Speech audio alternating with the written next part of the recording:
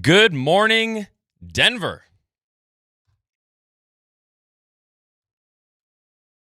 How's everybody doing out there? It is a very windy morning in the Mile High City. I hope everyone is staying all right. Everybody's staying in one place, that no one's caught flight, taken off to Mars or anything.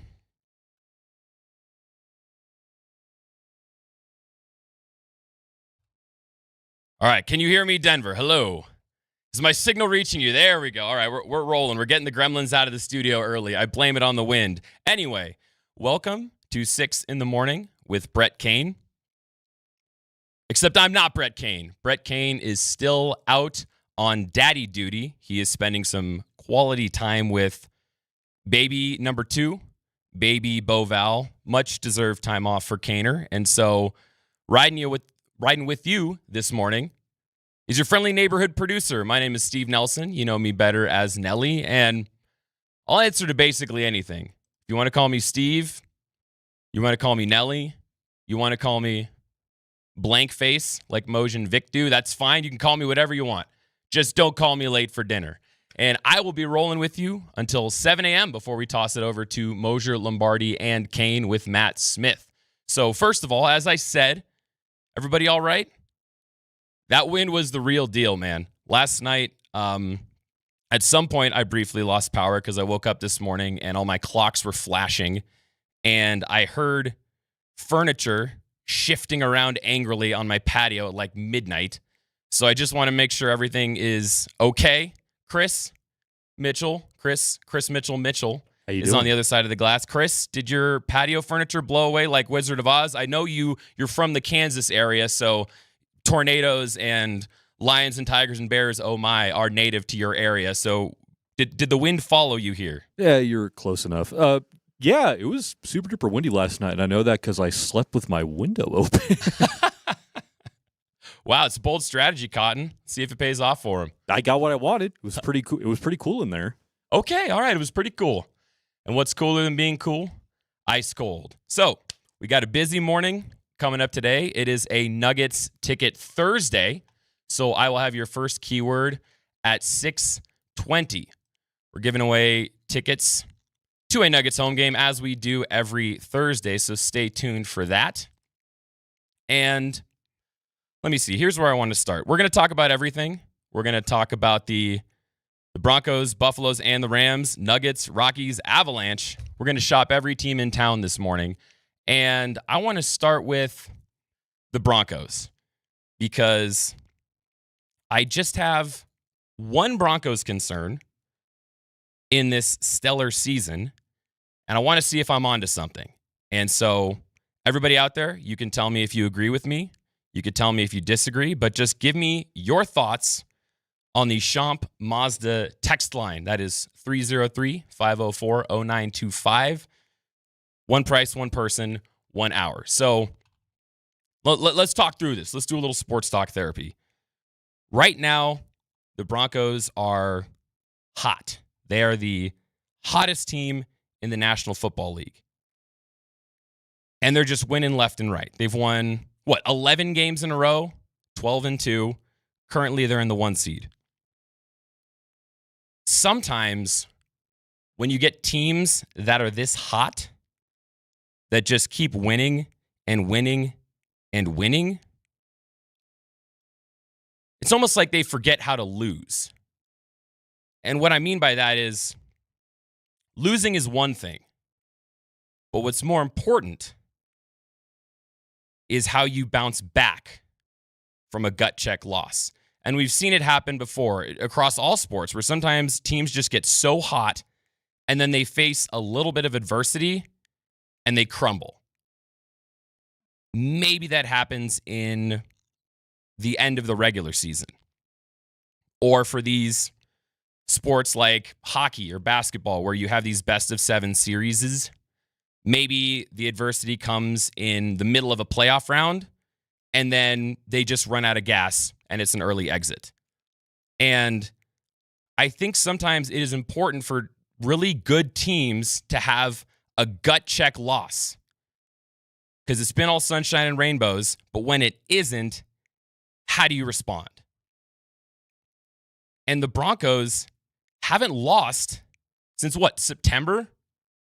The leveraging game heard around the world against the Colts. And so I worry that they haven't had that loss that sometimes you need to set yourself on the right track. And I'll give you an example that came to my mind. If you look at the Denver Nuggets, let's go back to 2023 when they won their first title. Going through that whole playoff run. First round, 5 games. They gritted out against Minnesota. Second round, probably their hardest test against the Phoenix Suns. That series went 6 games. And by the way, one of my favorite random sports trivia facts, the Phoenix Suns still have not won a single playoff game since Matt Ishbia stole the ball from Nikola Jokic. Because he took Jokic's ball, and then the Nuggets won the last 2 games of that series to close out the Suns, and then the next time the Suns made the playoffs, they got swept. So, Ishbia, take that L on the way out. You're cursed because you took my boy's ball. That's what happens to you. And then the real test for the Nuggets in that playoff series was the Western Conference Finals. You're playing the Lakers, who have had your number for decades, literally decades.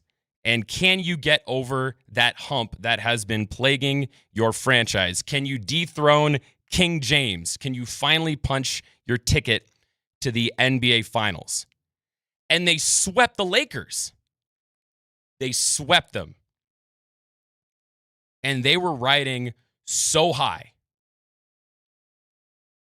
Anybody who was a fan of this show back then remembers Vic Lombardi was in LA to cover that game, the game 4 when they swept the Lakers. He was on the team plane back. He said the celebration on the team plane after that game 4 may have even been better from when they won the finals. Like, that was absolutely crazy. So then they get to the finals against the Heat. They are heavy favorites.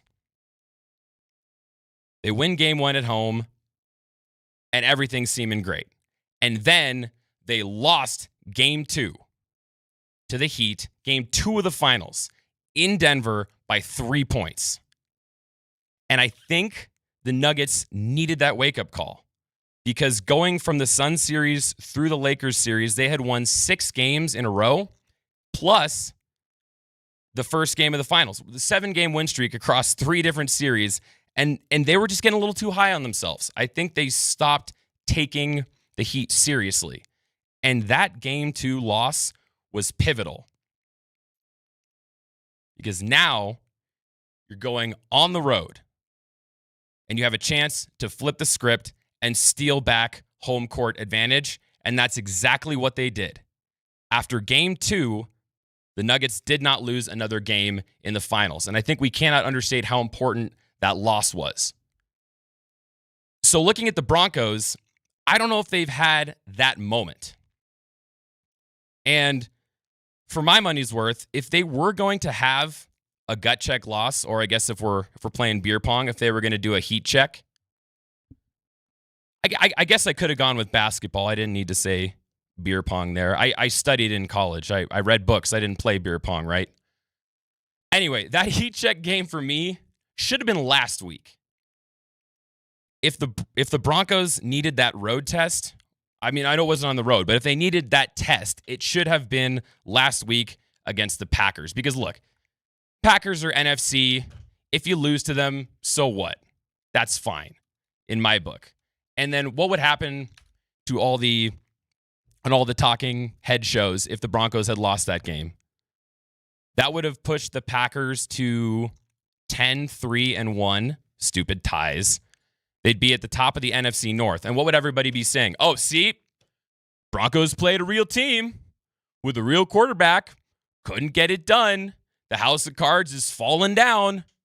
You know, Nick Wrong would be taking a victory lap on whatever his dumb show is, because his Chiefs are eliminated from the playoffs and he has nothing to live for anyway. So he would be burying the Broncos after they lost to the Packers. So now the Broncos would have had to put all that noise aside, prove all the critics wrong, be the overdogs, come back and beat the Jags, and then set them on the course to win the rest of the season. That's kind of what I think they may have needed.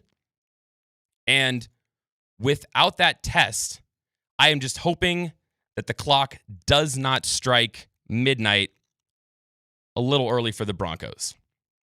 And so, like I said, you tell me, am I just whistling by the graveyard? Am I making something out of nothing? I will say, one thing that does give me confidence with the Broncos that they do have the momentum to keep going is if you look at some of these teams I'm talking about, like teams that get hot and then don't know how to bounce back from adversity, a lot of times they're just blowing teams out. They're just laying waste to all their opponents en route to the playoffs. At least the Broncos have seen every kind of game. This season has been, what do you call those machines at like the old pizza place where you put a quarter in and then you twist the knob and like a little ball comes out with a temporary tattoo? Is there a name for those things? It's like a gumball machine, but not. Okay, then this season has been a gumball machine, but not for the Broncos. Every game they put in a quarter, and they get a different kind of result out. They have won blowout games where they won wire to wire. They have won comebacks where they got it done at the last second. They won a game by scoring 33 points in the fourth quarter. They had a primetime game where they beat the Raiders by 3 points, and I literally fell asleep during that game. That's how boring that game was. I was napping along with Al Michaels through that whole broadcast. And my point is, they've won by a lot, they've won by a little, they've lost by a little.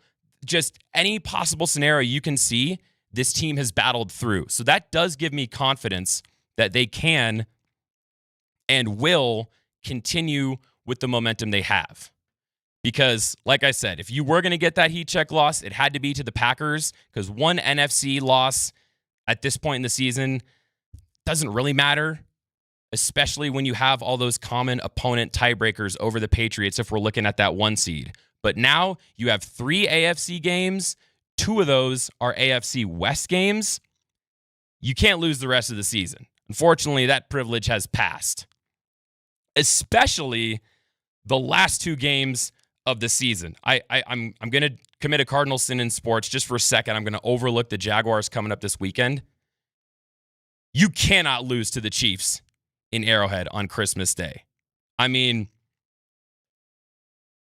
Chiefs are just licking their wounds right now. You've got Gardner Minshew starting at quarterback. Do you remember what happened to Gardner Minshew when he came here with the Raiders a couple years ago? Broncos rolled out the D throwbacks. Pat Surtain had like a 99-yard pick six, and that was the play where Gardner Minshew threw the pick. PS2's running the other way with the ball, and I can never remember who it was. Was it Zach Allen who absolutely decleated Gardner Minshew when he was trying to make the tackle?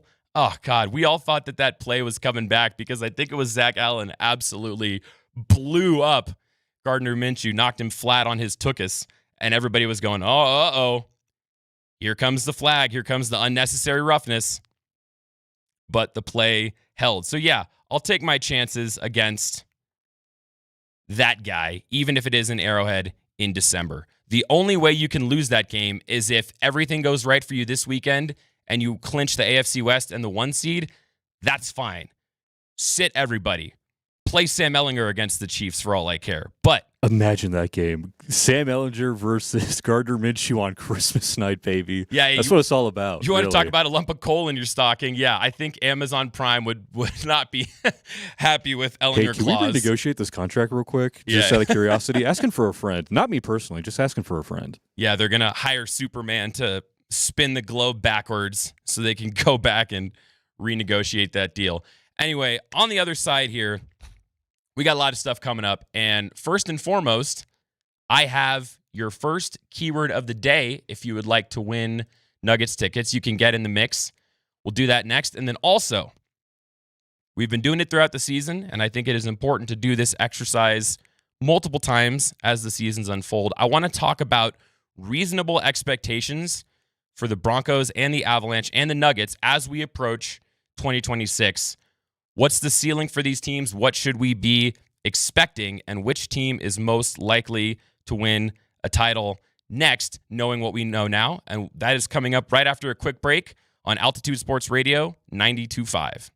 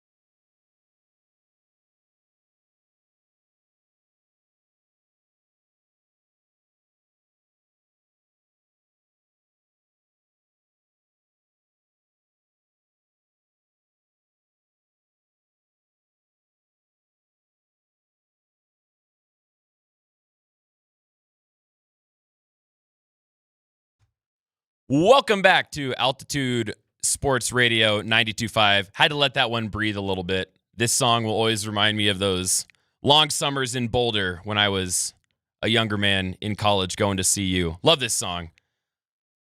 I'm turning into an FM music DJ here on a Thursday morning at Altitude Sports Radio 92.5, rolling with you in the Backus and Schenker studios. Backus and Schenker, their passion is justice. All right, first things first, I have your first keyword of the day. If you'd like to get in the hunt to win tickets to the Nuggets-Rockets game tomorrow, and your 620 keyword is aliens.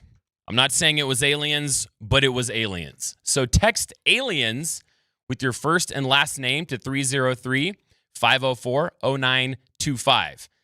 Tickets are still available for all remaining games in December, including the game against Orlando tonight and the game on Christmas Day. So if you want those, you can go to nuggets.com/tickets.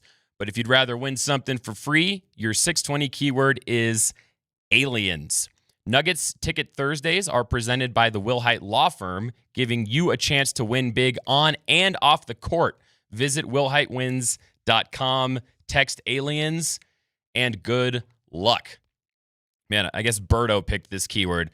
Aliens, man. That's why the wind is so strong, because the aliens, man, they're coming down from the sky. Can I say real quick? Please do. I've looked into a crystal ball into the rest of the keywords. I do like the connection here. Yeah. I do like the little through line we got going on here. Our boss has to come up with a bunch of keywords every, a gazillion keywords this year for Avs Ticket Tuesdays, Nugget Ticket Thursdays. So he tries to come up with themes. And yeah, if you're going to be listening all morning, you're going to like what the theme is this time around. So aliens, 303-504-0925. And if you're just joining us, welcome back to the appetizer hour, 6 in the morning with Brett Kane. Brett is still out on daddy duty, taking some much-deserved time off. Anyone who has to wrangle Moj and Vic day in and day out deserves a little bit of time off. Baby Boval is keeping his hands full. So Brett will be back soon, but in the meantime, rolling with you this morning, I am Steve Nelson, a.k.a. Nelly, your friendly neighborhood producer. And as I said, you can call me Steve, you can call me Nelly, you can call me blank face. Just please don't call me late for dinner. Now, I want to do this exercise that we have been doing throughout the season, and I want to talk about resetting expectations for the 3 teams in this town that actually have a chance at doing something. So, Rockies, you are the weakest link. Goodbye.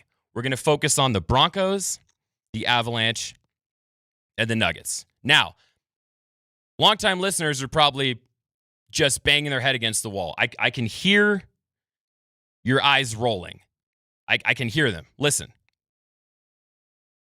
Sounds great. Because we have had this discussion so many times. The E word has been thrown around basically once every couple weeks, stretching back to July. So I get it. This may feel like we're just beating a dead horse here, but I think it is important to reset expectations as the season unfolds, because the teams go in different directions and we learn new information. And there's a scene that always comes to my mind when we have these talks from the show Parks and Rec. If any of you out there are big Parks and Rec fans like me, it's one of my all-time favorite shows. And there's a scene with Leslie Knope, Amy Poehler's character. She works in local government. And there's a scene where some people are trying to get her. They're trying to kind of put her in a corner with something she said previously, and now she has changed her opinion. And so they say, oh, you said this before, but now you're saying this. You're flip-flopping. And she goes, no, I'm not flip-flopping. I just learned new info, and so I shifted my belief. And they said, oh, that sounds like a fancy way of saying you're flip-flopping. And then she says, it's okay to change your mind when you receive new info. For example, when I was a kid, I thought that chocolate milk came from brown cows. Then I learned about chocolate syrup, and I flip-flopped my opinion. So that's kind of where I am with these teams. It is okay to ride the roller coaster of a season. If you said that you thought the Broncos were going to be 10-7 this year, if that was what you tweeted out back in July, it is okay to think that they can get to 15 wins now as we stand on December 18th. It is that is fine. I'm not going to put you on receipt street if you have changed your mind because of what you've seen. And so I want to run through these teams and just get a pulse check. First of all, cleaning up a couple things from the previous segment. Shout out a couple people on the YouTube feed for reminding me the player that absolutely blew up Gardner Minshew when he threw that pick six to PS2. It was actually Jonah Ellis. And he kind of grabbed Minshew by his collar and like threw him down and pinned him down, which is why it looked like it was maybe going to be a penalty. And then I was talking about those heat check games that sometimes teams that are rolling need to be put in their place. And the 303-501 said, I think Sean is the heat check. He's got a great pulse on the team right now, and he will keep them even. That's true. I think Sean Payton is learning a lot about this team. And you can see him making adjustments with how he's working with Bo and the offense. And so I definitely agree with that. And I'm looking for the text here. The text line turns over quickly. Oh, here we go. From the 407-398. Nelly, the Broncos have had their heat check games against the Eagles, Giants, and Packers having to come back from big deficits. I also agree with that. Like I said, they have been in so many different types of games that I think they are prepared to face whatever they encounter down the road. So, with the Broncos, I was one of those people that was expecting kind of a repeat of last year. I was expecting them to win maybe 10 games, maybe 11 games, sneak into a wild card spot, and then win their first game of the playoffs, probably get bounced in the divisional round. That's what I saw coming for this team. And I think part of that is Polumbus said it best yesterday on PhD. I believe it was Tyler Polumbus who said, it's not that we were expecting the Broncos to be bad or not good enough to win the AFC West. I think we were all just expecting the AFC West to be stronger. I was expecting the Chiefs to still be the Chiefs, so they were going to be the beast that you would have to conquer, and I didn't know if the Broncos were going to get over that hump, which is Sean Payton's hump, by the way. And we all saw the Chargers being pretty good. Harbaugh working with Herbert has been amazing, and they're getting a little banged up, but a healthy Chargers squad you got to watch out for. And then the Raiders. I was really expecting the Raiders to be much better than they are now. I mean, Pete Carroll, with that guy's resume, I did not see this coming. You got Brock Bowers, you got Ashton Genty, and they can't move the football forward at all. You got Maxx Crosby on the defense. That guy is just in so many people's nightmares, and yet the Raiders can't do anything on offense, and then they can't stop anything on defense. That really I did not see coming at all. So I think that's part of it. But now, looking at this Broncos defense and how stifling they are, that changes everything. And the fact that Sean Payton is finally figuring out the balance of this offense, that's another factor. And I honestly think the fact that the defense has been so stellar is what's allowed Sean to work with the offense. Because you can try whatever you want on offense, and if it doesn't work, your defense will bail you out. So he's had games where, okay, I'm going to try a pass-heavy offense, and I'm going to throw to a bunch of different receivers. All right, let's try running the ball, see how that works. Much to the chagrin of Andy Lindahl, let's try some RPOs. Let's see how that works. And guess what? If it all goes belly up, you can still beat the Raiders 10-7 on Thursday Night Football. And so I think they've been able to get in the sandbox and kind of play around a bit because they have such an awesome fail-safe. And so now, looking at where the Broncos stand, 3 winnable games in front of them. Not totally winnable. I think that the Jags game and the Chargers game will be tough. Again, all this, the caveat is if the Broncos haven't clinched the top spot, the number 1 seed in the league, and if they haven't wrapped up the AFC West, and they actually have to play in the Chiefs game and the Chargers game, if those are, like, things are still on the line, those will be tough. But sitting where we sit now, I think it's AFC championship or bust. Super Bowl would be nice. I know there are some people that say you got to go win the Super Bowl. For me personally, I would be happy with an AFC championship. But especially if you lock up the 1 seed and then you get the bye week and then you host a team in the divisional round and you lose there, that will be a huge disappointment at this point. It doesn't count that you made it to the next round of the playoffs if you had that bye week. Like if you get to the divisional round and that's your first game of the playoffs, you got to smack whoever is coming into Mile High. And I'm telling you, man, I live in the Sloan's Lake neighborhood. I live pretty close to that stadium, and that building is rocking. My street is shaking when the Mile High fans start cooking. That is a lethal place to play. You cannot lose if you're hosting games there in the divisional round. So for me personally, like I said, you got to go AFC championship game or bust. But hey, at that point, you may as well go to the Super Bowl. You may as well do the whole dang thing.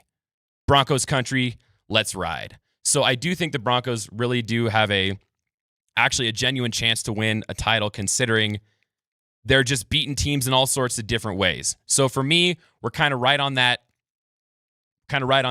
line there.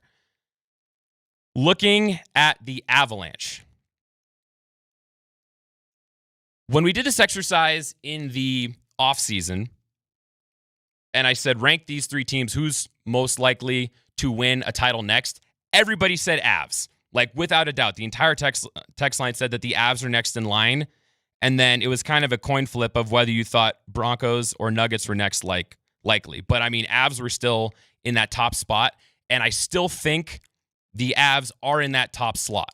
And okay, I need to vent a little bit. I need to work through some sports talk therapy here. I believe they call this trauma dumping in the business. So for about the past 6 years, the Avs have been expected to win it all. Maybe not every one of those 6 years, but at least for a good 4 or 5 years, Vegas has had them at the top or near the top of the odds to win it all. And only one time in Jared Bednar's tenure have they made it out of the second round of the playoffs. Once. Granted, the one time they made it out of the second round, they brought Lord Stanley back to Denver. So that was pretty good. That was pretty good. But they've just had so many times where the expectations have been through the roof, and something weird has happened that's derailed them. And I feel like I've seen this movie before. I have been told that the Avs are supposed to win it all, and then something weird happens. Like in 2019, that second round against the Sharks, the weird offsides call against Gabe Landeskog that derails Game 7. Or 2023 and 2024, those respective playoff runs. Val Nichushkin had his off-ice stuff that just completely took the wind out of your sails. You missed Gabe Landeskog for 3 straight years. I mean, there are so many things that have gotten in the way of the Avs, and I just feel like the guy who keeps going back to his ex-girlfriend, and she says, "Hey, baby, this time it's going to be different. I promise. I've changed."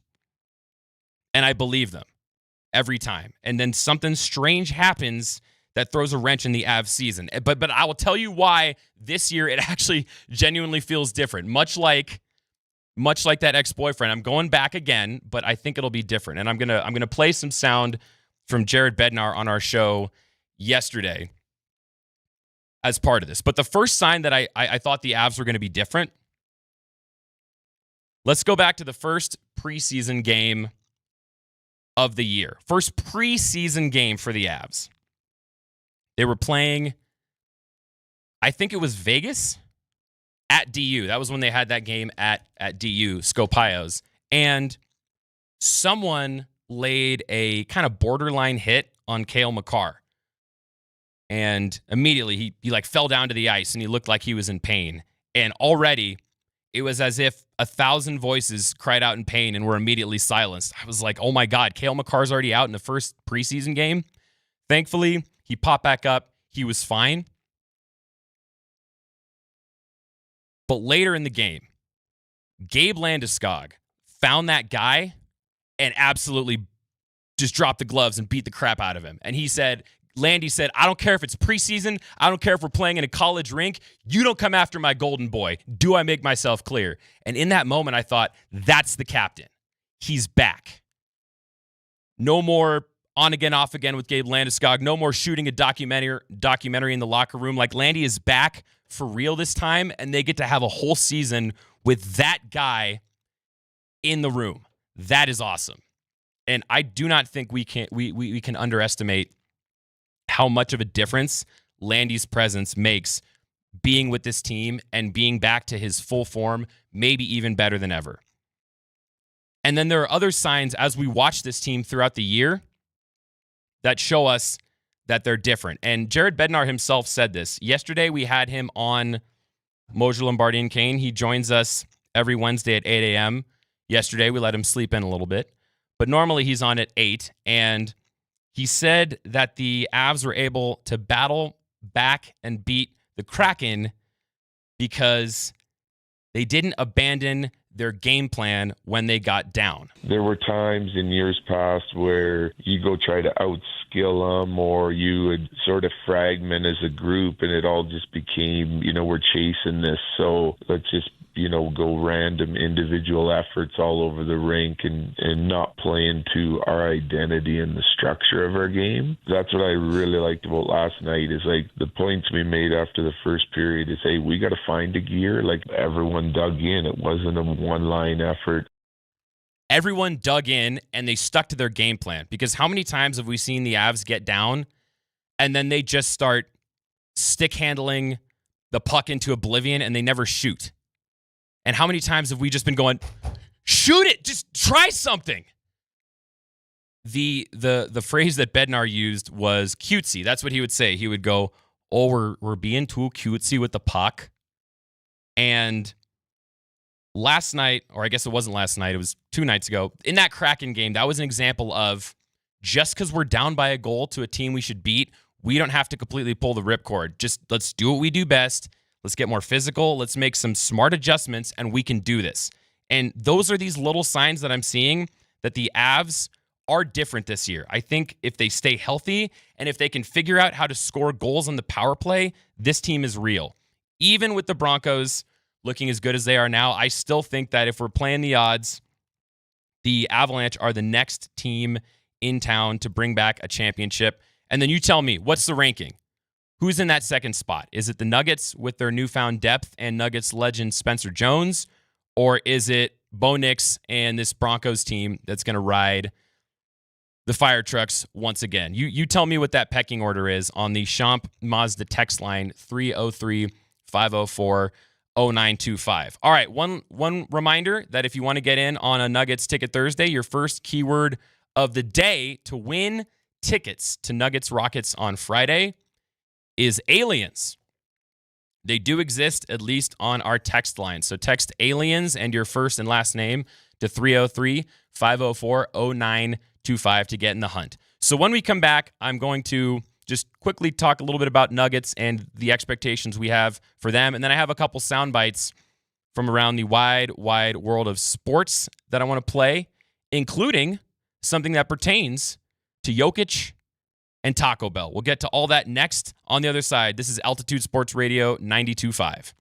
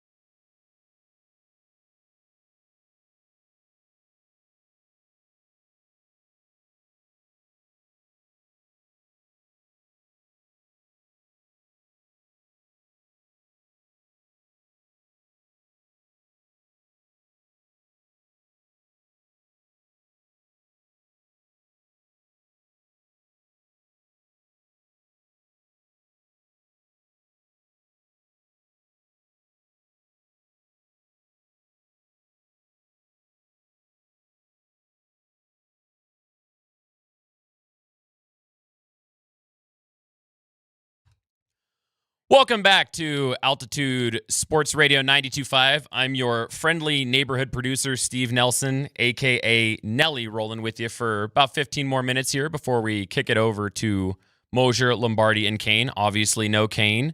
Matt Smith doing a good job filling in. So I've been doing this expectations thing for a little too long. Let's just wrap it up with the Nuggets quickly here. I believe that if they have a fully healthy roster with the depth that the new Nuggets brain trust has built, that they can take on anyone in a 7-game series. I mean, last year, the Nuggets had like 5.5 playable dudes, and they pushed OKC to 7. Now, you got guys like Cam Johnson, who's finally figuring out how to play in the Jokic aura. Jokic is an interesting guy. You got to learn how to play with him. You got Hardaway Jr. knocking down shots. You have Nuggets legend Spencer Jones making important plays down the stretch in an overtime nail-biter against one of the best teams in the West. I mean, come on now. This team actually has the dudes that they've been lacking in the recent past. So I really think when we're ranking most likely to win a title next, I still think Avs are the most likely. Nuggets and Broncos, however you want to go 2 and 3, it's kind of a coin flip for me because Broncos are on the right track right now with that defense, but the Nuggets, some of those guys have more championship pedigree. I mean, a lot of the guys on that core have still been there and done that in 2023. Jamal Murray looks like he's found the fountain of youth again. He's looking like his bubble self. So, I mean, a lot of things are going right for Denver. We got a couple texters who said 2026 is going to be a triple parade year, and if you go in chronological order, the order would be Broncos first, then the Avs, then the Nuggets. So there you go. That's the order because that's how the calendar goes. I love that you guys are all riding high on a triple parade city. It's not outside the realm of possibility. All right, biggest news in the sports world yesterday, and it even transcended the sports world. Taco Bell, after much complaining from fans, has brought back the quesarito. That's right. It's back, baby. And they offered an apology to Jokic because you may remember when Nikola Jokic was drafted, ESPN was showing a Taco Bell commercial for the quesarito while Jokic's name was called. And so this is what Taco Bell posted yesterday. This video is for Nikola Jokic. If you're not Nikola, keep scrolling. We're sorry, the quesarito hijacked your big moment in 2014. It's coming back soon. Please give it a chance. So Jokic, if you're listening, man, I recommend the quesarito. Lord knows I had plenty when I was living in Boulder up the road from a Taco Bell. It's very good, and Taco Bell wants to let bygones be bygones, but this is a clip from, I'm not sure when, but from a while ago. Joker said he was not looking to extend an olive branch to Taco Bell. I think I never had a Taco Bell just because of that. Can't do it. Cannot do it. Jokic, if you have a change of heart, quesarito is actually pretty good. I'd recommend it. And then speaking of Taco Bell, I want to bring back another sound clip that we briefly played on Moser, Lombardi, and Kane earlier in the week, and then kind of moved past it. And I want to bring it back because it's crazy. We need to pick this apart a little bit. So on Sunday, Bills are playing the Patriots. Cameras see Josh Allen puking on the sideline in either the third or the fourth quarter. He was asked about it post-game, and here's what he said. If they don't catch it every game, I don't know. Like it basically happens every game. You know, if I don't get enough out pre-game, you know, it usually happens at halftime. If I don't get enough at halftime, it usually happens in the third or fourth quarter, and that's just, I don't know why I do it. It just happens, and do it in nothing else but other than just like a weird feeling. Just got to get it out. Excuse me? Josh Allen just casually pukes every game because of a weird feeling he gets in his stomach? Joshua, what's going on? That is crazy. I understand getting butterflies in your stomach, but Chris, do you make sure that you make yourself throw up before you do every Avs broadcast? Like, is that part of your pregame routine? Am I crazy here? Did you look out in the bushes in front of the studio before I walked in here? There you go. What are we doing to our beautiful Kings, man? What's going on here? I saw a tweet that somebody said Josh Allen's wife, Haley Steinfeld, recently announced that she is pregnant. So maybe Josh Allen is trying to throw her a bone. He's having sympathy pukes on the sideline. Josh, get some Pepto-Bismol. There's got to be some antacids somewhere in the great municipality of Buffalo, Josh. I understand getting the butterflies in your stomach, but like making yourself throw up before every game, that's a little unhinged. Okay, I wanted to keep rolling through some of these sound bites. This next one I want to play is, I was driving around in Boulder back on November 22nd, and I tuned into the radio broadcast of the Buffs game on 850 KOA, and I heard Mark Johnson, the voice of the Buffaloes, coming after a Christmas song that I hold near and dear to my heart. You can kind of hear it in the background. They're playing All I Want for Christmas Is You, and this clip is credit the Colorado Buffaloes radio network on KOA. I think I never had a Taco Bell, but just because of that. That is Jokic. I guess my clip got overwritten. We'll move on to something else. But Chris, if you look in the sound folder, just give me the clip of Mark Johnson from today's sound. I'm on it, Captain. In the meantime, I'll go to something else. This is a clip I bring back every single year because it is one of my favorite pieces of audio ever. About 5 years ago, somebody asked Smokey Robinson to make a cameo. You go on the website Cameo and you can pay people to send messages. Well, some Motown fans out there asked Smokey Robinson to wish their dad a happy Hanukkah. A happy Hanukkah. I was contacted by your sons, Jeff and Jared, and they wanted me to wish you happy Chanukah. I have no idea what Chanukah is, but happy Chanukah because they said so. Anyway, God bless you, babe, and enjoy Chanukah. Have a wonderful time. And I know we're a couple days into Chanukah right now, so anyone out there who celebrates Chanukah, I hope you're having a good time. I don't know why, but poor Smokey, man. He's a Motown legend. In his defense, there are like 10 acceptable ways to spell Hanukkah because of the differences in the languages and translating to English. So it gets weird. Anyway, happy Chanukah to everyone who celebrates. Let's go back to what I was saying. Here is Mark Johnson coming after a Christmas classic. 7:49 to play in the opening quarter. And, this time of year I start getting sad anyway because the college football season's, getting close to being over. And then they start playing this godforsaken Mariah Carey holiday song. What's wrong with this? You got a problem with this? It never stops. Millions of people love it. Something tells me if you go to hell, this is what they'll do. Just play this song for eternity. Oh, man. Gary, Colorado's had some opportunities already tonight. Wow. Pretty ringing endorsement from the voice of the Buffaloes. If you're stuck in hell, the song they play on loop is All I Want for Christmas Is You by Mariah Carey. Must be more of a Last Christmas guy. I understand. You and me, same boat, Mark Johnson. For me, let's link up. No, I got you. For me, the purgatory song is probably Wonderful Christmas Time by Paul McCartney. Oh, that song's so awesome, though. It's so sick. The synth sounds good. The weird and the hook is catchy, but God, that song it's not good. That one is pretty bad. Or maybe the Christmas Shoes song, if you know that one. That one might also be the one that they spin in hell. Oh yeah, that's rock bottom, buddy.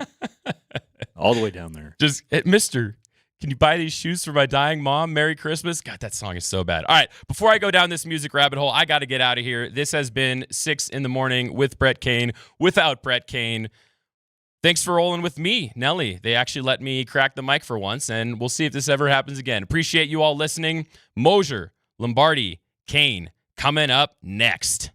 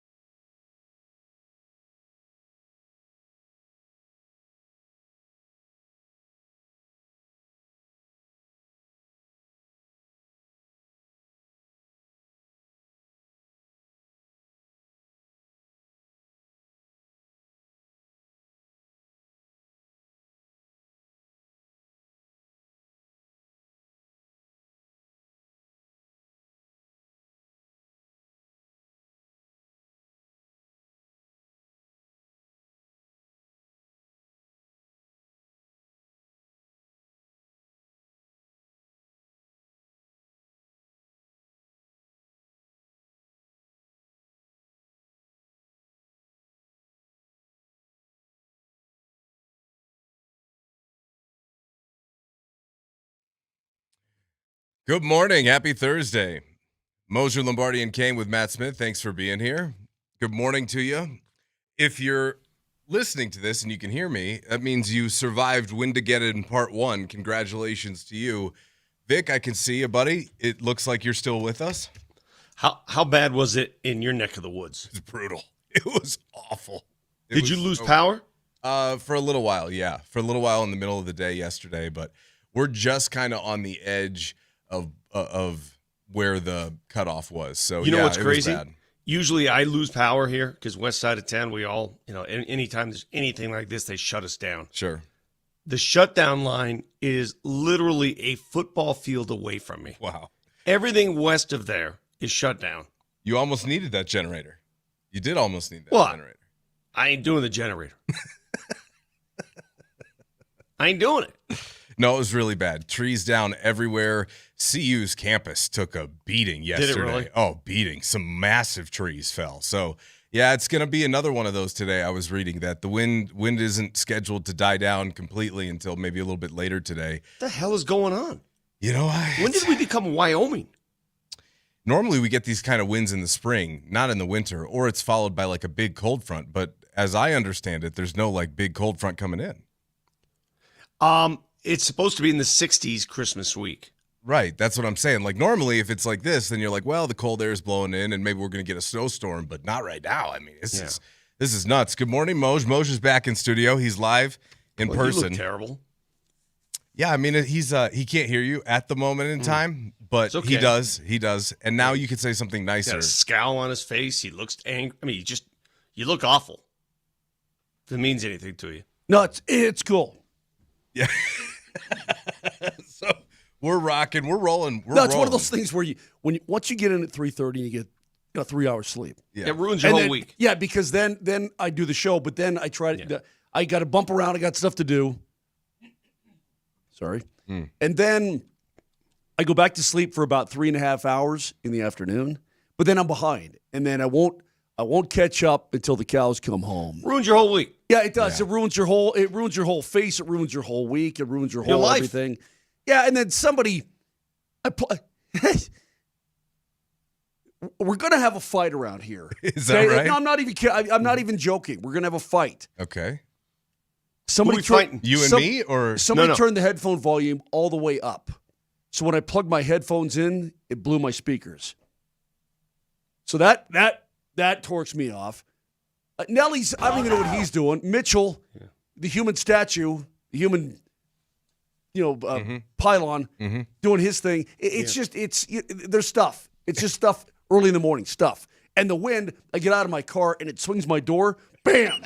When you open your door and the door gets away from you and it goes bam forward. It does. And I'm like, you know what? Okay, we're going to fight. Dude, there were windows in the Golden area. Cars in their driveways. Windows were shattered because of the wind. Oh, I'm sure. Windows shattered. It was that intense. Could you imagine riding your bike up Lookout or up 93 yesterday? You got to be a special kind of mutant to try to endure that. Special kind of I mutant. swear to God, if I see you bike, and I'm a cyclist, I ride. If you're going up Lookout in this wind today, I will tackle you. I swear to God. You physically can't stay on your bicycle, so there's no point in doing it. You're going to fall over. There's no point in trying somebody's going to try. Yeah. Oh, look at me. Look how I'm a badass. And they're going to come home with a concussion. Well, Good for them. DMac's probably going to bike into work today. Probably blow right over. Probably will.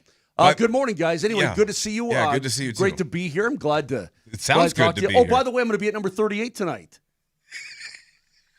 I mean, you're so inviting, right? I mean, you spent the last 5 minutes telling people how much you hate the world.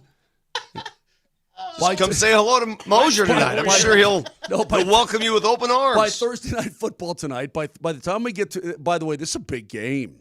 You talk about big football games. I'm excited for this football game, but by the time we get to kickoff tonight at 6:15, and I'll be there, I'm sure, a little bit before that. I'll be happy and welcoming and inviting with my friends at Tullamore Dew. I'll probably be giving out free liquor tonight, so if you want to have some of that, come on by. Oh, he'll be giving out free liquor. Oh, he'll be giving out a little heavy-handed, heavy pours at number 38. Santa Moser is going to be going, hey, listen. Yeah.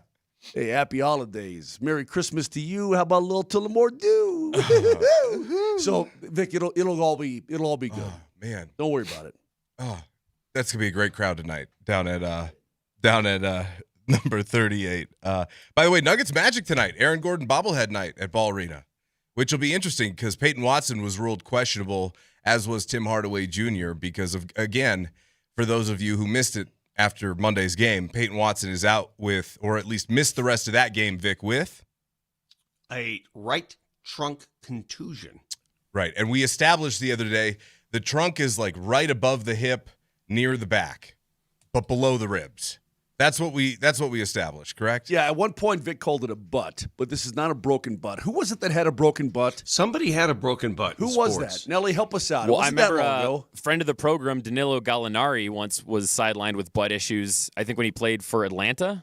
Yeah, he had I know a broken LeBron butt. just had some butt issues, but somebody... Little sciatica. Yeah. Somebody actually had a broken butt.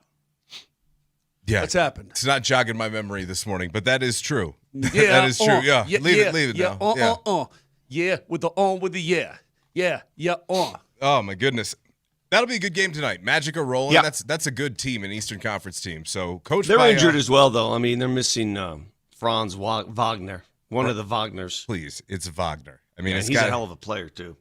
Oh, he is. And, you got to remember, it may be spelled with a W, but it's pronounced with a V. Wagner. Yeah, he's a German. Wagner. Oh, he's a German. That's for sure. By the way, we're turning the page today. I guess we turned it yesterday. So today is chapter 1 for us of Broncos and Jags. And it's another massive game coming up this weekend for the Broncos. Sean Payton spoke yesterday. Bo Nix spoke yesterday. We'll take a listen to some of those guys coming up here at 7:15. But just initial thoughts, gentlemen, as we open the book here on Jacksonville. I'm not sure that I have it. It's really, really weird to me. I've got thoughts on a lot of football teams, including some crap teams in this league. I really do. I do not know what to make of the Jacksonville Jaguars. I have no idea what to make of them. I don't know. I don't really know how good they are. They've had some squeak-out wins against crap teams. They've lost to some really good teams when they're supposed to. It's like they lose to everybody they're supposed to lose to, like the Seahawks, the Rams, and the Texans. They have that one Bengals loss mixed in the early part of the season. They pounded the Chargers. I don't know what to make of these guys. Yeah, they've done something really the Broncos have not. They beat the Chargers. That's true. And they beat them quite handily. But they also, again, some of their wins are kind of like some Bronco wins. They're not super high-quality wins in my book. Their offense, I think, is pretty dynamic.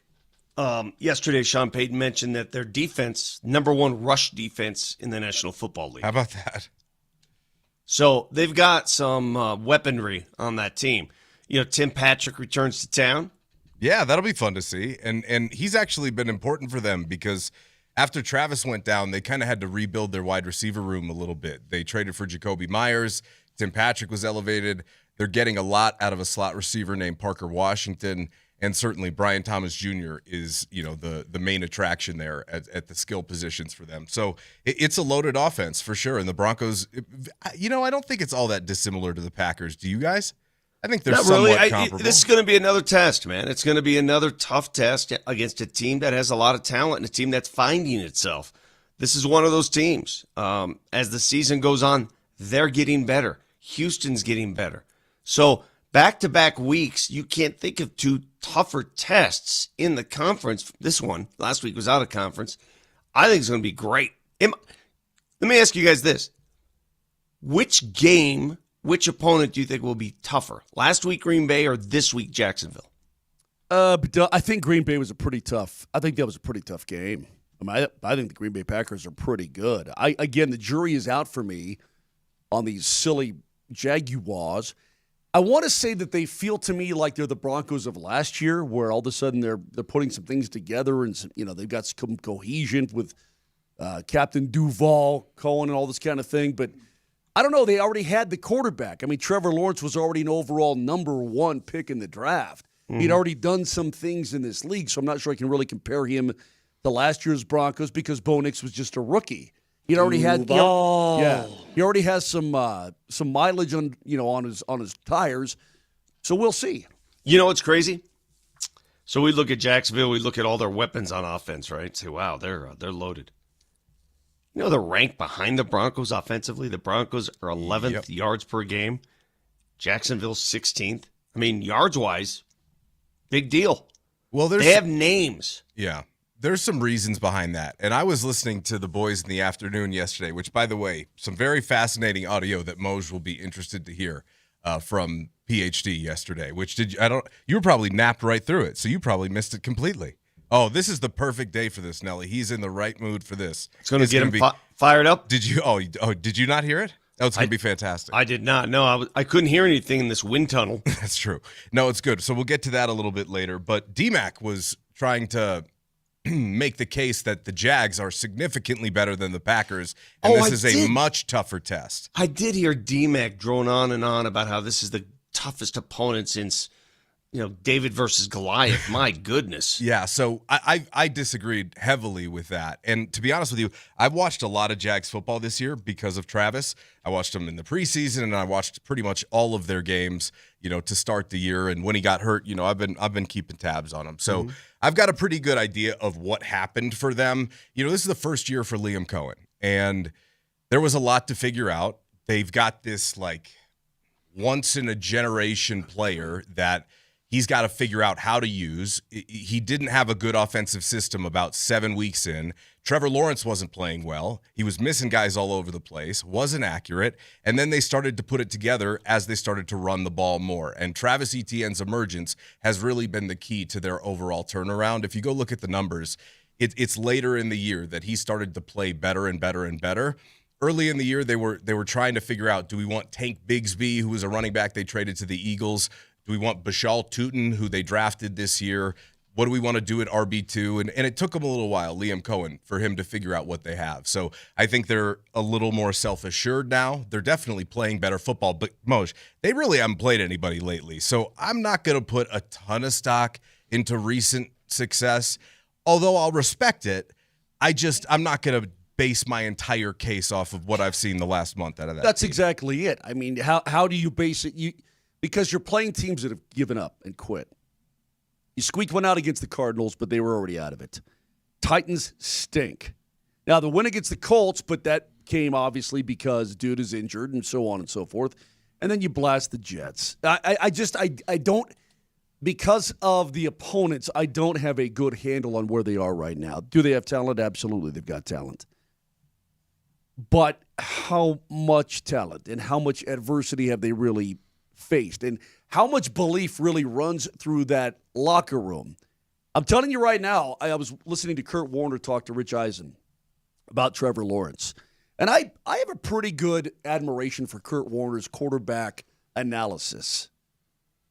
And he seems to think that Trevor Lawrence has elevated his game in a pretty good way, that he's locked in, that he's, the ball is getting where it should be on time, and that this guy is playing some pretty darn good football. But again, I don't care how good a football he's playing. If you play this Broncos defense, Vic, they have a tendency to make you forget how to play the game of football. Okay, so if I give you two names, and I want everybody to partake in this exercise, because Trevor Lawrence has been around obviously longer than Bo Nix. If I say Trevor Lawrence versus Bo Nix, forget their teams, forget their defenses, forget their coaches, forget everything. Who's the better quarterback? Well, you want to think it's Trevor Lawrence, but I'm not so sure right today. Well, I'm going to tell you why it's Bo Nix.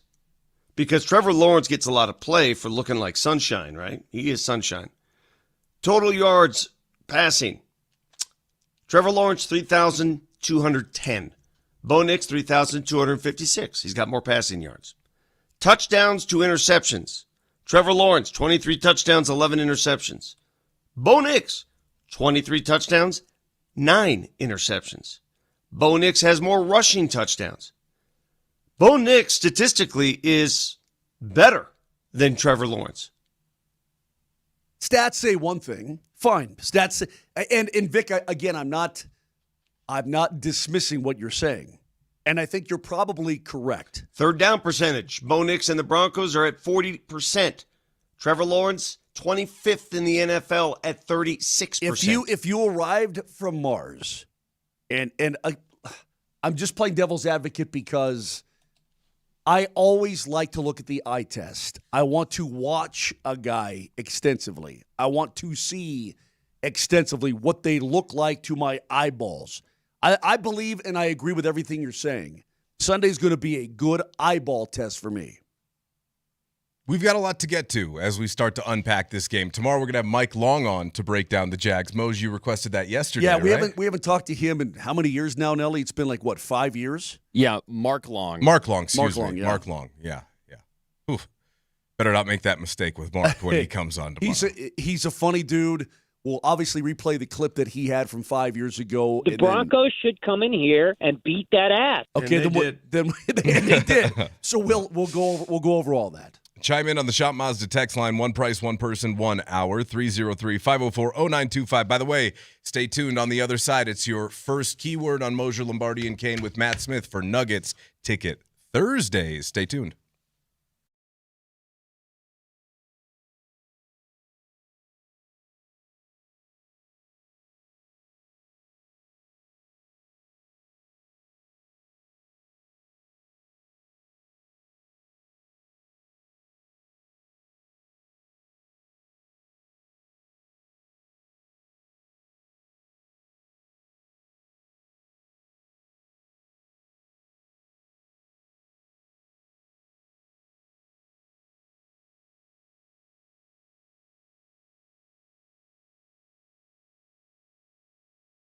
Guys, how old are you? It's kind of a rhetorical question. I don't really want to know. But if you're in your early to mid-30s or older, you might be suffering from low testosterone. You might not, but you might. Because early and mid-30s guys start losing 2 to 3% of their testosterone production every single year. And it just sort of gradually gets on you. You don't know it. But before you do know it, you're like, I just don't feel the same as I used to feel. Maybe putting on a little weight, less productivity in the gym, not seeing the gains you used to, poor sleep, wake up feeling tired, fall asleep after dinner, brain fog. Maybe you're sad or depressed. All these things can be symptoms of low T. But the answer is the Rocky Mountain Men's Clinic because they're experts in treating low testosterone and other men's sexual health conditions. Successfully treated many men for low T, thousands and thousands on the Front Range, and they're seeing the difference, our dudes, like me. So do yourself a favor. If you think that's you, go to their website, RockyMountainMen'sClinic.com. Take the low T quiz. Simple, 10-question quiz. Yes, no answers, takes 2 minutes. Figure out if that may be what you're suffering from and schedule an appointment if you are. Call them today, 720-440-7900. That's 720-440-7900. 5 locations up and down the Front Range. They'll take care of you because they are the experts. They help me. They'll help you too. Go to RockyMountainMen'sClinic.com.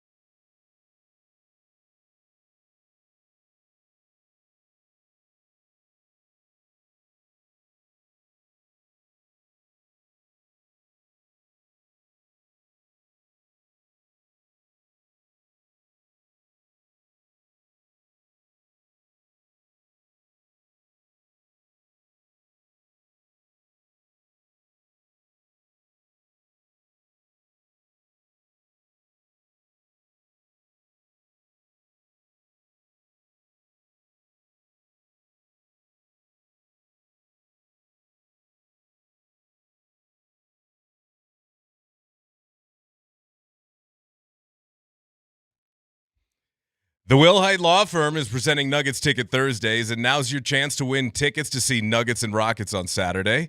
Text this hour's keyword Maverick to 303-504-0925 with your first and last name.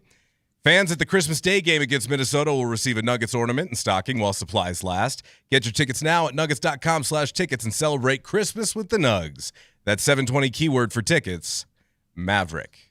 A legit question, and I don't mean to get you off base here, Matt. I'm sure you don't. Sorry. That song gives me all the tingles. Doesn't it? Oh, my God. I love that movie so damn It's much. the time. Stop for a second, both of you. It gives me all the tingles. Bring it back, Nelly. Why'd you take it away? Would Top Gun have been just as good if Tom Cruise wasn't getting it on with Kelly McGillis? No. I mean, that scene is iconic. You had to have that iconic. tension. She's the civilian contractor. Yeah. You had Yes. to have that tension in there. 100%. Just give me the airplanes and the killing, and I'm good to go. It's classified. I don't need her Moser, speeding that's around a little dumb Porsche. comment. That's like So saying, stupid. would Top Gun have been as good without the volleyball scene? You need the volleyball You need scene. the volleyball scene. Vic is absolutely Yeah, don't be right. stupid. Seriously. It's not all about flying around. You can your be head cut off. You can be tired, but don't be stupid. Okay? I mean, don't go Look, I'm a losing big. yourself here. Okay, I fully admit that I'm a big airplane guy. I like airplanes. I've flown a bunch of airplanes in my life. So that's that. I just like planes. So I'm about the airplanes. I'm about the love of the game. I see what he's saying. Right. He's a purist. He's acting like not going to that bar and hitting the song in the jukebox doesn't make the movie. You're so dumb. You're so dumb, Moch. I mean, honestly. Yeah. What does she Moser. say? What does she say when she's going up to him? You know, how to go the first time? He's like, crash and burn. And the second? I don't know. But it's looking good so far. Come on. Come on, Moj. Moser, you've lost that loving feeling. What happened, He man? might have lost that loving. You might need to I'm hit not him with sure some I love ever and had that feeling. love and feeling when it comes to those scenes. I like the. Hey, wait. So where'd he go? Where'd who go? That's what I'm about. That kind of stuff. All right. Yeah. Sorry to get you off the beaten path. The greatest exchange of dialogue in that movie does not involve any words. It's Iceman just doing this. I'm dangerous. That's right. You are dangerous. Oh, my God. He says, that's right. I am dangerous. That's right. Nobody likes to fly with you. You're dangerous. It's not your flying, it's your attitude. Just so you guys know, we haven't talked about this yet, but I am a massive Cruise fan. So right there with you on that one. Tons to get to. We're opening the book on Broncos and Jags this week. Sean Payton yesterday was in front of the media and saying words out of his face. We'll start here. This is Sean yesterday on what he sees from Jacksonville on tape. I think the one thing that stands out, they're plus 10 in the turnover ratio. They're second in the league in interceptions.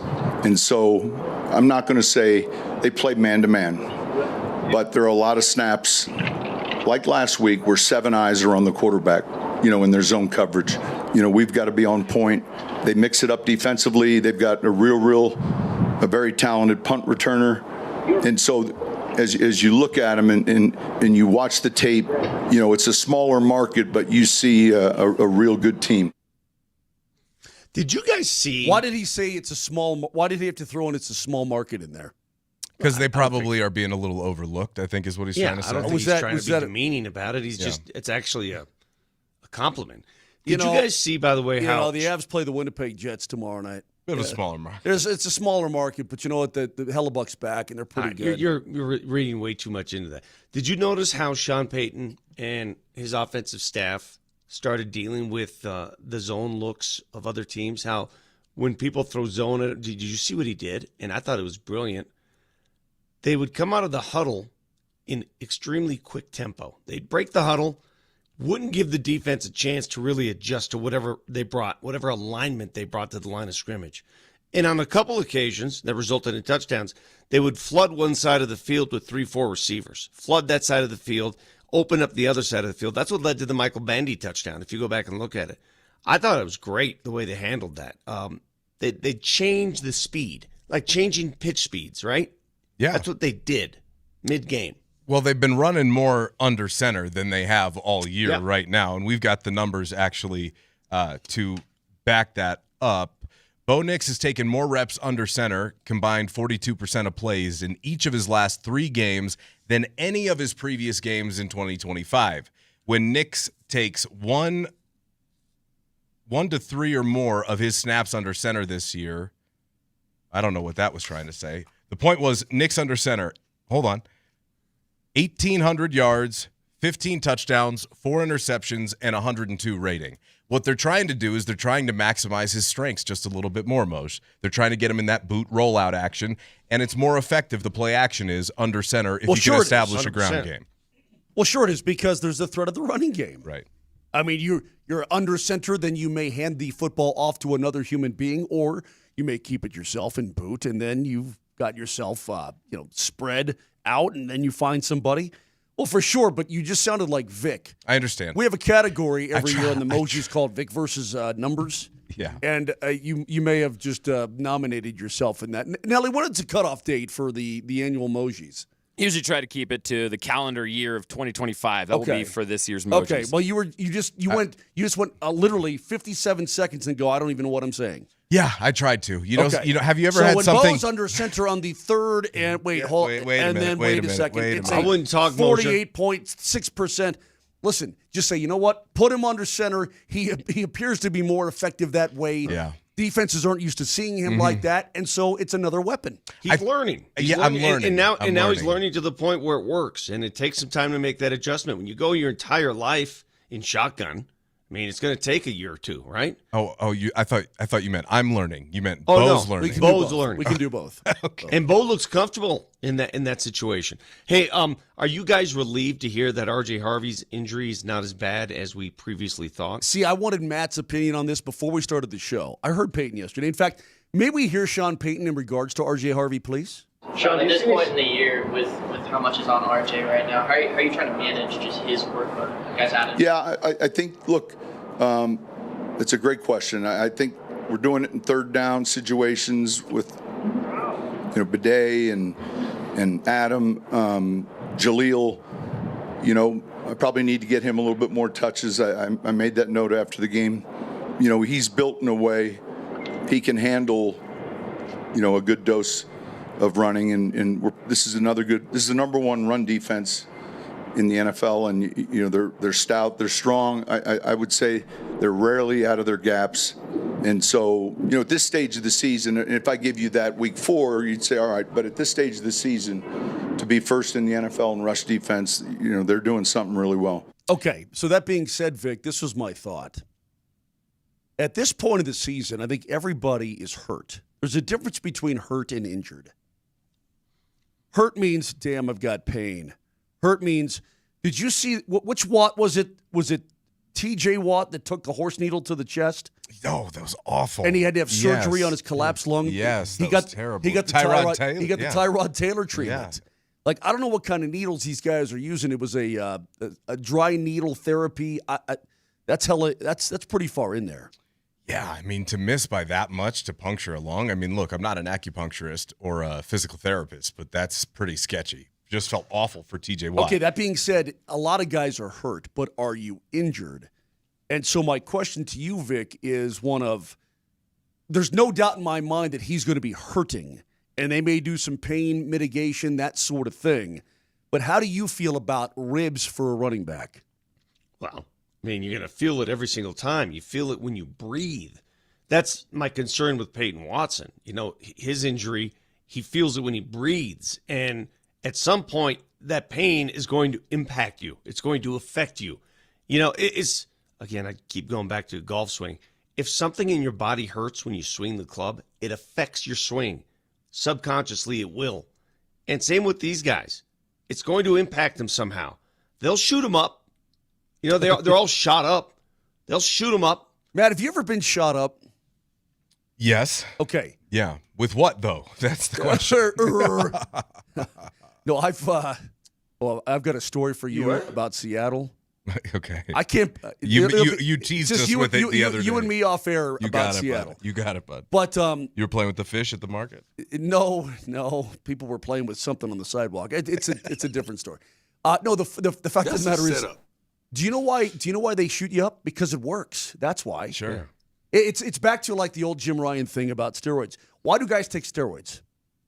And get bigger, stronger, faster? Because they work. That's right, because they work. So there's no doubt that they're going to, I don't know if they're going to shoot him up on. I'm not a team doctor. I don't know. But it's just those ribs have a tendency, Vic, to just even if you think you're feeling okay, ribs can be annoying. Period. He got a big workload, man. He carried the ball a lot. And that is the danger of relying on one running back. A lot of these teams that just have one featured dude who gets that many carries. He gets dinged up. It changes your offense. Maybe that's why Sean Payton's approach is, share the wealth. And he did it when J.K. was healthy. He did as much as he could for this very reason. And look, I think Moser's right. It sounds like Harvey's on track to go, actually. And coming up in a bit, we'll look at that injury report. However, the point is the same. He's probably not 100%, and you're probably going to need somebody else. And we talked about this yesterday, how they brought in that running back, Cody Schrader, who was previously with Jacksonville's practice squad. Sean pretty much put the kibosh yesterday on the fact that was anything more than a depth add. Not like they were trying to take anything away from Jacksonville. They were lower in the waiver order from Jacksonville, I guess. So I guess technically the Jags could have picked him up if they wanted to. And they did go with a running back in DJ Dallas, who is actually more experienced, for whatever it's worth, as running back 2 this week. That being said, you won't see this kid. That's fine. That being said, if the Broncos were a team that heavily relied on running the football, and it was the basis of their offense for the most part this season, and if they didn't get to 130 yards per game, they had no shot at winning and blah, blah, blah, blah, blah. If that was the case with the Denver Broncos, I would be more concerned than I am right now. But I've seen this team win games with 89 yards rushing. Yeah. I've seen this team win games handily with 92 yards rushing. I've seen this, you know what I mean? It's like I hear you. They are not a prolific run team. So if I think you need to have the threat. You need to actually run the football. But they've won plenty without doing that at a really, really high pace. So I'm not too worried about it. There's not a whole lot about this Denver Broncos team that actually scares me right now. I don't know why I feel so comfortable. I just feel good. Well, because you saw a complete game. That's why, because you saw the offense win the game. And you hadn't seen that enough. Because before that Green Bay game, that was still a question. It lingered. Sean Payton. They scratched that itch. Sean Payton yesterday was talking about how this team's done a really good job just compartmentalizing each week. And when you've got a really good team that's making a championship run, we talked about this. Which game is going to be tougher, right? Last week or this week, Packers or Jags? It doesn't really matter. It's the next one on the schedule, and everyone is, as tough as the last one for all intents and purposes when you're trying to lock up the 1 seed. And it probably only gets harder for that matter. Right? Later in the year, stakes get raised, more pressure on you, especially considering the Broncos are not a flawless group. So you're going to have to overcome some stuff. I mean, you're down 9 points in the third quarter last week. They overcome that deficit, outscore Green Bay 20-3 the rest of the way, and end up coming back to win. So you have to have that short memory. That 24-hour rule to some degree, and it can happen, after a tough loss. One of the challenges in this league, I think, is, a gut-wrenching loss and then coming back in and trying to flush it and get on with the next goal. Look, I think it's about the leadership of the team and I think the momentum and the understanding each week. We have this term, this is a big game. Of course, this is an important game, and there are going to be bigger ones. But it starts with the players and the leadership and the way they approach it. Vic, it's just about building that rhythm and that routine of, all right, we're flushing that. We're on to Cincinnati. Well, it's the only way you can survive at this juncture of the season. Really? I mean, what are you going to do? You can't focus on last week right now. Interestingly enough, last week the Broncos were underdogs, correct? Yes, sir. And then they became overdogs, in the words of Bo Nix. Yes, sir. Well, they're underdogs no more because they're 3-point favorites against Jacksonville. You like that? You like that line? I think it's fine. I mean, anything within 3 either way is fine. That means it's a push either way. How about you, Moser? It's very coin flippy. I mean, anytime it's 3 and under, to me, it's coin flippy. I thought last week was coin flippy. I guess I let my Jordan love overtake my thought process. See, that's the problem. Too many people nowadays, they think with emotion and not with their brain. By the way, and I for the one time this season, yes, sir, I let my Jordan Love emotion perhaps sway my pick. That's what I did. No more. No more of that. Well, hey, all you people out there, stop thinking with emotion. Think with your head. Admitting it is a good first step, Moj. Admitting that you have that problem. Well, at least some people can admit it. Yeah, that's true. That's true. On the Shop Mazda text line, can you guys clarify, is Matt Smith Connor McGahee? No, that he's way smarter than me. And shame on you for ever associating the two of us. I mean, that's just disrespectful to Connor. Let's get weird. What hat are you wearing today? Mighty Ducks. Why? Quack, quack. Quack, quack. Why not? Like the movie or the team? team? The movie, not the team. Good. The team? Hey, the team? I got a curious question for you. They were when they first came into the league, they were the Mighty Ducks. You understand that? I'm aware. Are they now? No, they're just the Ducks. Okay, so are we okay? Yeah. Okay. I reckon. I have a curious question. It was in honor of the movies, clearly not the team. You got me sideways. So I just checked. I won my fantasy playoff game last week. We were all worried. DMac. So I advanced. Oh, you beat DMac. Yeah. Okay, good job. We're the overdogs. I have to ask you guys. Yeah. According to this app, they're telling me to start this week in the second round of the playoffs. Brock Purdy ahead of Bo Nix. That's what they're telling me. Because I asked, what should I do here? Mm-hmm. Well, you've got to I'm going to override the system. Okay, well, you've got to think about the matchup, though. Who do the Niners have this week? Niners play the Colts Monday night. Okay. And they're a big favorite on the road, are they not? I'm going to override the system. I'm not going to let the computer tell me what to do. I'd ride with Bo. I would definitely. All right, go with your Cole Jones then. What do your loins tell you? I just made the move. Yeah. Okay. Yeah, but you got to go with Bo. You get more potential scoring there with his legs anyway, potentially with a little scramble. And Purdy on the road. Look, Indy's got a stout defense. So, I mean, look at what they did. They held Seattle to 6 field goals last week. Yeah, I would override the system. By the way, it's time to check the injury report powered by Ramos Law, the official injury law firm partner of the Denver Broncos. Talked about R.J. Harvey. He shows up on this list, but luckily not in too terrible of a spot. He practiced in full yesterday. So did Pat Bryant, which was important because the rookie wide receiver missed the Green Bay game. Mike McGlinchey also full. Mims full, which is great. Luke Wattenberg full. Ben Powers limited in his return from the injury that knocked him out for a couple of weeks. And unfortunately, Justin Sternad, who was banged up a little bit against Green Bay, did not practice yesterday. That is your current injury report. Coming up at about 9, we're going to talk to Jeff Legwald, get the latest and greatest from down at Broncos. We are live from the Backus and Shanker studios where their passion is justice. On the other side, a bit of a rough day for Coach Prime in Boulder. I will explain details next. And one last time, your 720 keyword, Maverick.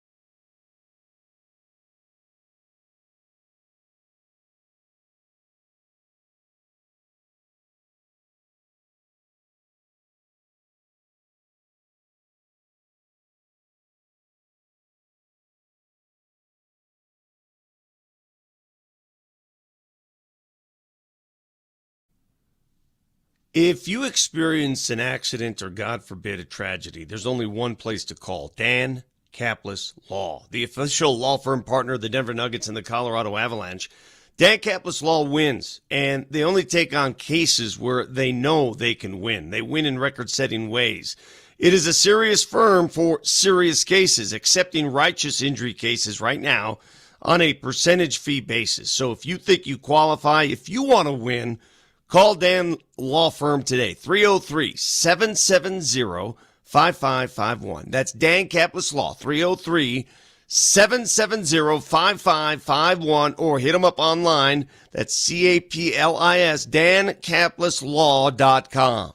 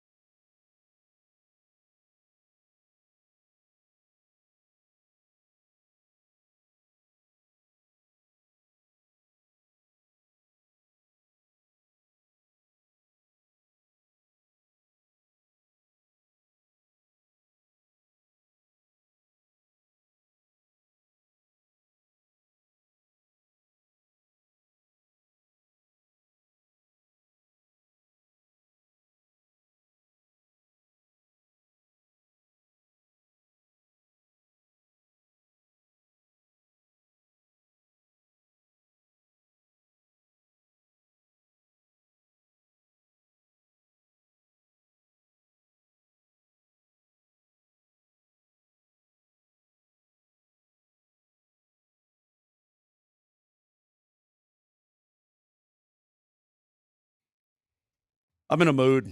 Yeah, Moser's back live after a really rough turnaround yesterday coming back from Seattle. It's Moser, Lombardi, and Kane with Matt Smith. Thanks for being here with us. Hope you survived Windageddon, day one of Windageddon. My lovely wife came in. God, it must have been like 3:30 in the afternoon, and I'm dead. Like, I'm luggage. Yeah. And she goes, hey, are you going to continue are you going to keep sleeping? Oh, really? I was like, yeah. And then I'm not sure what time I woke up. I think it was like 4:30. Yeah. Is when I actually woke up, right? So now she's like, are you going to be able to sleep tonight? I'm like, yeah. But she knows me really well, and she's right. Like, I'm an absolute wreck, you know? And she's like, sure you want to do this because you're going to want to sleep tonight? But, you know, she knows. Yeah, she knew better than you at that moment. 100%. 1,000%. So did you have trouble sleeping last night then? Not really. No, I was okay. It's just that you get behind and then you don't catch up. And by the way, Nelly, did somebody want to fight me? What happened? So after you were criticizing Top Gun and some of the scenes, you said I'm not. I love Top Gun. But I love that. You said there were some scenes that were not necessary to the movie. So a caller called the station, didn't even say his name, just immediately started firing from the hip, and he said, if Moj ever comes on this show and insults Top Gun again, I am going to personally sign him up for email alerts from PETA. Oh, God. Okay, I'm going to pass on that. That's a serious threat. Okay, right I will never, I promise whoever that caller was, I will never do that again. But look, I loved Top Gun. Sometimes when I need to pick me up, you know what I do? Put that on. I go and watch the opening scenes of Top Gun. That's all you need. When they're going through, when they're doing the takeoffs and landings and they have the guys on the flight deck, because that was my old man. He was a weapons guy. I love that. That's amazing. Okay. So this is back in the 60s, my old man was. Anyway, but I go back, and then when they transition to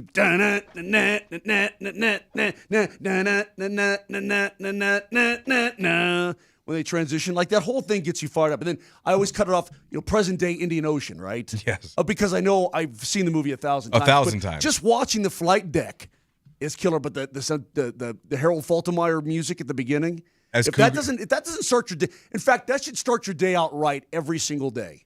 Maybe we'll come back with that at 8 a.m. just for the vibes. If we do, then I'm not going to talk. Well, Vic, we may need to do that because we have to share a little piece of audio. Nelly, are you ready with that from yesterday? So I'm driving around, and I'm listening to PhD, Boys in the Afternoon, do a fantastic job, Polumbus, Hastings, and DMac. And then they start talking about Coach being on with us yesterday. And again, yesterday was a rough day. I mean, Moj got in very late, or very early for that matter, so did Coach. It was an adjustment. But they happened to notice something, Vic, and Vic has pointed this out to me. They caught it. I'm curious at your reaction. Hit it, Nell. You ever take one right in the beak like that? Right there. And then he goes into his answer about You finally got the audio? So Dan finally put together that was the question that was needed. Okay. But this was the part of the question we cut out for Moser. Go ahead, Dan. You could take any one of us quite easily, right? And I don't know, maybe he sounds tired now. I think I could take advantage of that. You could take it. Okay, you might get a couple of knee bites. Okay. That being said, back in your playing days, we know you were tough on the back end. If you had to throw down a little bit, you could do that from your blue line spot. Did you ever take one on the beak like Manson delivered last night? Because there's something about a guy like that where if you're going to go against Josh Manson, I know that Matt was just talking about him, but you better be damn committed because he's not screwing around there. You know what I mean? He's going to set a tone in your face.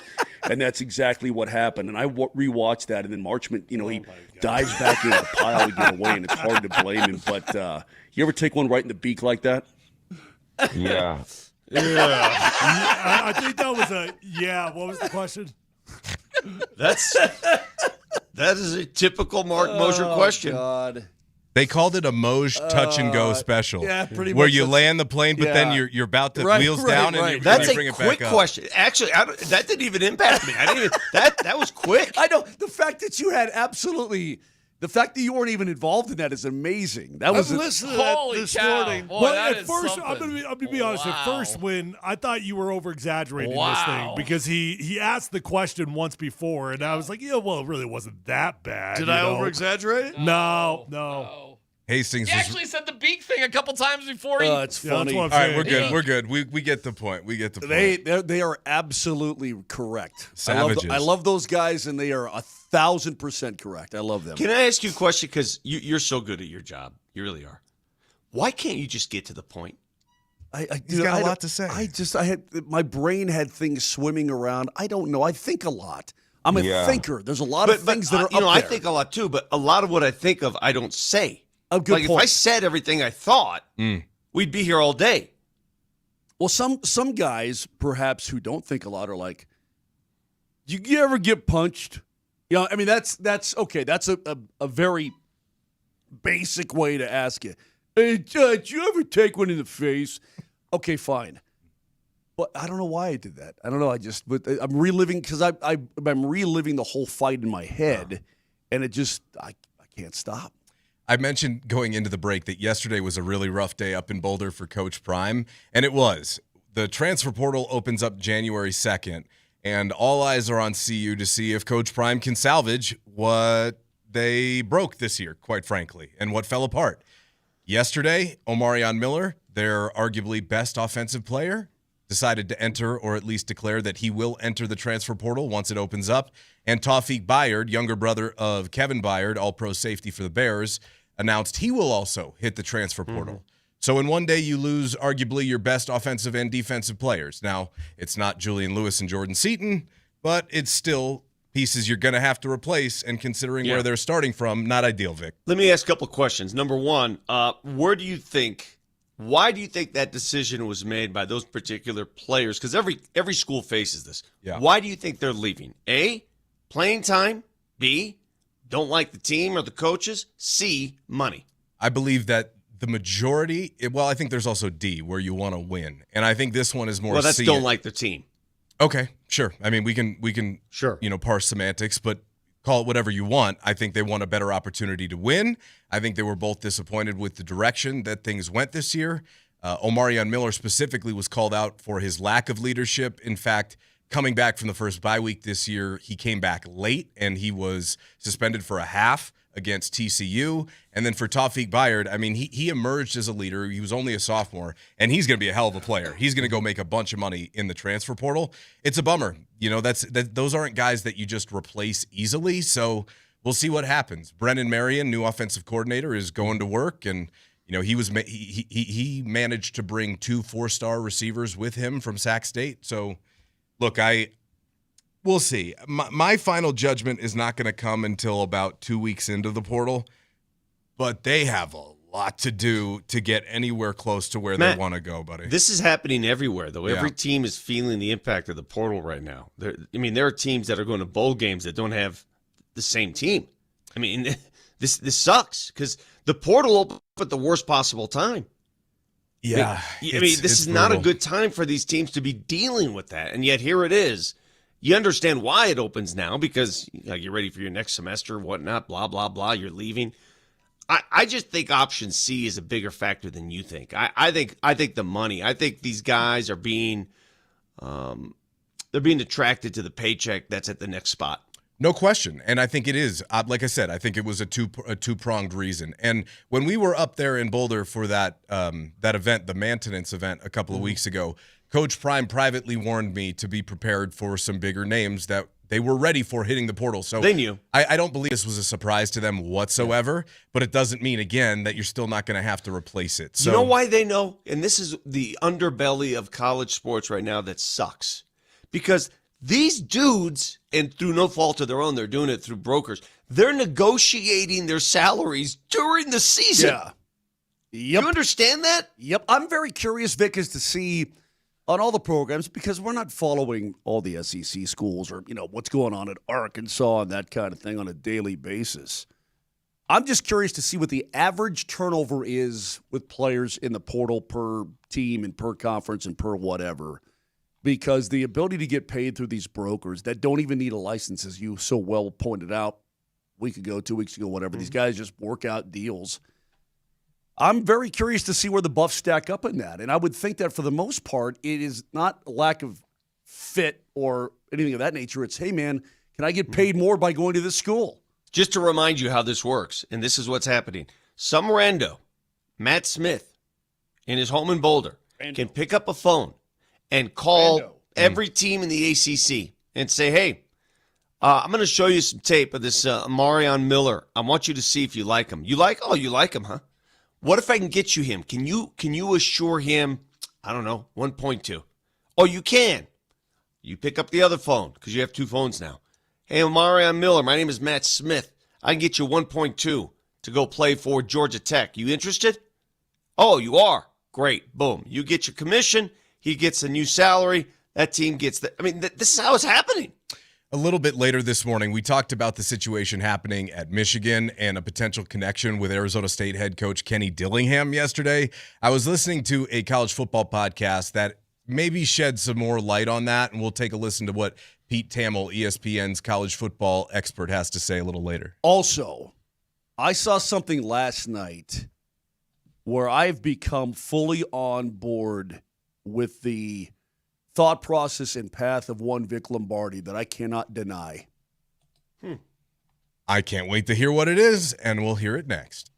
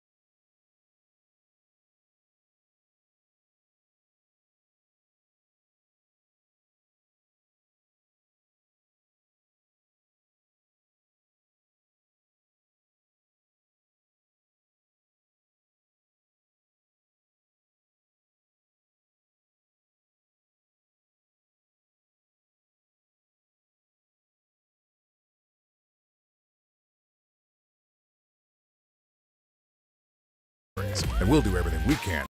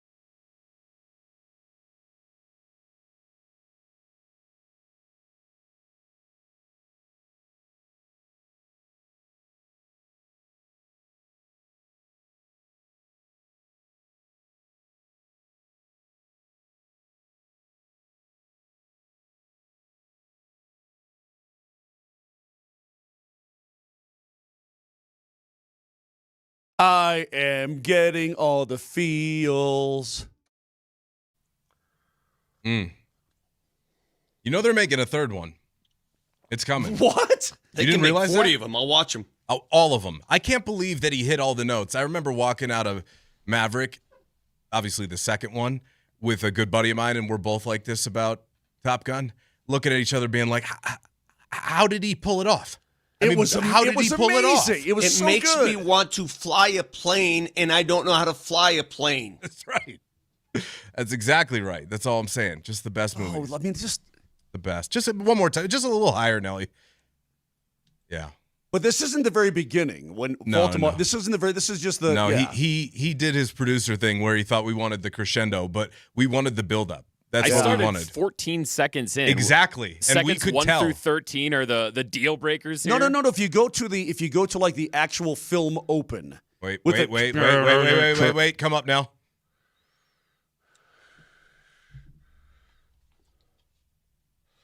Where he throws the dog tags into the ocean. Yeah, this is the end.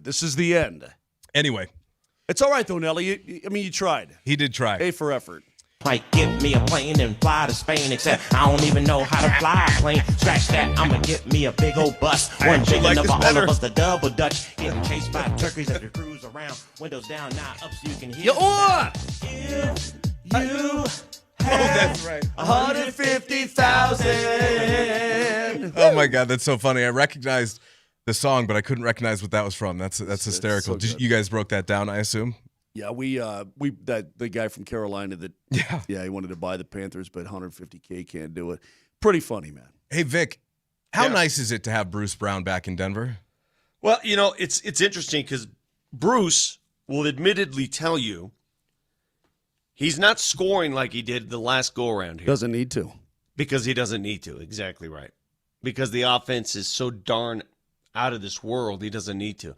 But you notice during games, like the little things, the little plays, at the end of the third quarter the other night when they needed a lift, he makes a steal on one end, takes it coast to coast to put the Nuggets up by 5 at the end of 3. It's those little plays he makes that add up. And those are the things, and that's the value that Bruce Brown brings to the table. And the fact that he just loves Colorado with his soul is what it feels like. I saw him pulling up to the game the other night in the old school Bronco, decked out in the cowboy outfit. I mean, you know what? If I could afford one, I would get one of those. The old school Broncos? It's not an old school Bronco. Oh, it's a new school. It's a retro. It's a new school. It's a modern vehicle with all of the stuff you want. No. With an old school body on it. And by the way, the body itself is new, I believe. Hold on. I'm not talking about the new Bronco that they re-released. No. This is like a 1972 Ford Bronco. Okay. Maybe I'm No. wrong. They make them. Vic, what's that company? They make. I know them. the one you're talking about. They go in there and they put the body on, but inside it's like a 2025. And I think the body itself is actually a brand new body. It's just the style. It's the actual, molded panels that they've reproduced. Would you reproduced. do that with a Gremlin? No, gremlin sock, man. Or like an AMC Pacer, the fishbowl. Mm-hmm. No, I wouldn't do that. But if I could afford one of those, You could afford one. I have a wife. Oh, yeah, you're right. I forgot about that. I mean, you could just as easily sell that thing you got in the parking lot. I'm sure you get a Bronco out of that. No, I would just love wife. to poke the bear a little bit. No. But anyway, Bruce Brown is as cowboy as it gets, man. He loves Colorado. He doesn't need to be Brucey B from 2023. He just needs to be a modern Bruce Brown from 2026 when the playoffs roll around. Yeah. And I'm also going to say that I think that his experience from that, I think for all the big guns, that experience is going to pay off big. I saw he made an appearance. I want to go back and watch it. He made an appearance with the DNVR guys yesterday, and that's typical Bruce. He's willing to sit down and chat, and I can't wait to watch it. I sat down yesterday with Christian Brown. We did, that show that we're doing at STK. So I sat down with him for a good, it was like an hour conversation that will be released soon on Altitude TV. And he looks close. His injury, he looks close. I don't know how close. I had no idea that his father is a doctor and that he leans on his dad for a lot of, like, anytime he's sick or whatever. And I asked him, do you lean on him for your injury? And he does. I had no idea his dad was a doc. Free healthcare. That's a no-brainer. That is. A no-brainer. You brought up that Brucey B went on with DNVR. Not only did he go on with the boys, but he asked to be on. That's wanted to do it. I took a listen to it yesterday. Those guys over there do a great job, and this was an excerpt of what they talked about. Bruce Brown on Jamal Murray. I think he was really locked into this year. As I said, like, he was here in the summer, working out all summer. Like, Jamal can go anywhere he wants, or he can go back home to Canada, but he was here working, and we were playing literally one-on-one in August together. So I just think he's locked in. He wanted to be an All-Star. He wants to win again, and I think he will be an All-Star this year for sure. So what he's saying is, when Jamal's asked about the All-Star game, and he just sort of, whatever, he does care. He does.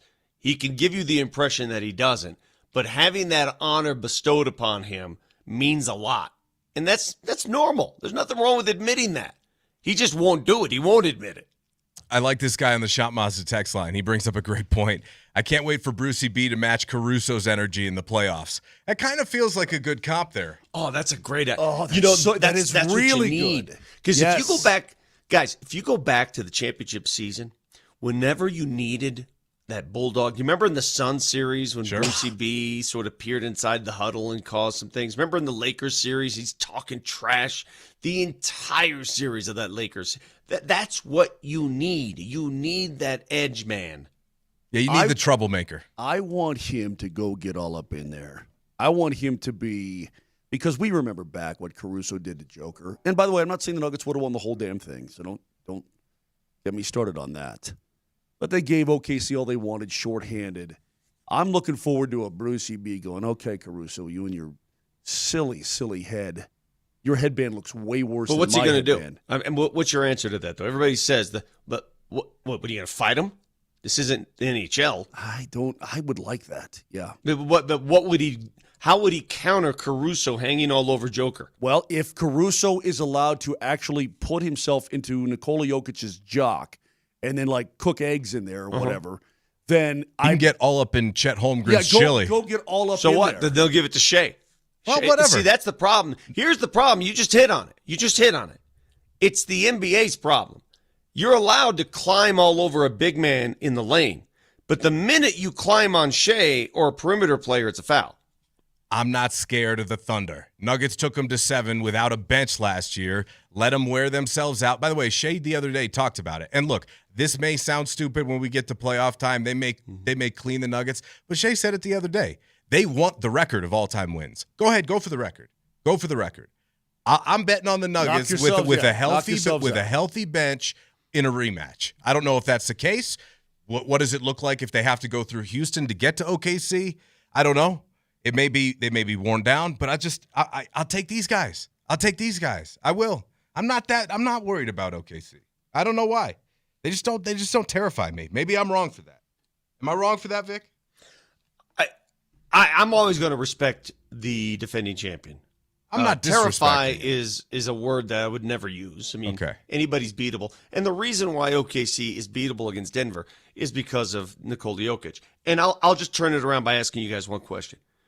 Which team scares OKC the most? The Denver Nuggets. Easily. End of story. Gotta be. I mean, who else would even be in the conversation? Wemby? I don't know. There's They one knocked team that him off the scares other them. day. There's one team that scares them, and that's Denver. They know. All right, so should I tell you what I'm agreeing with Vic on? It has to do with basketball. I've been waiting. Please. Did you see what happened last night? Okay, let me think. Hold on a second. I watched the Minnesota-Memphis game a little bit. No, and I college saw- hoops. College hoops. College hoops. No, I didn't watch any college hoops last night, so See tell you? me what happened. Colorado? Florida beat the snot out of St. Francis, 102 to 61. Oh, and they got that 8'14" kid that's like taller than the actual basket. Olivier Rioux. Oh, another one of those Frenchies. Well, he's from Canada, though. He's a French. Well, he's Canadian. a French Yeah, Canadian. okay, One of the Canadian close enough. Frenchies. Hey, tell the people how tall he is. 7'9". This kid is 7'9". The first basket of the game, he dunks. He didn't even really get off the floor. He just leaned. He leaned. He's 7'9", okay, and he's athletic. Gene Poole He's is not getting athletic. He's not athletic. Well, he can move. You remember? Well, I mean, just 'cause you can walk doesn't make you athletic. No, okay, time out for Wemby is that okay? Let's put it Wemby's this way. crossing guys over, throwing splashes from fadeaway. This guy can't do any I of that. give you Priest Lauderdale. What was Priest Lauderdale? Because this guy is Carl Lewis compared to Priest Lauderdale. Okay, he was a former 7-footer for the Denver Nuggets who was he was an aircraft carrier. He's just I genuinely have never heard that name before. Yeah, Priest, he was a former Nugget. Okay. But you're right on this accord. At what point is too much? I mean, 7'9". I go back to what my wife said the other day when we were watching the Spurs, and she looked at Wemby and she goes, "Is that allowed?" I go, "Yeah, it's allowed. Height like that. They've outgrown the game. You people." And I'm pointing to all you tall people out there. Yeah, you people. That's how I'm referring to you. Stop geneticizing. Yeah, stop getting it on with other tall people. This is ridiculous. You're throwing this. I mean, the curve. We used to have a reasonable curve in this country, in this world. No offense to George Mirasan, because he had a pituitary situation, okay? And so he got really tall at 7'7", I think George was. This kid is 7'9". You tell me. Matt, you stay right there. Say something. Okay. I'm saying things. You would be. Oh, God, Matt, he's you getting would be closer more to me than now. 2 I'm getting a feet little short. nervous. Hold on. Vic, what's HR's phone number? No, listen, man. I'm not joking. You think this is some game I'm playing? This is not a game. I watched this. I know what. If I were the commissioner of humanity, I would put a limit on genetics. Watch him glide I know, from above the three-point line, take 2 steps down the lane and dunk. Can't be making kids this big. It's illegal. All records, everything we know about sports is going to be broken because people are making big kids. Stop it. Christian Brown told me yesterday. I go, so tell me about your high school experience. He started and won championships sophomore, junior, senior year. I go, what happened to your freshman year? He goes, I got cut because I was tiny. I go, what's tiny? He goes, I was your height. I was about 5'8", 5'9". I go, that's not tiny, dude. And then he grew a foot in a year. On the text line, is one of his parents a giraffe?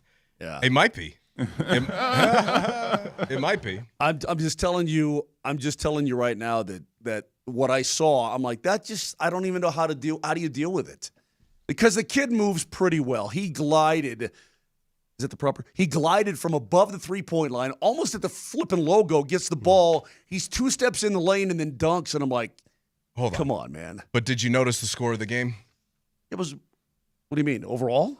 At the time when he was playing, did you notice the score of the game? No, I did not. Yeah, it's like they were up by like 50.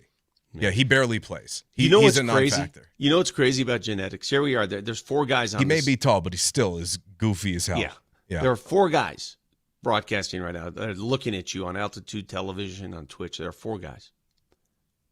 I'm actually the second tallest person in this group. Is that which right? Is freaking amazing. That is true. Yep. Yeah. I'm the second tallest person here. You've got me for sure. Oh, I got Nelly. Yeah, for sure. Trust me. Yeah. Short guys, no short guys. We measure them up. You're 5'8"? I'm taller than 5'8". Where when he did this? Listen to the show. You sure? Moj. With lifts or without lifts? Moj, Moser, tell him.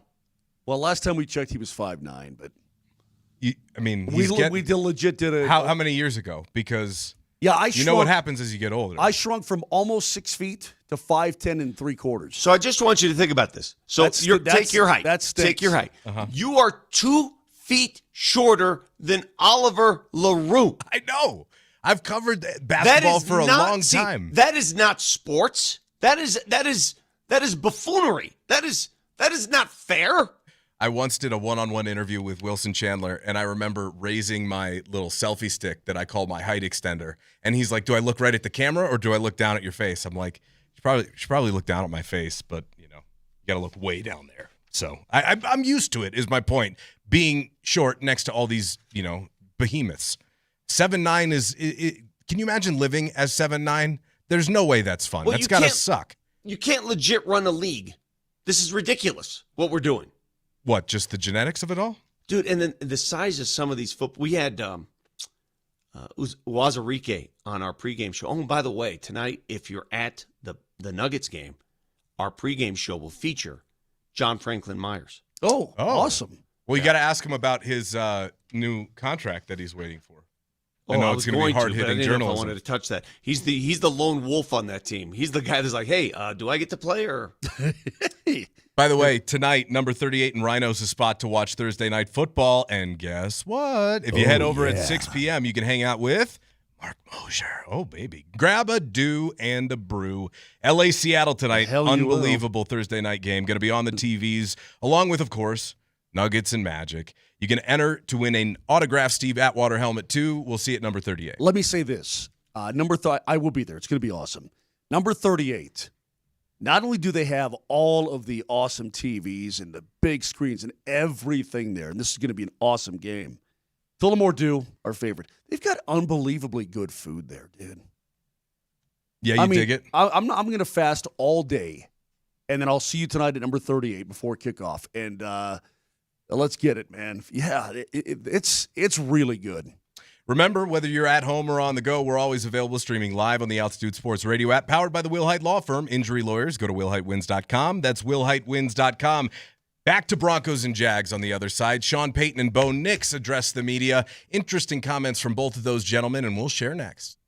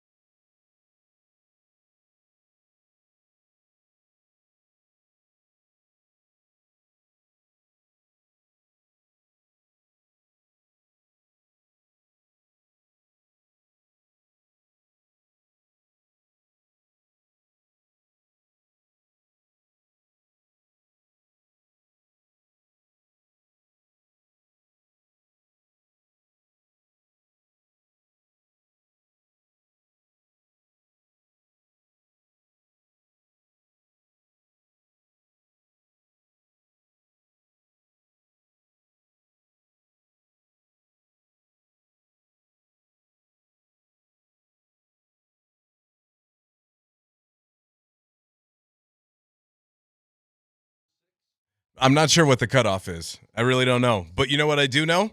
I know that it's a Nuggets Ticket Thursday, and we're giving away tickets to Saturday's game. It's a rematch against the Rockets. Text AVATAR to 303-504-0925 with your name, and you are entered to win. Nuggets Ticket Thursdays are powered by Wilhite Law Firm, giving you a chance to win big on and off the court. Visit WilhiteWins.com. Your 820 keyword, again, for those Nuggets and Rockets tickets, AVATAR. Text it with your first and last name now to 303-504-0925. Winner coming up at 9:55. These are movie themes.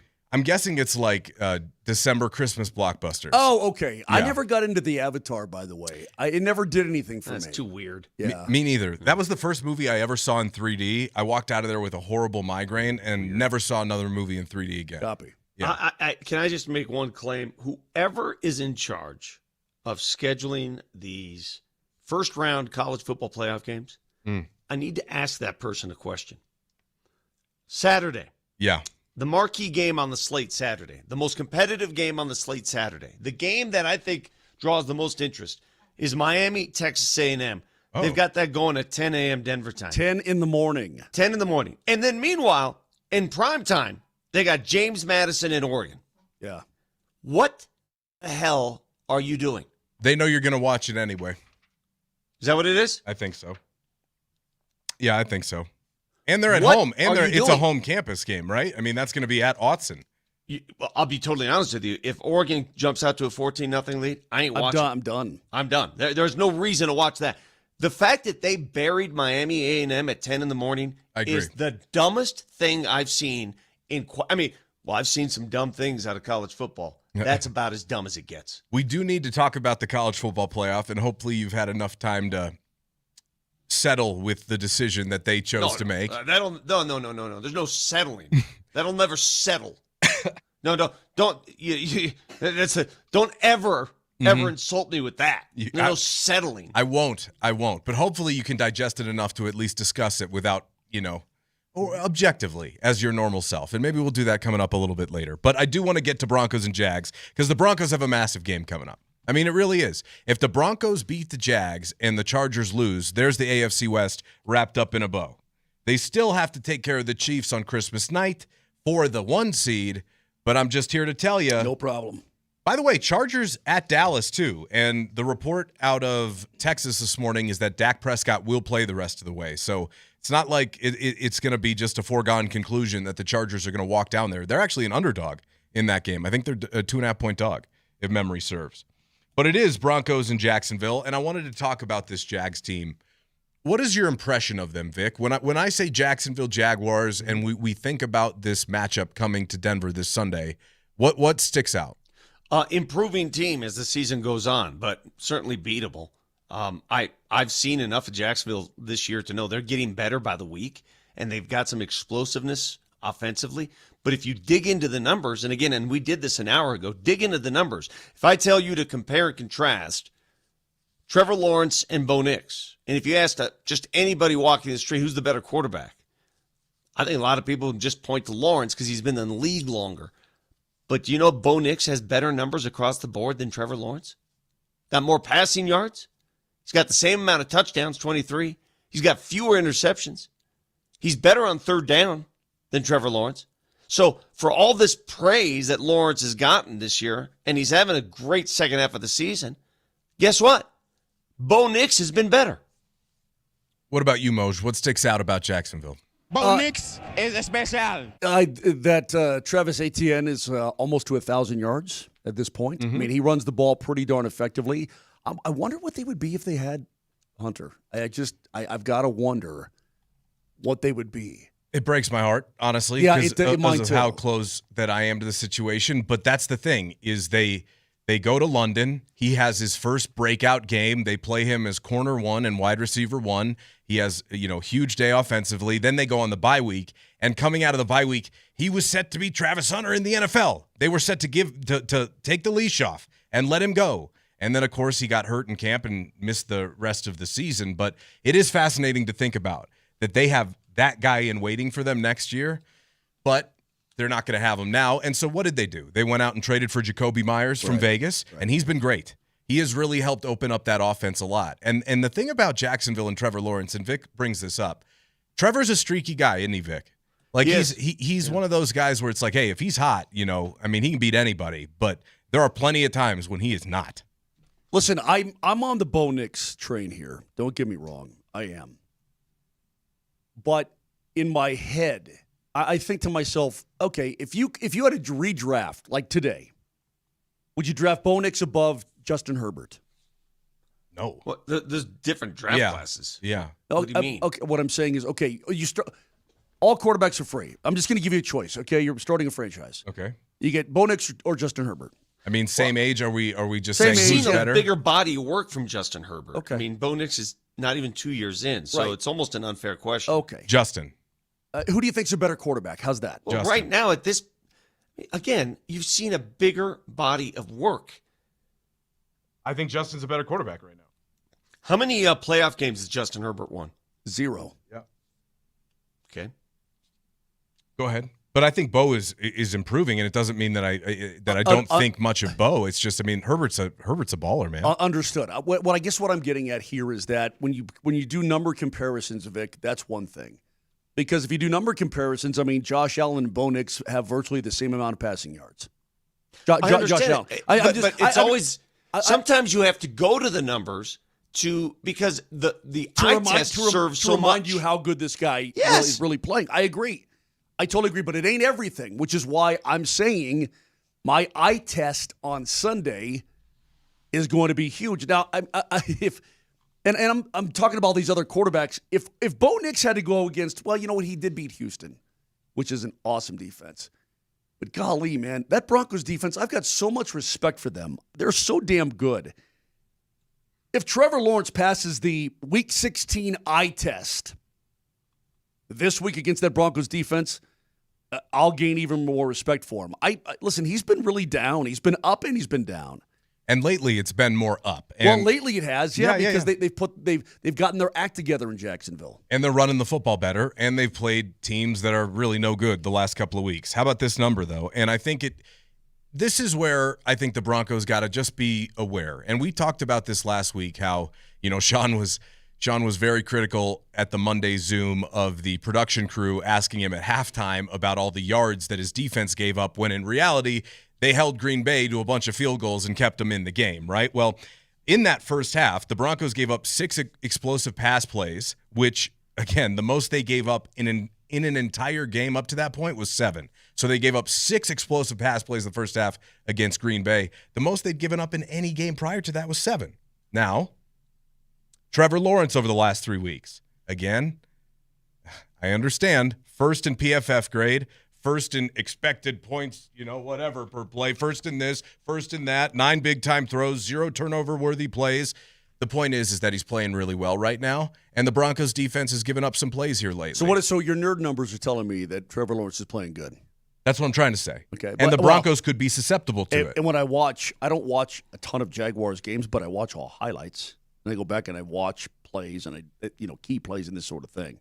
My eyeballs tell me he's playing pretty damn good.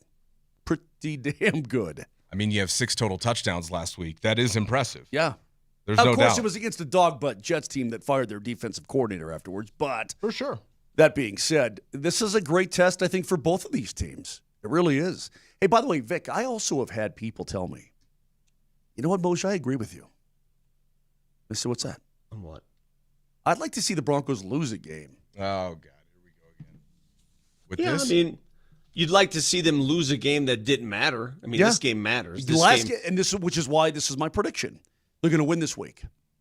Well, why are we so obsessed with them needing to lose a game to gain perspective? Because I don't think it carries a burden when you go to the playoffs. I don't think you can win 17 games in a row in this league.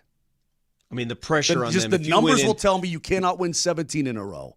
Throw me a loss in there. If you went into the playoffs and you carried that kind of win streak on your shoulders and you're hosting, man, pressure is going to be immense. Once you secure the number 1 seed in Kansas City on Christmas night, throw the game against the Chargers. Literally throw it. Forfeit. Well, I don't give a crap. Forfeit. You know why they might not? I've got a very petty reason why they may not. Are you curious at all? Yeah, because Harbaugh versus Payton. Stick at the Harbaugh? No, that's not it. But does involve sticking it to somebody. Stick it to you. Bo Nix right now, how many wins does he have in his first 2 seasons? Do you know, Vic? 22 or 23. This year he had, 9? 22 or 23. 22. 22. 22. Do you know what the record is for most wins in the first 2 seasons for any quarterback in their career? 25. It's 24, and it's Russell Wilson. Bo Nix starts the last 3, wins the last 3. Guess who holds the record and knocks off Russ? Is that petty at all? Would it be? So let me ask you. Broncos win the next 2. You don't want Bo playing in Week 18? No. Even though, and let me just put this out there. Nope. There's nothing you can say that's going to make me want him to play. Nothing. The illustrious Peyton Manning vehemently did not believe in resting Week 18 because you lose rhythm. Does that matter to you? Well, the only thing that would suck is that you get a bye in the first. You get a bye in the first week, so you would not have played a football game for 3 weeks. So again, I ask: are we 100% sure you don't want Bo to play in Week 18? You know what? I'll start him. I'll play the first quarter. I'll treat it like a preseason game. That still counts for a win, right? Like even if the Broncos go to start win, the game. Just can't. You know what? I'm going to get off this because I'm not going to convince you, and I'm not going to convince you. I'm not going to convince any of the listeners out there that 17 wins in a row in the National Football League is impossible. It's impossible. So that means they're going to lose at some point. That's what the law. If you're a numbers guy, and I know you're a geek in that way, I can see it in your face. Huge. So if you're a geek in that way, and you're a law of averages guy, and you're a numbers guy, winning 17 games in a row in the NFL is impossible. The odds against it are extraordinary. And if they're going to win the Super Bowl, that's going to be 17 in a row. Yeah. It ain't going to happen, bro. Moj, you know what we're not talking enough about in Denver? What's that? Because there's so many different things to discuss regarding the Broncos. I need you guys to understand something. Sean Payton inherited a team that went 5-12. That's the team that he was handed. Here you go, 5-12. Do something. So his first season, with a quarterback he did not want, nor did he like, he goes 8-9, 3-game improvement. Second season, he got his own guy in there. He goes 10-7, another 2-game improvement. Third season, still improving. He's now 12-2. Every year he's been here, you see vast improvement in the team's record, in the team's confidence level. I mean, guys, this is a storybook coaching. If you think about it, if I had told you back then a 5-12 team 3 years later would be 12-2, are you kidding me? Where was this energy when we were going through the draft the other day when we were talking about the incredible turnaround? You're right. I completely co-signed, completely agree. The turnaround that's happened here in Denver, this is why I laugh at what's going on down in Miami right now with Tua and all these, talking heads out there pitching that they're just going to move on from Tua and take the $99.5 million dead cap hit. I saw Matt Miller, by the way, ESPN's lead NFL draft guy, who, full disclosure, I'm not that high on. But he said yesterday, look at what happened with I'm paraphrasing. Look at what happened with the Broncos in Denver and how they've made their run being as cash strapped as they were, drafting like they did and getting rid of Russell Wilson. Mm-hmm. Don't let a bad quarterback stop you from going down or stop you from ripping off the Band-Aid and going in a different direction. And I was just like, do you think that was an easy process? Do you think that's easily, able to be replicable? Well, you remember how ugly it was here. I mean, they wanted to bench him earlier in the season, and they didn't do it, and they waited. And then there was that tiff about money and take a pay cut. Remember that? Of course.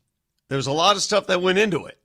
Oh, no question about it. But the point was, what the Broncos have done post-Russell Wilson is not easy. And just assuming that a dysfunctional franchise like Miami is going to be able to absorb all that money and make it work, get real. It rarely happens. It happened with the Rams. Dick Vermeil turned them from dog butt to superstars, but you had to have that quarterback. Kurt Warner was a pretty damn big reason why.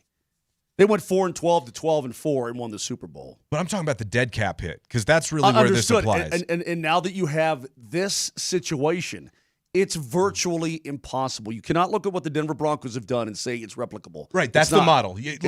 Miss me with that. That's what I'm trying to say. Well, listen, if you get a new coach and you handpick a guy and You have a defense that becomes the number one defense in the National Football League, then maybe. And by the way, I'm going to give Sean Payton all the credit. Vic, you're right, and the turnaround has been remarkable. He's also benefited from Vance Joseph kicking major butt. Well, but see, this defense. Was all strategic, though. See, agreed. This is where I give the Broncos full credit. That defense has saved their bacon. Yes. It has saved their bacon on multiple occasions. This is how they decided to build the team. When he inherited this team, he looked at the rest of the division and said, I can't go get a Mahomes. We don't have one. We're going to build it on the defensive side. But I We're can going give to me a combat Knicks. with that. I can go get a Knicks. Yeah. What's the only way to overcome that dead cap? You got to have a rookie quarterback. How else are you going to do it? You can't afford to go play the free agent game with quarterbacks. You've already spent too much money there. It was their only option. Yep. This is a weird Broncos and Jags number. The home team, 2-7 in games between the two since 2005. The last win by a home team in this series was 2013 when Denver won 35-19. Interesting, because, as opposed to Broncos and Packers, it was pretty much a history of only home teams winning. This is basically a history of just road teams winning, for whatever it's worth. For the olds among us, when I say Jacksonville, it should ring a horrible memory because they're one of those teams that came in here and beat a very good Broncos team in the playoffs that was destined to go to the Super Bowl and ruin the season. So that should always scare you when you think of Jacksonville. Because Mark Brunell coming in here with Tom Coughlin as their head coach, we all remember what happened in 96. Some more details on what might be happening in It was actually 97. It was January 97. Season in 96, wasn't it? Yeah, but more details on what might be happening in Ann Arbor for Kenny Dillingham and Michigan. And also, let's take a little peek ahead to the college football playoff. I'm curious to know who the boys are looking at to win the whole thing. And, maybe Vic will play ball with us just a little bit here. We'll try.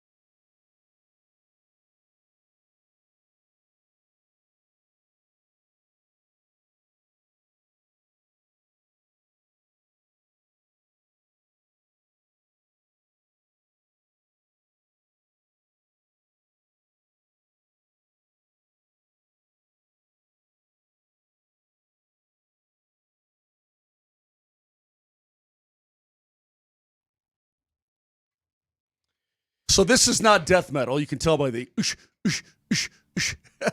There was a band going to get something to eat in Seattle game day the other day. Yeah. The band, so there's a tour bus and a trailer and then a couple of other big kind of vehicles out there. I'm like, oh, they must have a concert tonight, this little music hall. Sure. The name of the band, Vic, are you ready for this? The name of the band was Decapitated Cattle. Wow. Okay. Wow. Like, who goes to... So edgy, brother. It's like a death metal band. Sure. I mean, as you could probably guess, right? Yeah, not for me, the death Who's like, metal. oh, man, I finally get to see Decapitated Cattle. I can't wait. I'm like, the hell is that? And by the way, they must have fans because by the look of their tour vehicles, they're making some bread. It's crazy. By the way, Vic, I was having a little bit of a think during the break, and I think I know why they put the Oregon-James Madison game at night on Saturday. I think they did that to avoid the big matchup against the NFL because there's a doubleheader for the NFL on Saturday, and it's Packers-Bears on Saturday night. So they probably put A&M and Miami in the morning to try and sway that because they knew more people would be watching then because a lot of – I mean, that's as big of a Packers-Bears game as there has been in a while. That I didn't even know, to be totally honest, I didn't know there were that. I thought the NFL didn't start playing Saturdays until 2 weeks before the end of the regular season. Yeah, so but we have an amazing slate. Why is there a Saturday slate of NFL games this weekend? Because it's the NFL. They try and around the holidays. They always do this. They have a couple of games on Saturdays after the college football season's over. But again, the College Football Playoff Committee not smart enough to try and avoid that scheduling conflict. Don't know what to say. Very silly in Saturday, general. I just want to. I'm not going to be productive at all Saturday. It's going to be I got a Nuggets-Rockets game that day. I've got a college football. This is ridiculous. So tonight we've got Rams and Seahawks. Where? Oh, man, I've got to go to Minnesota that day. On Sunday. You're screwed. On Sunday. You going to be flying? I think the game against Minnesota's on Sunday. Yeah. I'll be leaving Saturday. Yeah. That sucks. Well, you guys, you're just too busy. No, I dig. You got too much to support at home. I dig. So it's Rams Seahawks tonight, Alabama Oklahoma Friday, Miami Texas A&M Saturday, Packers Bears Saturday, Bucks Panthers Sunday, Steelers Lions Sunday, 49ers Colts Monday, amongst tons of other games. But it's going to be a very good weekend for watching sports. We talked about yesterday a little bit how Michigan is trying to figure out what they're going to do to replace Sharon Moore after that horrible debacle, which, by the way, I mean, that guy's life, his career, see ya. In the course of a day. It's his own doing. Well, yes. See, I'm not sympathetic one bit. No, neither am I. I'm a little grossed out by the way Michigan chose to handle it by not addressing it prior to signing day and then trapping all the kids there. I think that was really Bush League. We'll see what happens. They've just opened an investigation internally into their athletic department practices, which whenever you hire an investigator to come investigate yourself, I just roll my eyes. So I was listening to Pete Thamel, though, who's ESPN's lead college football analyst yesterday, on the developing nature of the talks between Michigan and Arizona State head coach Kenny Dillingham. The difference between Arizona State and Michigan and Alabama and whatever has always been pronounced, right? Let's not kid ourselves. It's always been pronounced. Yeah. I don't think it's ever been more pronounced than it is right now. Look, Kenny Dillingham went and took a backup quarterback from Michigan State and turned him into a first-round pick playoff contender. You find your guy that in past generations of college football you'd walk in lockstep with, and he'd come back for the Hall of Fame in 20 years, And that guy just says, you know what? I'm going to go get paid. And that's not a criticism of Sam Levitt by any means at all, but it's just sort of like the modern reality is that you can find best quarterback since Jake Plummer, right? You can find your once a generation guy, and he can soon become LSU or Oregon's just the next in the assembly line guy. And he's not wrong, because we're seeing this all across college football. It happened at Cincinnati with Brendan Sorsby, at North Texas with Drew Mestamaker.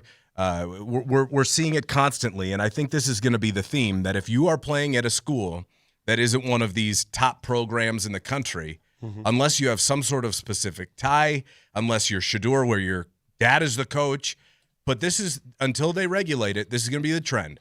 where the top quarterbacks who aren't going into the NFL, the top junior quarterbacks, are all going to hit the portal, and they're all going to go make major paydays their final year in school until it gets regulated. And he's right that Arizona State, how are they going to compete with Michigan in that regard? You don't. Think about the new negotiations ploy that is now upon us when it comes to coaches, right? And it's you can think about Lane Kiffin and some of these other coaches that are making moves. You're not only negotiating your contract status, not only the money you make, you're negotiating the money that your school can spend salary cap-wise on NIL. You're negotiating so many different things. So Kenny Dillingham is sitting there saying, okay, is this a better program? Yes. Am I going to make more money personally? Yes. But am I going to have more of a fund to go sign the players I need to make me look better? Yes. It's all part of the negotiation. Are you going to have more pressure to win at Michigan? Yes. Yes. Yeah, but these guys, I think Kenny Dillingham pressure. can win 9-10 games a year in the Big 12 for the rest of his life. Do you think he's worried about pressure? Probably not. Again, it's about comfortability and happiness too. I mean, you informed me yesterday that he's ASU through and through. Not only did he play there, I knew that, but from there. So that's his home, Vic. You came back home. You flirted with Austin and Phoenix for a decade, then you came back home. Let me ask you a question. Who are you guys taking seriously in the college football playoff? I think it's pretty wide open this year. I really do. I think there's now, with the first year, by the way, of the expanded playoff to 12 teams, you've obviously got first-seeded Indiana, Ohio State, Georgia, Texas Tech, Oregon, Ole Miss, A&M. I mean, go down the list. If they get there again, Ohio State's going to win it all. Do you want me to think objectively or with anger? That's it. How about both? Can I ask for both? Who do I want to win? Yes, sir. Anybody but the SEC. Okay. In fact, I hope the SEC gets hammered and embarrassed. So that's Alabama. That's what I hope. Ole Miss, A&M, and Georgia. That's what I hope. It's going to be that, great to see Ohio State win it all again. Yeah, my hope is that none of those SEC teams even get to the Final Four. That's my hope. I'm going to root for it. Listen, I want somebody who hasn't done it. So give me Indiana. Speaking, give me Indiana. Give me, Texas Tech. I don't think they can do it. Give me somebody who hasn't done it, who hasn't been there and done that. Objectively speaking, I think it's going to be one of three teams: Ohio State, Indiana, or Georgia. Yeah, that's it. Mm-hmm. That's all you got, bro. I agree. Hey, bro. Give all the glory to God. That's it, bro. Fernando. Gotta love Fernando. We were never supposed to be in this position. I am rooting for I'm rooting for him. That guy has me hook, line, and sinker. Yeah, I've watched, I like him too. I mean, all the stuff that's going on with his mom, seems like a really, really cool person. Although I'll tell you this, Vic, there was a futures play. Somebody asked me to join their college football playoff bracket pool. I picked Georgia. Why? Because I think they're playing their best football at the right time of year. They're physical. I mean, they dog-walked Alabama. I mean, they just it was like a national. I don't think Alabama's that good. But it was but still, the way Alabama's good enough to be better than they looked against Georgia. I just think they've got everything that you need. I don't know if they've got it the best. They're certainly physical. Yeah. They have that, I agree. But, hey, last I checked, Ohio State and Indiana were pretty damn physical, too. You remember when there was a big you could tell the difference between the Big Ten teams and the SEC teams on the line of scrimmage, right? Yep. That's gone. Yep. I don't know about that's gone, dude. That's gone. Look at last year's CFP. Look, I hear you. You're not entirely wrong, but I don't think it's I still think you've got some dogs with that Georgia team. And here's why I say it, just so you know. I think they've got the easiest path to get to the semifinals. Texas Tech's going to have to beat Oregon to do it, assumedly. Mm-hmm. Indiana's going to have to beat either Bama or Oklahoma to do it. Which it's pretty simple. I win. Hold on a second on Oregon. Hold on. Everybody's suing Oregon. Who the hell did Oregon beat this year? Oh, I'm just saying that I think that's a tough opponent. I want everybody to sit back. I want everybody to sit back. Oh, Oregon. One-loss Oregon. What is Oregon? No, they haven't beaten anybody. They had a terrible schedule. What the hell did Oregon do? Nothing. They lost to Indiana at home and got beat bad. Yeah. Which is why I'm saying, I think you misunderstand. My point is that as opposed to Ole Miss running through, who doesn't have their coach, and now LSU has their whole staff, I'd much rather face Ole Miss in the second round than Oregon in the second round. Am I wrong on that to think that? Ole Miss is probably all messed up. Their coaching change and all that. Ole Miss is probably, of all the teams that is ripe for an upset, they'd probably be near the top, right? So who are you picking, Vic? They ain't losing to Tulane, but Georgia will thump them. Just saying. Who are you picking, Vic? To win it all? Yeah. I'd like to see Indiana win it all, and I'll stick with it. I would like to my hope, listen, they are that good. But my hope is Indiana. My fear is if it comes down to an Addy with Indiana and Ohio State, the Buckeyes are going to get their revenge. Yeah, I personally want Indiana to win it all so that I can say, hey, can you name the last team to beat Indiana? You know what? That was, you know what? He's just hanging his hat on that. Hold on. You got to clap because he didn't bring it up at all. And then he ended it with a cherry on top. So that's where we should leave this segment. That was well done, sir. Mr. Lombardi, I tip my cap to thee. On the other side, Jeff Legwald, our Broncos insider, he's joining us next.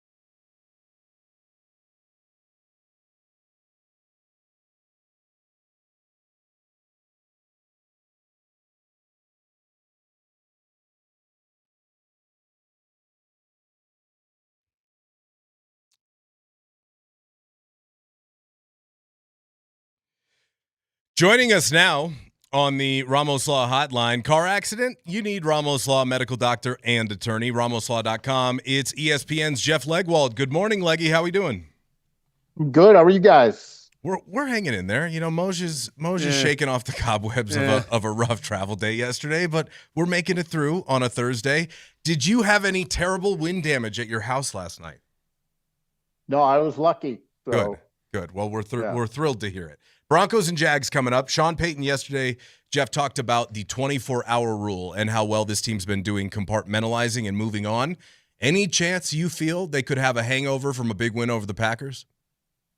No, it's not been their MO this year. I think when you win as many close games as they do, you don't really I don't think you get too wrapped up in how great you are. You just had an escape, really. But I think that is one of the good things about this team is that, good or bad, they kind of just keep plodding along, doing their thing, and they don't much care about the sort of the little bells and whistles. People may want to stick to games. They don't really do that. I need to ask you about availability of some of these players. First of all, yesterday, R.J. Harvey, when Sean Payton was asked, he said he's fine. He says that about everybody, though. Yeah. When he said that, I was like, okay, is he saying that because you don't want to point to an injury, especially a running back with a rib injury, and actually make him a target out there? How fine do you think he is?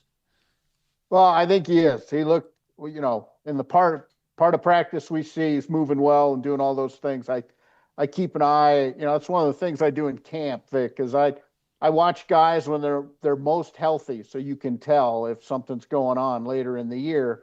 So he looked very good yesterday. And, even when they took him out of the game Sunday, they did not take his helmet. So that told me, conceivably if they had needed him down the stretch in that game, he probably would have gone back in. Has there been any sight at all of J.K. Dobbins working on the side? Is he out of a cast? Have anybody seen him? I talked to him probably a week ago. Okay. When I was walking over to practice, and he was still on one of those scooters they use to get around to the weight room and everything around. So I think he's still at scooter level of recovery time. Have you ever had a scooter?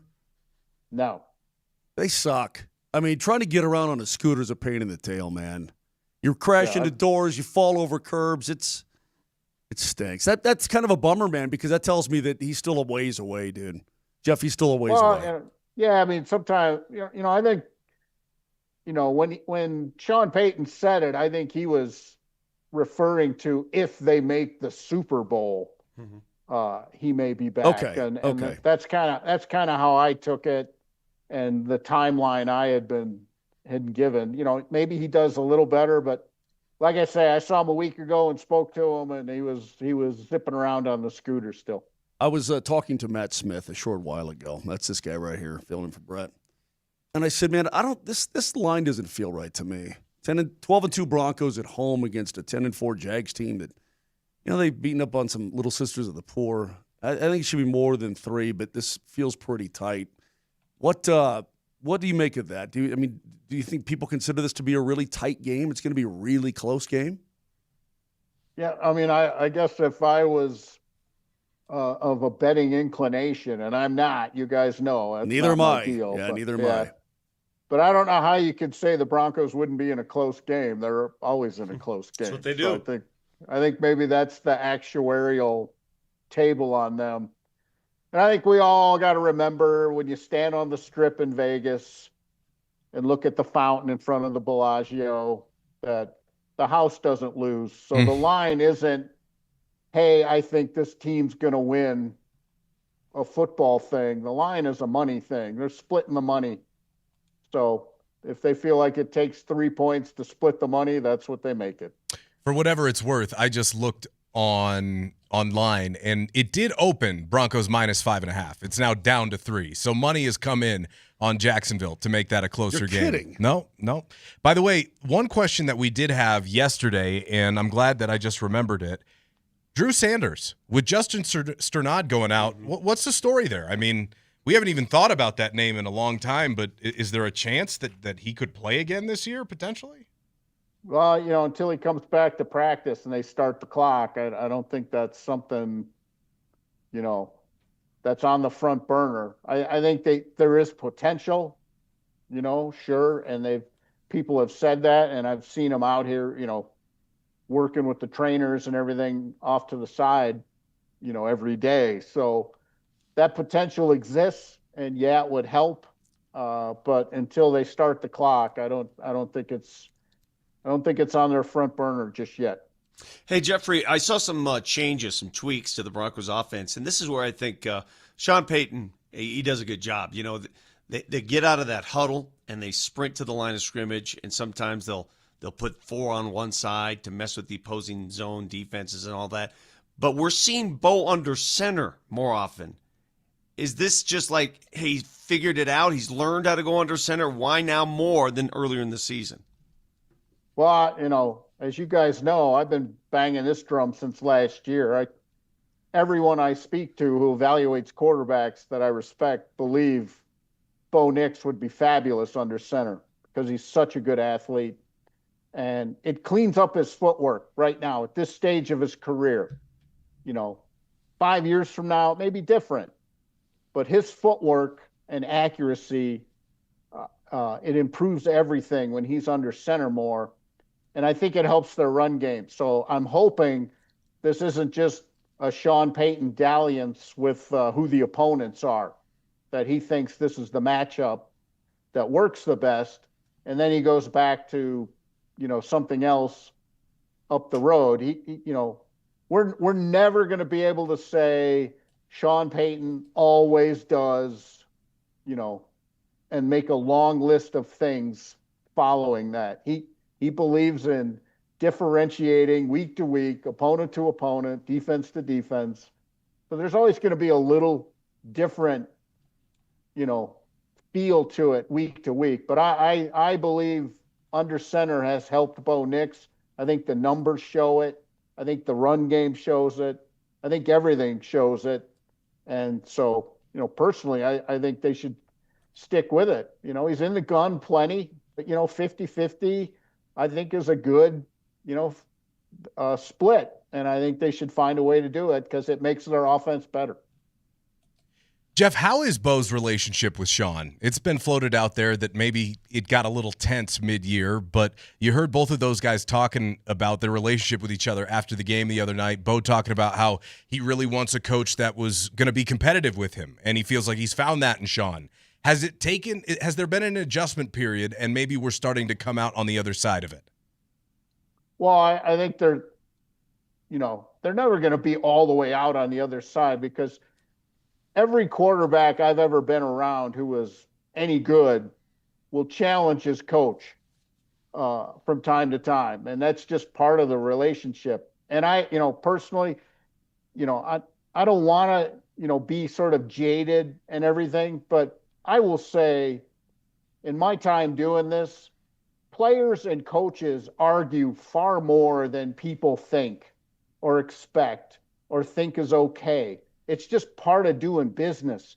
You've got the most competitive people in the world in the same room, battling for touches and winning and whatever else, playing time, just to be heard. Everybody wants to be heard in the equation. So I never get too excited when I hear a coach and a quarterback have gone at it a little bit just because that's the nature of it. I don't think it was as tense as people say. I think Bo is getting older and more involved in how they want to do it. I think there's a little, not a lot, a little less. The play just comes in and he runs it no matter what. I think he is feeling like he can have some impact on what they're doing and how they're doing it. And Sean Payton believes in conflict too. I think people should always remember that. He believes in tweaking players and saying things to them, during practice, during meetings. It's part of what he does. He wants to know who's going to stand up, when it's time. So I think a lot of it was overblown. Doesn't mean it didn't happen or, it didn't occur. I think sometimes in this social media age, we make a little more of day-to-day, back and forth than we did probably 30 years ago. Jeff, the Jags have won 5 in a row, 6 of 7. Who are these dudes? Well, what are they? Who are they? What are they? I think defensively, they can play pretty rugged. They lead the league in run defense. Right. And 80. When you're down in the 80 yardage area, you've done some work in run defense. So they're good up front. They're physical, and I think Liam Cohn has finally found some things in Trevor Lawrence that you can see why the guy was the number 1 pick of the draft at times. Super talented, and I think the first-year coach has sped him up and cleaned up some of his reads. And what's he got? 12 touchdown passes in the last 4 games. I mean, that ain't bad. That'll get it done. Hey, Leggy, we've got John Franklin Myers on our Nuggets pregame show tonight. He's going to go to the Nuggets game. Give me some intel. Give me something I should ask him. Ask him about the record of his high school football team. 0-40. You'll get some funny stuff. I read that. I can't fathom that. He went to Greenville. Is that correct? Greenville High School? The guy didn't win a football game in his entire high school career. It's unbelievable. And he's in the National Football League. He's got, think about that for a second. This guy's an NFL defensive lineman, right? Takes up a lot of space. That's like being hit by an asteroid odds. Hang on. Hey, whoa. 0-40 0-40. It's almost as great. You know what? Now that you got me on something, the Broncos defensive linemen have some of the craziest stories from high school ever. So John Franklin Myers is 0-40 in high school. His teammate Malcolm Roach played high school football in the 5th grade. Yes. That is nuts. Why? Because he was so big? Yes. Oh my Lord Almighty! And where did Franklin Myers play ball that his team was so bad, but he was a stud? In Texas somewhere. Greenville High School in Greenville, Texas. It's about, I looked it up, it's about, I want to say 45 minutes east of Dallas. Okay. I mean, you keep banging your head against the wall. You lose 40 games, and you still have the conviction to keep playing. Then he goes to Stephen F. Austin. I played high school ball with guys. If they lost 3 in a row, they were like emotional wrecks. So I have no idea. That's crazy. Hey, one last one. And he's really funny talking about it. And that's crazy. I will tell you, he is one of the funniest guys. But you better have the button ready on the show. We got no button, Jeffrey. We got no button. Well, so it may be you may prepare people. He works with Moser. I think he'll be just fine. He'll be ready for anything. All right. Last question. Awesome. Last question. Settle a debate. Moser and I are split here, Legwold. Do the Broncos need to lose a game before the playoffs? I've never believed in the whole lose a game thing. Thank you. Thank you. Don't. But Moser says he can't believe that Jeff, Denver would win 17 in a row. It's 17 in a row, bro. If they win the Super Bowl, I think they're gonna beat the Jags. We'll see. I guess I don't believe getting your ass kicked is like helpful down the road. I completely agree, but the odds would tell you the odds of winning 17 games in a row in the National Football League are astronomical. Well, I think the odds of winning a Super Bowl don't improve if you lose in week 16. The universe works in mysterious ways, Leggy. But he's right, though. You're absolutely right, Jeff. Like, there's no empirical data that he could point to other than just a gut feeling of, it feels icky to not have lost a game heading into the playoffs. I fully admit it. Yep. Yeah. Anyway, well, we appreciate the time this morning, Jeff. Thanks, man. No worries. All good. See you, fellas. See you, Jeff. Whatever. Brought to you by the International Brotherhood of Electrical Workers. That is ESPN's Jeff Legwald. IBEW Local 68. Start with a job, end with a career. Live from the Backus and Shanker studios. Their passion is justice. Yes, Moj. Have you ever done anything 17 times in a row successfully in your life? Yeah, again, I Anything. can't talk about it on air, though. Okay. I tried to tell you this the other day. Moser, Lombardi, and Kane with Matt Smith on Altitude Sports Radio 92.5.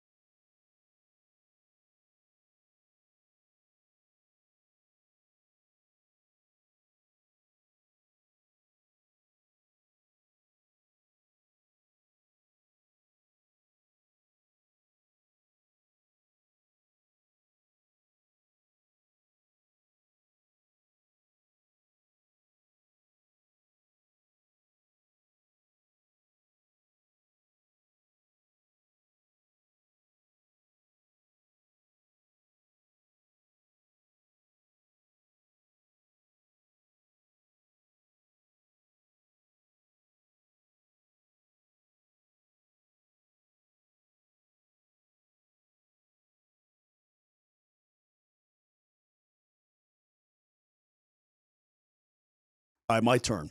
We'll talk about the snow flying in the mountains. It's going to be coming up here. Because we've been so dry, I think we're going to get dumped on big time. So now is the time. If you're thinking about a mountain property, second home rental, even a dream home in the mountains, you're going to need an absolute pro. And I've got her name, Anastasia Bell. Broker associate with Breckenridge Associates Real Estate in Breckenridge. Now, the thing that separates her is her market expertise, her experience. It's all impressive. And that really matters when you're dealing with a sale or a purchase like this in Summit County or any property in the mountains for that matter. And a lot of people from Denver have gone to her, seeking her knowledge and advice on just such a property. Here's her telephone number. Give her a call right now. She will answer 970-968-7646. That number again, 970-968-7646. You need that personalized guidance. You need that exceptional service with a purchase or a sale like this. So when you're thinking about a mountain property, remember that name, Anastasia Bell.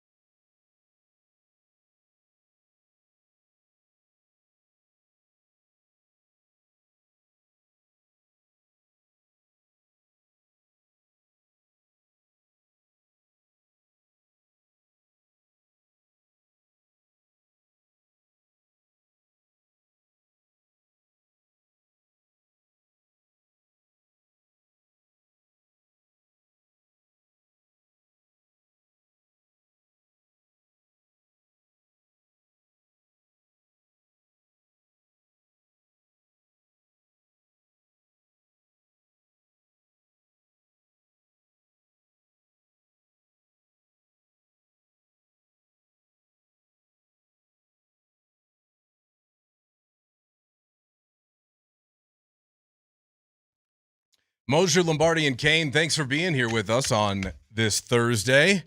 Almost to the weekend, almost, and hopefully not as windy today. It was brutal. Definitely had a little trouble sleeping last night with all that wind, but not as bad down here in Denver as it was up where I'm at. It's brutal up north, Vic. It was awful, man. I don't know. I don't know how it happens. Like, how does all that wind push in here? What's the meteorology behind this? What's going on? It's a good question. I am unfortunately not a meteorologist. I just defer to them, so I don't have that answer in my hip pocket for you. Like I told you earlier. I don't like something that I can't see causing all this destruction. If I can't see it, I don't like it. Like ghosts. Oh, I had a strange dream about ghosts the other day. Crazy. Anyway, but when you can't see, you can only see the effects of I thought wind. we were going to get the dream. No. I'm not giving you that. Okay. I've got a really good one that I'll tell you in the break. But you can't see wind. You see the effects of it. You see your trees blow. And I've got so many leaves in my backyard. Yeah, it just stinks. We're not doing Ghostbusters, no. No, are you sure? It does clean up the pollution, though. The air pollution's pretty nice. By the way, Bianchi says wind picks back up tonight and tomorrow morning with 60 to 80 mile an hour gusts possible in the foothills and mountains. Sounds like it's going to be another windy night ahead for us. A couple of things to get to. I was curious what you guys thought about this take from Adam Schefter. It caught a lot of traction on social media when we put it out there from our discussion with Adam on Monday. And it's Thursday, right? He's going to be on with PhD a little bit later. So this was Schefter with us on Monday. I don't know if the criticism matters. It doesn't. Dick, who cares? Yeah. Like, say what about them? Like, they're going to be the number 1 seed. They have a chance to be the 1 seed. They'll, if they could put that away, they'll be off the first round and have 2 home games to win to get to the Super Bowl. People keep ripping them all they want. Keep saying they're no good. Keep saying Nick is inconsistent. Keep saying they can't win the big. Say whatever you want. Who cares? Vic has been very consistent. You agree with Adam, don't you? 100%. I mean, you can be as critical and what's wrong with that? What is wrong with that? Yeah, you and I have been nitpicking. Everyone wrong. You and I have been nitpicking. You don't think that? Well, I guess he's got an excellent point, Vic. You made that point too. It was an excellent point. Call them whatever you want. Say whatever you want. Criticize whatever you want. They win football games. They're 12-2. That's it. Look, I'm with you there. I just get it done, which is why I don't care if you lose. You don't need to lose to get into the playoffs and feel good about this team. I mean, let's not be a nervous Nelly. Sorry, Nelly. I didn't mean to use your name derogatorily. He doesn't mind. By the way, if you want to see Nuggets Rockets on Saturday, we're giving away tickets. Text Terminator, the Terminator, with your first and last name to 303-504-0925. Nuggets Ticket Thursday presented by Wilhite Law Firm, announcing a winner coming up in our next segment. So text in now, 303-504-0925 with the keyword Terminator. Everybody thinks they can do a good Arnold. Right? Yeah, I didn't really give it a go there. Connor McGahee does a really, really good Arnold. I wish, Connor, if you're listening, call in right now, please. 303-504-0925. I'd like to hear it. Give us your Arnold, man, because it's a pretty damn good one. Who was the guy that during COVID was referring to his donkey? He's the comic. The donkey by the pool. Oh, that is so good. I don't know who that was, but it was hysterical. I heard this yesterday from Mike Florio with Pro Football Talk and I guess former Bronco quarterback Chris Sims talking about how they're set up moving forward. This I'm also curious to get your take on. After this year, Russell Wilson's off the books. That's more money that can be spent on other players. And veterans are going to want to go play there. Exactly. You're going to win. Peyton talks about winning the jump balls and officiating. You're going to win the jump balls in free agency. Definitely. You're going to be able to get guys without having to splash the pot more like Teddy KGB. We got a QB. We got a cool coach. We got owners that are cool and take care of us, right? We've heard about players who went to Dallas through the trade. Whoa, this is cool to be here, a part of this team. Yeah, that filters around the league. When teams or players start to hear from other players that, ooh, this is a special organization, they show love to the players, and then they're winning, and then they have a quarterback that you go, oh, they're going to be around for a while, and we know the damn coach is good, and oh, crap, the defense has got a bunch of all-stars on it too. Yeah, that's going to be definitely a destination spot. That's happening again in real time, isn't it? We're seeing all that goodwill being banked so that this offseason we're going to see a withdrawal, aren't we? Kind of like when Payton came here and all the recruiting he did and how everyone wanted to come play with him. I mean, you got a young quarterback on a rookie contract. You got a defense, and we'll see. You're probably going to have a new defensive coordinator next year. That's my guess, at least. But at least you have a defense that's got a lot of really good pieces on it that are now established, whereas maybe a couple of years ago they were more no-name guys or it was a faceless group, if you will. But I think they're right. I think the Broncos right now, if you're a free agent coming up next year at a position of need potentially for Denver, you've got to have them high on your list. But only if the money's equal. There you go. Yeah, I mean, I think that's so. Everybody who keeps saying people are going to come here just because they think it's cool. You're going to come here if you get paid, and they will have more money because of their cap situation. So, if all things are equal or close, yeah, of course they're going to win tiebreakers because people want to work for this team. But money is the main attraction. Let's not confuse that. So you don't think there's anything to the Broncos building up goodwill across the league with how they handle their players? If all things are equal, yeah. But if I give you a player and I say to that player, you get $2 million more to go play somewhere else, you're taking that $2 million, Matt. What if it's with the Jets and you got a chance to win a ring here? Matt, I'll ask you. Matt, I'll ask you. What? You get a chance to win a ring or you get $2 million more. Where are you going? I mean, if it were only Matt, I'll that ask easy. you that. No, forget that. I'm asking you. I mean, I'm a winner. I want to win a ring with the Broncos. On, man. I hate it. You know, this is my biggest pet peeve when people play that, and I don't know what the name is. Let me. It's $2 million. Can I go back on it? Let me go back to Reggie White, the late great Reggie White, whom I loved, by the way, and he was a man of God, was he not? Okay. When he was leaving the Philadelphia Eagles and going to sign a free agent contract, and he chose Green Bay, and he said, you know, I've prayed about it a lot, asked God for guidance and all this kind of thing, and God guided him to Green Bay, and they stunk at the time, did they not? Mm. If you remember back at the time, legendary defensive end Reggie White signs a landmark 4-year contract with the Green Bay Packers. $17 million at the time, which is crazy. So it's only $4+ per year. That's 32 years ago. I mean, God can talk to you and God can guide you and whatnot, but when this team gives you the biggest contract ever offered to a defensive end, that is the number one deciding factor, bro. If the offer... That's the number one. All things being equal with the offer, yeah, you want to go to a destination that you can win. If the offer, as this texter points out, it's like $60 million or $58 million, and I could go play for the Jets or the Broncos, I'm taking $2 million less and taking my 58, being just fine and playing in Denver. That's over several years. I'm talking about per season. I'm talking about a lot of factors there. I mean, are you apt to make more money here? Do you have to pay the city tax in New York? There's a lot of things, but at the end of the day, money's money. And you're in this for money. You're in this for the professional. I mean, it's a business, man.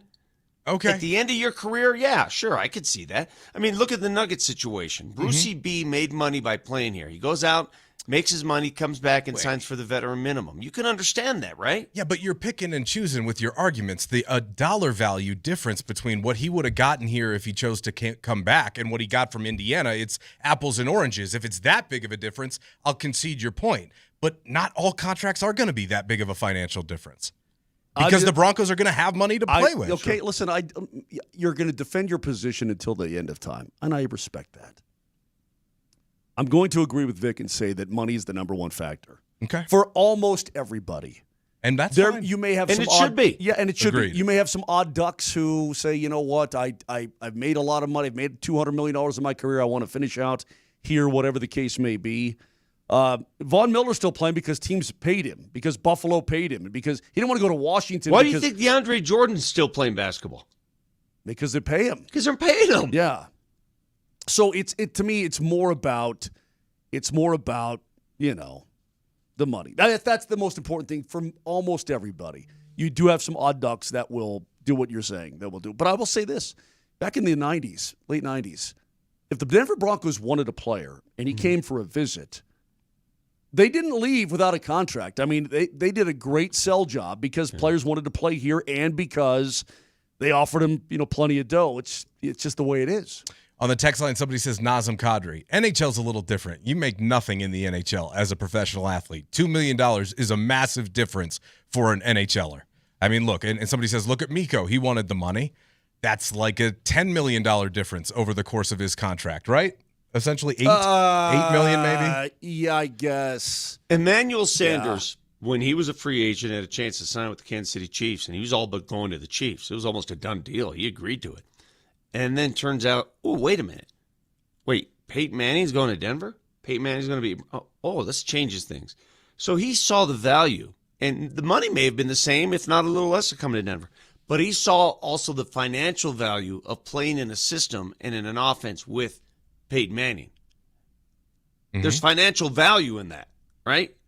Is there's not financial value in being on a Broncos team and being utilized properly by Sean Payton? Yeah, there's financial value in all of that. Okay. But, I mean, if you think a guy's going to just go to a team and cheerlead his way to a Super Bowl and say, I won a Super Bowl but didn't contribute and didn't make as much money as he would elsewhere, I mean, that's short-sighted. That's not happening. Another texter says, guys, didn't Dre Greenlaw and Talanoa Hufanga just leave home, not just leave an organization they were settled in, but to come play for the Broncos and the money was comparable? Didn't that just happen? Well, you could say the money was comparable, but what was it at the end of the day? How much of it was guaranteed? There's other things we don't know. Well, the other part of that is, texter, San Francisco was going to need to start to make some concessions in the way they built their roster because is the contract with Purdy dry? They inked it, right? They gave him all that money. Yeah, right? They paid him. Well, that's why. Is once you have to pay that quarterback, everything else, all those other luxuries, you have to start to strip away one by one. Look at what happened in Buffalo with Josh Allen. At the outset, they had Stephon Diggs, and I understand that it wasn't just money as to why that deteriorated, but they were definitely more loaded on the outside when he first got there. And now, I mean, it's him and James Cook, holding that thing together with chicken wire. So I get it. Listen, I guess we'll see. I guess we'll see. They better get while the getting's good right now because they're going to have to pay their quarterback $50 million a year. It's coming. It's coming. So you better. And then more difficult decisions are going to come up. So you better get while you can. And I think they can get while they can. And I don't disagree with you in some regards in terms of wanting to play for a winner and the opportunity. I just think money will always be the number one thing. But look, I guess we'll cross that bridge when we get to it, Matt. I ain't worried about contracts right now other than tonight's guest on the Nuggets pregame, John Franklin Myers, not getting paid yet. But I'm hoping that'll get worked out. All right, let's chop it up, Nelly. Good talk, Steve. Okay. Good stuff, Steve. There we go. All righty. I know how much you guys love when I talk about the Bears, but this one, I'm bringing it up for a Broncos reason. So hang with me. Kevin Warren, the president of the Bears, announced yesterday that they are unable to get enough money from the city to build their stadium in Arlington Heights, where they purchased the old racetrack. So now the Bears are investigating Northwest Indiana to build a new stadium. What do you mean they're not getting enough money from the city? What money are they looking for? They're trying to strong-arm Arlington into, letting them off the hook on a bunch of taxes and helping out with public funds. It's Cook County. Yes. That's what they're trying to do. And everybody's just like, no, you're building a new stadium. You have one downtown. If you don't want to use that one, great. Build it yourself. But the problem here is that professional sports are no longer for the small family businesses. The McCaskies, they got to sell the team. If they really cared about Chicago, they'd sell the team. They don't. But this is why Broncos fans ought to be over the moon with the Walton Penner family ownership group. Yeah, I mean, listen, you don't have to deal with this bogus, this bull jump. I mean, this is going to be a private stadium built by private money, but if you don't think the Broncos are going to benefit for some tax breaks and tax shelters and some logistical work that's done outside the stadium, city infrastructure, the city redoing some infrastructure at least a little bit. Yeah, but the economic. But think about this: the economic benefits are going to pay for that, of course, tenfold. Because the city's not going to have to give you the money. I mean, yes, you're going to get some of that money, but they're going to privately fund the stadium, as you just said. If the Bears ownership came to Cook County with $2 billion, I'm sure they'd be like, okay. So wait, we'll cover you the rest of the way. Hold on a second. So I don't know the full details of this. You're telling me that the Bears are not going to fully privately fund the stadium? They're putting. Apparently, the Bears will put $2 billion toward a new stadium of their own money. Okay. Allegedly. Okay, so and they're mad because the city won't pay for the rest, or what? Basically, because they're trying to build one of these big towns around their stadium. The whole entertainment district and all this. So, it's not just a couple months out of a year thing. I'm not going to get into politics here. I'm not. But the bottom line is this. If you want the Bears help pay for the Bears. That's. I mean, they're the franchise. They can do whatever they want. It sounds crazy, but it's the truth. Brucey B yesterday sat down with the boys at DNVR and said, it's Jamal start time. I think he was really locked into this year. As I said, like he was here in the summer, working out all summer. Like Jamal can go anywhere he wants, or he can go back home to Canada, but he was here working. And we were playing literally one-on-one in August together. So I just think he's locked in. He wanted to be an All-Star. He wants to win again. And I think he will be an All-Star this year for sure. Big one for the Nuggets tonight, Vic. Nuggets and Magic. Jamal Murray, All-Star candidacy. If the teams were selected tomorrow, he would be in, wouldn't he? He would have to be. I mean, I saw a stat of teams that started the season. I think our buddy Jake Coyne came up with this. 19-6 or better, and averaged the numbers that Jamal averages. Every single player in the history of the NBA with those numbers and that record has become an all-star. I mean, think about that. He'll be. So he'd be the first he'll not be, to he'll, achieve yeah, it. he'll be an all-star. I'm thinking positively here. I saw this video yesterday online from a Georgia fan who was outside Georgia's practice. Just listen to this. Don't you love the sounds of a football practice? It's embarrassing, coach. You got two wideouts over here, and they don't know what the going on, Cal. Sitting there, hold their hands up. Quarterback, make sure the that. I mean, embarrassed, man. Y'all can't complete a ball. Not a ball, but to a back.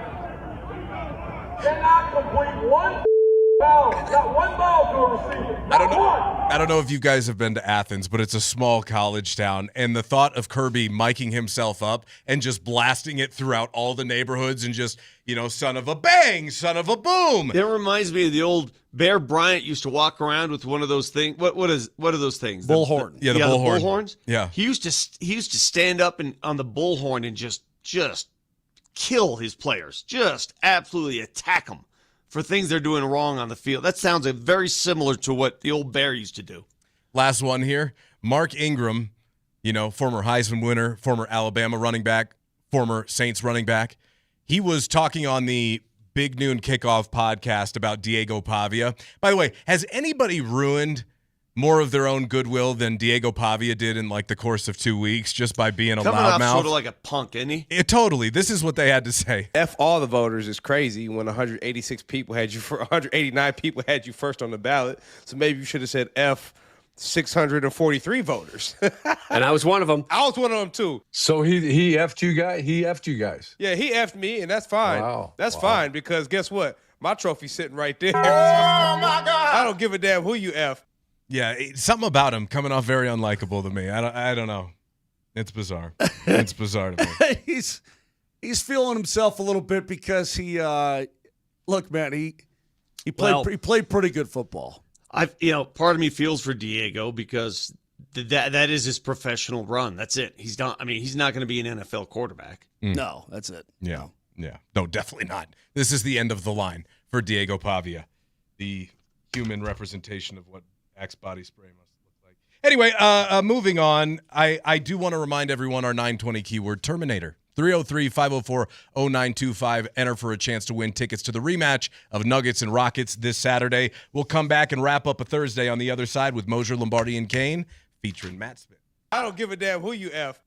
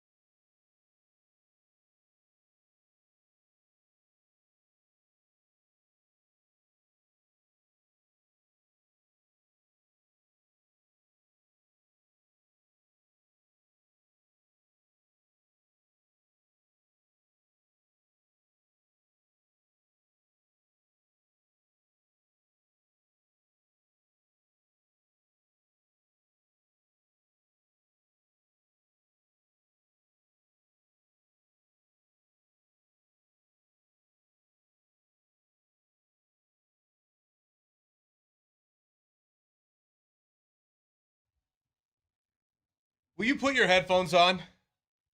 You know what I call this, Moj? A target-rich environment. Who told you to fade that out? Did I? I don't think I told you to fade it out. Bring it back. What is this?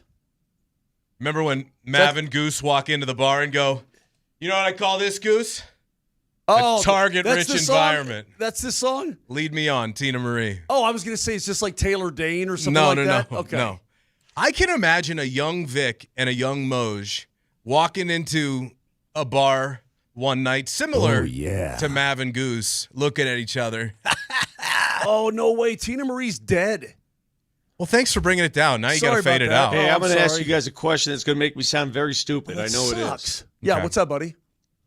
It's going to make me sound very stupid. I'm sorry. Do you want us? Is this one of those we ask and we don't judge type of things? I'm seeing a lot of blowback. Puka Nacua is getting a lot of blowback for some things he did on a live stream, which I'm still grasping. Why would someone do a live stream all day?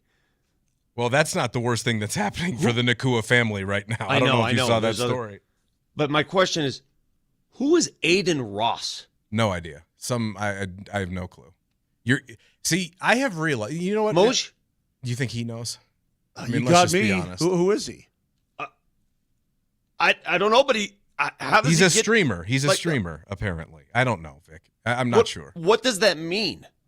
They host live streams on things like Twitch, and a bunch of people watch it, and I don't know, subscribe. Don't know pay who that money, is. and they're sponsored. I have no idea. Have you ever seen Kai Cenat? You know that the shorter guy who hangs out with exactly. I realized a couple of years ago that I think once I crossed 30, I realized that once you're over that threshold, you are not meant to understand what the other generation's like. Nelly, do you have that clip that's the whole viral thing that I sent you, the 6'7" thing? I have just about had my fill of 6'7". I just couldn't pull that clip out of my own hang-ups, but I can get it for you if you need. Just do it, because I don't understand this trend either. And once I realize now that there's a trend for the youth that I just don't understand, I give up. I don't even try and understand it anymore. Like this 6'7" thing, it's nuts what these kids are doing. Employ my attitude. Just don't watch cartoons. I mean, is that from a cartoon? No, I have no idea. So then what is that going to do for me? Terrible advice. Or play it. This was what was the LSU women's basketball game? Listen to these children. It's away from the magical number. Here it is. Yes! Yes! Yes! All right. Wait, these are the announcers partaking in this? Yeah. Listen to those children in there. They're all going crazy. I don't get it. I just don't get it. All right, Nelly, thank you. But my point is that I think we've all reached that point in our lives where we really need to not be concerned with what the children are doing. Well, some would consider us children. We talk about sports for 3 hours every morning, but that's fine. Am I wrong? I've never understood what that meant, and nor do I really care to embark on uncovering the meaning of life behind 6'7". I don't care. That's what I'm saying. I realized that, you know what? Those things aren't meant for me. They're just not meant for me. See, Moser's doing the right thing. He has nothing to add to this discussion because he's aged out of this discussion. Isn't that right, Moj? He aged out of it a long time ago. You know what? Thankfully. That's what I'm trying to say. I'm a happier person for not being a part of this crap. But I also read, this is terrible. 69, dudes! Yeah. I don't get into that one either. That's our 6'7". That's another one at this station, too. I mean, what are we doing? Nice. I don't get what are you doing? Man, this is sad. Are there a lot of 69 jokes on the station? No. Tell me you haven't listened to Kreckman and Lindahl without telling me you haven't listened to Kreckman and Lindahl. Okay.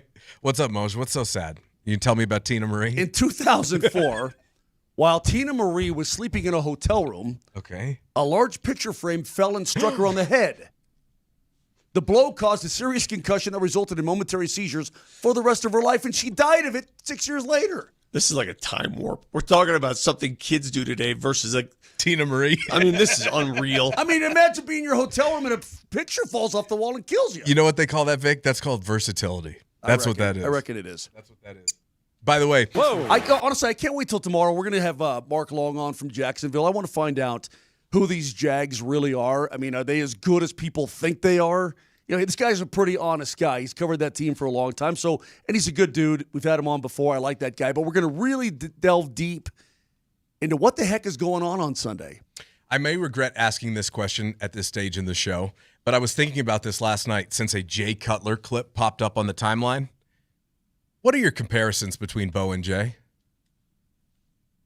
You got any thoughts on that? Comparisons are two entirely different human beings. Just from a personality standpoint, I got to know Jay Cutler really well because I did his show. So, no, it's not even close. What about talent-wise? Not even close. Dude, different kind of quarterbacks. Yeah, but Cutler was very talented, dude. He had a gun. I'm not going to take it away from Jay Cutler. Mike Shanahan, No when he doubt saw him about at Vandy, he's like, I want that arm. Now, I would have stayed with Jake. This is me personally, Vic, because I thought they were still close to winning with Jake. So when they drafted Jay, I was a little bit surprised by that. Maybe that was a Shanahan Cutler Shanahan Plummer rift going on, but nonetheless, the guy could play the game. I mean, his arm was exquisite. Because Bo is the best young Broncos quarterback since, right? Ain't no doubt about it. Yeah, 100%. 100%.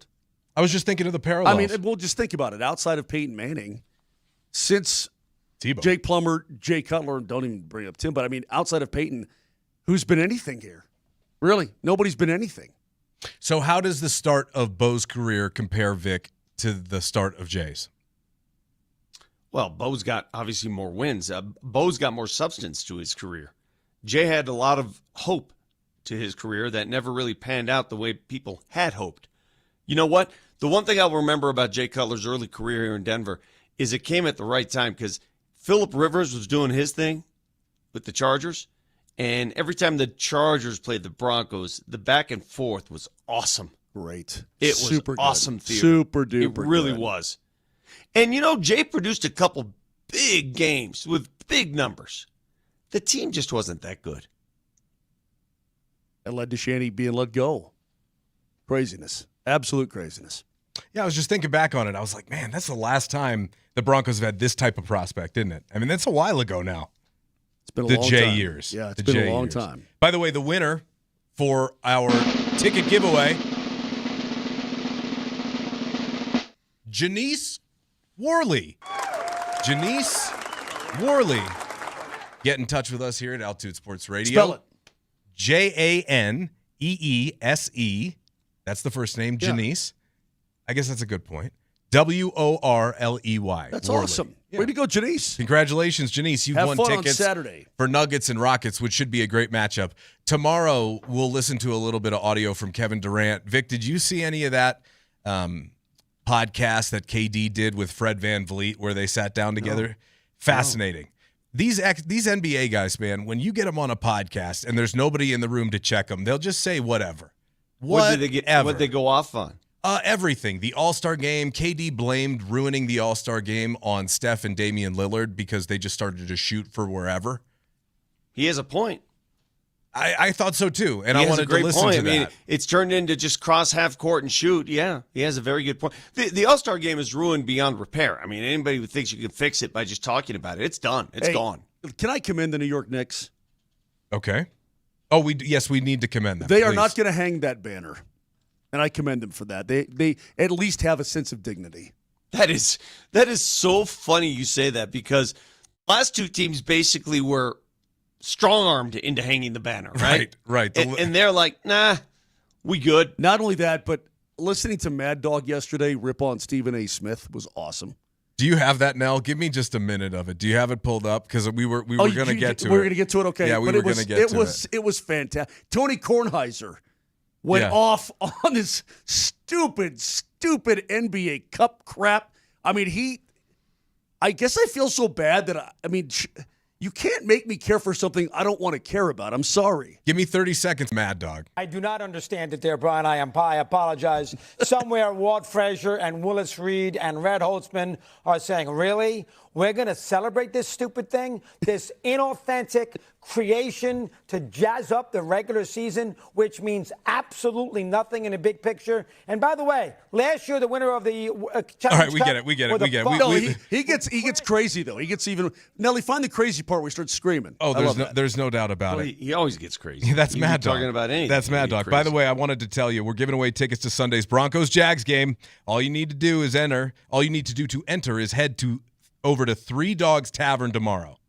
Broncos Jags tickets. Three Dogs Tavern tomorrow, and you can enter to win. Bud Light giving away VIP tailgate passes and tickets to the game. And while you're at the Three Dogs Tavern, enjoying Nate and Andy's show, you can enjoy $4 pints, $12 pitchers, and $3.75 bottles of Bud Light. See you at the Three Dogs Tavern tomorrow at 3 in North Denver or the Highlands, depending upon who you ask.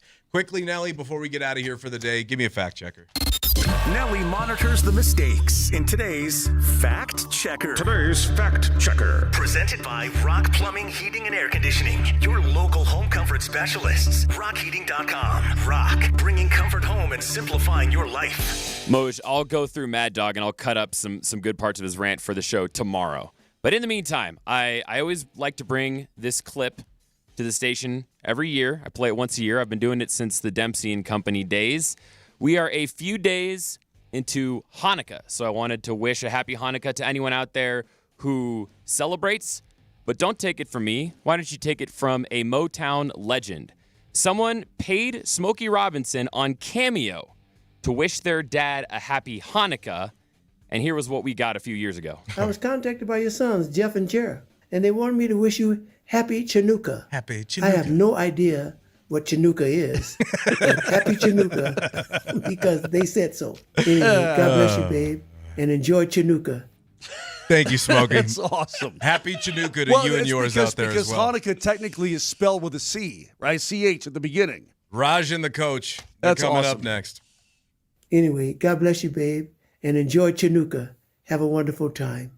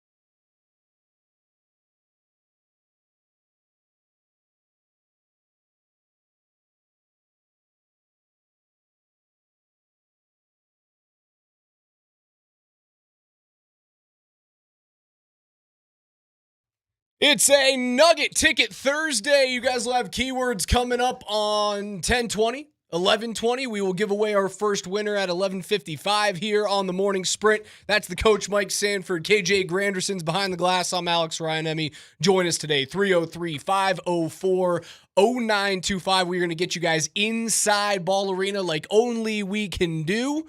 We've also got Thursday Night Football coming up. Oh. That'll be on AM 950, arguably the game of the week. Dude, I'm excited. The LA Rams and the Seattle Seahawks. And then tomorrow, what do we have, Raj? We got the college football playoff kicking off tomorrow on Friday. It is. Is anybody actually coaching the team that they still coach in for any of these teams that are not like the? Well, Oklahoma and Bama. Okay. Yeah. So when's that game? That's tomorrow. Oh, okay. We're good. Yeah. They have their coaches here.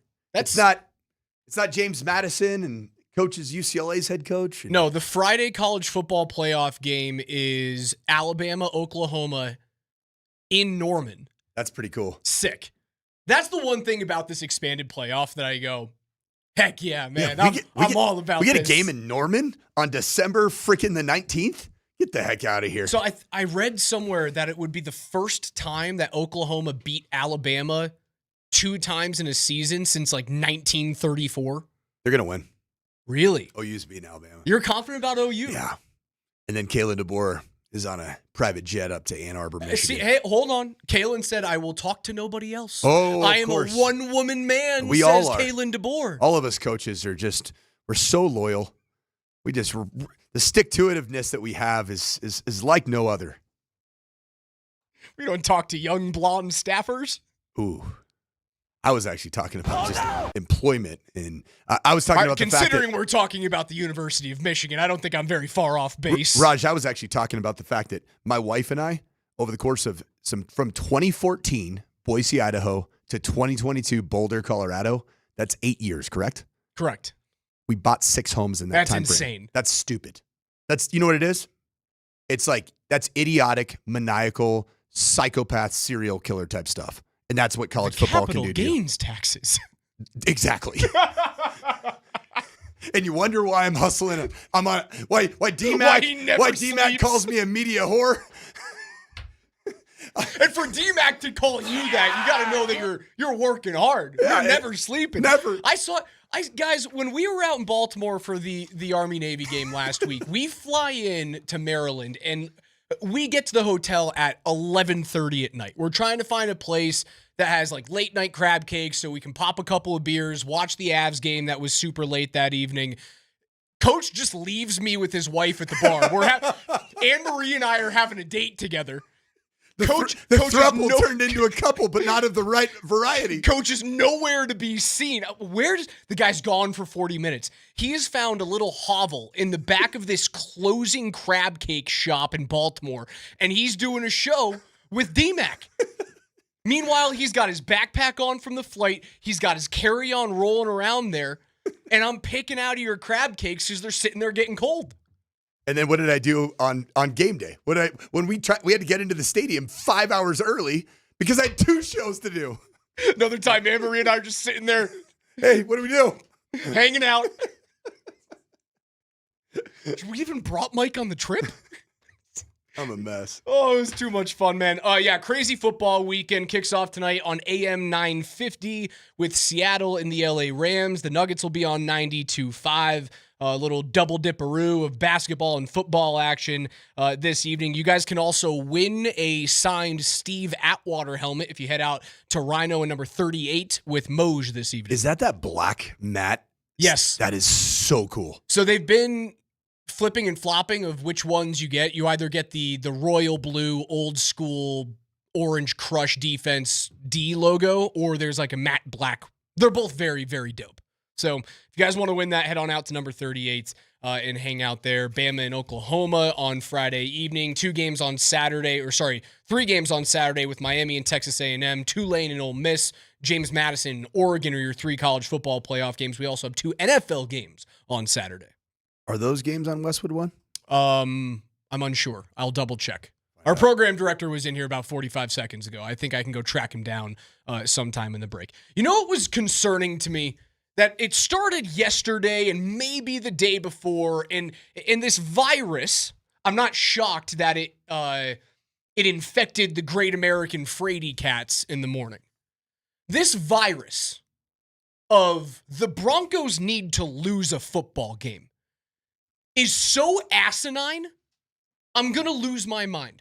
Losing for losing's sake is a ridiculous mindset to have. They've won too many games. They need to be humbled. No, they don't. Nope. They don't need to be humbled. If you want to lose week 18 because the number 1 seed is already locked up and you don't really care about the whole different story, beating Harbaugh thing, completely different story. That involves health of your roster. Of course it does. And availability in the playoffs for incredibly important players. Simply to go, well, they haven't felt the sting of a loss in so many weeks. They need to be re-energized, reinvigorated. That team didn't look reinvigorated to you in a playoff atmosphere against Green Bay. Who's saying that? Moj was all over it this morning. They need to lose a game. The only reason Moj has travel hangover issues today. I don't listen to got his in takes. Too early. Yeah, Seattle. It was too late. The Seattle Kraken broke him.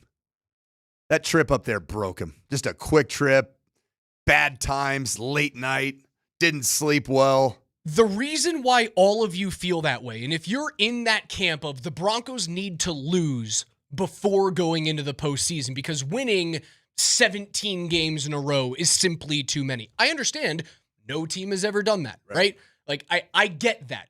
The reason why you feel that way is because of the Patriots. Mm-hmm. It's the only reason why. There is no track record for a winning streak of this length to end a regular season that does not at least get you to a Super Bowl. You feel bad because, well, you think back to the crazy catch.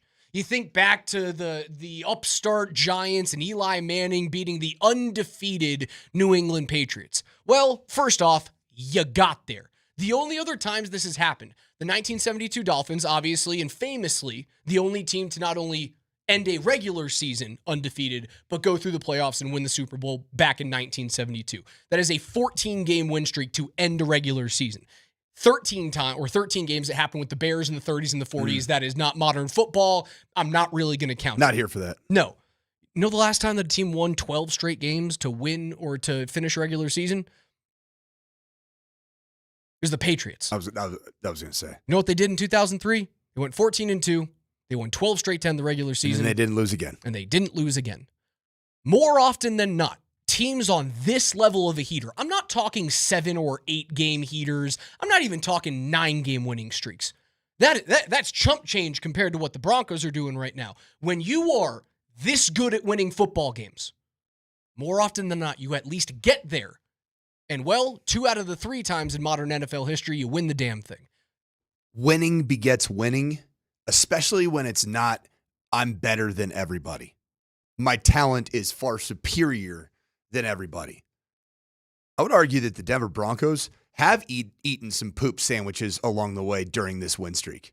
There have been some moments that we had to go out and get St. Sean the Candle to be able to create some harmony between play caller Sean Payton and quarterback Bo Nix, because after that Raiders game, it felt like it was falling apart at the seams, did it not?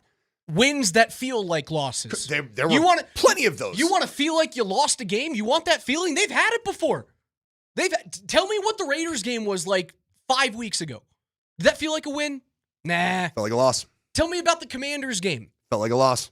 You've had those feelings. You've been humbled by bad football teams. The New York Jets game, did that feel like a win? Nope. Didn't feel like one to me.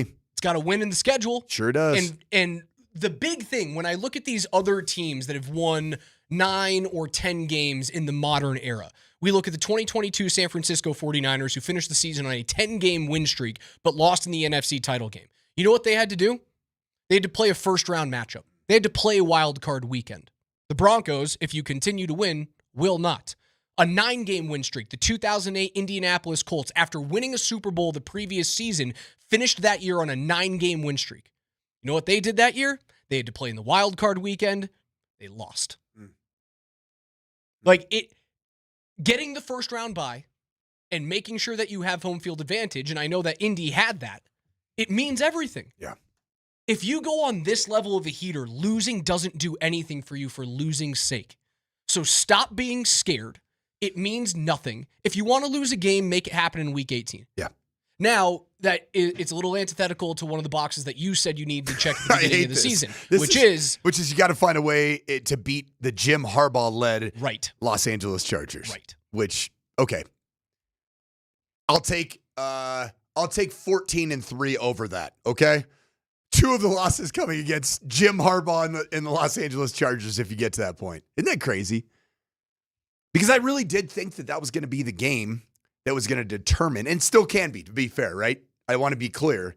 There is a world that exists where the game against Jim Harbaugh here at Empower Field with the Los Angeles Chargers coming with Justin Herbert into town, that game could ultimately end up being the game that clinches number 1 seed home field advantage throughout the playoffs. Now, let me bring one more thing. The Moser take of losing is good medicine. As I look at Mark Moser, who just has the weirdest, strangest coffee stain on the side of his pants. I've never seen somebody with a coffee stain like just above the outside of their knee. That's a weird place for a coffee stain, but Moser does things that no human being can do, like ask the Broncos to lose for medicine. And here's what I would say about that.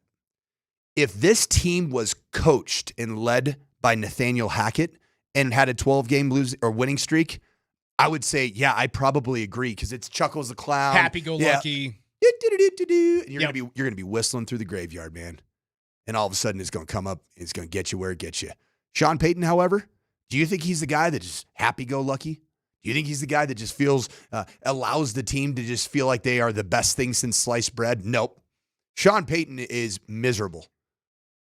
So the best thing to counteract and counterbalance a miserable head football coach that drives around a parking lot deciding if he even likes sushi and has 2 lattes and just spills the beans on Russell Wilson to USA Today national writers.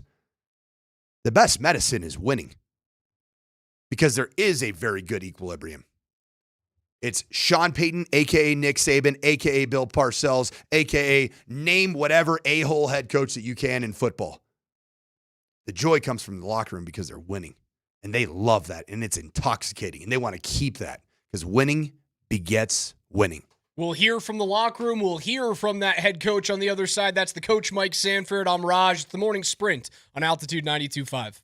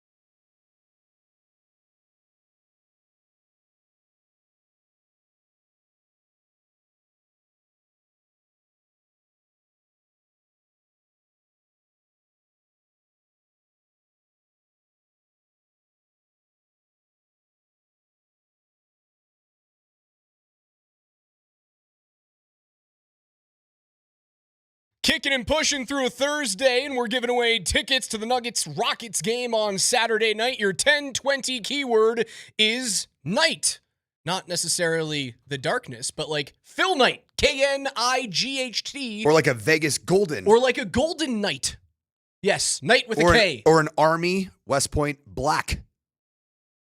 Aren't the Golden Knights their parachute team too? Yes. Okay. But the Black Knights is their actual their mascot. Your 10-20 keyword is night, again with a K, K-N-I-G-H-T.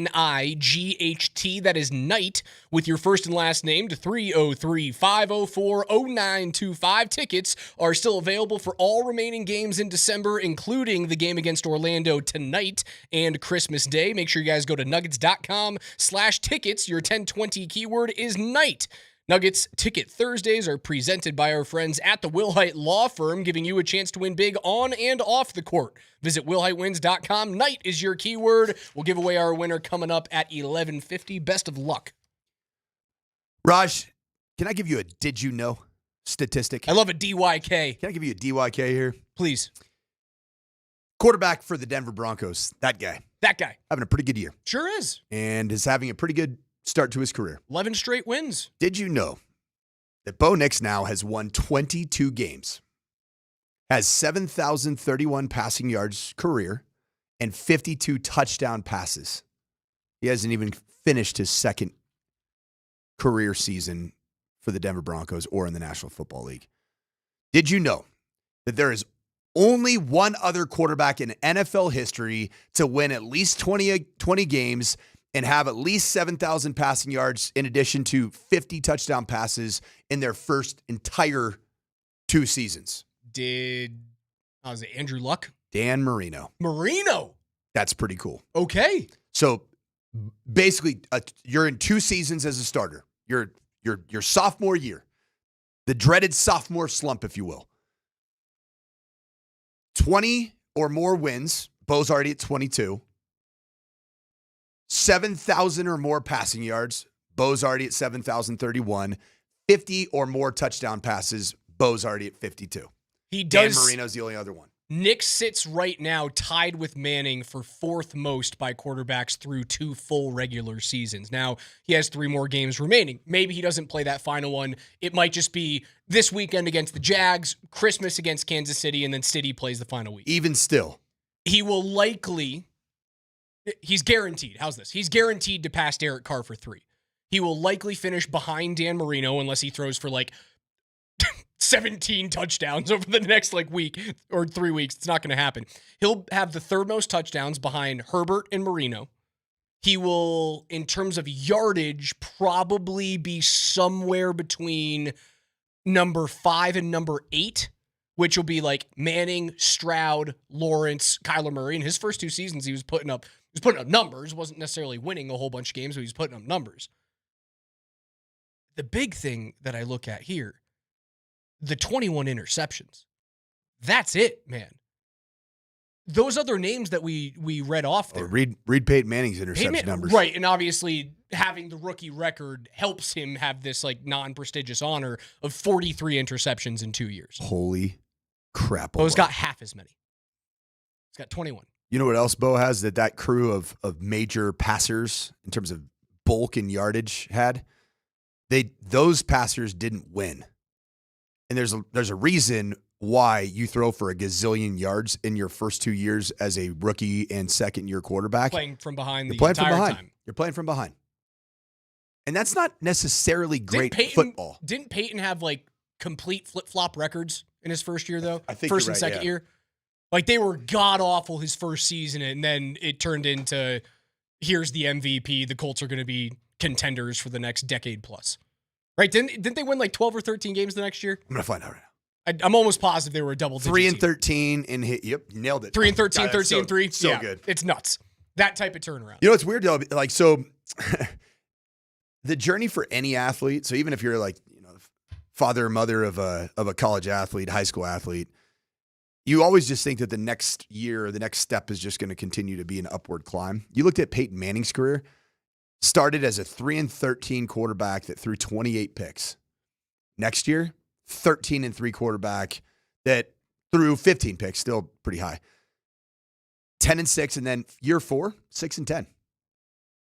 Regression year in year 4. His senior year, if you will, if you were to use college years. Yeah, but then he rattled off like 15 straight 10-6, double-digit seasons. 12-4, 12-4, 14-2, 12-4, 13-3, 12-4, 14-4. He goes 10-6, 13-3, 13-3, 12-4. What's insane about him is we talk about Bo being like the ultimate response athlete right now, response quarterback in the game. He follows up his rookie season, Peyton Manning, at 3-13 with a 13-3 second place MVP finish. They make the playoffs the next year. They miss in his 4th season at 6-10. They come back. He's a Pro Bowler at 10-6 in 2002. You know what he does the following 4 seasons? He wins 3 straight MVPs, finishes 2nd in that 4th year. And he rattles off a Super Bowl win in that time frame. Response athlete. I still can't get over the 2013 Peyton Manning season statistically. Oh, I can't feel my fingers, but I'm going to have the greatest offensive season a quarterback's ever had. The guy threw for 5,477 yards and 55 didn't know where touchdowns. his digits were. Had no idea where his ring finger was. That's why he's my favorite quarterback of all time. And he is. He is my favorite quarterback of all time. And I named my daughter, my firstborn child was named directly after Peyton Manning for that reason. Really good text from the 488. Not because he couldn't feel his fingers, just because he was awesome. How's Peyton's dexterity? Yeah. The 488. Teams these days wouldn't have given him that 5th chance. Agree? Like Tua got more than 3, 4, or 5 chances, and he's finally being sat. And that's the big question right now around Miami is, are you going to do the Russell Wilson thing and take the near $100 million cap hit that would... Give me the 5th chance thought again. Who got the 5th chance? Like Peyton. Peyton goes into his 4th year, and like, he's regressed. He's regressed, but kind of, right? Like it 13-3, 10-6 in your 2nd and 3rd years, that's going to buy you some serious time. To be a guy that threw for, I mean, his 3rd year was a 33 touchdown year. It was a 4,413 yard year. That was pretty big, man. But then, yeah, like the regression year, he threw 23 picks that year. 26 touchdowns, the 23 interceptions in that 6-10 year. That was ugly. Right, as compared to, if we're just going to use Tua as the in vogue comparison right now. The problem with Tua is that he just never won one, right? Like he won, but didn't win. Not 13-3 win. No, he had one season that they went 11-6. Okay. Now the rest of them are middling. They're basically 500 football. 7-5 as a starter, 8-5 as a starter, 6-5, 6-8. There were never any seasons in there that you went, holy crap, it's the next coming, right? His best season at 11-6, he did throw for 4,600 yards, but it was 29 touchdowns and 14 interceptions, right? So it was never blow you away. That said, he got 5 full seasons. You can make the argument 5.5, right? Because of this year to prove it to me that you can do it. Miami's going to cut ties, man. They're going to look at Denver and go, you did it with Russ. We can do it with Tua. You're going to eat the $66 million in dead cap the first year, have another 35 the season after, and you'll be gone. You'll have to draft a quarterback in the next 2 drafts without a doubt. But Denver at least showed you can do it. You have to bite the bullet. To reset that stat line of Bo Nix, 22 games that he's won in his first 2 years, 7,031 passing yards and 52 touchdown passes. If you were to do a re-rank of, let's call it the rookie of the year is a first 2 year sample size. Bo Nix is the, not even comparable rookie of the year. Caleb's close because of where he's gotten the Bears, but they were so bad last year, he doesn't get to overcome that. Every one of these quarterbacks had one of the 2 years has been a dumpster fire. Or just rookie-ish or second-year-ish type normal crap, right? I mean, Bo had sophomore crap happen this year. The middle of the season was not good to Bo, but he continued to win games when it mattered the most. Now, the reason why I bring up Caleb is the only other dude in the league right now, not just first and second year quarterbacks, the only other guy in fourth quarters and in comeback situations that is as good as Bo is Caleb. Yeah. And it's amazing that he's doing it because out of qualifying quarterbacks, you know where he sits in completion percentage? The guy's in the bottom 5. 31st of 32 ranking quarterbacks. He's in the bottom 5 of damn near every statistical category. He's what Bo Nix was last year. Yes. Remember when we look at all the you call them nose picker stats of CPOE and all the things. Bo Nix sucked last year. but he didn't. And frankly, Bo Nix really kind of sucked this year until this last 2 or 3 game stretch from a nerd picker stat. But the big stats, like winning 22 games, and a lot of people will argue with me. I have heard, I think it's like Mina Kimes, one of the national people, quarterback win-loss record is not a real stat. I completely disagree. It's more important than starting pitching win-loss record. I think that's a fake stat in MLB, but it is more important than that. It doesn't tell you everything. So it's not the perfect stat. What stat is perfect? I mean, every stat has an asterisk by it. If you're throwing to Justin Jefferson or if you're throwing to T. Higgins and Jamar Chase, guess what? Your numbers are going to be bigger than if you're throwing to Cortland Sutton and Troy Franklin and Tim Patrick, or whoever it is. Your leaders in EPA this year. So even these stats are... They're nose picking. They're nose picky, but they're estimated points added. Who do you think your best quarterback in the league is right now? I think it's Drake May. No. Josh Allen? No. Who? It's Jordan Love. My guy. It's Jordan Love. I taught him how to add points. That are estimated. Josh Allen and Drake May are second and third. Allen. Now, 2 players that are MVP caliber. Patrick Mahomes is 4th. Jeez. Out of the playoffs. Out of the game because of the injury. So do you like EPA or do you like win-loss record? Because according to nose-picking EPA, Patrick Mahomes was phenomenal this year. Right. He was an MVP caliber quarterback. Give me EPA for 12-2 starting quarterback Bo Nix. He is 10th in the league right now. That's good. Which is half in terms of total EPA that Jordan Love has it right now at first. He's at 64 and change. Love is at 120 and change. Nick sits behind Darnold, Stafford, Prescott, Jones, Goff, Mahomes, May, Allen, Love in that order from 10 up to 1.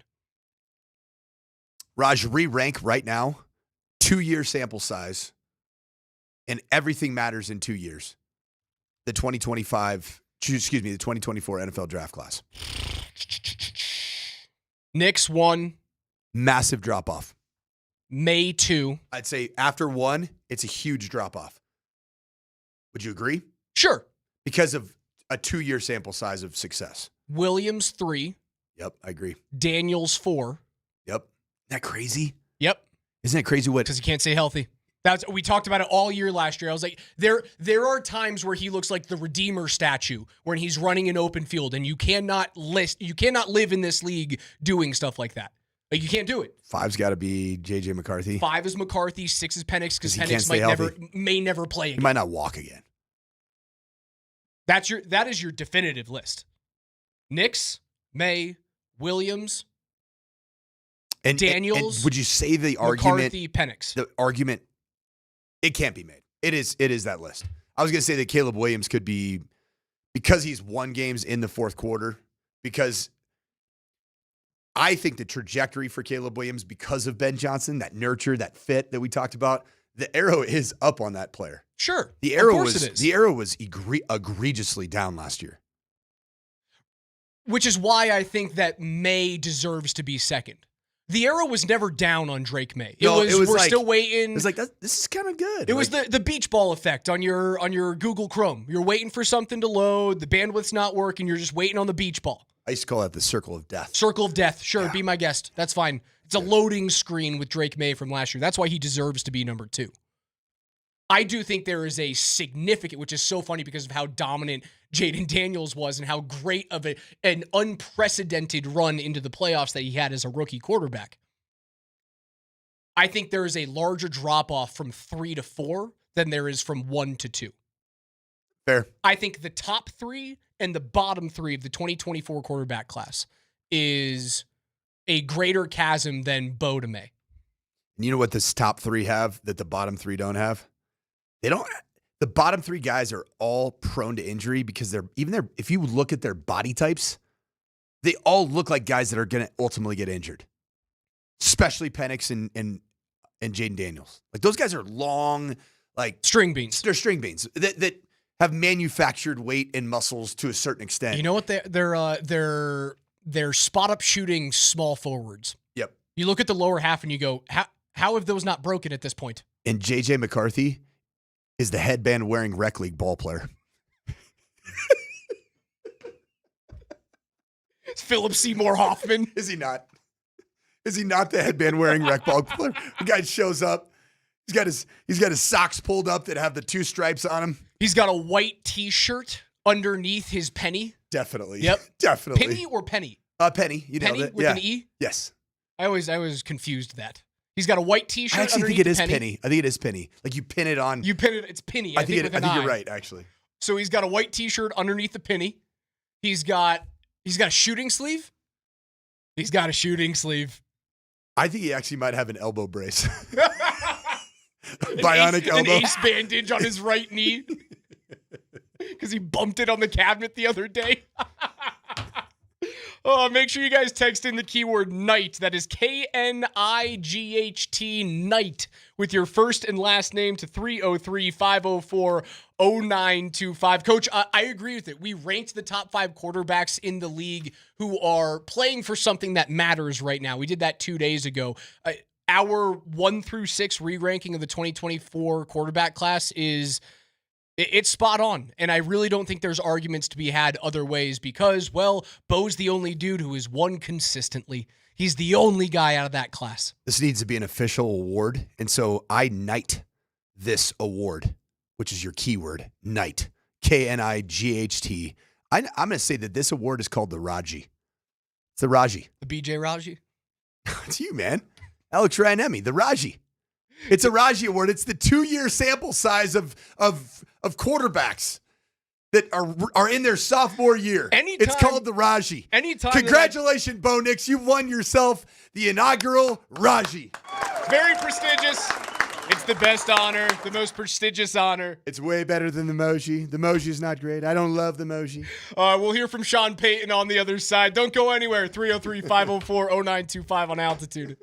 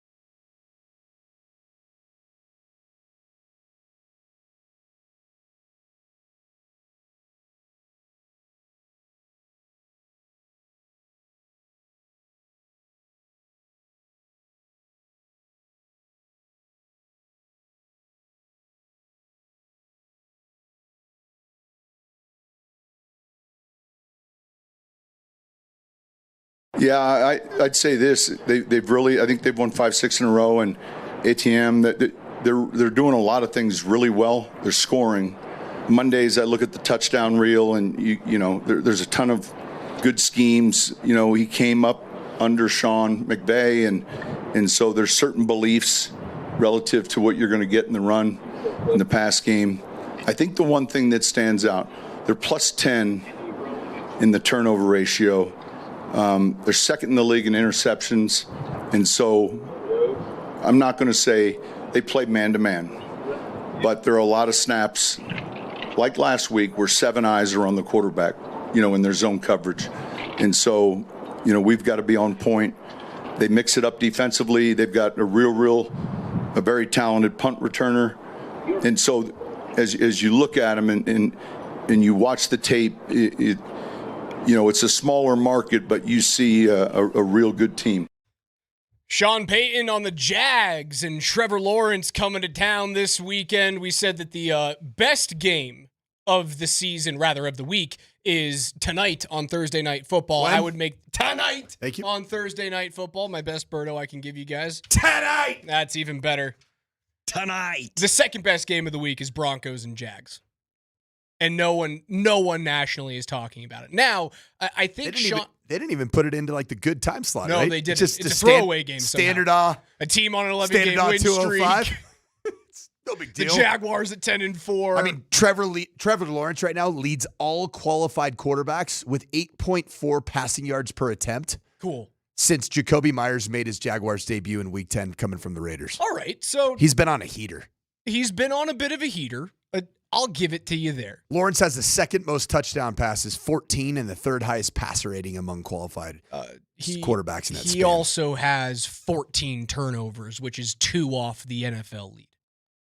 So when we're talking about turnover margin, we are not talking about being scared about how well Trevor Lawrence keeps care of the football. He's thrown it away 11 times. He has lost 3 fumbles this year. On the other side of the equation, you've got Bo, who just simply doesn't give the football up. In comparison, the best teams this year in terms of turnover margin, Jacksonville's up there on a per game basis. They force like 0.7 of a turnover above even. They're third. They're behind Pittsburgh and Houston and Chicago. None of those other teams have a quarterback that's in the top 5 of turnovers this year. They're doing it in spite of Trevor Lawrence. So you are a anti-sunshine guy.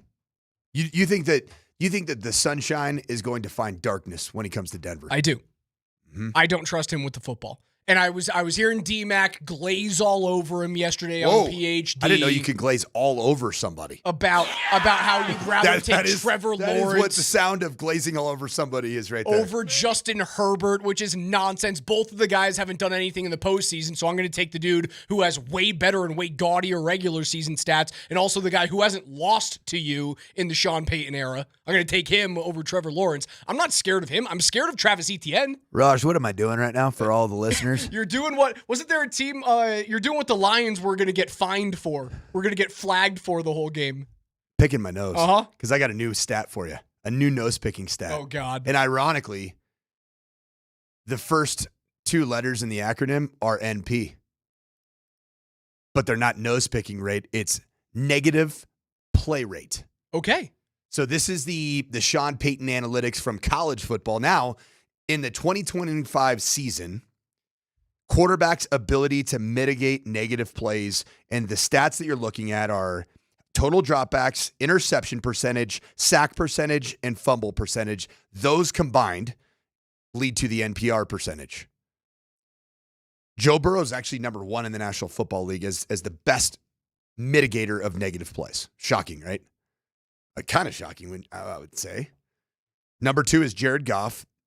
Number 3 is Kirk Cousins. Number 4 is Joe Flacco. Number 5 is Jacoby Brissett. And number 7 is Matt Stafford. What do all those quarterbacks essentially have in common? A lack of the ability to make big plays with their athleticism at this stage of their career. So they have to be clean football players for their teams to have a chance to win, because you're not going to get the wow plays by way of athletic throws, off-schedule throws, especially not a Joe Burrow with the health issues, a Jared Goff at 40 7 years old. Kirk Cousins, who's a Kohl's commercial. Goff ain't that old. Joe Flacco, who literally does have grandchildren. And no, that's actually her. And then Jacoby Brissett, who's also old. Number 6 in the National Football League in mitigating negative plays is Bo Nix. It's pretty good, man. For a dude that does give you plus plays, for a guy that does have athletic traits, he's the only guy in the top 10 that really is a threat to do things with his feet. Rounded out by Jones, like I said, Stafford. Our guy, where do you think Trevor Lawrence is in that list? Mitigating negative plays. 24th. He's 20th. Yeah, makes sense. For a guy that has a team that right now is, would the Jaguars be the 3rd seed today in the AFC? Is that right? Yes. Isn't that crazy how quickly that it's be Broncos, Patriots, Jags? Broncos, Pats, Jags by record. Because the Chargers are the next 10-win team. But they'd be a wild card. But they would be a wild card. Yes, they would be the 3 seed. So essentially a top 6 team in the National Football League. And their quarterback, to your point, Raj, is 20th in terms of negative plays. He's turning the football over. He's taking sacks. It makes me scared about the defense you're about to face. It doesn't make me scared about Trevor Lawrence. I'm nervous about Travis Etienne, without a doubt. Speaking of Travis Etienne. What? Did you hear in that soundbite that we opened this segment with how Sean Payton pronounced Trevor Etienne's name? Go ahead. No, let me hear it. ATM. Automated teller machine. One more time. ATM. Oh, ATM. He called him ATM. I hear ATM. it now. I heard it too when it was going through. What a great nickname. Did he just call him ATM? Dude, fantastic nickname for a money running back. He's the ATM. Hand it to him. We're not here doing positive things for the Jaguars. This is a segment about tearing down the Jaguars, and you're giving them dope nicknames. No, I'm talking about don't do this. You got to go to the ATM to get the football back. He's going to cough it up. ATM. You just push your little pin code in there. Whoop! Here's the football. Gives it right back to the Denver Broncos. Orange Rush. So glad that the ABC defense didn't stick. That was the worst acronym ever given to a defense by DMac. The ABC, what was that? Allen, Benito, Cooper, and then defense. ABCD. The ABCD. So Allen, Benito, Cooper, defense doesn't have in the acronym the best player on the field. Yeah, it's guys, because you know why? Because DMac still stands by the fact that Justin Fields should have been drafted by the Broncos, not the greatest defensive player that won the Packers game for you. He called it his most cerebral interception. I saw that. It's pretty cool. And I agree. Cerebral, sure, but like you were also levitating. Yeah. I haven't seen a lot of like nerds from Harvard or Yale that are able to make that athletic play. All right. I've never seen. There ain't a pocket protector flying through the air and catching a ball. I coached at Stanford, Yale, and Notre Dame, and I still am yet to see one of the non-athletes on that campus be able to just Superman style with the ball in the air when Christian Watson's sitting there just ramming his shoulder into the turf. Dominic, the ATM, the automatic touchdown machine. I hate that you just gave ATN a better nickname. I didn't. That was Sean Payton's problem. Fantastic nickname. I have 2 middle fingers. ATM. Pretty darn good. He did say ATM, didn't he? He sure did. I hear it right now. Did you know, as we're going down the list of things that Bo Nix does well, that Trevor Lawrence does not? Nix is first in the league, this according to The Athletic. First in the league in terms of lowest percentage of pass plays or designed quarterback runs that result in a sack, a pick, or a fumble. It goes right in line with your negative play, your NPR nose picking rate. Your nose picking rate. It's the perfect stat. NPR percentage. And with a defense that is this good, and yeah, the defense has been reeling is a little bit strong, a little bit heavy-handed of a term to use over their past 4 or 5 weeks, but they're giving up big plays, especially on 3rd and long. They're holding on just enough in the red zone. It hasn't been as suffocating, as dominant as the beginning of the season. But when you have a defense that has this good of a track record, you don't have to be great on the offensive side. You just don't have to screw things up. And now he's being better than just average and not screwing things up. He's throwing for 300 yards and 4 touchdowns to 4 different wide receivers. He's winning in fourth quarters. He's not worthless in the first 2 quarters of games. It is the perfect recipe to win out in the regular season, to host a team like Jacksonville. That's a very distinct possibility that the Jags come to Denver in the divisional round, host a team like Jacksonville in the divisional round, have to have a heavyweight battle here at home at Mile High against a team like New England, or maybe even, I don't know, you'd probably see the Chargers in round 2, but maybe even the Chargers. It is the perfect scenario. It is the perfect scenario. And the thing that there's so many checklists that we've been just boxes on the checklist for Bo Nix that we've been checking off, right? It was first like competent National Football League starter, requisite arm talent. Check. It was be able to win football games just by not screwing it up. Check. Then you needed Bo Nix to show fourth quarter against all odds, be a hero. Check, check, check. Multiple times this year. And then it's now the old quote, the rising tide lifts all the boats. Bo Nix got Michael Bandy to the crib. He got little Jordan Humphrey to the crib. Sure did. That's the ultimate boat raiser. He's raising dinghies at that point. I like it. A little dinghy. Hey, you guys can have, in Jacksonville, you can have your automated teller machine. As for me and my family, I like my little dinghy named Michael Bandy.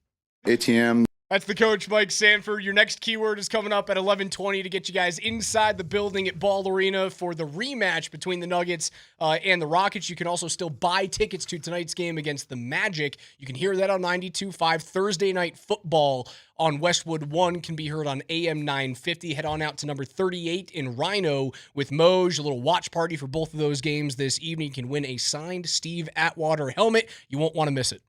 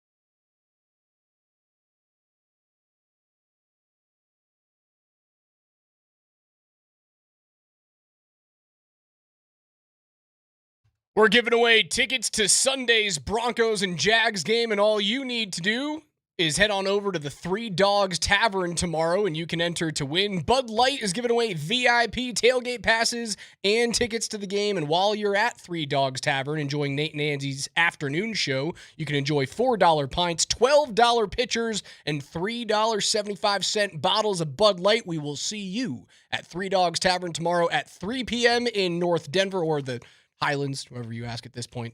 Vic gets upset when you call it the Highlands. Neat spot there, Three Dogs Tavern. Three Dogs Tavern. The last time we were there, or at least the last time I was there, was I think it was a playoff game, and Milan Hajduk was hanging out with sweet, us man. And our friends from Dog Nation. A neighborhood spot. It was a good place. So Great place. hang out there in North Denver with Nate and Andy. Some good stuff in that Highlands area. Some good restaurants. Watch out. Vic's going to slap you. It's North Denver. I thought he loves North Denver. He does, but he doesn't like when you call it the Highlands. It's North Denver. Highlands. Here's Sean Payton on RJ Harvey. Yeah, I think, look, it's a great question. I think we're doing it in third down situations with, Bidet and Adam, Jaleel. I probably need to get him a little bit more touches. I made that note after the game. And again, he's built in a way where he can handle, a good dose of running, and this is the number one run defense in the NFL, and they're stout, they're strong. I would say they're rarely out of their gaps, and so at this stage of the season, and if I give you that week 4, you'd say all right, but at this stage of the season, to be first in the NFL in rush defense, they're doing something really well. So that's impressive. The number one rush defense in the National Football League. Denver's sits just behind them at number 2. They have recovered 8 fumbles this year, which is 3 off the league. The Steelers have recovered 11, the Dolphins 10, the Niners 9, the Vikings, Cardinals, Bucks, Jags, Texans all tied with 8 fumble recoveries this season. Yeah, you heard Sean Payton. I was laughing, so if you heard me laughing over Sean. The way that Sean Payton pronounces the word situation, it's like SIDJ, situation. Like I'm so unique. It's not like You are the Sean Payton talking police today. It's because I'm listening. Big listener. Listen. A big active listener. So the defense for the Jacksonville Jaguars, and obviously the good news is, I think the big story of what we just heard is that RJ Harvey avoided any type of major injury concern, and it appears that RJ Harvey's going to be playing. However, you've got to realize that in the situation that you're in with a rookie running back, you've got to distribute the ball a little bit better. So you're going to see some more Jaleel McLaughlin. I don't want to see, personally, a whole lot of Tyler Bidet carries or screen pass attempts, because I'm yet to see any type of plus playmaking ability from that player. Like, I like him as a pass protector. He's fine. He's probably a special teams guy. Ball in hands have been very underwhelmed, just to be frank. The defense for the Jacksonville Jaguars. For those of you that watched arguably the greatest season of Hard Knocks with Mike McDaniel. No, you had it. Okay, that was good. You had it. Okay. So Mike McDaniel. Don't second guess yourself. I did. Sorry. Confidence, coach. Anthony Campanile was the absolute maniacal linebacker coach for the Miami Dolphins that would get in front of the team and just kind of lose his mind and just, I don't know. It was like Mike McDaniel would just give him the floor and just let him go be a freaking crazy Italian Northeasterner and just go ham on the team in a good way. He's now the defense coordinator. It's his first year as a defense coordinator in the National Football League. And guess where he was last year? Green Bay. So he picked up some of that man coverage that the Broncos just faced against the Green Bay Packers. And Jeff Hafley, the defensive coordinator up there that was formerly at Boston College as the head coach. And then before that, he was the defensive coordinator for the Ohio State Buckeyes. You're going to see a pretty similar defense. Now, of course, Sean Payton was talking right there about he was glazing the Jaguars defensive unit. One of the top run stuffing defenses, very sound in their gaps, always have an extra man at the point of attack. But I'll tell you this, the area that I didn't know that Bo Nix was going to be as successful in when I first watched him last year and in training camp, has actually been an area that he's thrived in, and that's throwing the football against man coverage. I mean, think about all those throws to Cortland Sutton on the fade balls, the slot fades, the sluggos that are just perfect throws. I think you do have to look at the 3 to 4 near interceptions that he threw as well. Like Xavier McKinney could have had 3 picks by himself in that game. Now, there's no Xavier McKinney on Jacksonville this weekend. Now, if you're going to see a similar defense, the pass rush and the defensive line and the linebacking core from Jacksonville, I think, is better than what Green Bay has. The defensive backs, not so much. I do think you have to look at Bo and go, he had a very good game. Arguably the best game outside of Trevor Lawrence last week, right? There were 3 near picks, and you can make the argument for a 4th. I don't think we can, talk about last week's game without really giving that some time and some pause. Yeah, it's wild that Xavier McKinney last year had 8 interceptions. Shoot, he could be up to 6 right now, but he's at 2. And even on Bo Nix's front, like, you're going to coach him. Like, as a coach, you're going to say, hey, I like the aggressiveness. I like the fact that you were not risk averse in this game because we needed to score. Broncos had to score. This was not the New York Jets game where you can just make fewer mistakes than them and then give the football to Justin Fields at the end and say, good luck, kid. We'll see what you do. You knew it was going to happen. There was an inevitability for the Broncos. They're going to win. Against the Packers, you had to outduel the quarterback that does have the highest EPA per play or per dropback in the NFL, which is Jordan Love. I think this is going to be a game that's kind of in the middle. I believe you're still going to see some of the aggressiveness from Sean and Bo. But I think you're going to see somewhere between that Raiders game where you just had to do enough and the Packers game where you just threw caution to the wind and you said, I'm going full tilt boogie. I think you're going to see that perfect sweet spot in between for Bo Nix in terms of his decision-making, where he's going with the football, and more importantly, Sean Payton, the decision-maker. Does it make you a little bit nervous that this defense has given up big-time yardage to Washington, to the Giants, to the Packers, to the Chiefs, all in recent weeks? That it does look like the defense is giving up chunk plays. Now, they're playing with big-time third and very, very deep sticks, but it feels like they're giving up those third and long opportunities. They're still bend and break. Is it a lull for the defense, or is it a trend? It's a lull for sure. It's not to pin your ears back and get the 5 to 8 sacks that we were seeing in the first 8 weeks of the season, right? It's felt a little bit more, frankly, you know what it's felt like? It's felt like an NFL defense that's really good, that's playing against other NFL football teams that are capable of moving the football, but they're keeping the points down. And to me, that's generally speaking a very good thing for any defense. Whether you're keeping the points down by giving up yards and then creating takeaways, or you're turning 7s into 3s. And that's what the Broncos defense did to perfection against the Green Bay Packers. I'm curious to see how this matchup is, because I have this gut feel, Raj, and you've been talking about the negative play rate, the interceptions and the fumbles from Trevor Lawrence. I just have this vision of the Broncos defense getting back on track with hitting the quarterback and creating sacks and takeaways. How about that stat that we saw yesterday? J.J. Watt and Zach Allen, the only 2 defensive linemen in NFL history to have back-to-back seasons of 40 or more quarterback hits. It's pretty cool. Pretty cool. And he is, like, you have a hard time not looking at Zach Allen and go, there's a little bit of J.J. Watt in there just because of how bionic those 2 dudes were with all of their braces on their arms. And they were teammates. They played together. At the Cardinals. Well, Zach Allen, he gushes about having the ability to learn from a Hall of Famer. It was like he got the really good operating system upgrade by being around J.J. Watt, right? It's like I have this is a nice piece of equipment I got, but man, I just need a new OS, baby. That's what I wanted Von Miller here for.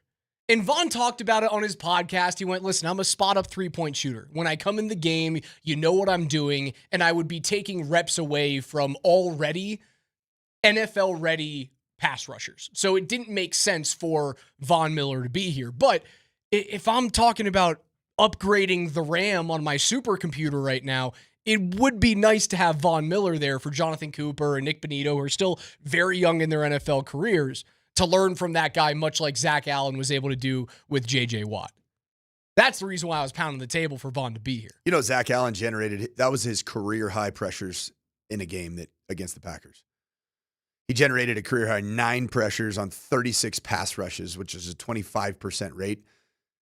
We didn't talk about him enough on Monday on our rewind. Nope. Allen forced 5 of his pressures in under 2.5 seconds. So not only were they pressures, hits, modifiers of where Jordan Love had to move in and out of the pocket, that's impressive.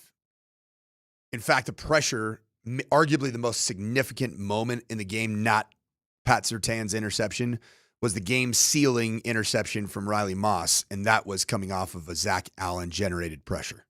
So while you didn't record the sack, you created the pressure that led to an errant throw from Jordan Love that ultimately said game, set, match. In the AFC right now, Coach, as we get ready for a pivotal Week 16, 4 teams, 2 spots. The Steelers, the Texans, the Colts, the Ravens. Who gets in? Right now, as it stands, the Texans are 9-5 in the final wild card spot. They're in. The Steelers, 8-6, lead the AFC North. They're in. I hate to say it, they're in. The Ravens are the 9 seed at 7-7. They play New England this week. The Colts, 8-6 at home against San Francisco. So what you're saying, it stays the way, the 8-9 seed, Indy and Baltimore out. Right now, what we have in front of us going into Week 16 of the NFL season, the AFC is done. The AFC is set. There's some jockeying that has to be done for the 1 seed, but the 7 playoff teams, as of today, are in. For one Sunday, aren't we Ravens fans? Sure, of course. Should we really be Ravens fans, though? I want to be Ravens fans because I don't think Lamar Jackson is the same Lamar Jackson you saw last year. I think he is broken. I think he is injured. I don't feel the same way about Josh Allen. I don't want to see the Bills. Does it not feel like it's just an inevitability? That might be the AFC title game. That's what it feels like to me. That might be it. Today, eye test, 2 best football teams in the National Football League that also have fourth quarter chops. Sure, Patriots fans would be upset about that, but last weekend, beat them. Head-to-head matchups matter. And we're not the college football playoff. Where'd you lose to them? At home.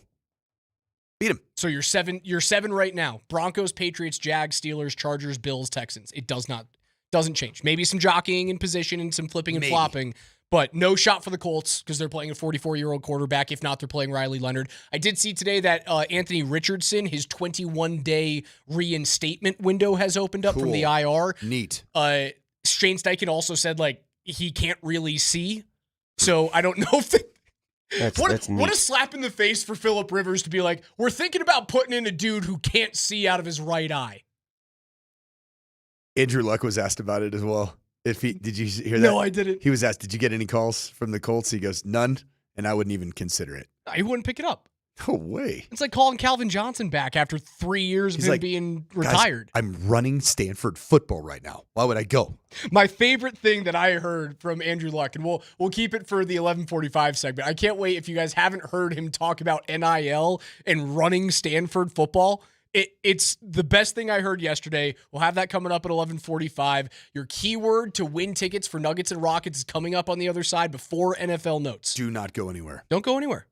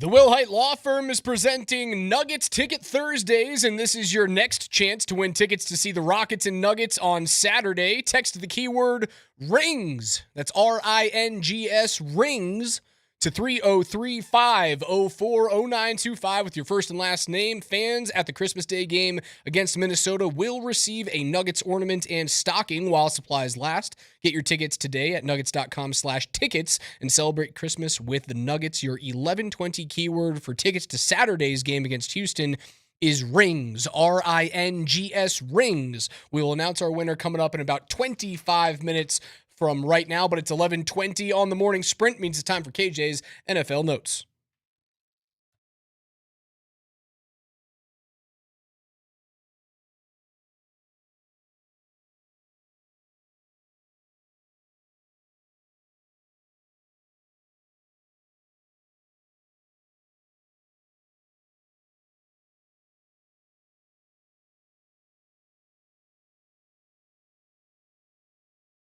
Every day on the morning sprint, biggest stories in the gridiron with KJ Granderson. KJ, what's up?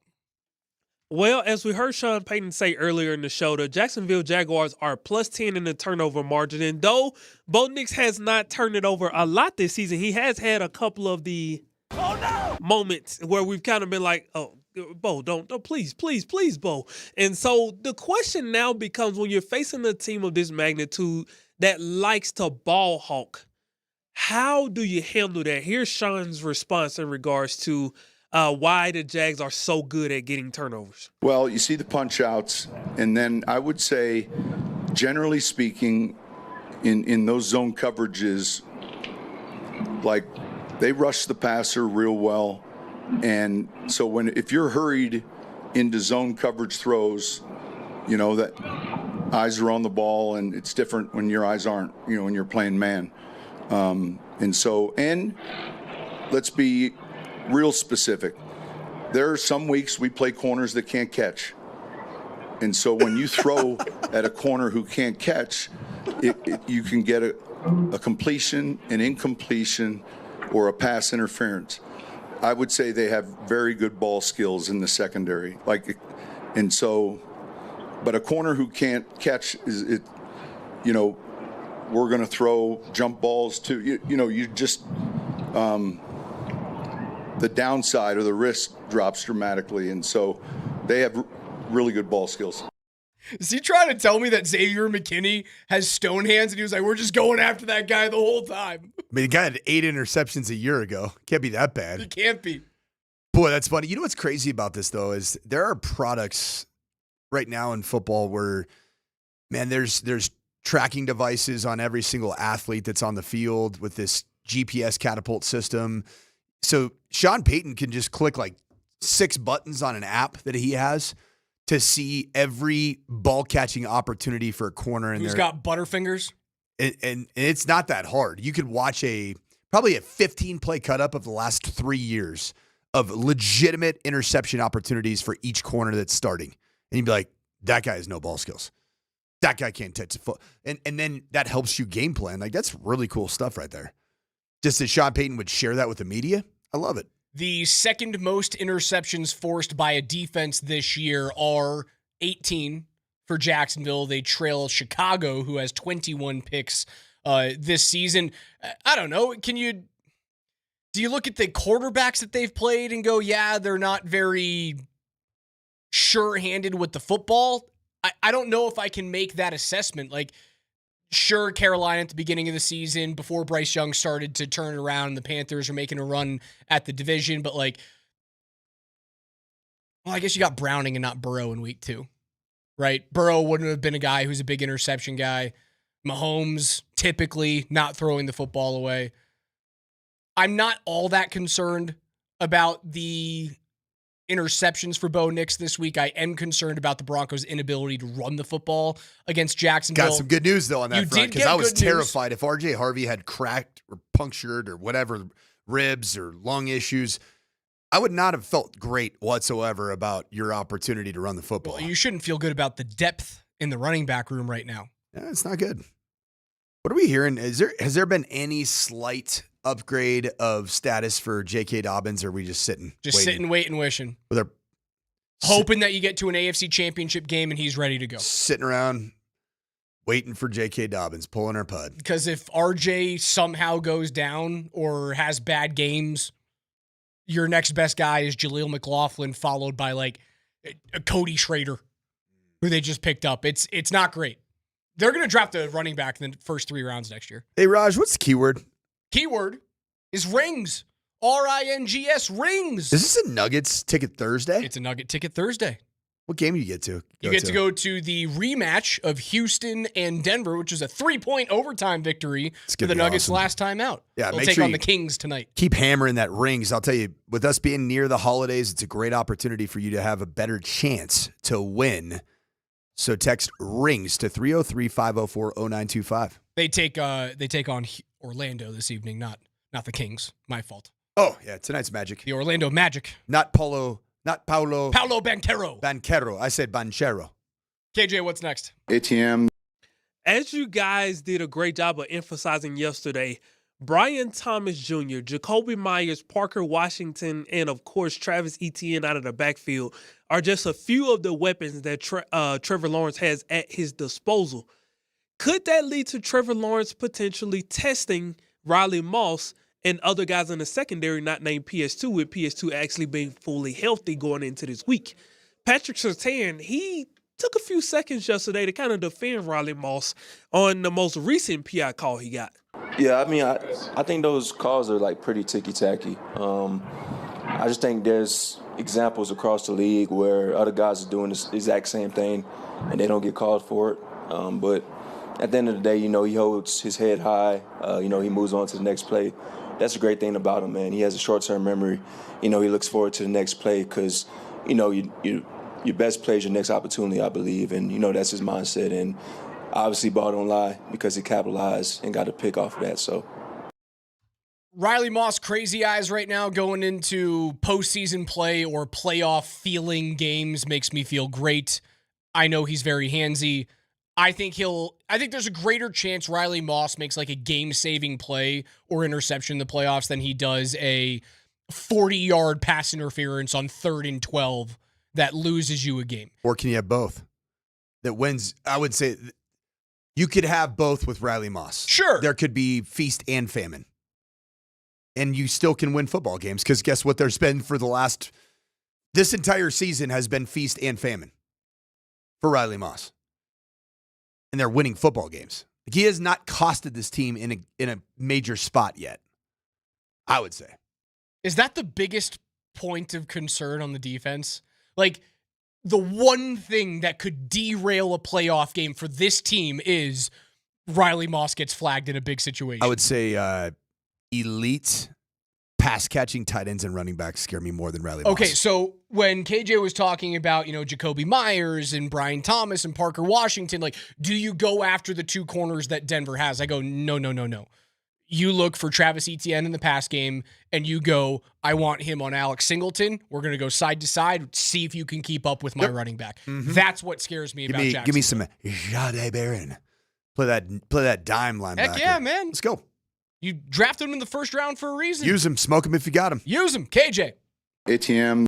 Well, since Aaron Rodgers has been banned on this show, let's go to the next best soap opera in the AFC North, Joe Burrow. Because how's that going to work, by the way, the decision that I made to ban Aaron Rodgers? How's that going to work when the Broncos are hosting them in the divisional round? Oh, man. We may have to find a creative way. That's a problem you've created for our show. It's a good problem, though. It is a good problem. As a matter of fact, I have an idea how I'm going to do it. Thank God for Chat GPT and all of these different AI. Chat's fire, man. Hey, listen, man. I'm just trying to tell you. More of a Gronk guy. Hey, Chat's kind of a baddie. Real talk. Chat look good, man. Something out of the movie Her? Coach. Well, the next best soap opera in the AFC North is Joe Burrow. Stick it in the hard drive. Raj is disgusted right now. Look at his face. Gave him the ick, as the kids say these days. Literally. Joe Burrow was asked yesterday about imagining a world where he's not the quarterback of the Cincinnati Bengals. He referenced the guy who the Broncos saw tear his ACL at Mile High Stadium this past Sunday for the Packers. In your mind, where you're not the quarterback of the Bengals next year? I can't see that, no. Have you ever both thought about the possibility of not being the quarterback here during your career, or? You think about a lot of things. And when you look at quarterbacks over the course of their time, great ones, Payton, Brady, and you kind of have to understand that you never know what this league will bring. And what did you learn from watching how their careers unfolded? Yeah, a lot of crazy things happen every year. Micah Parsons got traded right before the season, I think this year. That is something I hadn't seen in a long time in the NFL, so crazy things can happen. Is Joe Burrow somebody that we need to ban from the show? No. Not quite there yet? Not yet. Okay. He's just in his feels, man. He is an angsty teenager that just got broken up with by his girlfriend. He doesn't want to talk to you right now. Is he using black eyeliner? Sure is. He's listening to a lot of My Chemical Romance. Big Black Parade album listen for him right now. And it's okay. That's great music. It's an awesome album. I was a young boy. But I don't need that guy leading my football team. He said he's going to play it out. I just want to play football. I just don't want to be in Cincinnati, Ohio. Mm-hmm. Trade me to the Raiders. That's what he's saying right now. Get me out of here. He's too good not to play. He is. I think he's the most talented quarterback in the league. It's just the fact that he plays for a poverty franchise. Did you hear that sound when Joe Burrow was trying to talk? Oh, the keyboard clicking? It's incessant. You know who that was? That was the person that created every single nose-picking stat known to mankind. Milton from The Office Space just going ham on his keyboard back there. Milton was smashing that keyboard. Golly, take it easy, man. My stapler. KJ? AFDF, guys. ATM. Well, you guys can listen to Thursday Night Football tonight between the Rams and Seahawks on AM 950 starting at 6 p.m. And it's been an interesting 24 to 48 hours for the LA Rams. First off, Puka Nacua, which we're going to get to here in just a second, he got word earlier this week that his brother got arrested. So that wasn't fun. That was a weird deal. Just weird deal, man. And then yesterday, their plane wouldn't take off. They were having engine issues, so they had to go get a 737 to take two different people to two different sets of Rams to Seattle. So that got interesting. And then obviously Puka's comments from a live stream he was on Tuesday has just continued to grow and grow in a very bad way. And he said, quote, "The refs are the worst. Some of the rules aren't. These guys are lawyers. They want to be on TV too. You don't think he's texting his friends in the group chat like, yo, you guys just saw me on Sunday Night Football? That wasn't PI, but I called it." End quote. Is Puka putting like an unnecessary target on the Rams back heading into the biggest game of their season? Yeah, there's like nothing dislikable about that Rams team, and Puka's becoming a diva, dislikable wide receiver, and he's never been that dude. Strange dude too. He's walking around with a like diamond encrusted gold leather box for his cleats every game. It's just different. It doesn't feel like you, Puka. It doesn't. I don't let the money change you, brother. Unfortunately, I have some intel about Puka Nacua from when he was being recruited. One of my best friends recruited him, and he was a pain in the ass. Okay. A huge pain in the ass. And actually, before NIL, he wanted a lot of NIL money. I'll say that.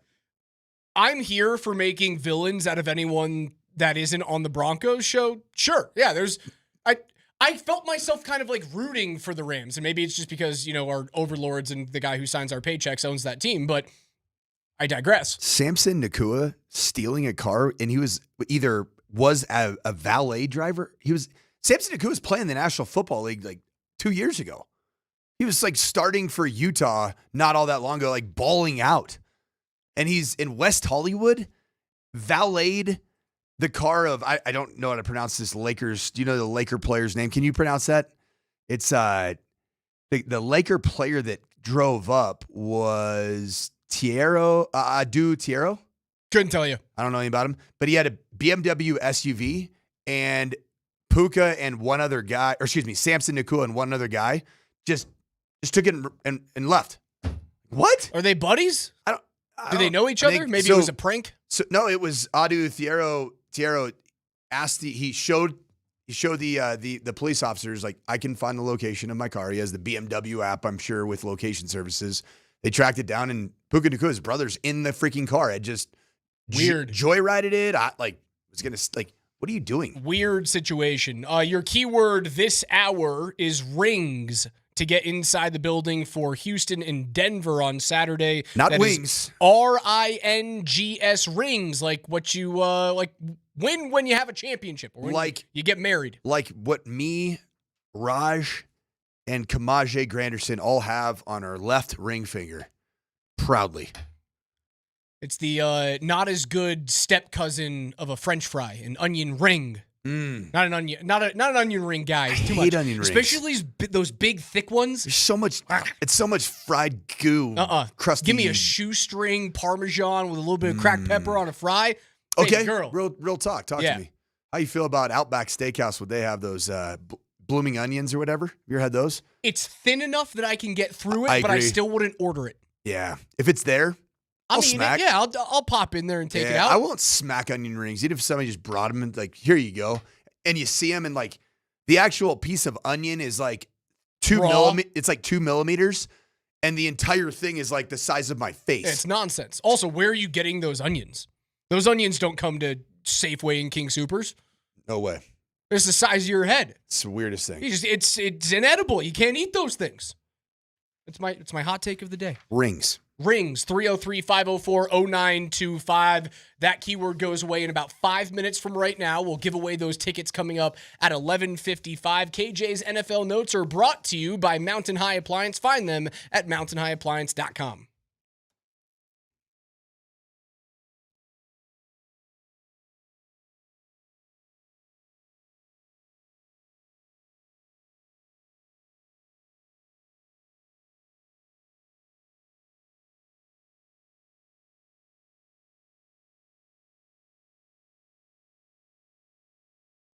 Hey, what's good, Colorado? Tonight is going to be an awesome night of NFL football with the Seattle Seahawks hosting the Los Angeles Rams on Circa Sports Colorado. Right now, the over-under for that game is set at 42.5. That's two of the better defenses in pro football. Also playing at nighttime in Seattle. Ball's going to be a little slippery. I like the under there. And then Seahawks are a home 1.5-point favorite with the NFC West on the line. I kind of like the Rams. So check out Circa Sports Colorado, where it is the perfect place for you because this is sports betting created by sports bettors for the sports bettor themselves. Featuring high app limits, player-friendly pricing, and exceptional customer service that treats you like the VIP that you are. So it doesn't matter if you're looking to bet on futures in football, points on the court, or puck line on the ice. Bet where the pros bet with Circa Sports. Download the Circa Sports Colorado app or visit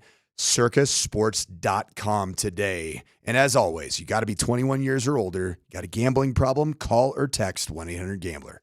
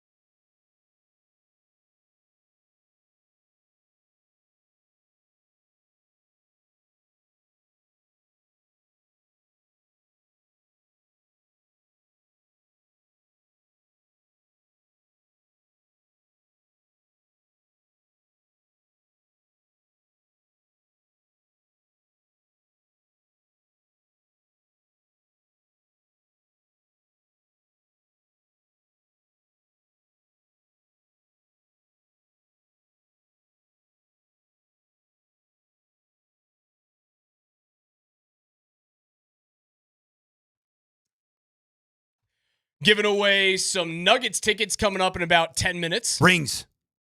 There's like 6 seconds Rings. left. Don't do that Get to it these in. people. That you're giving them false hope. You're like Mark Springer and his new big muscles, giving girls false hope. Springer looking beefy. Doing the opposite of what I've been doing the last 3 months. Just bagging. Just eating bad food or good food in bad portions. Not doing anything in the gym. Your rage order in Baltimore the first night we got there was unbelievable. I was very hungry. I needed something to wash down my crab cake, so I had a couple of CL smoothies. CL smoothies.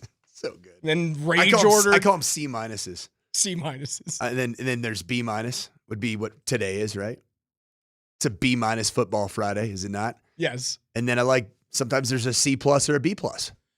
People don't like our onion rings take, but you know what? KJ, you never chimed in. Onion rings, yes or no? Yeah, it depends on where I get it from, though. Okay. That plays a huge factor into it. All right. I didn't know if that was going to be a consensus with with the show today. Give me your favorite onion ring that you know, like right off the top, right off Tiz right now. Right off the tizop. Oh, man. Listen, I grew up on way too much fast food, so I would probably say Sonic. I know that's crazy, but right. I think Cool. my wife would probably agree Pretty with good. KJ there. Wife's an onion ring gal.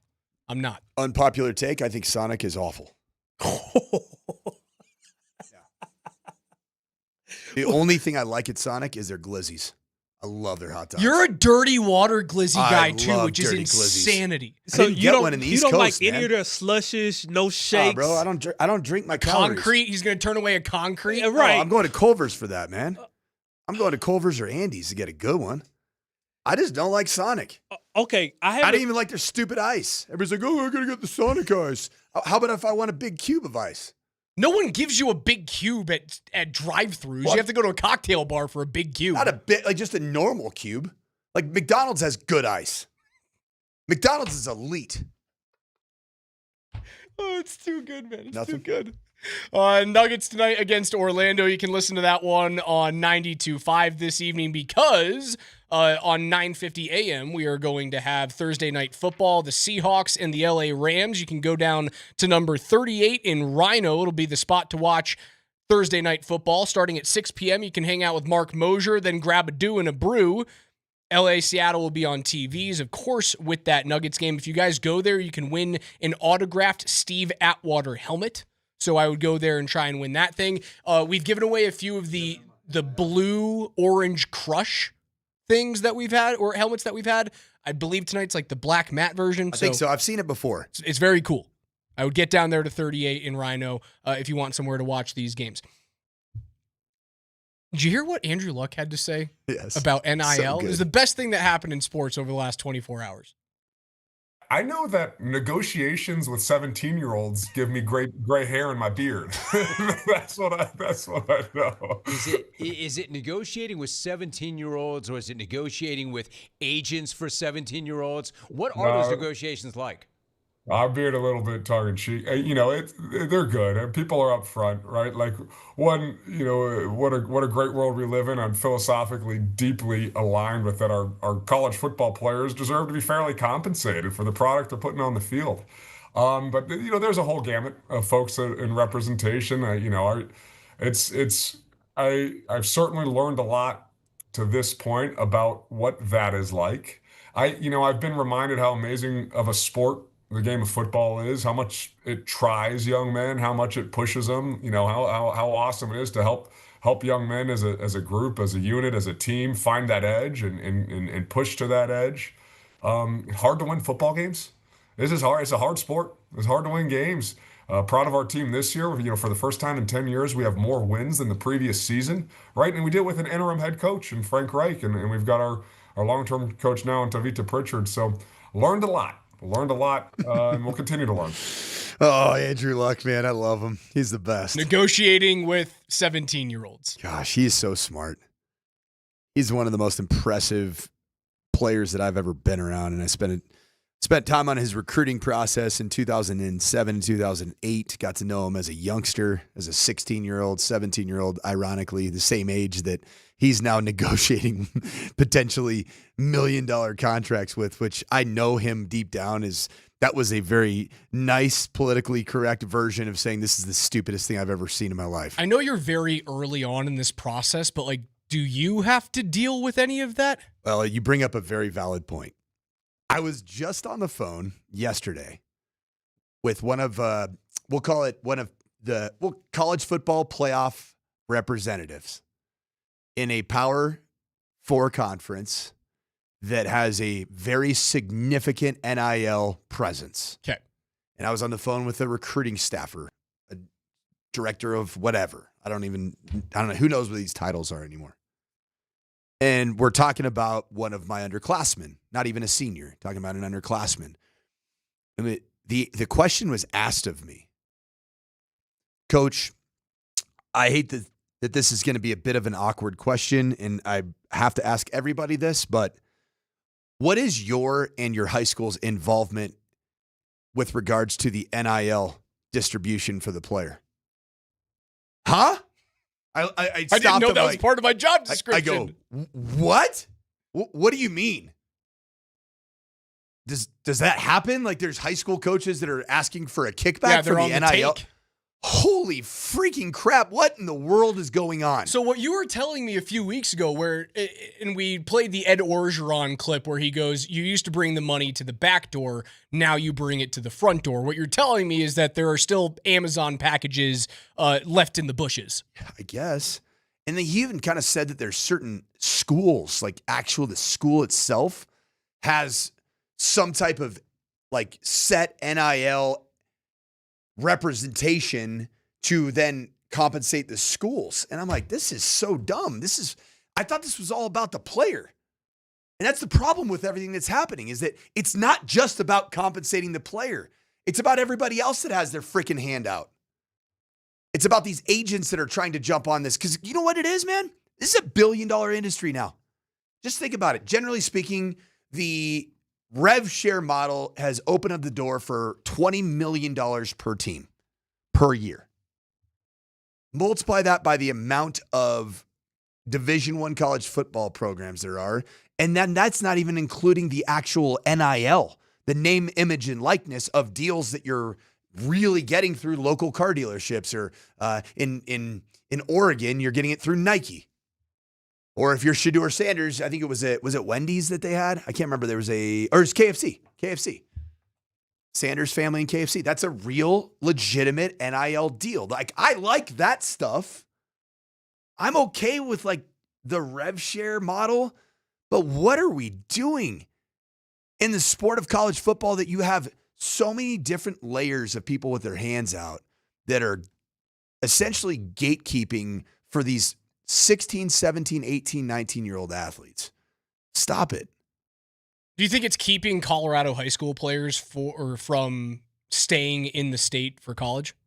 I think what's keeping Colorado high school football players from staying in the state of Colorado, that's namely CU and CSU, is that there hasn't been enough investment with just boots on the ground in the state.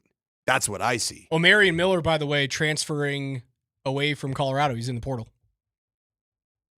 Not great. Not good news. And that's like your best player. Well, and also on the defensive side of the ball, they lost their big-time safety, the guy that was the big-time ball hawk. So the portal is rolling for the CU Buffs right now. And that's where they're supposed to be winning. The portal is where Dion and company are supposed to be turning everything around. It hasn't particularly been really good. So both Marion Miller and Taufik Bayard, the very good safety defensive back, does everything kind of guy. Not good. Andrew Luck just going, yeah, I have to negotiate with terrorists every single day. 16 and 17-year-old kids who have no idea what they actually want to do in life, but I'm sitting having handshake agreements with them over lunch at Sonic, probably. Big corn dog kids, I'm assuming. Congratulations to Joe Pollock. Joe Pollock, you are our winner. You're going to see the Nuggets take on the Rockets on Saturday. If you guys want to get inside the building tonight, go to nuggets.com/tickets. Nuggets on 92.5. Thursday night football on AM 950. Biggest game of the week in the NFL. Coach, who wins it? It's going to be the Denver Broncos beating the Jacksonville Jaguars, because I'm not saying tonight's the biggest game in the week. All right. You heard it there. PhD's coming up next from 12 to 3. Kreckman and Lindahl 3 to 6. Nuggets tonight, followed up on YouTube, on Twitch, and on X with In the Paint with Dan Tanner. Don't miss any of it. We'll come to you guys tomorrow morning, 10 a.m. for a Bud Light Football Friday ahead of Jags and Broncos. Playoff-style atmosphere here in the Mile High City. I thought today was Friday. I'm such an idiot. Gosh, The company holiday party was last night. You started to feel like it was a weekend. It did, man. It was fun. Tying one on. See you tomorrow morning at 10. Pile them up.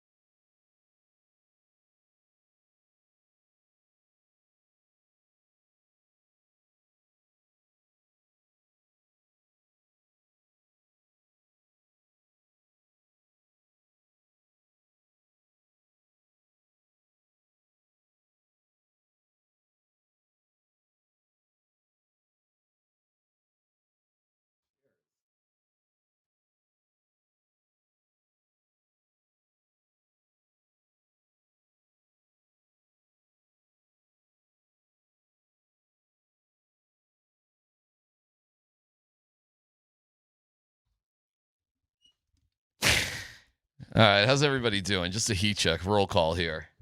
Make sure everybody's all right. Doing great. The weirdness of biceps last today, did triceps yesterday. Good for you. Jim Bro. Feeling good. Jim Bro's doing all right, huh? Elbow's a little sore, but that's all right. All right. Okay. Why? What else is going on? Oh, I don't know. Nothing.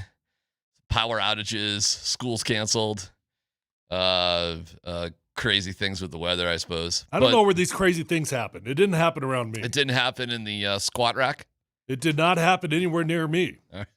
I mean, we got some. I guess we got some wind last night, but it wasn't like it wasn't apocalyptic. Yeah, I don't know. I mean, I saw some. It was out in Yuma County, which is way far away, but the possibility of serious stuff definitely existed. It knocked out the power in Boulder. Like my kid who's staying up there, he came home last night because they just didn't have any power or whatever. But it didn't actually. I don't think knocked it out. Well, whatever. XL. Yeah. Okay. Preventative. Yes. Brownouts. Oh, I saw some people were upset about that. Yeah. Yeah, I caught some of that too. But my internet's been down for all day. Really? In my neighborhood, yeah. But your electricity's on? The electricity's on, the internet's down, which is frustrating. Like makes you realize how dependent you are on the stupid internet. That's what our little internet shows. But so no big deal for you guys. You guys got school. So did you cut down the 8 podcasts you do every morning to just? I only did 7. Wow. Well, there you go. My kids were ticked off because they had a full day of school yesterday. No big deal, huh? Just go. My kid is loving it that they had school because this week they do like a theme day every day. They dress as something every day. What grade is this? 6th. Yeah, it's like advanced babysitting until your freshman year of high school, it seems. Well, here it comes again. Well, I mean, what's the costume today? Holiday character. Oh, okay. All right. Cool. You had to dress up like a holiday character. She was an elf. That's today's Thursday, so there'll be something. Yeah, yesterday was a whiteout. Okay. Like snow. Okay. The Monday was a onesie. Listen, you guys tell me. You guys got kids in school. I don't. So if you're happy with the way things are going there, then sounds I'm not awesome. necessarily happy about it. All the stuff is going on. Okay. All right. I'm glad there's some good costumes being prepared. Yeah. For 6th grade. For 6th grade. They in school next week? Or you guys? No, this is no, they're done. Oh, okay. So yeah. Get time off. So you're not going to work too hard before that time off, right? We're just going to roll into the time off. She had a big something science project she was working on. They had a presentation and do the slide thing on her computer. When was that? Today. Oh, that sounds pretty serious. She's going to sit there. That sounds serious. They don't call it finals. They call it something. 100 million years ago when the celestial blah, blah, the Neanderthal. That's work. But she's delivering it in an elf costume. I mean, she's doing natural history type stuff in an elf costume. Well, maybe the elves were alive. I mean, maybe, always alive. Then. Well, found another good Christmas movie you guys got to watch. What's that? A Boy Named Christmas. Okay. Don't know that Have one. you seen that one? Hallmark. No. This is like a good one. This is from the people who did help produce Harry Potter and some other stuff. It's really well done. Yeah. I was watching Frankenstein last night. That's what I was watching. The brand new one? I think it was like a year or two ago. Yeah. The dude that was the vampires. About halfway in. Got to finish. Long movie. Yeah. I heard it sucked. I was watching the season finale of Survivor. Guess who won? I don't even know who was on it. Yeah, one of them. The gay guy that went naked up and down the beach? No. Richard. That was 25 years ago. Richard Hatch. Richard Hatch. Nice reference, though. There you go. 25. That was on season 1. They're on season 49 now. Just wrapping it up. There's a dude from Denver, Steven, who actually made like the final 5. My daughter at one time was the talent coordinator for Survivor. What? Really? Get out of here. The one that just had a baby. No way. Yeah, which basically I said, what does that mean? I had to watch all the 3,000 or 30,000 films, videos that people would send in. My Lord. And then we'd pick the top 100, give it to the main guy. Yeah. Like who's like the 3 hot girls? Who's the dysfunctional people? Who's going to start a fight? Who's basically who has any kind of character you put on. Yeah, I mean, what nut jobs are there? Nobody over 40. They don't put anybody 40 over that show because who wants to look at anybody like that? You know, Well, Richard Hatch wasn't. well, that was season one. They didn't know what the hell they were doing in season But one. that was one of the best years. As it turns out, because they're all screaming at each other. They got rid of that. It's real nice. Like everything on Survivor is like Everybody's buddies now. Everybody's buddies. Everybody is super sweet. Everybody's holding hands. Everybody's hugging. Everybody's super nice. Yeah, no, that first season was freaking awesome. Because it was cutthroat. Yeah, oh yeah. I wouldn't, on you across the street if you were on fire. You're a snake. You're a this. You're a that. I mean, it was awesome. Could not tell you the last network show I watched. Yeah, that's the only one ever. That's my wife's kind of into that one, so it's a. And then I go, who do you want to win? It was down to like the three people, and I go, well, I'm going to vote for Savannah over there, and she goes, well, I like Phoebe, and I'm like, oh, so we don't even agree on this. And then it's like, then my girl won, Savannah won, and I go like, yeah, and she looks over at me like she wants to kill me because this is her show. You know, it probably hurt Phoebe though is when she did the Smelly Cat song. Smelly cat, smelly cat. Did you bike in today? Yeah, it sucked. It sucked. It sucked. Going downhill sucked. So I'm a little I'm just a little on edge. Yeah, you seemed edgy when you walked in. Usually my ride here is so good and so chill, and I almost always go a little bit further than I need to just because I like to just soak up the day. And today just it's terrible. It's too windy. It's too this, too that. The cold I don't care about the cold. To me, just going for a bike ride when it's cold is like going skiing, no big deal. But the wind sucks. When you're riding downhill and you're pushing it and it's in your face. Unless you're in the America's sucks. Cup, is there any other sport in the world the wind is good at? Wind, I think. Well, Tyler, you said wind screws up games more than anything else. Oh, for sure. Way more than rain or snow. Wind is the worst element. I was looking for the weather. Also, the most pointless element. Wind. Is there a point for wind other than America's Cup? Yeah, that might be it. It used to be out to blow all the smog out of Denver's valley. It was at a sporting event. Yeah. No, wind is terrible. Wind can ruin everything. It is funny. You go through football, right? You go through this whole season, you do everything you do, and then you get to the most important part of the year, and then, I don't know, weather could ruin everything. And every advantage you've built up, every analytic, every little thing, and now it's like weather. Do you remember a million years ago, I think it was New England.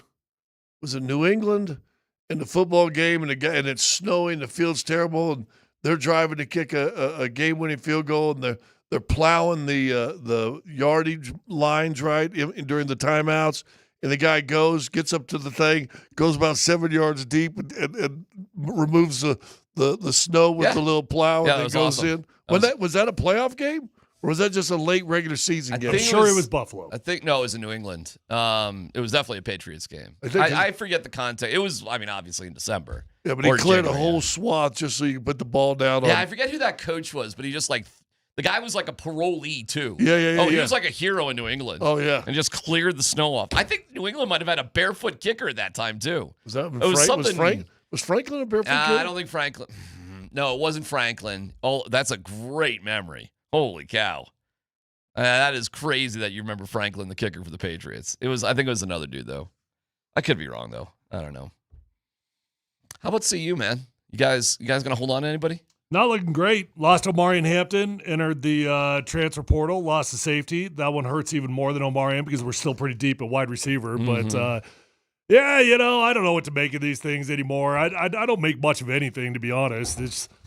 Is that an indictment on they don't think the quarterback I don't think can it's play? an indictment on anything. I think it's just the way of the world. I mean, pick ASU, pull up Arkansas, pull up any school in America, and you're going to find 5 to 8 of these guys that are leaving. But dudes that can play usually are getting paid, unless you're a smaller school going to a big school. We're talking about a Power 4 conference. Yep.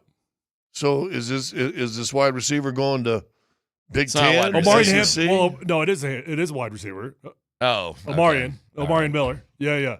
He's the best wide receiver we got, so we lost our best wide receiver. That hurts a lot. Is there any rumors where he's going, though? No, not yet. I mean, he's not going to go from here to ASU. Who knows? Maybe. I don't know. I mean, he could. He very well could. He's just going to go for another bag. They had him doing everything, by the way. Yes, he's a wide receiver. Yes, but they were handing him. He was arguably their best offensive threat. He was doing a bunch of different things for him. I don't really know Tafiq Bayard, but I'm told he was, He's a dog. Redshirt sophomore, best safety, He's best a really, defensive player. really good football player. So Gonski too. The key is to watch where these guys go. If it gets to where Why do you think they left?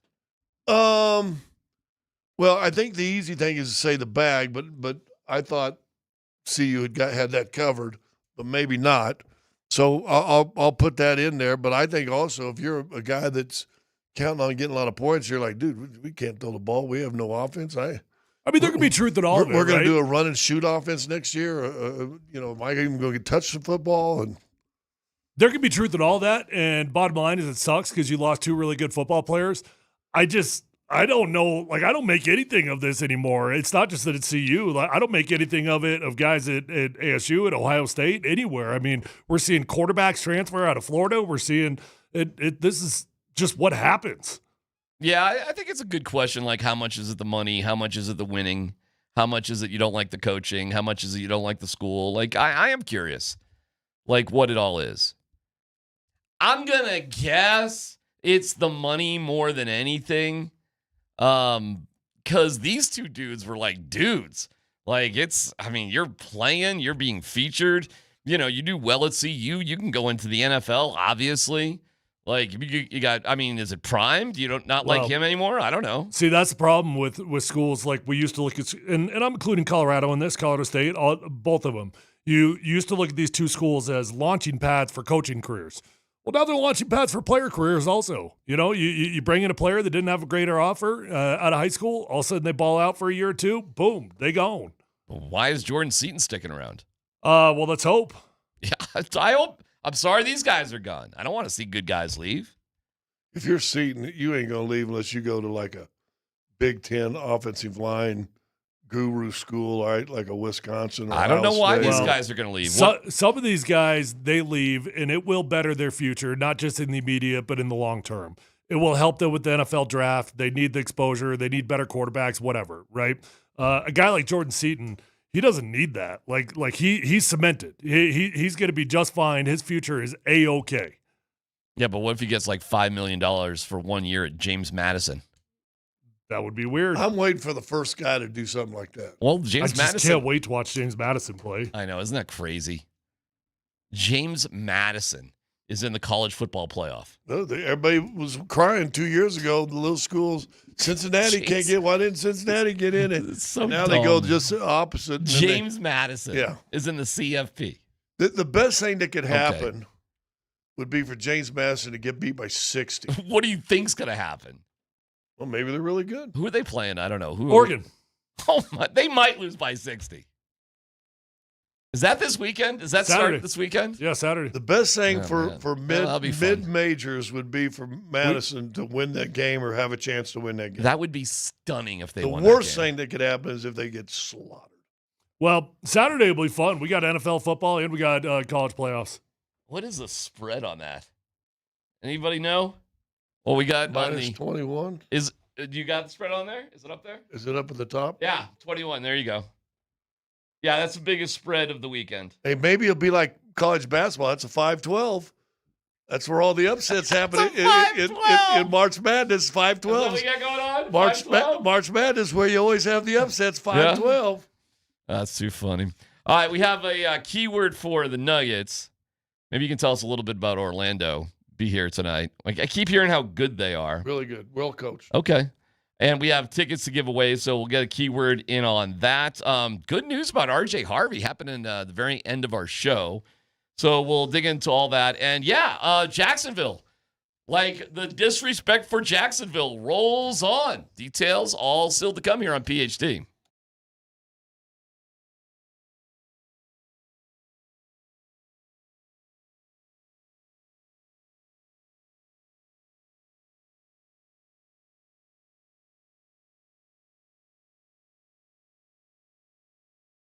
Hey, if you're in the market for a new or pre-owned vehicle, Go to the best dealership in Colorado with the best prices, with the best customer service, and the best inventory. My friends over at Phil Long Ford. You're going to love your experience at Phil Long Ford. I think relationships matter. That's why I go back to the car dealership that I know and trust every time I need a new vehicle. It's Phil Long Ford. I've been going there since my rookie year. Bought over 5 vehicles with Phil Long Ford. These guys are fantastic. And you're always going to find the vehicle of your dreams at the best prices, because at Phil Long Ford, there's over 8,000 cars, trucks, vans, SUVs, electric vehicles, even commercial fleet vehicles on their lot right this minute. So whether you're looking for a new vehicle or a pre-owned vehicle, the vehicle of your dreams is already at Phil Long Ford, and they've already got the best prices at Phil Long Ford. And keep in mind that Phil Long Ford has got an award-winning service department. So once you buy that new vehicle, keep it serviced over at Phil Long, and you're going to have a beautiful ride for a very long time. Let them know that your friend Tyler sent you on over, and check them out online at phillongford.com.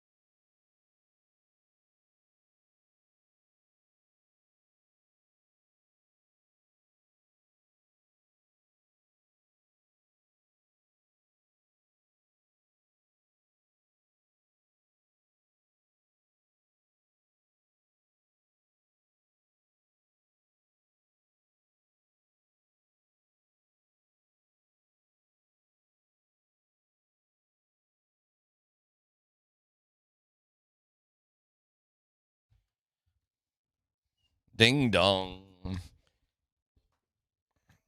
Are we even going to get snow before Christmas or? No. Actually, Chris Bianchi is going to come on with us in about 25 minutes so we can yell at him about the weather. Find out what the Broncos are going to be looking at here on Sunday. Saturday is a cool day. Saturday is a unusual start time, 3 p.m. for the Nuggets and Rockets. It's odd. I like it, though. And not too early. Not late at all, that's for sure. But 3 o'clock? 3 o'clock's kind of nice. I kind of like that time. You fan of that one? Not really. Are you doing the game? Is it an altitude game on Saturday? It is an altitude game. Okay, cool. I was just guessing that weird start time had something to do with some dumb network. I don't know why it is. Okay. I think it's on NBA I know TV. I work in the game, so it's an NBA. We're doing this for NBA TV? I believe so. Oh, wow.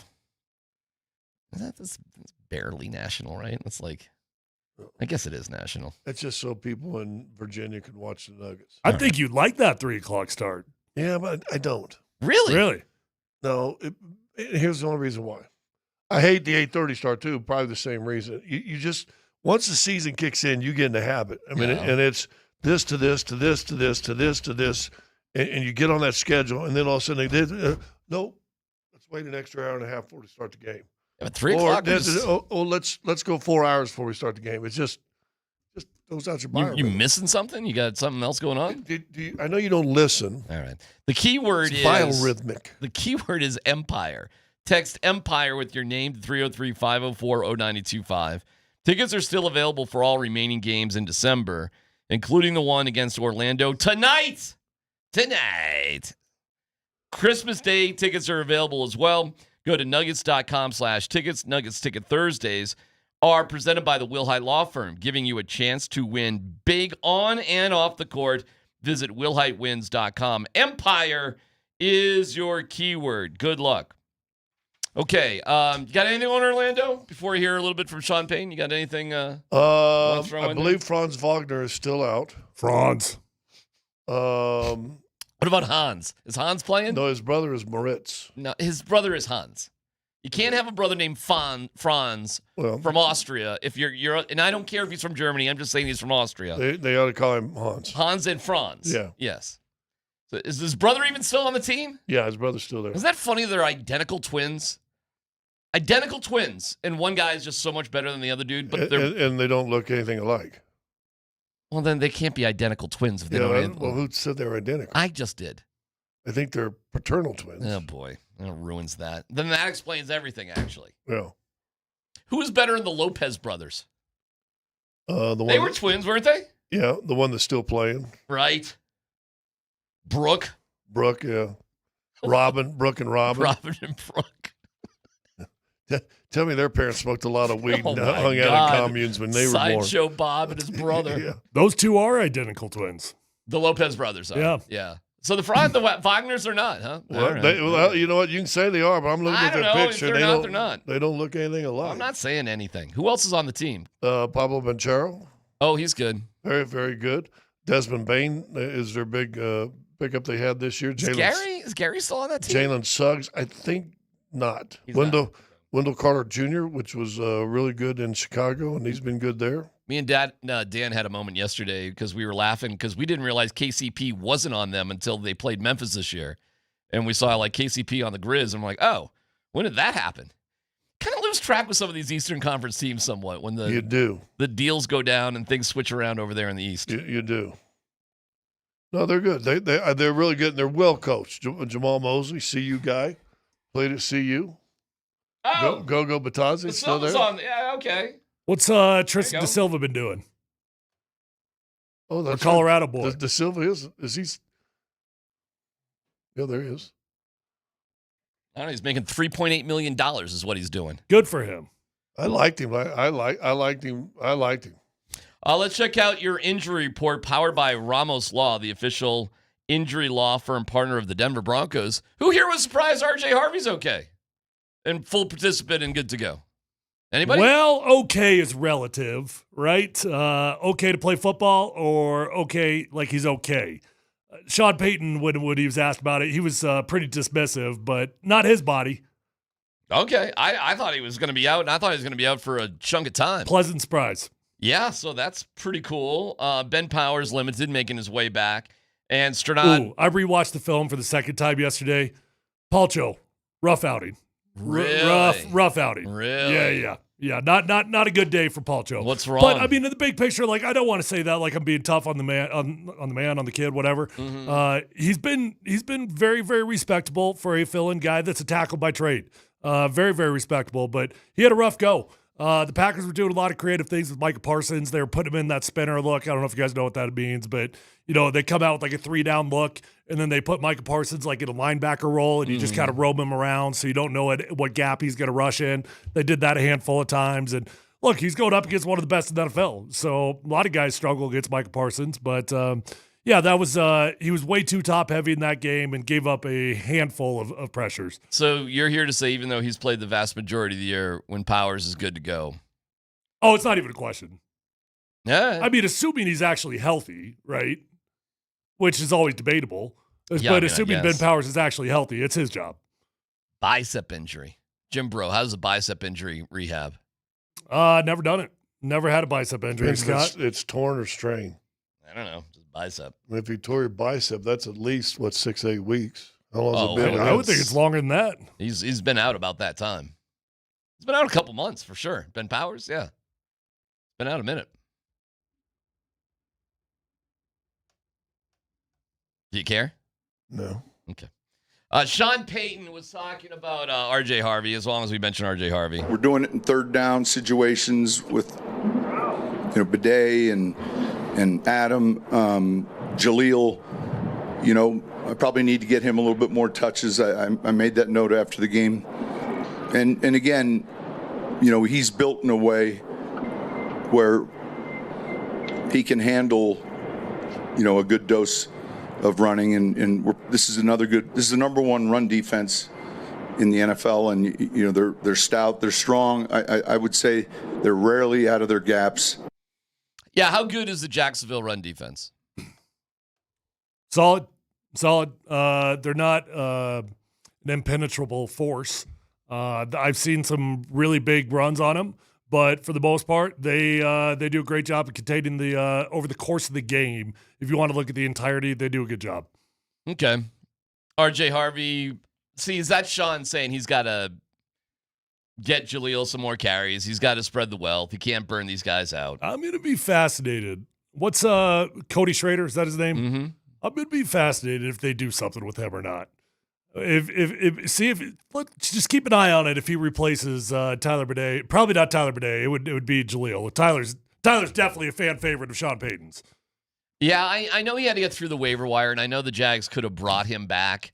I'll be surprised if he's even active for this game, but I don't really get why they added him to the team, aside from maybe they wanted to get you're one injury away from having problems, so yeah. that's why you added him. I guess you had to add somebody, and you add him, you get some intel and whatever.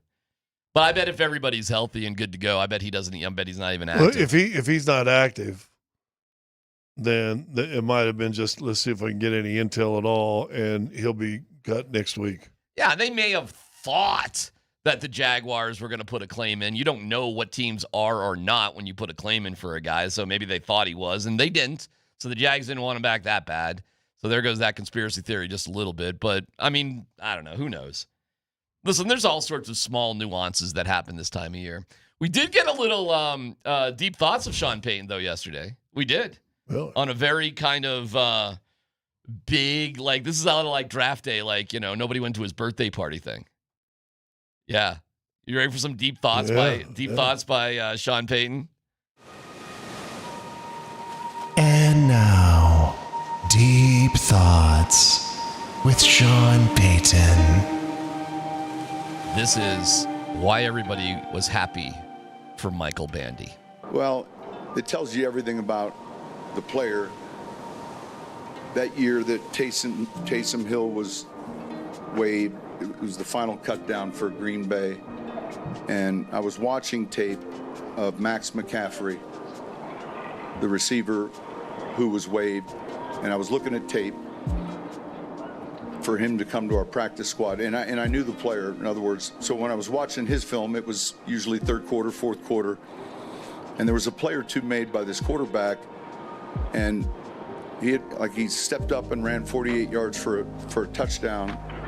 And I called Jeff Ireland in, and I said, hey, who was 7? And he told me, and I said, watch this. He goes, oh, I know he can run. I said, you're not watching. Just keep watching. And what was interesting is when he scored, like 58 guys from the sidelines came to the end zone. I said, look at this. And so there's that, does a player endear himself to his teammates? And I think that's a really, really valuable asset when they do. Oof, man. Were you guys one of those guys when you did something good? So he was going to talk about Bandy and said it went just about him and him finding Taysom Hill. Well, the guys were excited for Bandy, and they rushed to give him the football. But then Sean went into his own experience with Taysom Hill, pretty quickly. Which is kind of what a narcissist does, don't they? They Sean's take away what the other's experience and joy should be and turn around to you. Scott, I don't know if you caught it, but Sean, when he was suspended, ran a half marathon that was 13.3 miles. Yeah, well. I don't know if you caught that or not. We ran a little extra. Yes, that's right. It was only 13.1, but Sean kept going. He went through the medal line. Sean kept going those extra 0.2 miles out into the parking lot. He said, screw those orange slices. Actually, I'm going to go touch the car. He did that because that's where he saw the porta potties. How valuable is that on a team? Like, I know we're getting kind of deep here, but the whole, we're rooting for you because you work so hard. You're one of them guys. I'd say you got 6, 7 of them on every team, right? I think Alex Singleton was a guy like that for a long time. He was in a starter's role, but he was, looked down upon. I remember when we brought him in from the Eagles, he was the leading tackler out there, but it was like, but he's not very good. He's not very talented. And people just run into him. But you just fall in love with these guys. You fall in love with the hard work guys. Yeah, it's always in football, it tends to feel like it's the undersized guy. The undersized running back, the undersized slot receiver, the invincible guy, the try-hard dude. Well, the yoked out dude's already a starter. Well, and listen. The talented guy. The guy that's the real athlete. He's a guy who's been on your practice squad for 2 straight years. A guy who played great in preseasons 2 straight years. Yeah. And now he gets to score his very first touchdown. I guess, I'll say what else. I'll throw this out there. Says something about him, and maybe you just don't think in the moment. He wasn't thinking, and we see this in the NFL, I got to keep this football. He was like, no, I scored a touchdown. That's Helped true. the team. We got back. Boom, boom, boom. Let's spike it. I always think it's – see, I doubt you guys were ever like that. Well, I don't know. Like, when you came off the bench, did you get, standing ovations because, oh, my God, look what's about to happen? They're about to play. Like, oh, my God, that's amazing. Did you guys ever get that in your careers? Yeah, I kind of became the Red Auerbach cigar. Did you get a little bit of that? Yeah, when I came in the game was over, so I got, everybody likes a slug. So how many years were you like that? I don't know, probably 2 or 3 or 4. I don't know. Okay. I got it once in my career that I can think of. And I remember it was after the New York Giants Thanksgiving game. It was the famous Josh McDaniels meltdown on the sideline, do your effing job, right? Yeah. I got Rick Dennison used to give a attaboy t-shirt after the games, after wins, right? Yeah. And I got an attaboy after that game, and I didn't really play lights out. I really did not. But I think they just thought I was going to get my ass kicked by Justin Tuck and Osi Umenyiora. And they're like, hey, you know what? Hey. Attaboy. Attaboy. It wasn't bad, it might not have been fantastic, but it wasn't bad. Attaboy. I think I figured out who the worst college basketball player is in America right now. Oliver, what's his name? Olivier. Yeah. From Florida. He's got to be the worst basketball player in America. But he's 8 foot tall. He's 7'9", damn close. He's in the game. It's like 100-50. Florida just beating up on, the school of the blind or whoever they're playing. And this was his first basket. Now think about this for a second. You're 7'9", you're on the team, and you haven't scored a bucket yet you have a 50-point lead against this school. You're 7'9". You can dunk without leaving your feet. Like, how has this dude not been in, I don't know, This is a 50-point difference. Like, what was going on when they had like a 30-point lead over this school? And you're still not getting in the game? And when he dunked, which is not that impressive. Again, he's 7'9". It's really not that impressive to dunk when you're 7'9". The bench just goes absolutely bananas for him. You tell me, Scott, like, how unathletic, bad is this kid got to be at basketball? Well, listen, 7'9". Your levers are different. Your center of gravity is screwed up, and I would say it's hard to be athletic at 7'9". Well, apparently he's proven it. Like, how he's even at Florida is beyond me. Well, he probably what'd he average in high school? 50? He was at, like, IMG. He's one of them dudes. Yeah, of course. The highlights from him on lower levels are exactly what you would think. He's still a freshman, right? I have no idea what he is. Probably has no strength. Keep going. Probably has no strength, average coordination. And what's his hands like? Well, he's got to be huge. And like, how does he handle a ball? Yeah. Yeah, I don't know. You're 7'9". Like, I figure you get into the game somewhere where you're not leading by 50. Maybe we're up by 20. And you're not going in there to rebound a little bit? You don't get 2 or 3 minutes just to give your other guys a break? Well, how much time is left on the clock? Who's the worst athletic big guy you ever played against or just rings a bell with you? That was hyped or doesn't hype? Whatever. That is just, you are 7 foot, somebody who's 7'2" or taller. I thought Sean Bradley was way overrated. Really? Yeah. Why? Because same things. I mean, he could do some things, but he was so light in the britches. He might be good right now because he's not going to get beat up like he did back then. I thought he was a little overrated. You could push him around? Yeah. I don't know. The guy scored a bucket and his team went crazy for him. I felt like shows you a good guy. for So him. you went from saying what the team, the team probably knows how hard he works. Team probably understands he ain't very good, and yet he doesn't quit. And he's there cheering for everybody. He's practicing his ass off every day, and it's kind of neat that you got a team that would cheer for a guy like that. All right, that's fair. You need one of them guys on your team? You need a couple of those guys on your team? Maybe. You think Bandy's like that, or do you think Bandy's a legit NFL player that just hasn't got a break? Closer to the other side. Yeah, I think so too. Like, he's been in the league for 5 years. No. He's not a super legit NFL player. Oh, you don't think so? No, I love Michael Bandy, and he's been fantastic. But no, he doesn't have the skill set that screams NFL player. Then how's he here? But it also stems from his size. Of course. If he was 6 inches taller. But you can't get around that. Yeah. I mean, you can't change his size. He is, every now and then there's dudes that you just wouldn't even know they're in the NFL, right? You know who a guy was like that, and now it took him 5 or 6 years? I think Colin Gillespie. If you remember the first time he scored with the Nuggets, everybody went nuts. Like, I remember when he was rehabbing and he would always, like, warm up and whatever, and he wasn't even he was all right in the warm-ups, but it's not like he was drilling, like, 18 threes in a row or something, even in warm-ups. He was just short, just nothing special. I'm amazed at what he's doing. Vic is a big believer that the Nuggets should have kept him around. Do you believe the same thing? Yeah. So why is he not on the Nuggets anymore? Because he was on a 2-way contract, and you'd had guaranteed a guy almost exact same size and position. Pickett? That had a 3-year guaranteed contract. And that's Pickett? It's all contract. Okay, so what's going on with Pickett now? Is this a controversial thing? He's a slow Michael Bandy. There you go. Plays hard, knows how to play. Very smart guy. Yeah. And when he gets in games, I mean, you could tell he understands the game.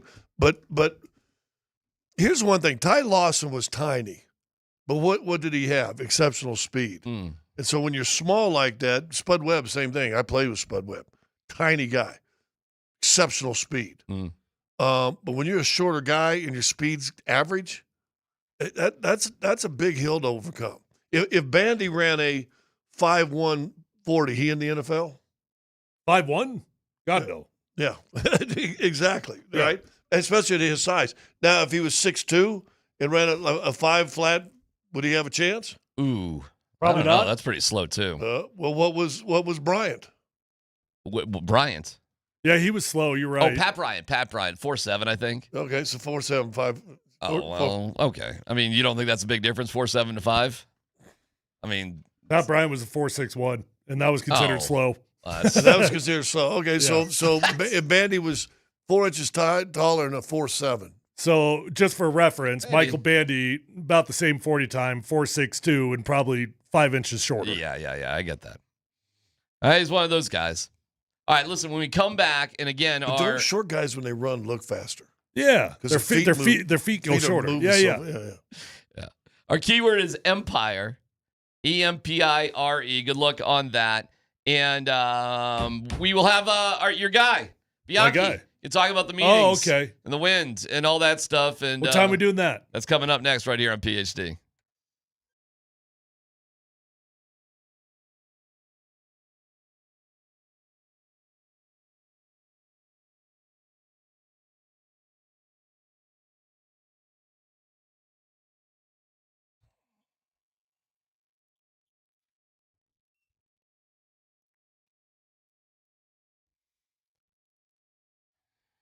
What's going on? It's DMac for the Rocky Mountain Men's Clinic. The holidays, they're meant to be joyful. But if you're a man dealing with erectile dysfunction, the season of love and joy can be rough. If ED is putting strain on your relationship, this is the year to turn things around and show your partner you care by giving the gift of treating your ED and restoring your relationship. So call the Rocky Mountain Men's Clinic and give your partner the best gift this season, a renewed and restored relationship. With 5 locations, they're there to serve you. The initial visit's only $99. You get a consult, a T and a PSA test, if advised, a test dose. If it doesn't work in the office, your visit is free. They have an expert staff, and like a lot of men, you could be having sex the day after your appointment. So call today, 720-440-7900, RockyMountainMen'sClinic.com.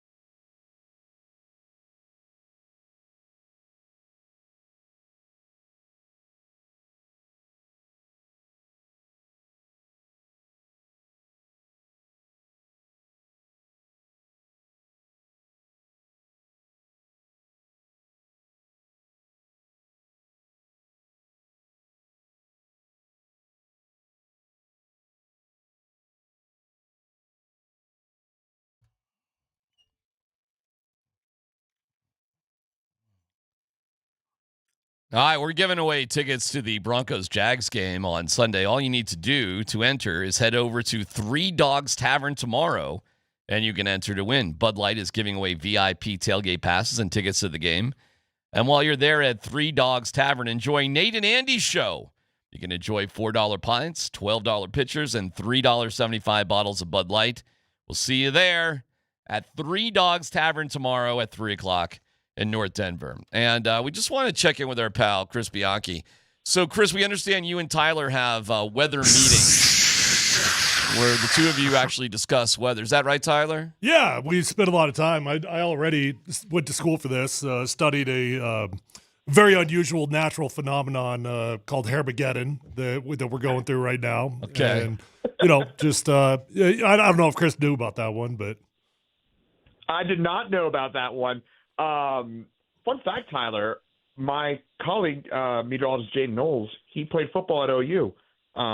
He just joined us a couple months ago, but he's a football player, a fellow studier of the weather / Thespian. Yes. Yeah. Sorry, what? A thespian. Thespian? That's an actor. What? Well, you said Tyler. Tyler acted like he was a football player too. Oh, Yeah, that's true. That's true. Did it for 8 years. Yeah. I fooled them all. Chris, I saw you getting spicy on the internet there yesterday. Like, well, that's because he was the blackout brainiac. Okay, so you want to? What did I miss there? Did you go through? Did you have some internet hell yesterday? Were you people taking shots at you because of the wind? Yeah, yesterday. I mean, look, I'm used to it being in weather. I would say yesterday was a top 5 worst social media weather day where it was a lot of people. It felt to me like a lot of people taking out the frustration, which I totally understand as a power outage out on me. Of course, I forecast the weather. Excel has its own team of meteorologists, by the way. I know them. They make their own decisions. They know their power lines. I don't know their power lines and how that stuff all works. They know it a lot better than I do. And but it felt like a lot of people were just venting their frustration out on me. And yeah, I got a little spicier than usual. Well, so what they're doing is they're kicking the messenger in the hole like in 300 instead of getting over the big empire Xerxes, who is Excel. Yeah, and I mean, I'm not going to get into whether or not they're making the right decision. That's totally up to them. Again, they know their stuff. Right. They know their ill-prepared equipment better than you do. Wow. Exactly. I stand in front of a green screen. Tell you there's going to be 90 to 100 mile an hour winds. I'm not saying you should not have power. That is not. And by the way, and also nobody's asking my opinion on that either. I'm not giving any opinions on that. And it just felt like all day yesterday I was getting just sideswiped by people who are frustrated by that. All right, so I understand the frustration. Their frustration was what? The wind wasn't bad enough? Or you said the wind was going to be worse than it was? Because it looked pretty bad. Well, it's a good question. It's twofold. One was a lot of people saying, well, it's not windy at my house. Why is there no school? Why is there no why is my power out? Again, the power out I have literally zero to do with. That's totally up to Excel. Number two, the wind, it took some time to really kick in across parts of the metro area, especially Arvada, Thornton, North Metro. Didn't really kick in until after dark last night. But to your point, I mean, DMac, there was a 110 mile an hour wind gust at Stanley Lake and 110 mile an hour wind gust in South Boulder. I mean, this is not just usual, it's a little windy, it's Colorado. This was real deal wind. And so my comments yesterday were half, where's the wind, and the other, I think I'm going to blow away. That was, it was kind of a weird dichotomy. All right. Well, listen, we got your back. We got Chris. Well, you guys have the meetings, so I would assume you got his back. So where do these winds stem from? From a meteor from the weather guys people. Yeah. Well said. Yeah. Meteorologists. So it's a pressure gradient, Scott. So it's there's high pressure to our south, low pressure to our north. We're stuck in the middle. So kind of think it's about squeezing us. Yeah, we're getting squeezed, and so we're just getting it. And we've had this storm track. We just can't get rid of it. We just can't get out of this where we're just stuck in the same old weather pattern. It's pretty unusual, by the way. It's not unusual for us to have these big wind events in mid-December. What is unusual is we've had so many of them. This is kind of almost something you would expect in March or April, but we're getting it now in December. That's the really weird part. And we had 9 straight days at or above 60. Today we're going to snap that, but 9 straight days at or above 60 in Denver in December is really weird. That's only happened one other time on record. So that's crazy. So are things bizarrely dry out there compared to where they usually are in December? Like really unusual?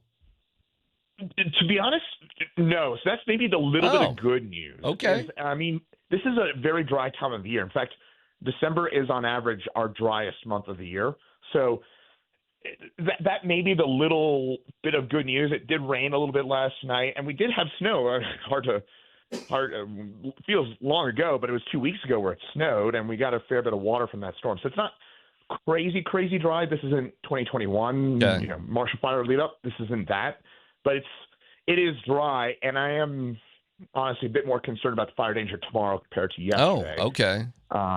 Yeah. So we're not done with these winds. These winds are going to be here for a little bit. No, we get it again tomorrow, but it's gonna be a bit more. Most of us won't feel it tomorrow as bad as yesterday and last night. It's going to be a bit more Highway 93, Boulder, Golden, Morrison, and the foothills where it's going to be 90 to 100 stuff again. But in Denver, at least, it won't be like last night where I don't know about you guys. It was rattling here. I'm in central Denver, and we were just getting rattled all night. Yeah. And it won't be that here in town, but the fire danger will be a bit higher tomorrow in the foothills. So, in layman's term, Chris, let's just cut to the chase because we've got regular people. We don't have ivory tower people like you and Tyler. We got regular people. Listen, you got a pressure system above and below, and it's like the two outer edges of a whoopee cushion. Oh yeah, and we're the middle part where all the air is blowing out like of. a big fart. I would say this would be like the Josh Manson fight against the Kraken the other night. I saw that, and we're in the middle of it. We're the ref. That's the wind. Stick with my analogy, Chris. You'll go. Yeah, we were going down just a fart metaphor. Farts are funny. Yeah. I thought it made sense. Oh, I always like a good fart metaphor. Yeah. I mean, this would be that. Yeah, we're just stuck in the middle. We just can't break this. What are the odds of DMac coming into work tomorrow again with his face all scraped up because he decided to ride his bike to work? And somebody on the text line, by the way, said I should offer to drive you home. Why would I do that when you made a dumb decision to ride your bike? Oh, I would never ask for a ride home ever in a million years. Okay, yeah. I'm giving Andy a ride home tomorrow. Well, I'm not Andy. Did you see this yesterday, guys? That Vic tweeted me yesterday. He said that he rode his bike one time on Highway 93. I was like, oh, my goodness, of course. I think he said something happened to him as well because he rode his bike on Highway 93. I was like, oh, my goodness. Highway 93 is, of course, like kind of the prime wind zone here. And anyways, you're not alone, at least, DMac. Hey, Sunday, what are we thinking Sunday for the Broncos and the Jags real quick, Chris, before we say goodbye? It's not going to be a factor. Wind's not going to be a factor. It's going to be a little breezy, 10, 20-mile-an-hour winds. Similar to last Sunday, just a little bit colder, maybe 10 degrees cooler, mid-50s. So at least no weather impacts for that. And now for all the parents out there, we will see snow on Christmas. You're promising us that, right? Right, Chris? By snow, you mean 65 and sunny. And just to recap, if the schools cancel because of a wind alerts and there's nary a breeze and the kids are stuck at home bugging their parents, it's your fault. Exactly, yes. Okay. What will fix it is if you send me a caps lock tweet. That will definitely reverse it all. Okay. That is the solution. What a job. You imagine just being blamed for the weather? Like everybody's like, no, he's not just blamed for the weather. He's blamed for the weather and others' decisions. I know it's bizarre. It's crazy. With great power, Chris. We'll talk to you later, pal. Anytime, guys. Appreciate it, Tyler. I'll see you for the meeting. All right, good. See you soon. Chris Pigaki, 9 News. Oh, I should have told him we are going to be on 9 News tonight. On 9 News with the basketball. Yeah. All right, that's good. You got some fun stuff playing for the pregame? That's tough to top when you give out dimes and you dress up in a costume like Burl Ives. Like the next game is just like, yeesh, can't top that one. But you know what? Let's look ahead towards the Magic and the Nuggets and what's going on. Why not? Yeah, Well, we're just sitting around here. It's PhD on 92.5.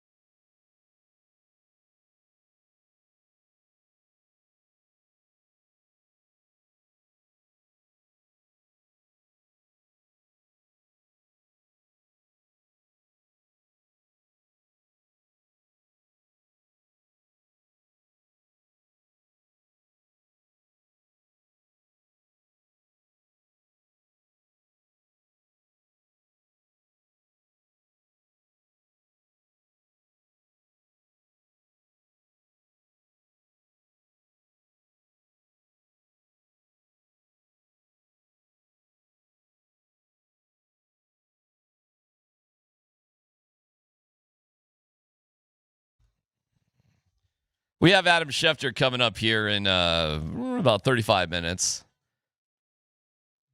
Look forward to that.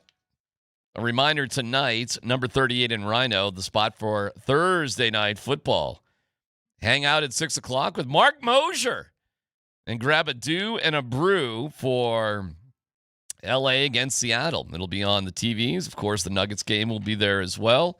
So you can win a autographed Steve Atwater helmet, too. That's at number 38 in Rhino.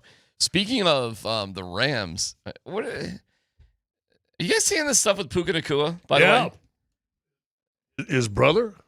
Well, there's that, too, yeah. There's a lot going on with the Nacuas. The brother is what, stealing cars? From like a Laker. Yeah, from a Laker. What are we doing? And then they got caught because they parked it in valet at a hotel. Yeah, I heard the Laker guy on the car, of course, has some, tracing mechanism on his phone, which I think is probably pretty standard on nice cars these days. Maybe not even nice cars, just new cars. But that's Puka Nacua's. Puka Nacua's brother was in the NFL, wasn't he? Samson Nacua. Yeah, I don't know if he ever made it or not, but he had a cup of coffee. Okay. Well, Puka Nacua is apologizing here, fellas. Not for his brother. Not for his brother. This is something different. He's on a live stream and with some sort of, big-time live streamer sort of guy. Do you know who the live stream guy was? Aiden Ross and Neon. Do you know who Aiden Ross is? I actually shockingly know who both of them are. Oh, you want to describe who they are? I don't know how to describe it. I mean, they're streamers. They live stream. I don't know. Okay. It's the new age where they'll sit in front of a camera for 6 hours at a time and hundreds of thousands of people watch, and they're like the richest human beings outside of real billionaires. Yeah, it's millions of views for this Aiden Ross guy. I don't know about the other dude. I'm not familiar with him, but I've heard of Aiden Ross. Aiden Ross was hanging out with Cam Scatterby not that long ago. So everybody that knows this stuff knows this guy, right? Is that pretty fair? Yeah. Like he's really, really well known by people that follow that type of thing, which are millions of people. I've never watched one of those, but I do know who both of them are because of TikTok. So he's got Puka Nacua on. Well, first we got this from Puka Nacua about the Jaguars. So we got a little Broncos Jags insight from Nacua. What do you think is the most overrated team going into the playoffs? Somebody in the AFC for sure. It's the AFC. Here, let me show you the Broncos, Patriots, Jaguars, Steelers, Chargers, Bills, Texans. I think. Gotta say the Jags. Yeah, for sure. Yeah. So he's saying a guy in the NFL. This is pretty funny. Let me just start there. A dude on the Rams is saying that the Jags are the most overrated team in the NFL. There you go. Take that, DMac. I know. Chargers would say, I had to question that. Well, Sean Payton was, if you noticed, Sean Payton yesterday pointed out market size of Jacksonville. This does go to my narrative from yesterday. I don't think they're overrated. I think they're overlooked. I don't think anybody's taken Jacksonville seriously at all. And I think Sean's point was their market size is such that nobody really takes them that serious. And I do think that's what's going on. And I would say the market size may have an effect, but I would say a history of just crap from coming out of Jacksonville. Puka was saying overrated, right? Overrated, yeah. Oh, yeah. Okay. Yeah. Yeah, but I mean, I think they're, but again, I think they're overlooked. He's saying they're overrated because he doesn't think they're all that good. I don't think he gets it. I don't think he's really watched them. I don't think a lot of people have watched Jacksonville. I don't think people pay attention to Jacksonville. It's making me more nervous about the game. That being said, and we'll talk to Adam Schefter about this later, that's not the big news with Puka Nacua. It's happening now. Apparently with Ross, he made an anti-Semitic gesture in terms of a football celebration. And he's come out and said the other day on social media live stream, it was suggested to me to perform a specific movement as part of my next touchdown celebration. At the same time, I had no idea this was anti-Semitic in nature and perpetuated harmful stereotypes against Jewish people. I deeply apologize to anyone who is offended by my actions, as I do not stand for any form of racism, bigotry, or hate of another group of people. Was Nacua just taken advantage of by this live streamer, or should he have known better? Well, I certainly don't know whatever that gesture would be. Do you know what that gesture would be? I don't know what gesture would be anti-Semitic. So you think Nacua was just going along, trying to have a good time? Do you know? I know what it is now. I didn't know it at the time. No, I did not. So, yeah, I think he was just taken advantage of by this dude. Well, I don't know if he was taking advantage. Was he taking advantage? Like, did either of them know? Well, I mean, I think the guy who said, "Hey, do this dance," probably knew. Well, I'm gonna guess he knew. Aiden Ross is Jewish, so if he's the one that did it, that makes it a little bit more confusing. Well, he's the one that did it. Yeah, he's the one that said, "Hey, you should do this, and then do this, and then do that." And Nacua did, okay, I'll do this, that, the other thing, and he did it. But did I know that it was an anti-Semitic gesture? I did not, actually. I had no idea. And I don't think Puka Nacua knew it either. I'm guessing he had no idea. No, I'm guessing that same thing. But it is interesting to see that, why would he even bother hanging out with this live streamer? Because these live streamers pay these people like $50,000 just to come on their live stream. You think that's what it is? Oh, I know that's what it is. Yeah. Wow. Why would you? Does Puka Nacua need to? Well, that's funny you say that. Who doesn't like an extra $50,000? No, it's funny you say that because on the live stream, I saw another clip talking about how he doesn't really make that much money right now because he's still on his rookie contract. That money still is like, that kind of money would be kind of a big deal for him. I personally, even rich people I know, 50,000 is always a big deal. Heck yeah. Yeah. What would you tell? If you're making $3 million a year, somebody offers you $50,000 to just come hang out on camera for an hour. That's Chauncey. Cool. That's Chauncey. How is Chauncey doing? I think okay. Where is all that? I haven't heard much about that these days. Well, I'm sure it's in the legal system, which means we won't have any word on it for 3 or 4 years, I'm sure. What would you tell these athletes when it comes? Did you see what his bond was? No. I forget. It was like $3.5 million or something. Yeah, but you just got 10%. Put your house up for it, and you're good. Seems like a lot. What would you tell these athletes with these social media things?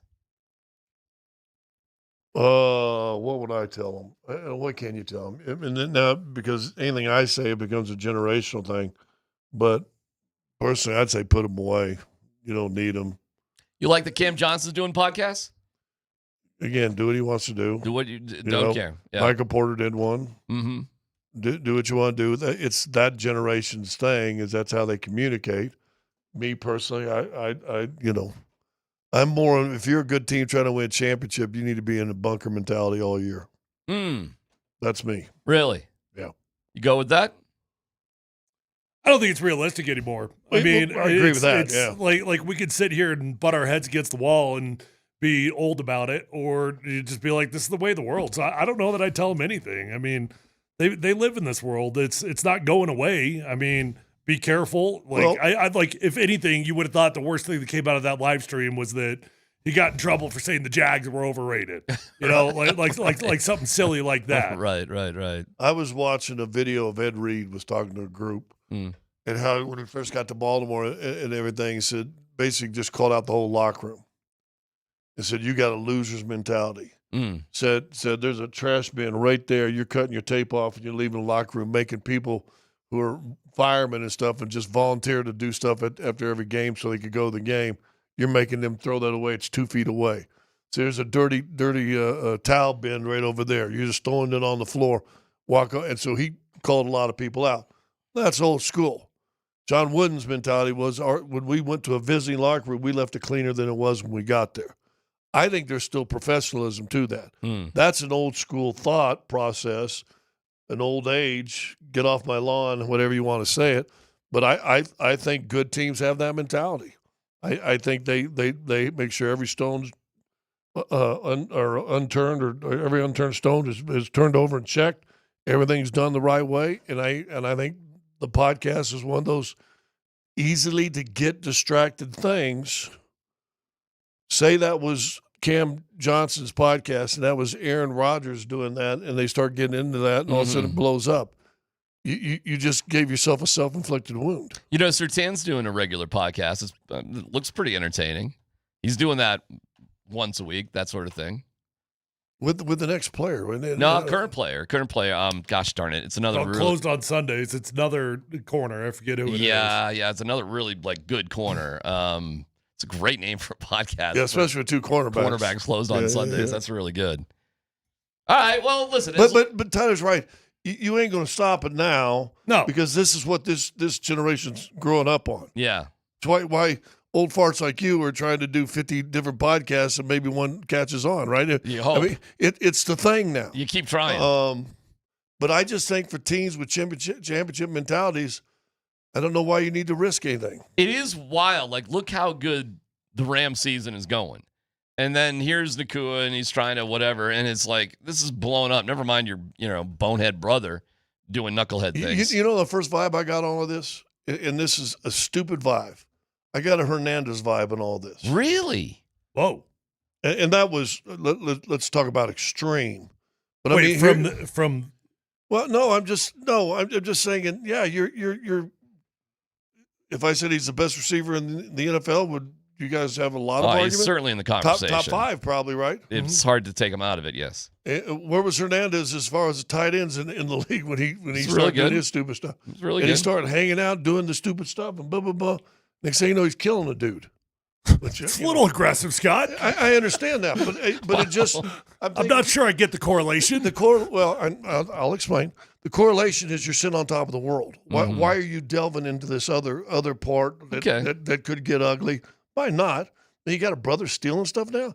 You got a brother stealing, and obviously if he's stealing a Lakers car, he's probably not stealing the 73 Volkswagen. Correct.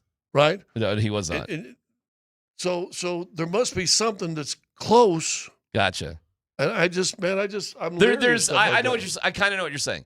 When you see players sort of drifting away from their teammates as friends in their core friend hangout group, it is a little bit of a red flag. You're going to hang out, guys, and we're going to do something for the game. And it turns out that gang made you do a racist thing. Oh, yeah. Well, yeah, you're going sideways for something you really don't need to do. No. I mean, if you want to make some money, maybe that's it. That's a motivator, I suppose. But Hernandez, to your point, and Nacua's not going around killing people, but to your point, the Hernandez thing is he had all sorts of friends that weren't on the team. Yeah. That were just kind of around that he was kind of bizarrely, it seemed, friends with where it didn't make any sense. Puka's been a pretty clean-cut dude, though. No doubt. I agree. I think he might just be a little bit more naive than anything. And I think that's probably much more of it. I can't account for his brother. I don't know what he's thinking. Well, if you remember, this was about 9 years ago, Joker said something that people deemed a little bit racist. And it was while he was learning English, American boys, his boys hung around would say it all the time. So he said it on an interview. Oh, really? And everybody went, what'd you say? Oh, interesting. And he had to apologize. And dude, and this was a guy who didn't know the English, didn't know the language. Right. And he got caught up hanging with people who said that. And so he said it, thought it was okay. Well, we'll check in with Adam Schefter here at 1:40. We have no dumb questions coming up next. It's PhD on 92.5.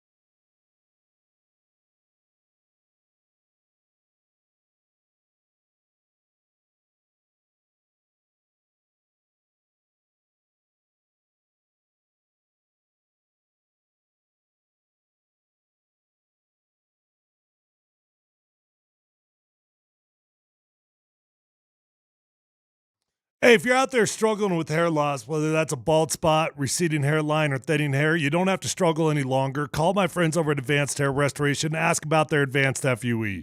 Nobody can offer anything like the Advanced FUE found at Advanced Hair Restoration. They've already changed tens of thousands of lives. That includes mine, by the way. And you deserve to be the next one. Guys, when you go to Advanced Hair Restoration, you're going to be in a calm and relaxed environment with the best of the best. Dr. Tanya Pauls is legendary. The entire staff at Advanced Hair Restoration, just fantastic at what they do. You're going to love the results. You're going to love the experience, and you can be comforted in knowing that Advanced Hair guarantees your hair is going to grow for life. Lifetime guarantee with your own natural hair starting to regrow the very next day. So don't waste time. Call 720-459-HAIR. You're going to get 250 free hair grafts and $250 off. Or check out those before and after photos at advancedhair.com.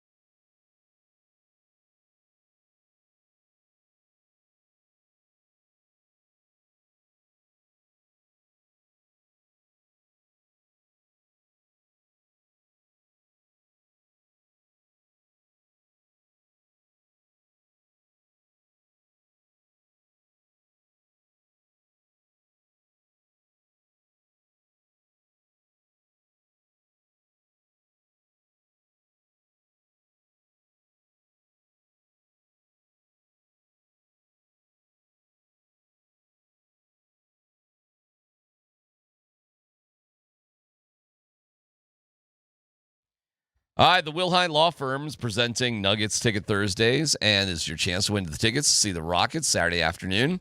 Text the keyword MAX, excuse me, MAX, 303-504-0925 with your first and last name. Fans at the Christmas Day game against Minnesota will receive a Nuggets ornament and stocking while supplies last. How about that? Get your tickets at nuggets.com/tickets now and celebrate Christmas with the Nuggets. Your 120 keyword for tickets to Saturday's game is MAX. Time for No Dumb Questions. Polumbus, Hastings, and DMac present Dum Dum Dum Dum Dum. No Dumb Questions. This is your safe space. Safe place. I'm leaning into the segment. You're a smart guy. Send us your not dumb question now. Tweet it, text it, or Twitch it. It's No Dumb Questions on Altitude Sports Radio 92.5. All right, guys. I don't know if you caught in good for the fellas there at good old DNVR. They had Bruce Brown on, and it was a cool little interview for sure. And we found out that Bruce Brown was close to becoming a Laker. How about that? A very highly paid Laker. It was according to Bruce, I think like a 3-year, $50 million deal with some conditions, this, that, the other thing. And As a starter. As a starting point guard. And he got 2 years, 45 from Indiana, and he just took the money, that sort of thing. Well, here is Bruce Brown talking about the Lakers story. I was going to the Lakers after the championship. What? No. Bruce. I would have turned on you so quick. I was going to the Lakers. I would have said that 6'1" guy. Started. free agency started. They called me, and Darvin Ham's head coach J.O.'s there. J.O.'s my guy. Okay. And they wanted me to be starting point guard. Wow. So I'm like, I got LeBron, I got AD, I got guys where they went to the Western Conference Finals. I want to win again. I could be a starting point guard for this. And all I'm doing is getting them the ball and get the hell out the way. Same thing I'm doing here. And I was like, I'm going to do it. And I was going there for it on a 3-year deal. I think I would have for real hated you. Yeah, dude, that would have been unbelievable. Okay, that's the question I had. Would you have hated Bruce Brown after the championship had he just ended up with the Lakers? Understandably, you know there's money involved, but would you have hated Bruce Brown if he did end up on the Lakers? No way. No way. I could never hate Bruce Brown. I don't know. Maybe Scott, I'm curious how you feel on this whole deal because you are more old school, but when you're so close to the thing, like, and you just get it, like, I could never hate a player for going to another team because I just understand how the business works. You got to get your money when you get your money. I'd have hated him in a loving way. I'd have still loved him, but I'd have tried to bust his hump anytime I could. I mean, can you imagine after Brucey B ain't going nowhere and the Lakers daddy and all that, and then like 3 months. That would have been ironic. 3 months later, he's playing for the Lakers. But here's what we found out. I think he went to Indiana and then got traded, I think, Toronto, right, and all that. And I think he made a little more by going to Indiana. He did. Less contract, but more money up front. He did. He was looking for the big money. The money made the biggest difference to him. He's on, what's the magazine in town? Mile High Sports. Mile High Sport cover in his cowboy outfit and went on our buddy Doug Ottawell's ranch, and they rode horses and did something for like 6 hours. How cool is that? He loved it. I said, where you saw? He said, oh, my God, right here between my groin. It was unbelievable. But I said, you loved out there. He said, so I'm looking for land now.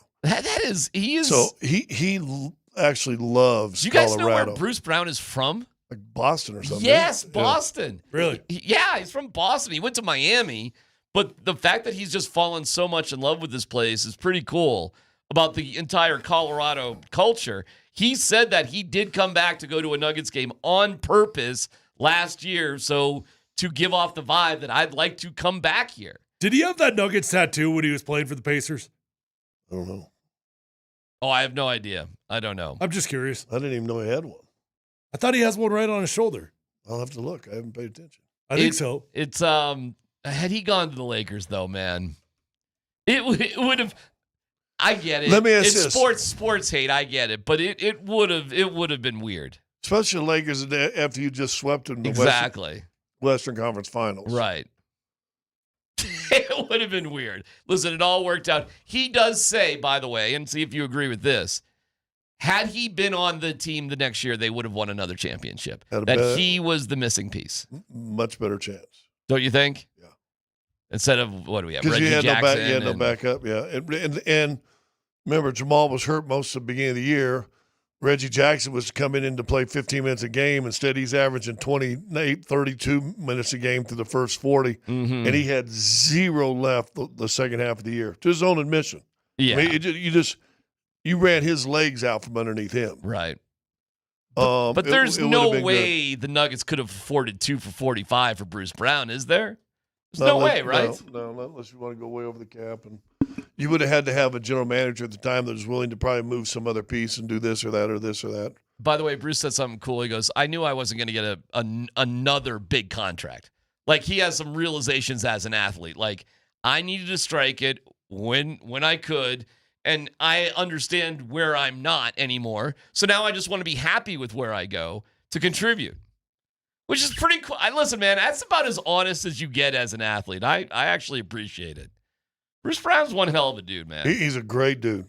Yeah, he's a really good dude. Is he? How about him being like a rancher after he retires in Denver? It's crazy. Like, I'm thinking about Bruce as like kind of an all-time nugget because I think he's just going to be here in Colorado forever.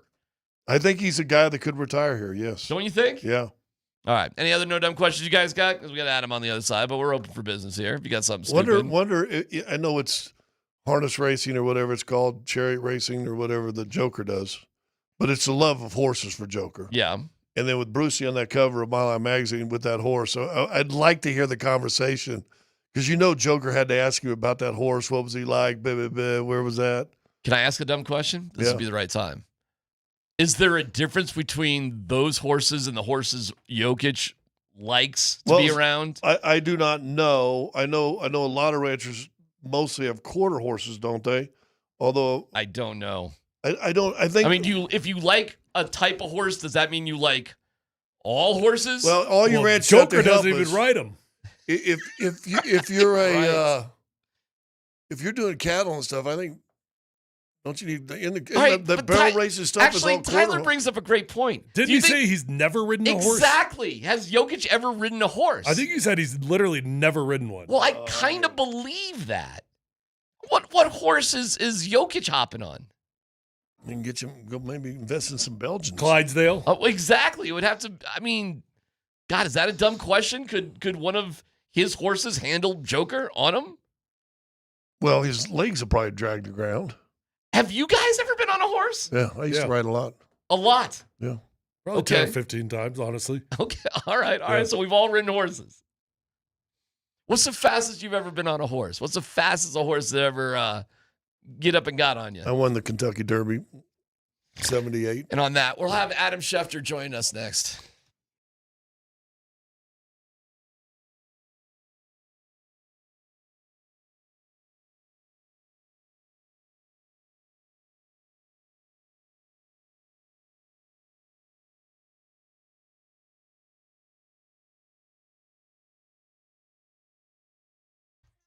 Hey, what's going on? It's DMac for the Rocky Mountain Men's Clinic. Men, the holiday season is here, full of hustle and bustle and packed with activity. But when your energy is drained and you're not sleeping well, the sex drive nowhere to be found, well, it's tough to feel festive. These could be signs of low testosterone. If that's what's going on, this is your season to take action and get treated. So in your mid to 30s, you got to start realizing you're losing 2 to 3% of your testosterone production every year. So it happens gradually, not all at once. But then you turn around and it's just like, oh, man, what is wrong with me? Well, go to RockyMountainMen'sClinic.com and take the low T quiz on their website. It's 10 questions, yes or no, just takes a couple minutes. They'll draw your blood and have your result within 30 minutes. It's only $99. You get the consult, the T, and a PSA test.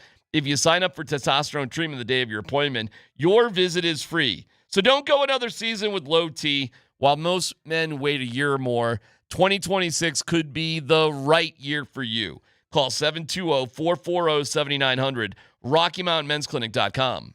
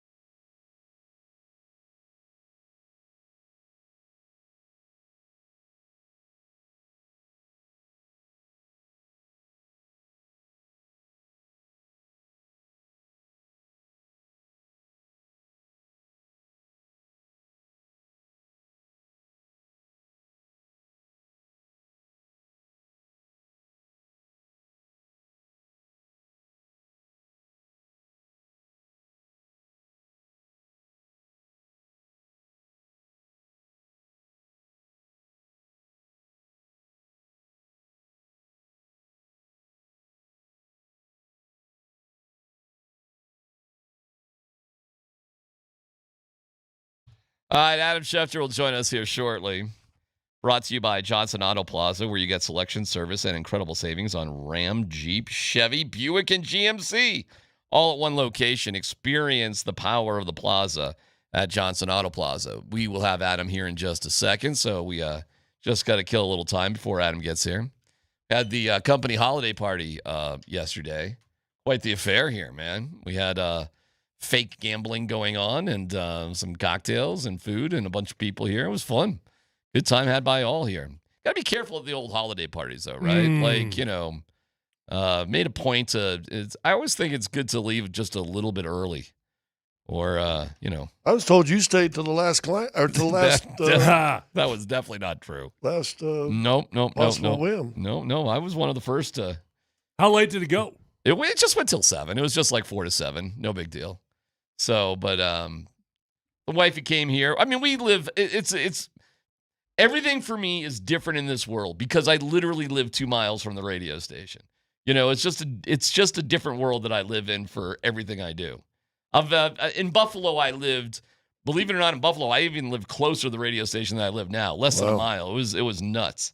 But I still would drive to work, which you live less than a mile from a place and you drive to work every day. And I was you didn't have a bike then. Probably, I don't know if I did. You didn't know the people with the Trek store. A little bit chillier. Yeah, Buffalo, I suppose, has its different challenges, but yeah, I could have taken the snow dogs. Listen, man, I think back on it, like what a moron I was getting in a car and driving less than a mile to go to work. I mean, it was stupid. And I'd sit at that one red light that I had to get through and just be like, let's go. But being so close to work, it's a game changer. I forget like how far some of the people that work here actually, drive from just to get here, and in this day and age where everybody works remotely. When we moved offices, I went from a 45-minute drive to 20, and it felt like heaven. Yeah, me too. Yeah. I'm probably 25 to get here, but yeah, Cherry Creek was no joke. You ever have, this is kind of as we wait for Adam, you ever have anything go wrong, not for you personally or somebody at a Christmas party? Like a Christmas party disaster story? I don't think so. I don't know. I had a good friend at a Coldplay concert, but I mean, yeah. No, I don't. I've been around the people that get stupid drunk. I try not to go to quote unquote corporate Christmas parties. Did have an offensive coordinator get escorted off the dance floor one time. Well, that'd be up there. Yeah. When I was back in Syracuse, we had an intern. His name was Guy. He stole the Santa Claus from the restaurant that we were at, and he ended up getting fired for that. Yeah, well. He put it up at his fraternity house. What is it? Was it? I mean, what kind of party was last night? It was cool. It was a mixture. There were like clients that were invited. It was kind of cool. They had like the gambling tables, but it wasn't for real money. Yeah. Like if you won chips, you would get for every $100 of chips, you would get like a raffle ticket. That they raffled off prizes at like the end of the night. So, the more that you won, the better chances you had to win stuff. It was like that. There's tons of great food still in the refrigerator right now that you could heat up easily. Like, like little meatball sandwiches. Good Christmas music going on. Yeah. They had the Christmas music. It was all going on here. Dancing? I don't know if people. Dan was like making out. Dan, right? Making out? Oh, yeah. Who are you making out with? Everyone. We bring on. With Raj? No comment. Adam Schefter joins us. Adam, does ESPN have a Christmas party? Do you have something there at the Worldwide Leader? Nope. Kevin Nagandi usually has a Christmas party every year that I'm invited to. It's in Connecticut. It's probably a couple hours away from my house. I haven't gone once, but I've been invited for about a dozen years running. But that's funny. I remember when I played for New York, and I was living over in Jersey, and Marvin Webster invited me to his house for Thanksgiving. Where did he live? He lived up in White Plains, New York. So I'm coming from Kansas, Arkansas. I'm thinking, okay, this is like a 20-minute drive. Man, it was like a 3-hour drive to get up there. Depending on the time of day, it could be that, yes. Well, even on Thanksgiving, there was on all the toll roads, and you had to do all this. And, man, that's when I realized that whole area, yeah. Unless you're going to walk from 42nd to 43rd Street, you might not want to go to a party. I loved Marvin Webster as a kid, Scott. Loved him. Good guy. Good man. Rest his soul. Adam, Good man. Did Joe Burrow attend the Bengals Christmas party? Wow. Listen, I will say this. When I watch him give those answers, I give him a lot of credit for being as thoughtful and attentive as he is. Like, he seems locked in when they're asking the questions and very focused and centered. I kind of like it, very present. Do you think he's playing somewhere else next year? No, I think he'll be in Cincinnati next year, but I think we're starting to wonder how long he'll be in Cincinnati. How about that? What are the options? What are the choices there for length of time for him there? Well, he could always go to the Raiders. He could be there as long as he wants. If he decides after the season he doesn't want to be there anymore, then he won't be there anymore. Yeah, like what flexibility does he have? Like, I don't know what his contract is. Can he just push it to free agency? It's called withholding services. Okay. That's what it's called, doing what Carson Palmer did. Again, when Myles Garrett said, I'm not going to play again for the Cleveland Browns, he said it, but he didn't mean it. If you mean it, you don't have to play anywhere you don't want to play. Adam, if you mean it, but you better mean it.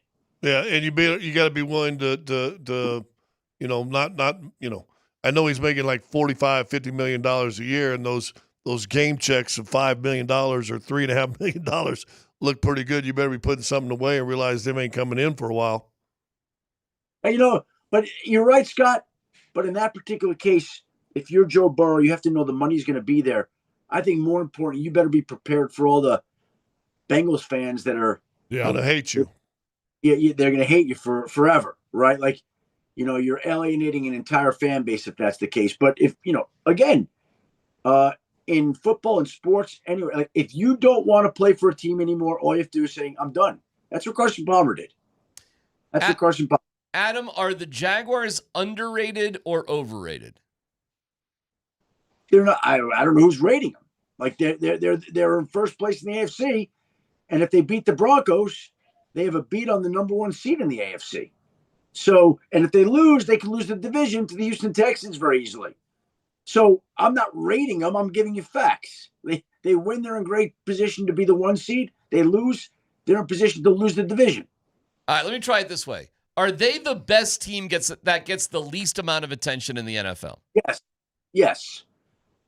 I mean, I'll say this. What's interesting and amazing is that the 49ers haven't gotten a lot of attention this year. Right. And if the Seahawks win tonight, both Seattle and San Francisco control their own destinies to win the NFC West and the number one seed. Has anybody talked about the 49ers being a potential one seed all season long? No. Has anybody talked about Jaguars being the one seed? No.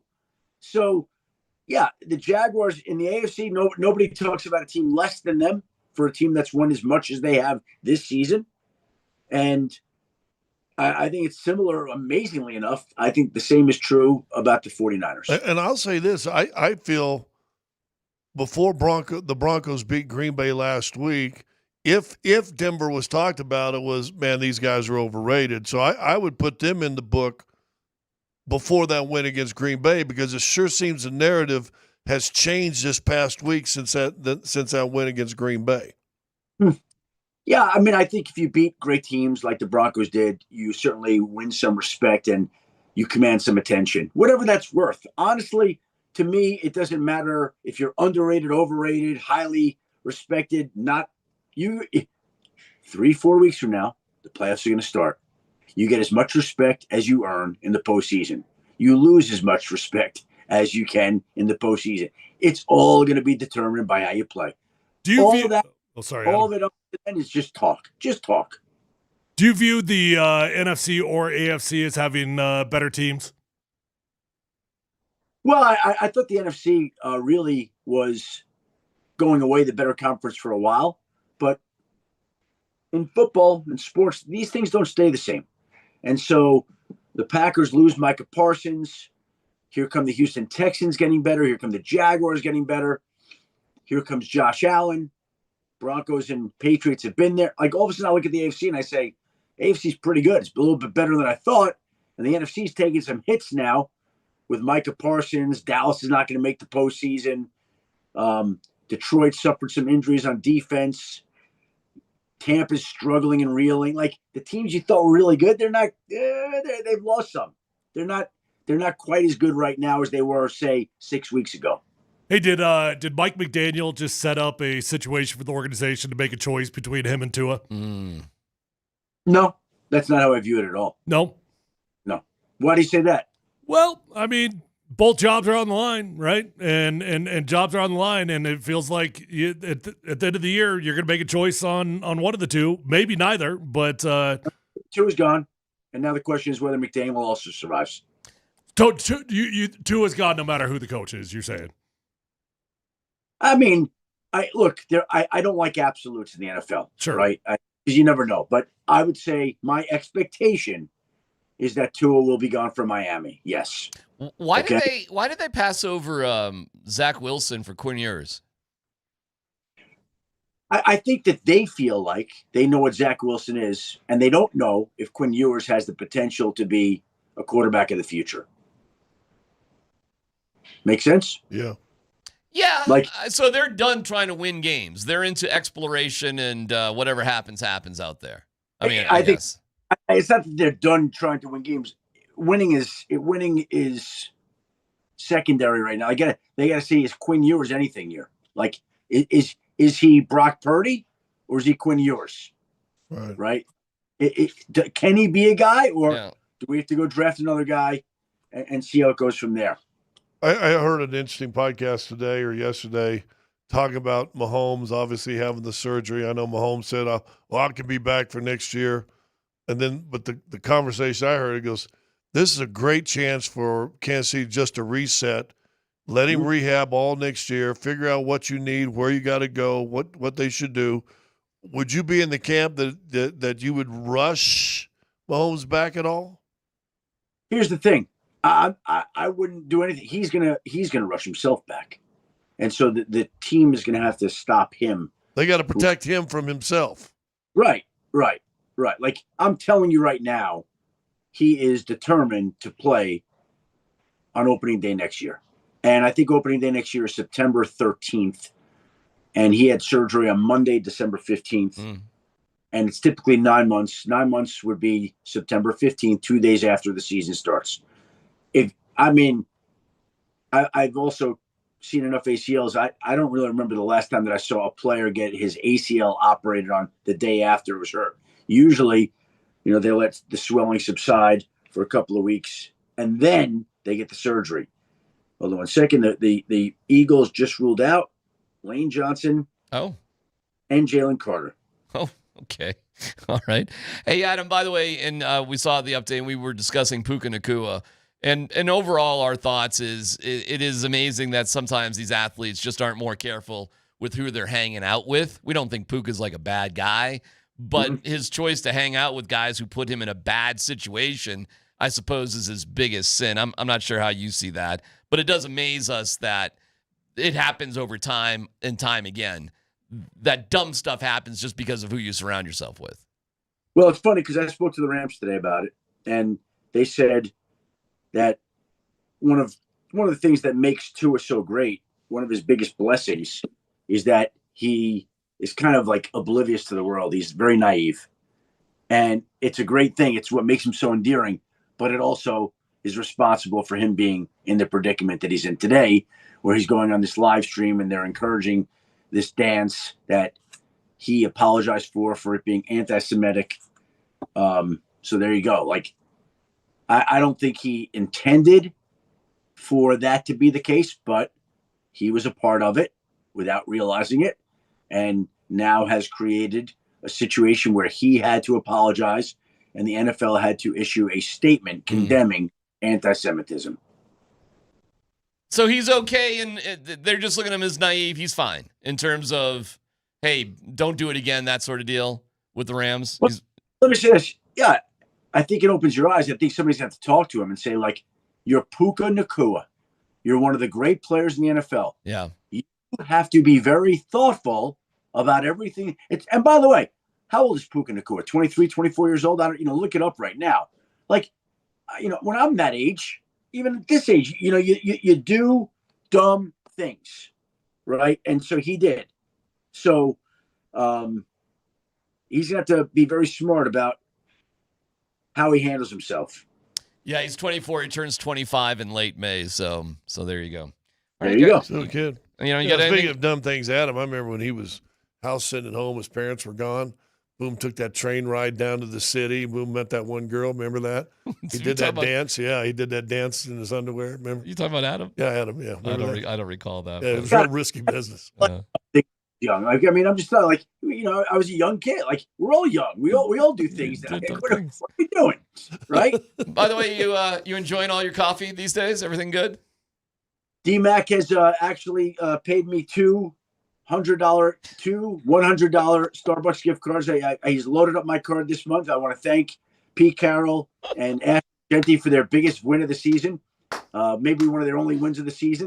They made sure that my Starbucks gift card is loaded for the month of December and the holiday season. So thank you very much to the Raiders and to DMac. Yeah, it wasn't lost on me. They lost 31-0 the next week, but happy holidays to you, Adam, and we'll talk to you. Well, geez, hold on a second. We got to think about this for a second. Well, next Thursday, yeah, we're not on Christmas. So, you want to do a Wednesday? We can. What? Say again? Do it Wednesday if you want. We're working on. I think. Are we? Well, so we're doing something. We'll talk to you next week. Talk to you next week, Adam. I'm always around. Right, I'm always. Yeah, we'll see. See you, buddy. Happy holidays. You guys want to come in on Christmas? We'll do a Christmas day. I don't care. Like, you know, screw your families. Perfect. All right, we'll tweet that out. Thank you, Adam. Guys, Merry Christmas. All right, see you, Adam. Adam Schefter, brought to you by Colorado Credit Union. Love where you live, love where you bank. CCU, helping Coloradans achieve their financial goals. Visit ccu.org to learn more. Time for sports, not sports. Let's go, Dan. PhD presents Sports. Breaking news out of the NFL. Breaking news out of the NBA. Not sports. A driving violation. Suspended for 4 games without pay. Former Red Sox pitcher is under arrest. That was not acceptable. All right, Tyler, I'm going to turn to you on this one a little bit. All right. And how much of this we play, you can determine.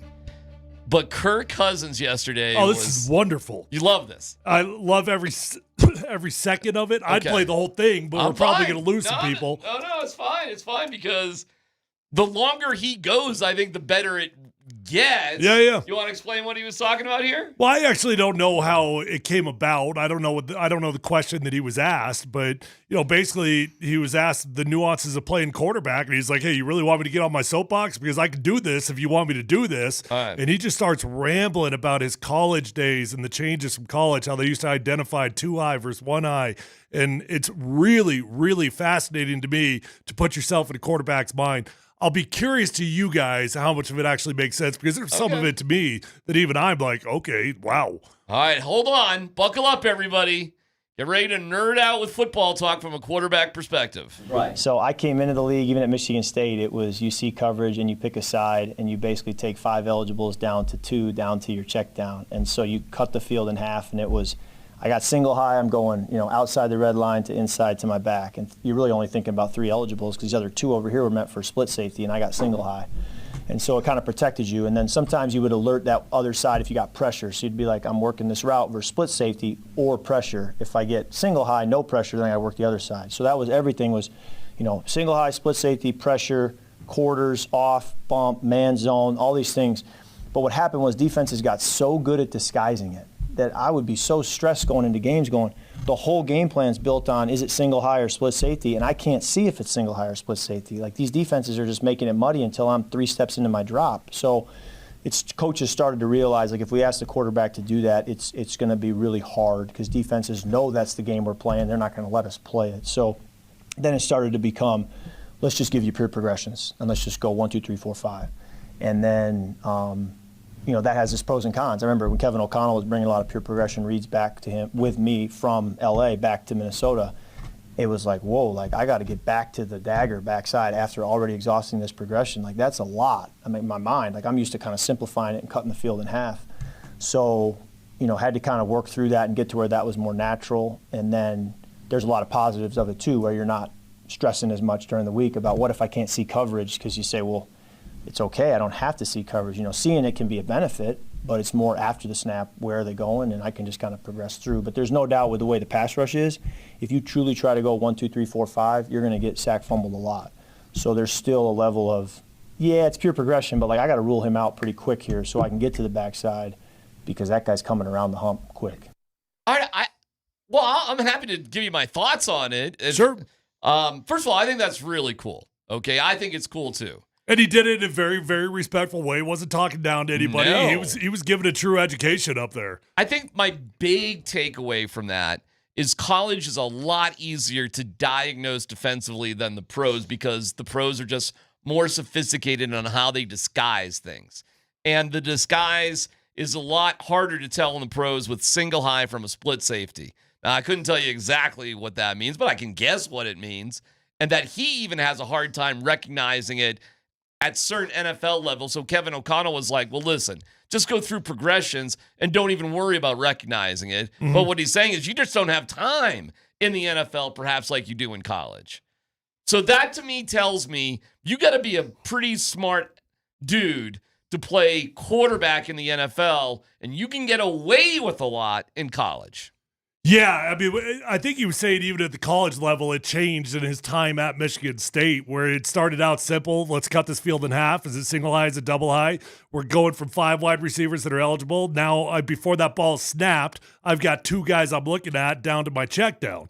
And that all makes sense if you can identify it pre-snap. The problem is in the NFL, especially, you don't get to properly identify the defense until you're 2 or 3 steps back in your drop. And now it's like, well, I don't have time to cut the field in half. I don't have time to go from 5 down to 2. So NFL has started to go back to more progressions. Progressions meaning I don't have to read anything. I'm going 1, 2, 3, 4. But what Kirk is saying, even a true progression read, that's not reality because you don't have time with the pass rush, right? So you've got to be able to still identify the defense and eliminate your options before the ball is even snapped. It's pretty fascinating stuff. One of the first things I remember thinking about, because I've heard younger quarterbacks come in, let's make it simpler on them. Let's them identify, and they've only got to worry about their reads on half a field. Well, guess who figures that out pretty quick what they're doing? Defensive coordinators, right? All of a sudden, hey, show this, and when he goes here, make sure everything's coming this way. So, listen, it just, to me, the way I looked at it when I saw it yesterday was I think we take for granted the intelligence factor at that position, A, trying to protect yourself, and B, trying to win a game, right? I mean, you're not going to win if he can't play. But if you can't protect yourself because you can't read, or you can't pull that trigger when that read comes open, or you can't anticipate that to come open and have the nerve to throw it. Right. I mean, there were so many things in that you're like, and this guy, what I thought was cool about it, this guy's a 14, 15-year vet, listen. If he wants to, if he ain't going to be the next announcer on one of these talking head shows, I think he's going to be good at doing it. Oh, he'd kill it. Yeah, he's going to kill it. I think it's his choice. I think he could go in either direction if he wants to. And listen, let's we didn't understand. You were convinced he was going to be on another team. Well, look how much he's ended up playing for the Falcons this year. Now, they're not really going anywhere, but the dude is, he's getting paid a lot of money, and he's played quite a bit this year. Mm-hmm. A guy like Kirk Cousins, man, I think he's invaluable in a lot of different roles on a team. If he's willing to sort of bounce. Because you want to talk about a dude that's willing to be a true mentor. Right. Kirk Cousins is pouring that into Michael Penix. He's giving him every last ounce of knowledge that he's got. I mean, it's a rookie contract for Penix. Maybe it's worth it, even though the money is so weird, and the money in the quarterback room isn't weird. The money, if you just count the total money, it's really not anything more significant than any other team. It's just kind of weird that the backup would be getting paid so much more. Does the dynamic stay to where all of a sudden Cousins' contract flips back to what a backup would be? And is that the time the Penix got to pay? And could you keep this tandem together for a while? What do you think? It's a great question. Yeah, I don't know the nuances of the contract, but that's definitely an interesting concept. It'll be fascinating what Kurt wants to do with the rest of his life. Because I think if he wants to ride down the Joe Flacco path, I think he could play. Did you see Tom Brady the other day? Did you see what he said? He goes, you give me 30 days, I could play in this league, no problem. because he's looking at Phillip Rivers, and he's in much better shape than Phillip Rivers. And he said, give me 30 days, I'd be fine playing in this league right now. No dumb question, wrap this up. Do you think Tom Brady, he said the same thing you would think. The whole season sucks, but if you want me to just get ready for the back end in the playoffs, I think I'm there for you. Does Tom Brady get back into the NFL? But what team is going to make the playoffs that doesn't have a quarterback? Pretty sure there's got to be a rule against owning a team and playing for a different team. He said on Cowherd he can't. So I think that ship has sailed. Okay. You don't think he would divest his interest to play another couple years? Another couple years? Well, I don't know. I don't know how much that itch wants to be scratched. What if he came back and played for? So, all right, no question. Hold on a second. You can't play for a team that you're part of the ownership for? You can't? Well, maybe you can play for the Raiders. Well, right. But the Raiders aren't going to go to the postseason. In right. 30 days, the season's over for the Raiders. I'm thinking about just next year. Is it ridiculous that Tom Brady? He's saying he don't want to do that. You know what? I mean, he just wants to show up at the end. Put it in a holding company, see if the NFL satisfies them. If I put all my stake into a holding company that I can't touch, bing, bing, bing, bing, do that. And then let me ask you, pick of all the teams in the playoffs who Brady can maybe help win it for him. Think of all the teams that's available. Oh, that's a good question. That is a good question. I got one team that popped to mind. Who? The defending champs. Philadelphia. No. That's pretty good. You have Tom Brady at 46. But you got to think about the style of offense that they run. It's pretty good, though. Like, they're getting some injuries here recently, like today. By the way, on sort of along those lines, because we're talking about Tom Brady, we're talking about a GOAT. It's do or die time for Josh Allen, man. I mean, it's now or never. Joe Burrow's out. Pat Mahomes is out. You got the path is clear. If he can't pull it off this year, that dude might not ever win one. Time for the big story of the day. Let's go, Dan.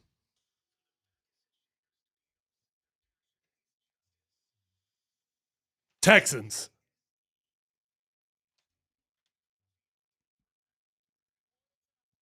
Good defense.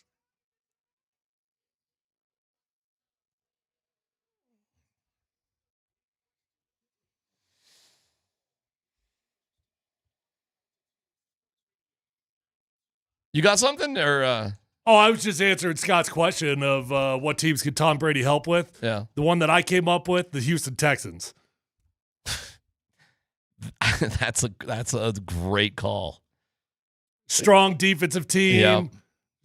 Quarterback who's kind of been hot and cold all year long. Yeah. Yeah. And playing indoors. You don't have to really worry about the weather or anything. Not in the strongest of divisions. Yeah, I mean, who would have more success in the playoffs, C.J. Stroud or Tom Brady this year? God, that is a wild thought right there, isn't it? That is an insane thought based off of Phillip Rivers. Well, whoever you do, if you're a playoff team and you replace your quarterback for Tom Brady at this date, you've now lost that quarterback. So make sure you're getting in the draft to get you a new one, right? Maybe. Here is Sean Payton on Trevor Lawrence. Yeah, I'd say this. I think they've won 5-6 in a row, and ATM, they're doing a lot of things really well. They're scoring. Mondays, I look at the touchdown reel, and there's a ton of good schemes. He came up under Sean McVay, and so there's certain beliefs relative to what you're going to get in the run, in the pass game. I think the one thing that stands out, they're plus 10 in the turnover ratio. They're second in the league in interceptions, and so I'm not going to say they play man-to-man, but there are a lot of snaps, like last week, where 7 eyes are on the quarterback, in their zone coverage. And so, we've got to be on point. They mix it up defensively. They've got a very talented punt returner. And so as you look at them and you watch the tape, it's a smaller market, but you see a real good team. Okay, guys, who is Trevor Lawrence to you? Who is Trevor Lawrence? Big question. Who are we facing? Who is Trevor Lawrence? Remember the Titans. Still Sunshine. He's still Sunshine? Good-looking quarterback, could do everything, but sure kind of choked it in the big game, didn't he? Had to have I thought people bail him out. Okay, but they won in the end. He had other people bail him out. Hey, listen, I mean, if you're a Jags fan, overall, Trevor Lawrence has been frustrated and disappointing. Is he a good quarterback? Yeah, heck yeah. Is he playing great football right now? Playing some of the best football right now. Who is he? He's been frustrating as hell for that fan base. Scott?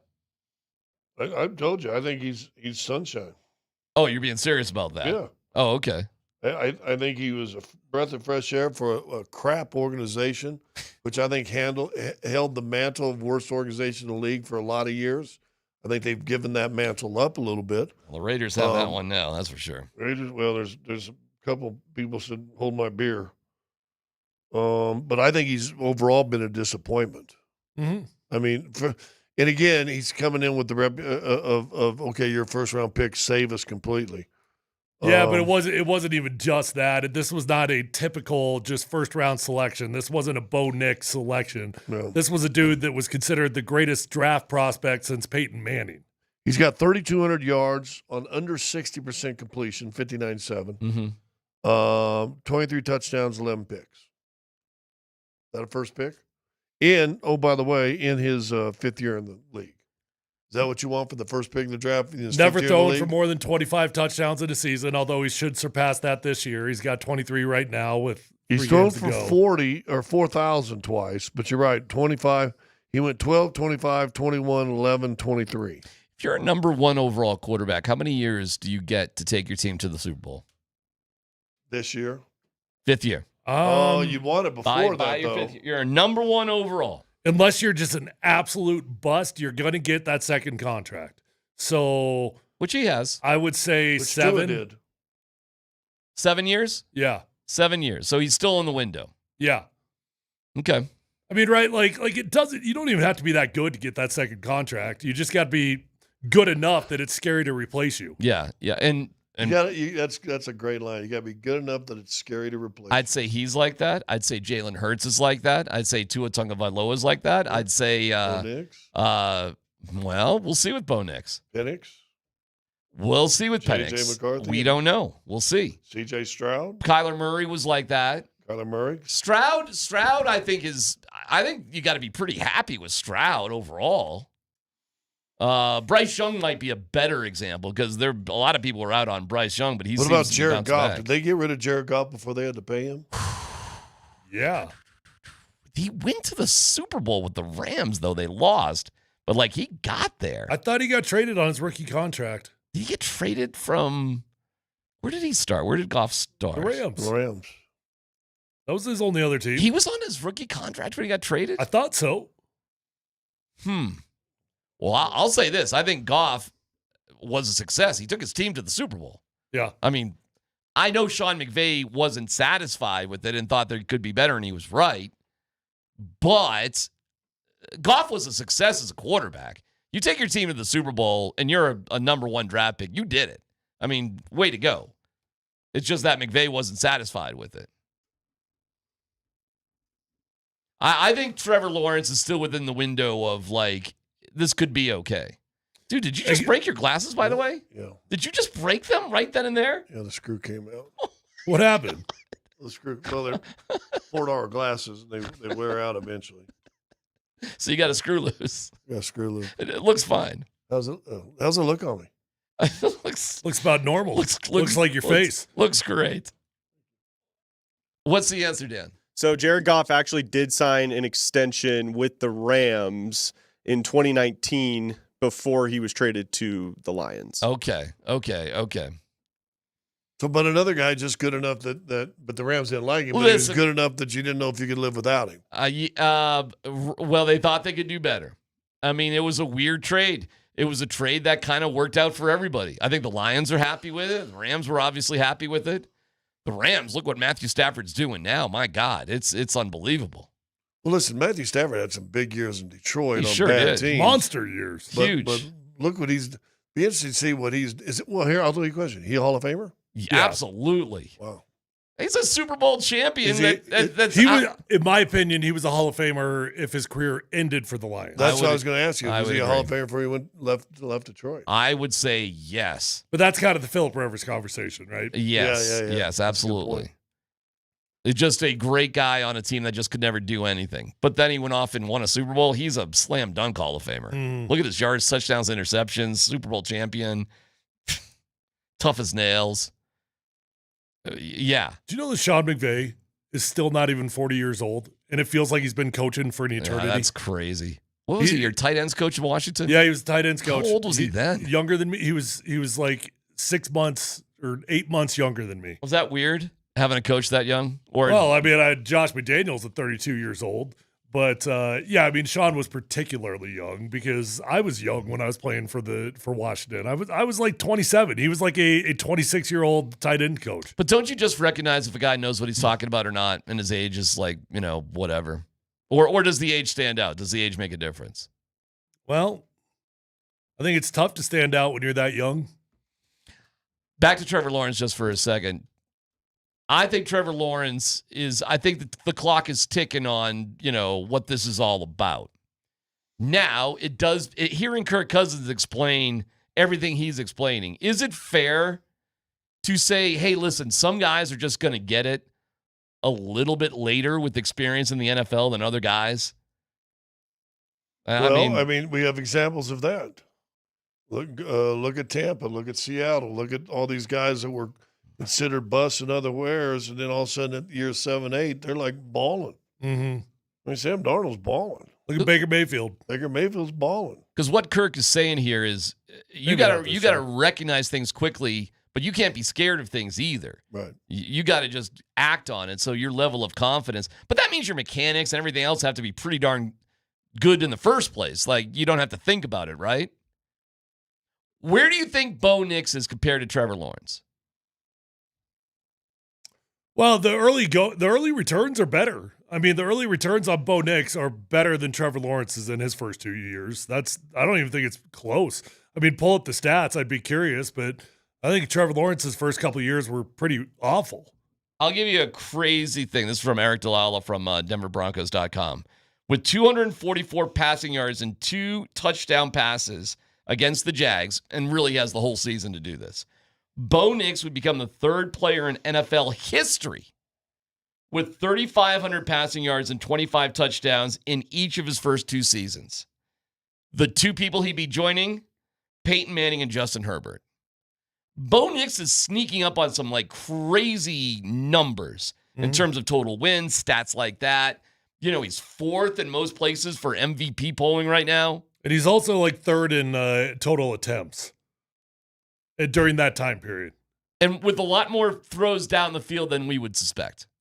Because it feels like it's just behind the line, ding and dunk. Dan just pulled up one list of quarterbacks with 20-plus wins, 7,000-plus passing yards, and 50-plus touchdown passes in their first 2 NFL seasons. Bo Nix, Dan Marino. How crazy is that? And Dan Marino got to his only Super Bowl in his second year in the NFL. Mm-hmm. Well, to give it that, so Trevor Lawrence had 7,800 yards in his first 2 seasons, but only 37 touchdowns. His second year, he threw for 41, 13, 25, and 8. Well, now you make the argument when it comes to Trevor Lawrence, was he just with the wrong coaches? And He's had a new coach every other year, hasn't he? How many head coach? This is his 5th year, 6th year? What is it? 5th year. 5th year. How many head coaches he had there? 3 at least. Doug Peterson. Who was before Doug? Urban Meyer. Urban Meyer. So this is 3rd. How many different systems? I don't know. I don't know the offensive coordinator history. I mean, Doug was the offensive coordinator also. But you could make an argument Baker Mayfield just didn't have the right guys until now, or Sam Darnold didn't have the right guys kind of until now, and experience, adding up with the right coaching. Is it possible that, with Bo Nix, you're getting this production because he is with the right coach, the right system, the right team right off the bat? Well, I've said it forever. I don't think Bo Nix, I don't think Sean Payton could have drafted a better quarterback that fits him, and I don't think Bo Nix would have gone to a better place. We have another keyword for you to win Nuggets tickets. Let's football go. All coming up next.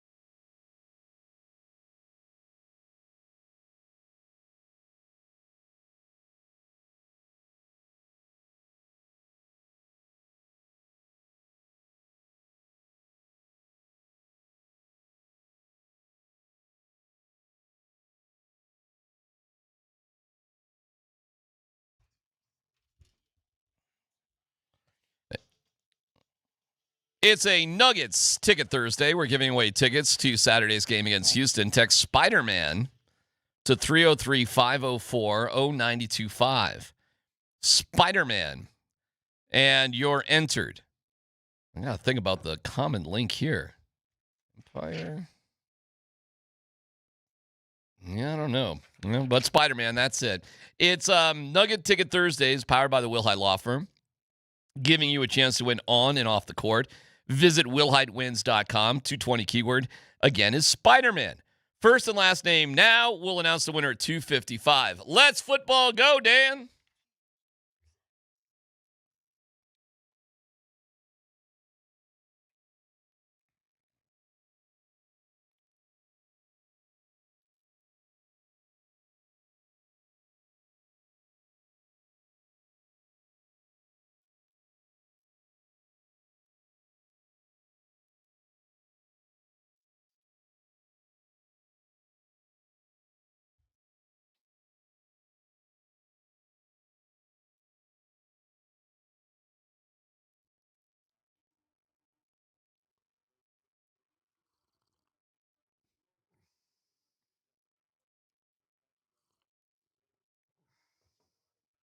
Yeah.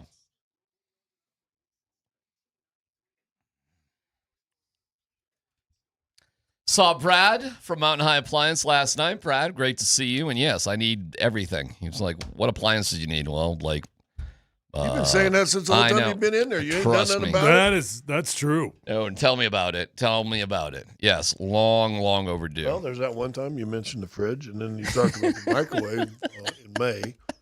And then I believe there was appliance. I think washer or dryer was it? All of it. Yeah. Brad was giving me a hard time about it. I'm like, yeah. But I got the right place, and that's Mountain High Appliance. Go to mountainhighappliance.com. All right, Dan, let's go. All right, let's hear from Steve Smith. Here he is. A lot of Riley Moss defenders coming out of the woodworks, including former Panthers wide receiver Steve Smith. But I tell you a guy who doesn't get enough credit. Sometimes he's really been the factor on a lot of plays lately and highly targeted, but also flagged a lot, which is Riley Moss. Yes. But here's the thing that a lot of people don't realize. Man, Riley Moss, little fun fact. He's not allowed one touchdown this season in man coverage. Not one single. Now, has he been scored on? Yeah, but that score, just like a target, when you're the guy in the vicinity and you're in zone coverage, that's not man-to-man coverage. True. Right? But so he hasn't had a touchdown on him in man-to-man coverage this year. Also, 68 targets, 46 receptions, 1 interception.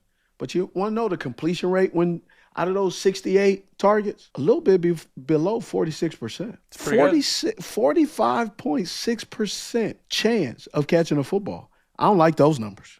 As a receiver, I need those numbers higher. All right, guys, just thoughts on Steve Smith's comments there. And do you think Riley Moss has solidified himself as the opposite corner from Pat Surtain? Yeah, that's the big question.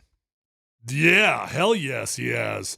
Riley Moss is a dog, and I'm glad that he gets the affirmation from legends like Steve Smith. People that know ball know that Riley Moss is really good. And I'll say this about Riley Moss. Despite the fact that he just is a really good corner, my favorite part about him as a player, he's got to be one of the most mentally tough football players I've ever seen. The ability to take call after call after call, and 90% of them are bad. There's been a few that's been on him, but 90% of them have been bad. And the ability to not let that affect the way that you change football, that's a skill set that very, very few people have. He rinses and recycles and then repeats his effort. He doesn't change the way he plays. He stays neck and neck. He's staying physical. He's staying in that dude's grill. He's not backing off simply because of the flags. Yeah, he's got the right people in his corner playing corner. Ain't no doubt about it. I think the future with Surtain and Riley Moss is for years and years to come. I'm not exactly sure where Barron fits into that mix, but again, these are first world problems the Broncos have, guys. What, too many good corners? Okay. Yeah. That's pretty cool. Yeah, no, Riley Moss is when's he get paid? Well, at the same time, he's a 4-year guy, so he's on he's on his rookie contract. Gosh, I don't know. Like, is that where you're going? Like, would we lose Riley Moss? Maybe. Good. Maybe if you really do believe in Jahdae Barron, then you've got Pat Surtain is going to become the highest paid corner again, right? So he's very highly paid already, and he's going to get that re-upped in a matter of time. So do you really want to pay two of them if you feel like you've got a younger guy that's going to be dirt cheap in Jahdae Barron? Will Riley Moss be one of those guys getting a high salary once he becomes available? I guess that's the big question with him. Well, I bet he's a high mid. I don't know if he'll be in a top 5 corner type position, but I think he can make pretty good money in the top 15. Yeah. I mean, I don't know if there's going to be any team that would pay him to be a number 1, but he's going to be a very highly coveted number 2. Next story, Dan. He's got one more year, by the way. All right, let's hear from Bo Nix yesterday, fellas. Kind of a philosophical question here. Bo, is it harder dealing with success or failure? I think failure, because success, you've kind of proven you've already been able to do it, and failure, you've got to get out of the slump, and you know people are saying things, that you're in a tough spot, and I think it's tougher to be at the bottom and get back on track. So I'll ask you guys, doesn't even have to be sports related necessarily. It could be a life thing. What's harder to deal with, success or failure?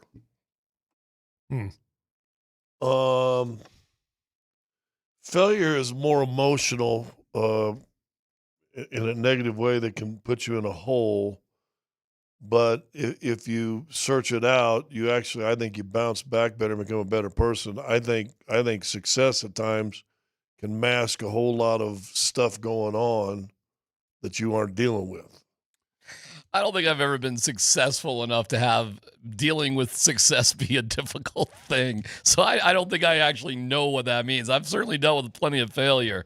I think the people that have a hard time dealing with success are like, Tom Cruise, guys who are like at the... Which he doesn't seem like he is, because he seems more like kind of a regular guy, too. Yeah, but yeah, he is. But how many guys have you known in our business that get to the top and they let you know they're at the top? Well, it's been a humbling decade for basically everybody in our business, but I know what you're saying. Like there were guys in the media like in the 90s. It was unbelievable. Yeah, I mean they were like upper echelon. We're taking limousines to work for the car services and having private security details and flying in PJs. These are radio guys like back in those days. Yeah. I think generally, first off, I can't believe you said Tom Cruise is a regular guy. Regular guy? That's a weird human being. Who he eats with on movie sets? What's he eat with? Who he eats with. Who's he eat with? He eats with the crew and the stunt people. Okay, also a very weird human being. Generally speaking, weird. I think that success leads to a feeling of contentness, and failure gives you hunger. Yeah, well, it's been 38 years of being hungry for on this side of the coin. I don't know. Did you guys ever feel like I'm so successful, I'm having a hard time dealing with it? No, you don't get hard dealing with it, but you lose touch with reality. Have you ever felt like that? And I'm humble enough now, I think, to know that there have been times in my career I thought my poo didn't stink. Really? Okay. And when I realized and look back at my life and I go, you know what? My poo stunk since I was born. Stinks when I'm old. When was that in your career? Probably around the time I was getting divorced, some 15, 16 years ago. Really? Yeah. Woke me up to reality. I had a real wide awakening reality check. Gotcha. Tyler? Yours is coming. No. I was talking about... Oh, you think I haven't gotten that, buddy? I mean, were you too high on your horse in Washington when you were Seattle? I was a fringe guy my whole career. I was terrified of being replaced my entire career. Yeah, you can't. For us, it's got to be life situations, and in this career situations, when we played, we were the work hard guys. We were the guys that had to outwork. We couldn't be the guys that came on the field or the court last. Of course, practice. It's funny. Somebody asked me the other day, like, what's it feel like to be on a team when you know you've got 4 games to play and you can't make the playoffs? Like, how do you stay motivated? Like, I don't know. It's pretty simple for me. Right. I wanted to keep my job. Yeah. On the high school football broadcast, and I've heard you say this many times, like, you were on Cherry Creek's team when they didn't make the state playoffs. Like, you may have been on the last Creek team to not make the state playoffs. Yeah. So, you've had a humble But you ride. made it in basketball that year. Semis. Next story, Dan. Guys, the Chicago Bears are exploring stadium locations outside the city of Chicago and the state of Illinois, How about that? including That's crazy. Northwest Indiana. Team That's president nuts. CEO Kevin Warren said yesterday the announcement comes 3 days before the Bears host the Packers at Soldier Field. Do you guys think this is a legitimate option that they're it's just like considering, Lone or is Tree. this a negotiation tactic to get what they want from the city of Chicago? It's the same thing the Broncos just did. It's just like Lone Tree. It's just like what They never Washington. threatened to leave Colorado, though. Okay, Kansas City threatened to leave Missouri. They threatened to go to the other side. They threatened to go to another state. I mean, the Jets and Giants, New York Jets, New York Giants play in Jersey. They're not the New Jersey Jets and Giants, but they play in Jersey. I mean, it wouldn't be the first time. But I don't think it's going to happen. No, I think it's all just a giant negotiation tactic. I just don't, and I don't. To me, when I go to Chicago, where other than it is right now, which to me seems like a crap place to get in and park and everything else anyway for that stadium. Cool when you drive by it on the river, on the waterfront, but have you guys been in that stadium? No. Long time ago, right before. You want to talk about right before they put the igloo on it. You want to talk about one of the weirdest, dumbest renovations of all time? Why? When they renovated that stadium, they put a freaking galactic spaceship inside of a Roman Colosseum. Okay. Like, it's the weirdest, like, modern inside slanted. The Jumbotron is like slanted. It's all just a weird futuristic building inside a Roman Colosseum. They did to the old Soldier Field what no one's been willing to do to the Coliseum in L.A. because it's a similar kind of type, big building, old structure, and you ain't seen anybody say, "Hey, well, let's just redo the entire Coliseum." Yeah, I go, no, well, it is what it is. Let's have what it is. Maybe we can add a box here and there and put bigger screens, but it is what it is. You know what it's going to be for them, and it's a little bit similar to Denver. It's going to be more complicated building this stuff down at Burnham Yard than in Lone Tree. Like, if you did go to Lone Tree, you'd have shovels in the ground tomorrow. Yeah, you'd be leveling ground out right now. Right? You think the mayor of Lone Tree or Douglas County is going to give you a hard time on anything? The politics of Denver, and they got to deal with the cement company. Can you imagine what the politics of Chicago are?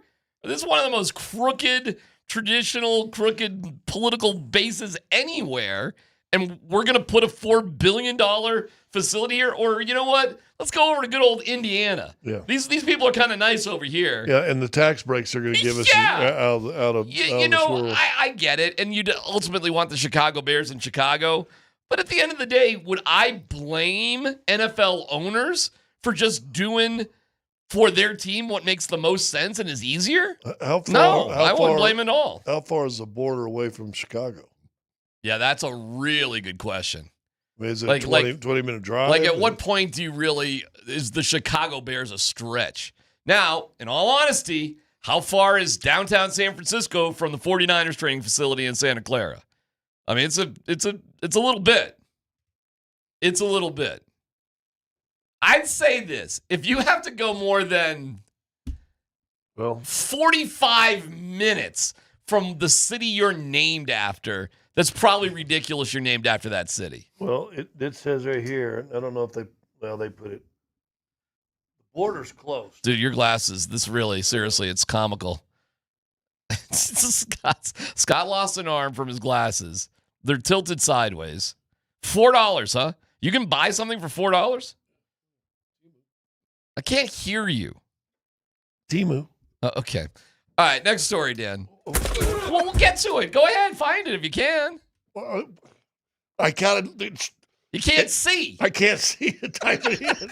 Welcome to my life, Scott. All right, last story here, guys. So Tua got benched. Zach Wilson will be the backup. Tua will be the third-string emergency quarterback. Quinn Ewers out of Texas will start for the Dolphins. Tua's got $54 million in guaranteed money for the 2026 season. So here's my question for you guys. Are teams going to follow the Broncos blueprint if they pay a quarterback big money, it doesn't work out? Will they just decide to cut bait and deal with the dead cap hit? Do you think the Broncos will have made that a trend throughout the league with what they did with Russell Wilson for as much success as they've had since they did that? I don't think so. I still think this is going to be a rarity, the way the Broncos are able to bounce back. And obviously they did it because they hit on a young quarterback. But despite what DMac would tell you, we all know that 9 out of 10 of the young quarterbacks are going to fail out. So it's scary to move on from capable quarterbacks. It's more like 6.5 out of 10 are going to fail out. But yeah, I get where you're going. I'd say at least the Broncos showed a path if you get yourself in a sticky wicket like they are there. I'm not going to say teams are going to jump at it, but the Broncos probably set a precedent that teams aren't going to be afraid of it.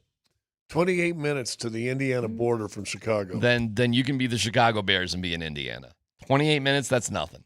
I mean, how far are we going, though? I mean, 17.6 miles. That's it? Yeah. It's not very far. Tax breaks, more space. That's why they should have gone to Lone Tree. Listen, man, dude, I get it. The old Denver Broncos in Denver, I get it. I go past that 10th and Osage place all the time, and I'm just like, I don't have the imagination to see this. So pop-up weed tents out there in the parking lot for the games. That's gonna be awesome, dude. Hey, man, it's a neighborhood with a lot of character. How's that for being nice? There's a couple cool bars around there, just a block a block or two away. Yeah, really? Yeah. Okay, I'll take your word for it. The character is going to be gone. It's going to be a new city. Okay. Hey, listen, with enough money, you can do anything, right? You can figure it out. It's just, that's a lot of work. But whatever. Money pays for everything at the end of the day. And money will dictate where they go for the Bears. And money will dictate what teams do in terms of quarterbacks and teams. Tua is done, though. Like, nobody's gonna want Tua on their team as a starter. Nobody. I don't know how many people want him now as a starter other than Miami, right? Well, they paid him the money. Well, but what did we say a while ago? He's just good enough that can we replace that in a year or two? No. I go back to remember when Mike McDaniel had 700 plays of Tua, or what was that whole thing? Like, he really believed in Tua. He had all these, really positive things. But he lost faith at some point, obviously. This week. Yeah, that must have been tough for Mike, man. That must be a tough deal when you have to just go away from somebody you initially really believed in as a coach. Well, I think it's an interesting survival instinct also. And I'm not saying that it's why Mike did it, but I asked Adam and he disagreed with me, but I think what Mike McDaniel has done, he has put the Miami Dolphins in a position where they now have to choose between him and Tua. Now, maybe they choose they don't want either one of them, but he gave himself an extra lifeline there to say, hey, it wasn't me.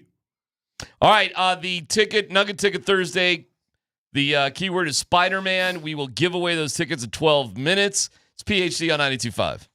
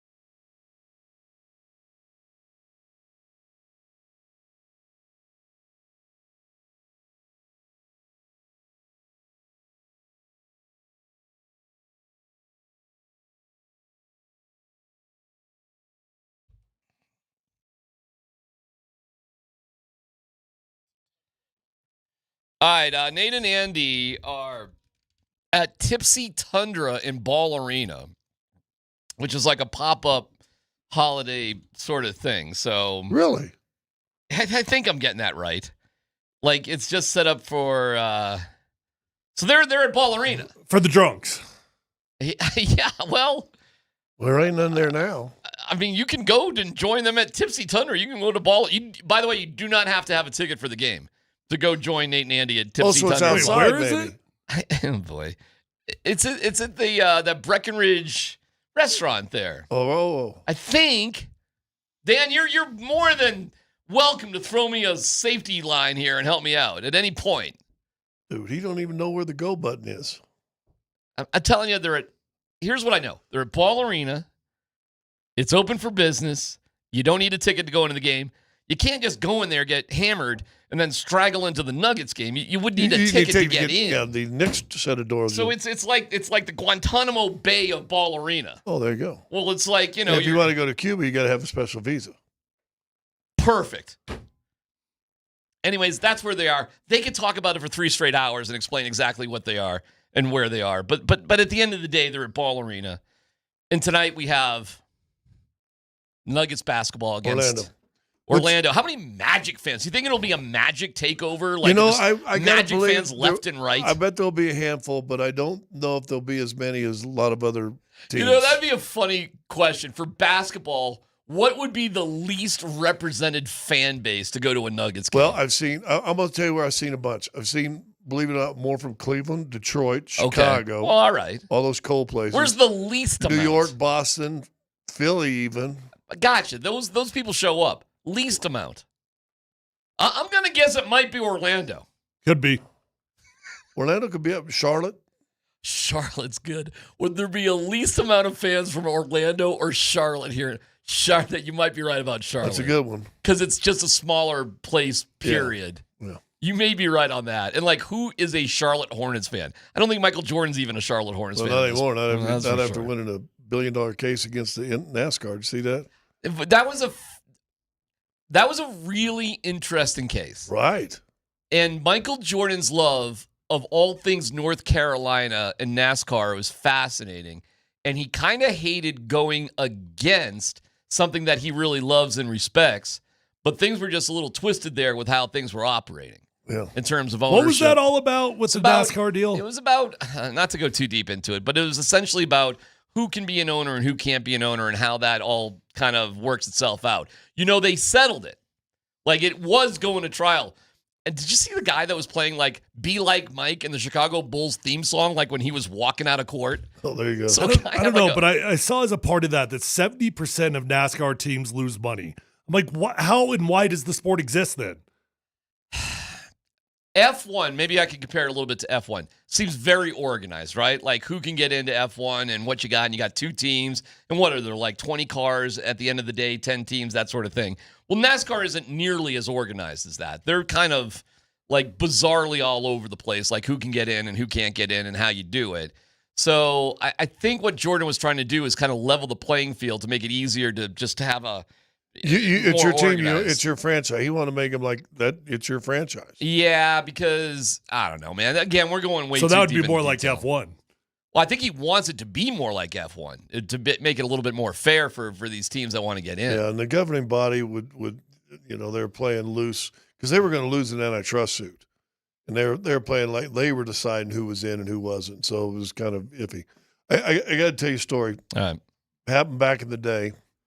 And the reason I thought of this today because we talk about Tyler. Yesterday you broke down the all 22 and the access to get film to watch that and take this the right way. A regular guy is easier now. You see a million podcasts doing the same thing you do, right? Breaking down the film with the all 22 and they can't do what I do. Scott. Can't do what you do, but they do for whatever fan team they're doing it.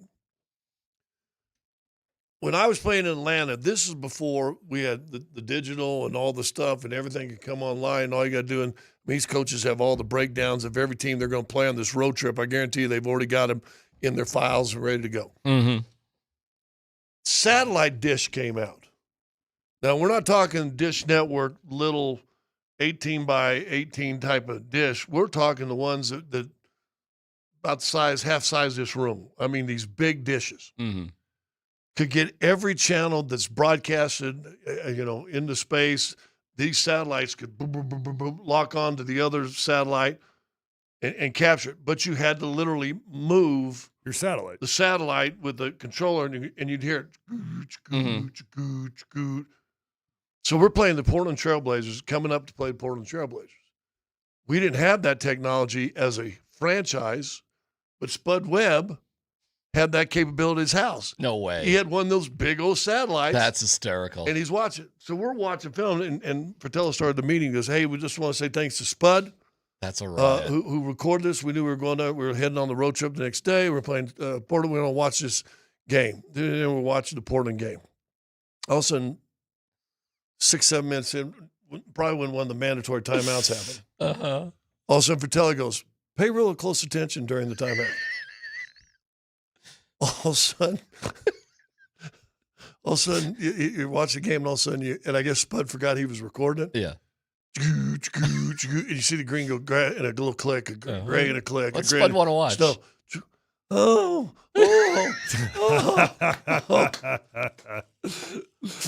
flips it to a port channel. That's fantastic. He's on it 2 or 3, 4 minutes watching this thing, and then he realized, oh yeah, that is hysterical.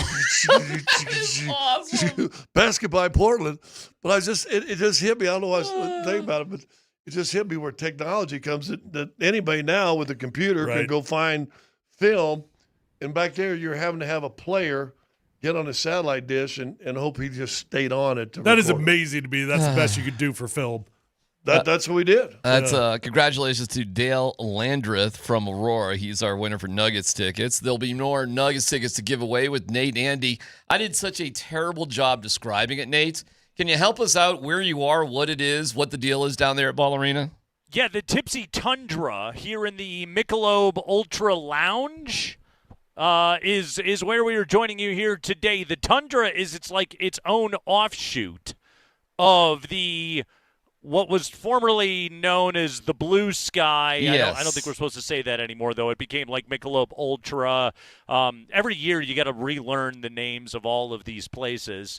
But yeah, we're at the Tipsy Tundra here today, the holiday pop-up bar, and I have to say it's quite lovely. It's festive. Yes. We're seated near a fireplace. There is assorted holiday decor. It's nice, man, and it's open to the public today at 5 o'clock. So come down here. You don't have to have a ticket to the game. You can still come to the Tipsy Tundra, but if you're going to the game, come hang out with me and Andy today here at the Tundra. I even have a throw pillow. That's how classy this is, guys. Nate, what was it like for you to do a full show yesterday while the office party was going on right outside? For 2 hours of your show, there was a thriving office party happening right outside. It was going on. First off, I appreciated I feel like our show should be catered more often. So I did appreciate. That was good for you, right? I mean, that's absolutely. That's a positive. I had quite a few balsamic ribs during the show yesterday, so I appreciated that. We had assorted clients wandering in and out during the show yesterday. Some of them just hung out and stared at us for a while we did the show, which, it was, you definitely felt like an animal in the zoo a little bit, but it was more than anything, it was just great to be at a holiday party. I thought it was lovely. I thought it was great too. Did you take a roll of the dice or a turn of the cards during a commercial break just for the heck of it? Or I actually did not. It was available though. You could have. You could have. Yeah, no, I mostly, again, I gravitated to the buffet mostly. I see. When I wandered out during the show, and then after the show, I gravitated to the bar. Those are the food and the beer are usually the two things that catch my attention. How many live shows have you done from Vegas in your life? Oh God, a few, right? Yeah, I mean, by this point in my life, probably close to 50. Something like that. All right, have you ever, during a commercial break, 50 live shows, ever played a hand of blackjack actually literally during your show during commercial break? No, I've never done that before because typically, I don't think I've ever actually done a show from Actually, no, I take that back. I have done a show from inside a casino. Yeah. I've done a show at the Westgate, but like I was in the sports book, so I was far enough away from the casino It'd be itself. hard to get to. Yeah. But I do know that I did go to the window at the Superbook and lay down a couple of bets during a break. Because that's the thing. When you're doing a show from a sports book, like naturally, you know, Right. if you have a guest on or your co-host or whatever, they're yammering on, and your eyes just kind of wander over to the board, you know, Right. and you're just kind of like ooh, look at Duke as a 4.5 point favorite tonight at Cameron Indoor. I think I'm interested. I got to admit, it was early on in my degeneracy. Yeah. We were, I don't even know the casino, but we were really close to the blackjack tables. And Nate, I got to say, I could not help myself. And we might have had 9 commercial breaks. I might have gone to the blackjack table 7 times during the 9 breaks. You just ran to third base every time. It started out as kind of a bit, like, hey, could you do, like, you know, hey, I got $70. Let's see what I come back with, you know. But after, like, the second time, like, the bit's kind of over, right? We're not really doing a bit anymore. After that, it's just compulsion. Right, That's all it is. Now I'm just doing it. And right. Yes, I can't stay away from the table now. Like, ha, it's a bit, but no, seriously, I'm down $70 and I need to get back over there. On that same trip, we were supposed to, it's like one of them, you know, Friday, Saturday, Sunday, leave on Sunday sort of deals. And I had got in so much trouble financially with my ATM and my bank that I was pretty sure I was going to get divorced when I came back. Yeah. And I had so little money, I curled up in the fetal position in my hotel room for a good 14 hours, and I just got on the earliest flight I could figure out the next day and didn't even return with the radio station. I just left as early as I could, Dave. That wasn't one of my more glorious moments. But again, those $16 in casino ATM fees, those show up on a bank statement. DMac, I had a guy. So for years I ran a radio network, and we used to do play-by-play. And so I used to bring in guys from around the country to call games for me, and it was kind of catch as you can.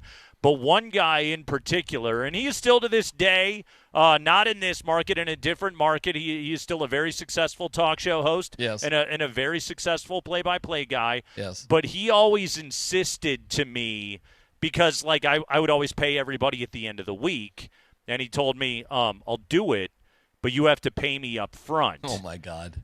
And so that was so that he could get his check and then immediately run to the casino with it, and then his wife wouldn't know about the money. Wow. But that was always the deal with bringing this guy in. Wow. And he's still a buddy to this day, but it was like, no, you pay up front, and then that money doesn't get seen on the ledger, and I go directly to the tables with that money. What could have ever gone wrong in that guy's life? It's KKSC FM HD1 Broomfield, Denver, Boulder. I see Andy is on board as well. So the Tipsy Tavern, which is inside of Ball Arena, now you can go there, is open for business. Yes. But you still need a ticket to go to the game, correct? No, the Tipsy Tundra is open to the public. You can come into the Michelob Ultra Lounge. You don't have to have a ticket to the game.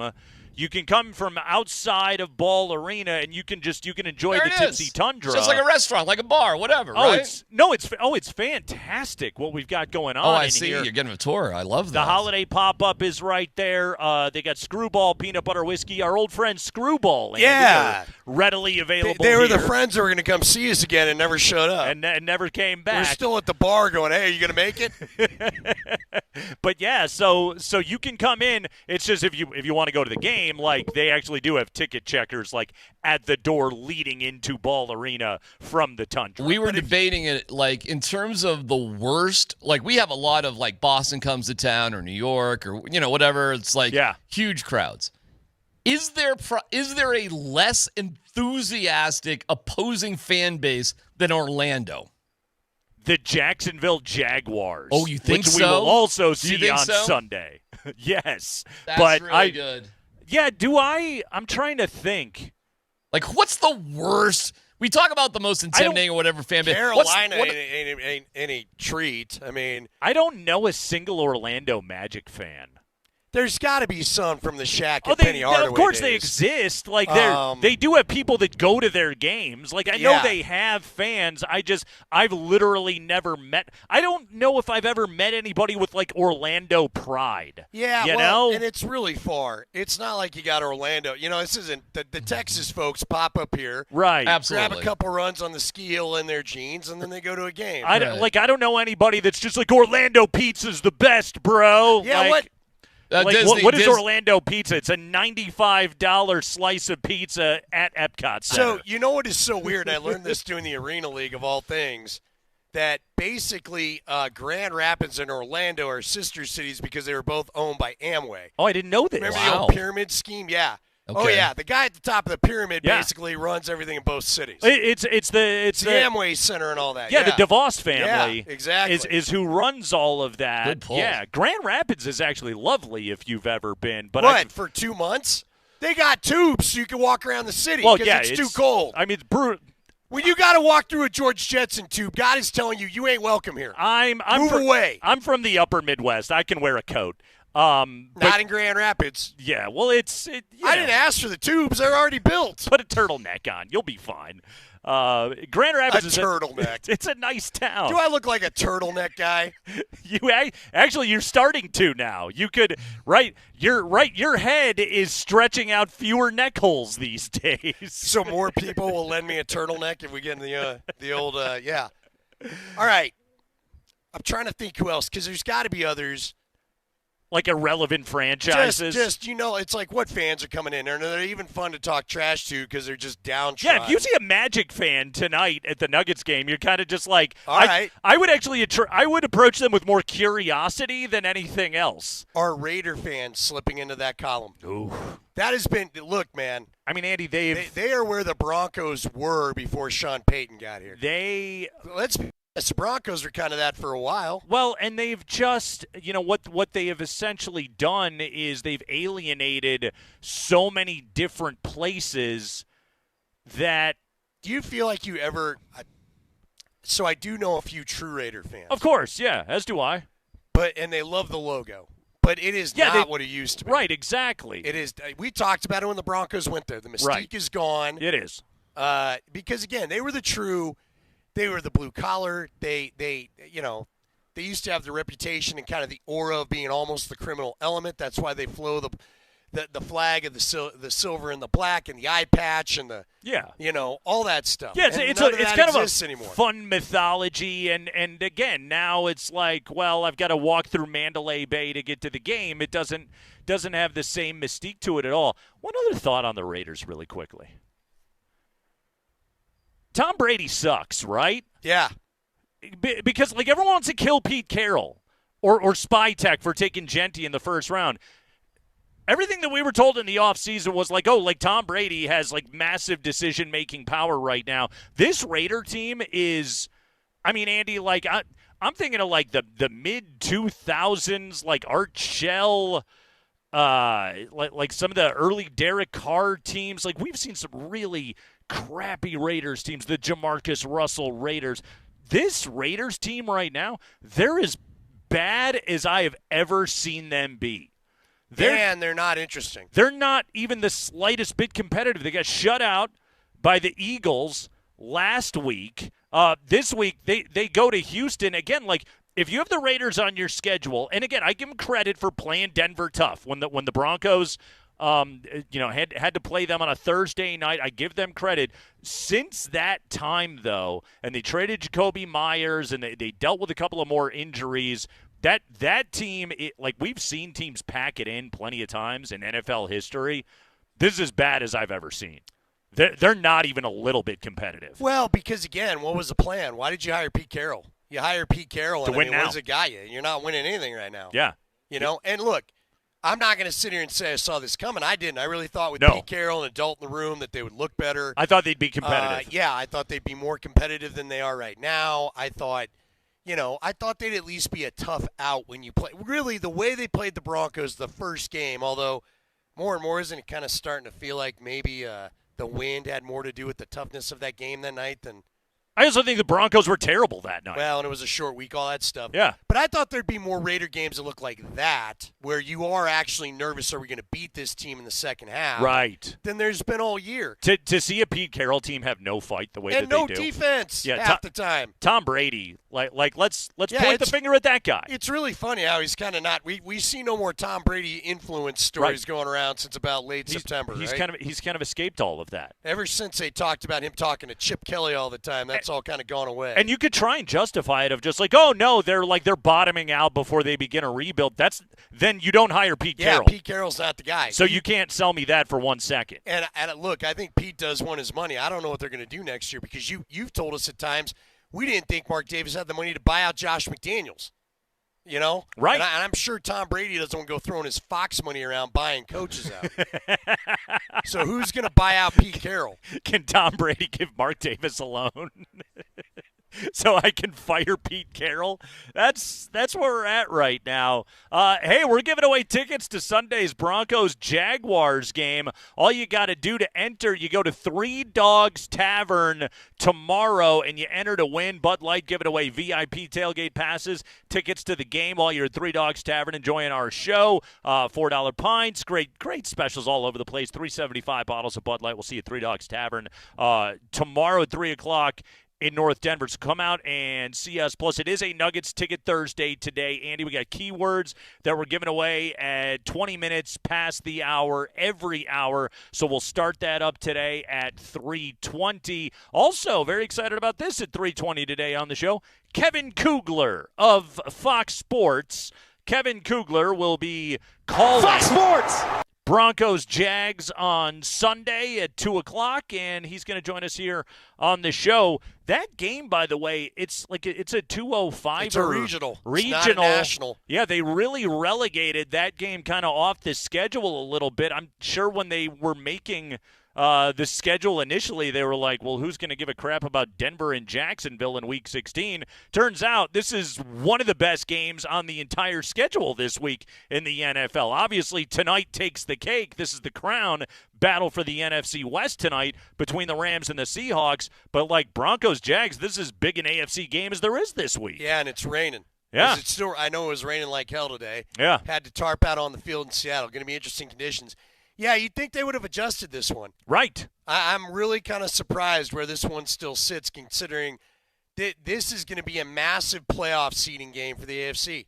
And if nothing else, you should have scrambled your plans late after you found out the co-MVP FedEx Air and Ground Players of the Week were going against each other head-to-head. Everybody overlooks the FedEx Air and Ground grudge match that is going to happen on Sunday. I'm not going to let you, though. The Kreckman and Lindahl show will not let you forget what this game is really all about. By the way, Kevin Kugler, all-time sports name. Love the alliteration there. Yes. We also have another all-time sports name with some breaking news. Ooh, what do you have for me right now? Well, this could be signs of the move to come, but the Broncos, per Mike Kliss, have waived Calvin Throckmorton. Oh, where did Throckmorton? Where did he go wrong, or is it just like he'll clear waivers it means and go? Ben Powers is about ready to ascend to the active roster, and Throckmorton will make his way to the practice. So Throckmorton, yeah, he'll clear the waivers. He'll go back to the practice squad. In the meantime, you didn't get a lot of Throckmorton in our life, though. I do wonder if maybe he decides. Look, there's a lot of offensive line injuries out there. Who knows? Yeah, maybe so he comes back, maybe he doesn't. Powers to start at left guard, and Palczewski will go back to the jumbo tight end package, and Frank Crum will be relegated to backup jumbo tight end, sixth offensive The jumbo lineman. shrimp package is back in play. Frank Crum is the seventh offensive lineman now. Yeah, not the sixth. Yeah, he goes back to that. He doesn't world. get to be 63 eligible anymore. Alex Palczewski, good player. Yeah, dude, I'm telling you, I think the Broncos may have a decision on their hands in the offseason when it comes to Powers and the contract. I didn't notice like literally We've not no talked about drop off. No. At the left guard position. Bo's not been getting crushed up the middle, and that's where I thought, especially when they played our guy last week, who the guy who hurt his knee for Green Bay. Micah Parsons. When Parsons played Michael last Parson, week, excuse me. Michael Parsons. Yeah. I thought that he really might try to attack Michael Parson.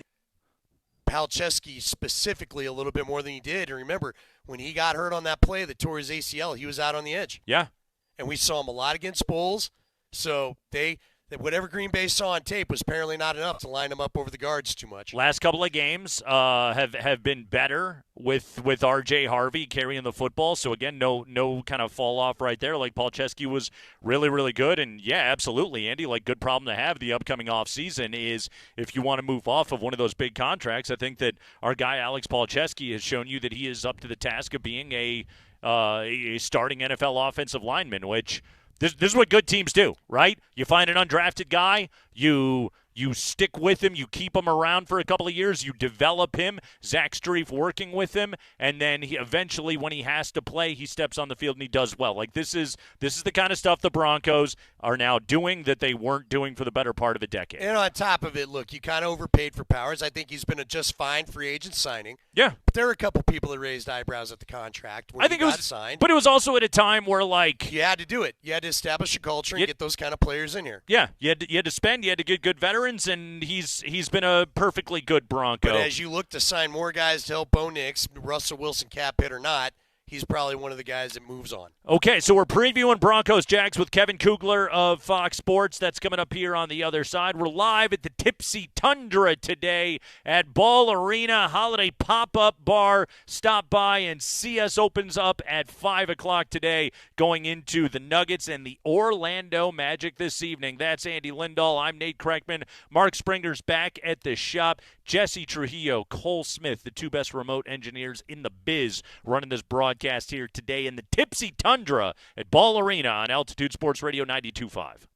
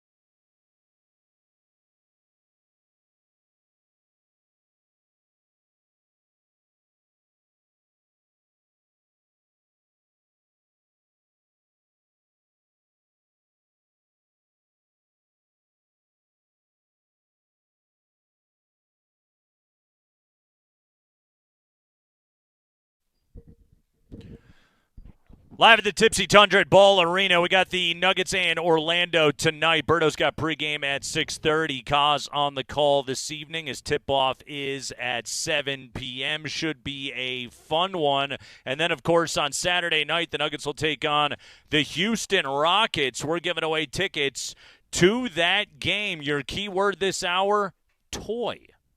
Toy. Text TOY, toy, with your name to 303-504-0925. Tickets are still available for all remaining games in December, including the game against Orlando tonight and Christmas Day against Minnesota. So go to nuggets.com/tickets. Nuggets Ticket Thursdays are presented by the Will Height Law Firm, giving you a chance to win big on and off the court. Visit willheightwins.com.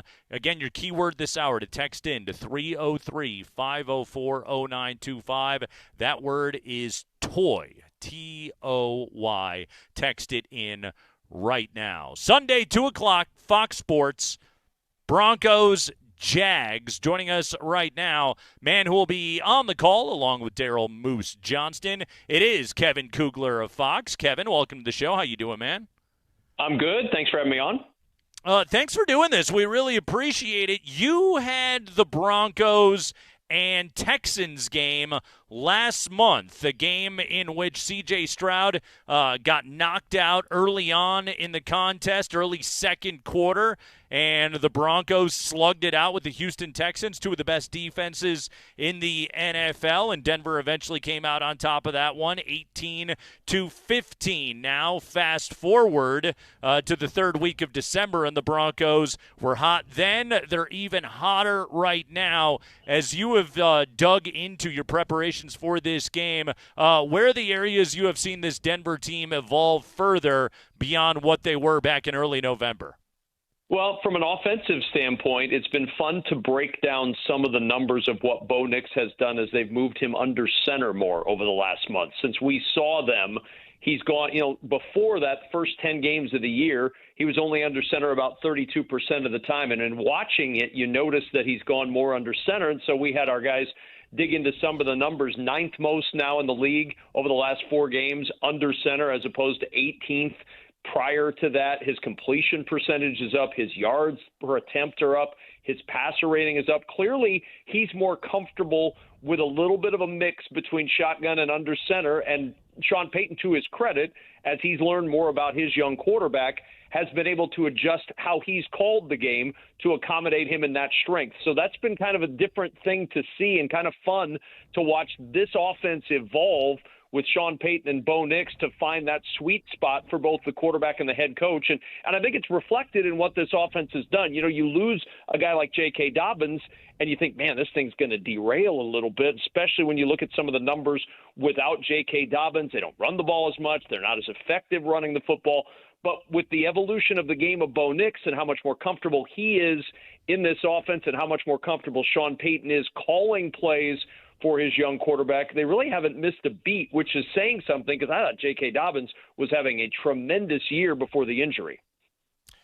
All right, which team are you more surprised by the success of, Jacksonville or Denver to this point? Jacksonville, I would say, just because of the way they started the season. This did not look like a team prior to their bye that was prepared to go on any kind of a run. You'll remember before the bye, Seattle beat them, and then they got blasted by the Rams. They come out of their bye, and they squeak past Vegas in overtime, and you're thinking, well, this didn't look like any kind of a team that you were going to be thinking at this point in the year would be in a game of this magnitude.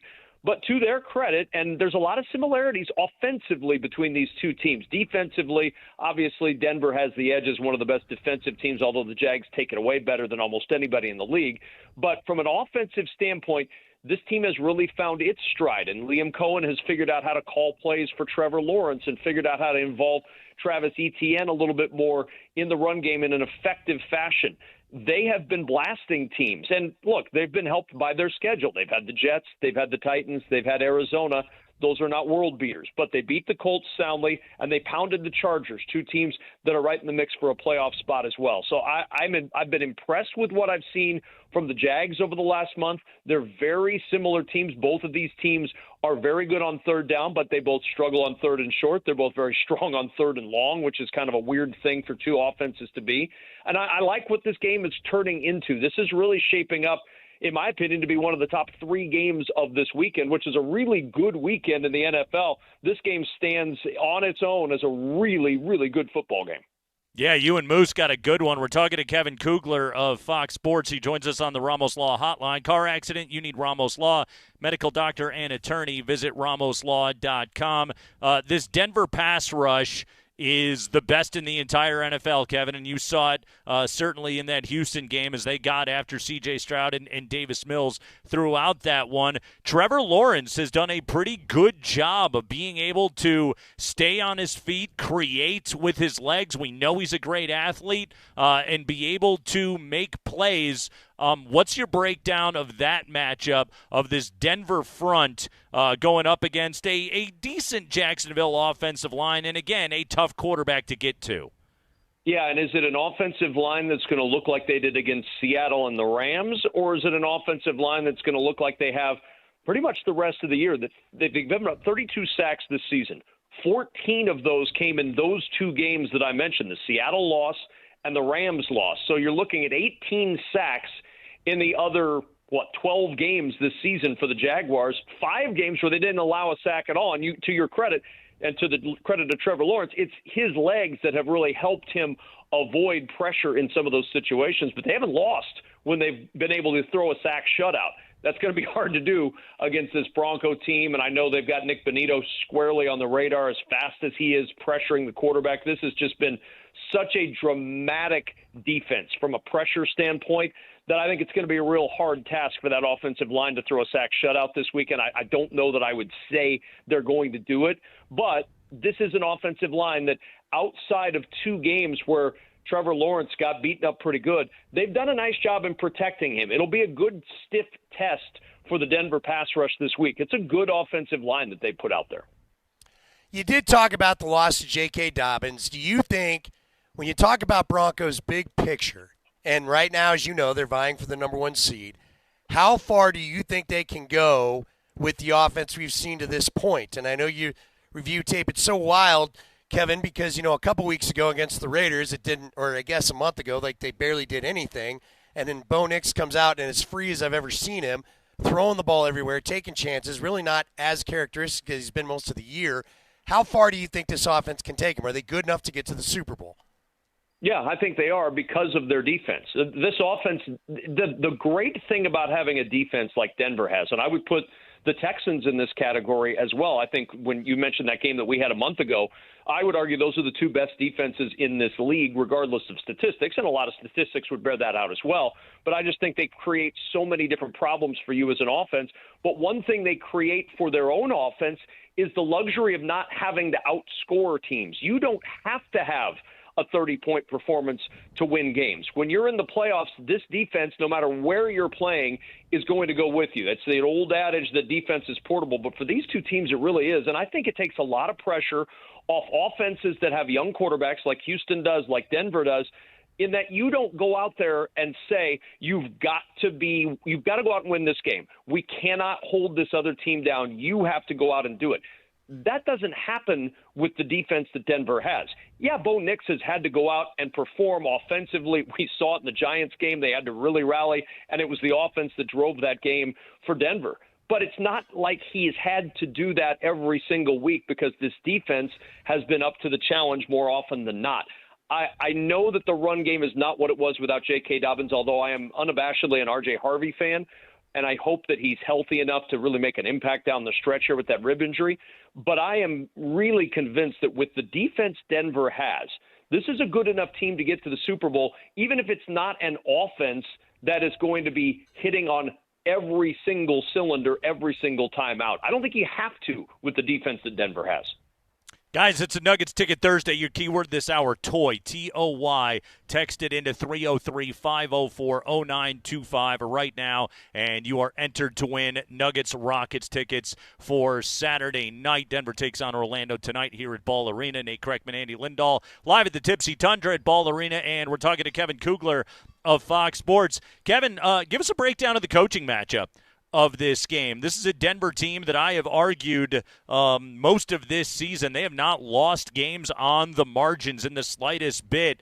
Sean Payton has been very good at finding the hidden points, finding the extra time on the clock where he needs to. He's very good on the margins with a very good football team. Flip side, Liam Cohen, quarterback whisperer, and he's got Trevor Lawrence playing at a very high level right now. What's your breakdown on this coaching matchup? Who has the advantage on Sunday?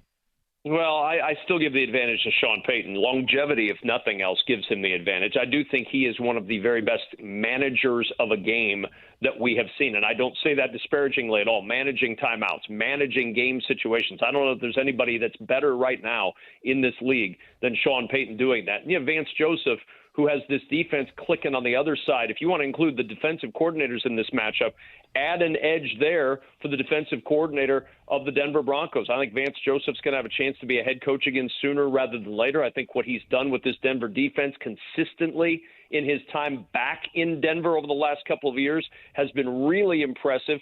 But, man, this is a really good young Jaguars staff. I think they figured it out finally after a lot of misses, quite frankly, over the last several years with the Jags.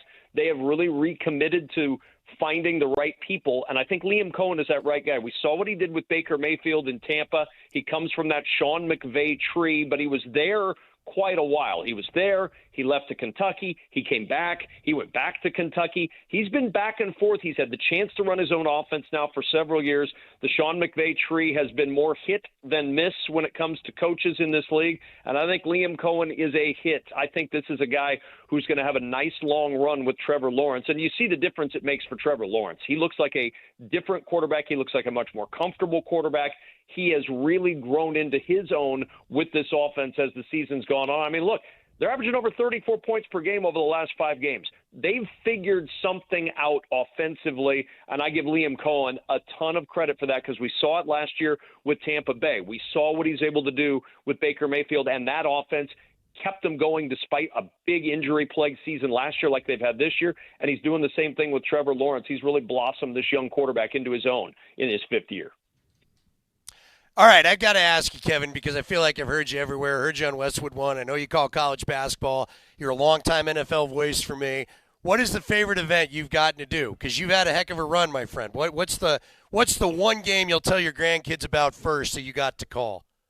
I've been lucky, and a lot of my cool stuff has been on the radio side. I got to call Tiger Woods at Amen Corner when he won his last green jacket. One of the most memorable moments I will ever have as a play-by-player, sitting in Amen Corner and listening to the Tiger roars as he made the turn through the corner, and you could tell that maybe he was going to get that green jacket, his last one.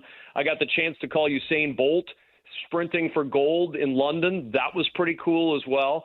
But from a basketball game standpoint, a football game standpoint, I mean, it's hard to beat the Final Four, and it's hard to have beaten North Carolina Villanova, the frenetic ending to that game that we had several years ago. That's one that I will always remember from a game standpoint, getting the chance to call that back-and-forth ending that won Villanova a national championship. Ryan Arcidiacono handed the ball off. Why am I spacing the name of the guy that hit the shot? Chris Jenkins. Chris Jenkins. There you go. See, Kevin Kugler was not about to forget that. By the way, along those lines, Kevin, and Andy and I are broadcasting dorks, so we like getting a chance to talk to a guy like you. And we've mainly done radio, so we love that your career is radio. Exactly. We love a radio guy. Plus, we know you were Mr. Omaha back in the day, talking Husker sports out there. But Kevin, who is the guy? Little game-recognized game. Who is the guy that when you flip on a big-time game in any sport, who is the other broadcaster that's out there working right now that you're like, that's the guy that I got mad respect for him? Oh, I mean, I have to narrow it down to one guy. You do. That's working. You do. That's working right. This is how it works. You know how it is, Kevin. We're on radio. You're a sports talk radio guy. Come on, you know this. All Look, I mean, if you're doing radio play-by-play for the National Football League, Kevin Harlan right now is the guy that, I mean, and he's my colleague at Westwood One, so I feel like I'm sort of being a homer by saying that, but Kevin's the most distinctive radio football play-by-player going. And when you hear his voice, you know who he is, you know where he is, and you know what he's doing. And it's hard when you're talking radio football play-by-play, it's hard not to mention Kevin first. Well, Kevin, this is what I always say about Harlan anytime that I hear him, and I mean this as a compliment. He sounds like he's reading a script of the action of the game that's happening directly in front of him. Like his calls are they are so on point. They are bellowed so confidently, and you're right about that. I think it's the most distinctive voice in broadcasting right now.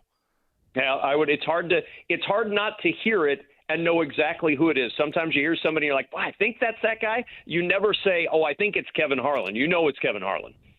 All right, before we let you go, and we are sitting inside Ball Arena here, there's a place called Tipsy Tundra. It's a pop-up bar.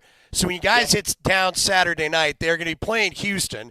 That's going to be just a mauler of a game here. You swing by, hit the bar if you'd like. You don't need tickets to the game, although, Kevin, I'm sure they'll let you in. But if you want to swing by this bar, it's a great place. But I got to know, as a basketball fan, how much time do you take to watch Nikola Jokic and company? Oh, my gosh. Are you kidding me? How can you not watch those guys? My very first – true story, I grew up in eastern Colorado. My very first NBA game, I saw Supersonics, who are clearly not with us anymore, and the Denver Nuggets at Old McNichols Arena. That was my very first NBA game. My family drove the 3 hours that it took to get from the very edge of Colorado into Denver. And Colorado, where I lived, is not Colorado where you live, but it was still the state of Colorado. And, I mean – I have enjoyed watching Denver Nuggets basketball since I was a kid growing up in Colorado. So it's hard not to have one eye on what's going on in Denver right now, especially the way the Avs are playing, the way the Nuggets are playing, the way the Broncos are playing. This is it's a nice little run that the city of Denver is on right now with its professional sports teams. No losses in November, it feels like there, Kevin. Now in December. By the way, and that's funny, man, because I always knew you as a Nebraska guy, but and let's be honest, Eastern Colorado basically is Nebraska. But Kevin, what town were you from?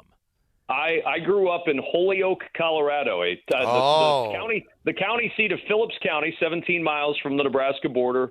My dad ran agricultural banks before my parents split up, and then we moved back to Nebraska after that. But I spent my formative years as a kid as part of the Holyoke community before I left. I never got to be a Holyoke Dragon.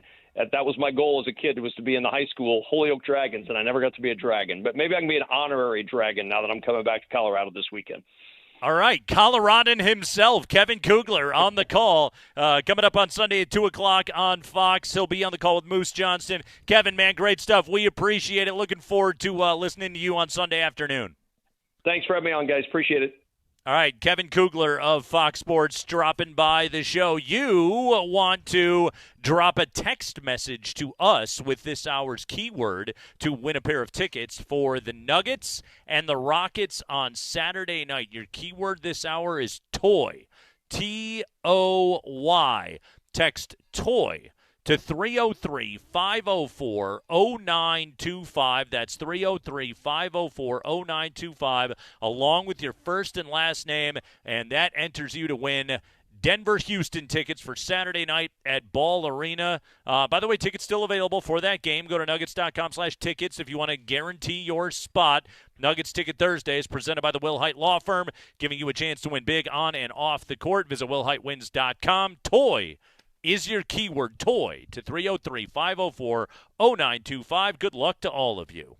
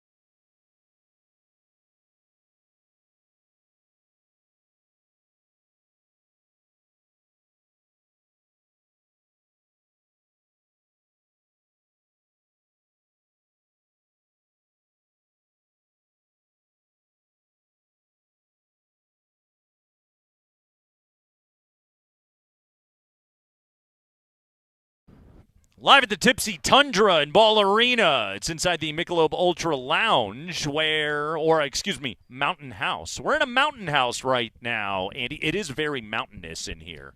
It does have a very ski lodge kind of feeling to it. It is the bar that everybody loves. It's at the front of Ball Arena that is often a very popular pre- and post-game spot. Yes, and we are here today live in the Tipsy Tundra, which is the holiday pop-up bar inside the Michelob Ultra Mountain House, and it's lovely. Yeah, I'm going to shoot a video. We'll put it out on social media. We're seated by the fire, Andy. Maybe one of the bartenders will make us these drinks.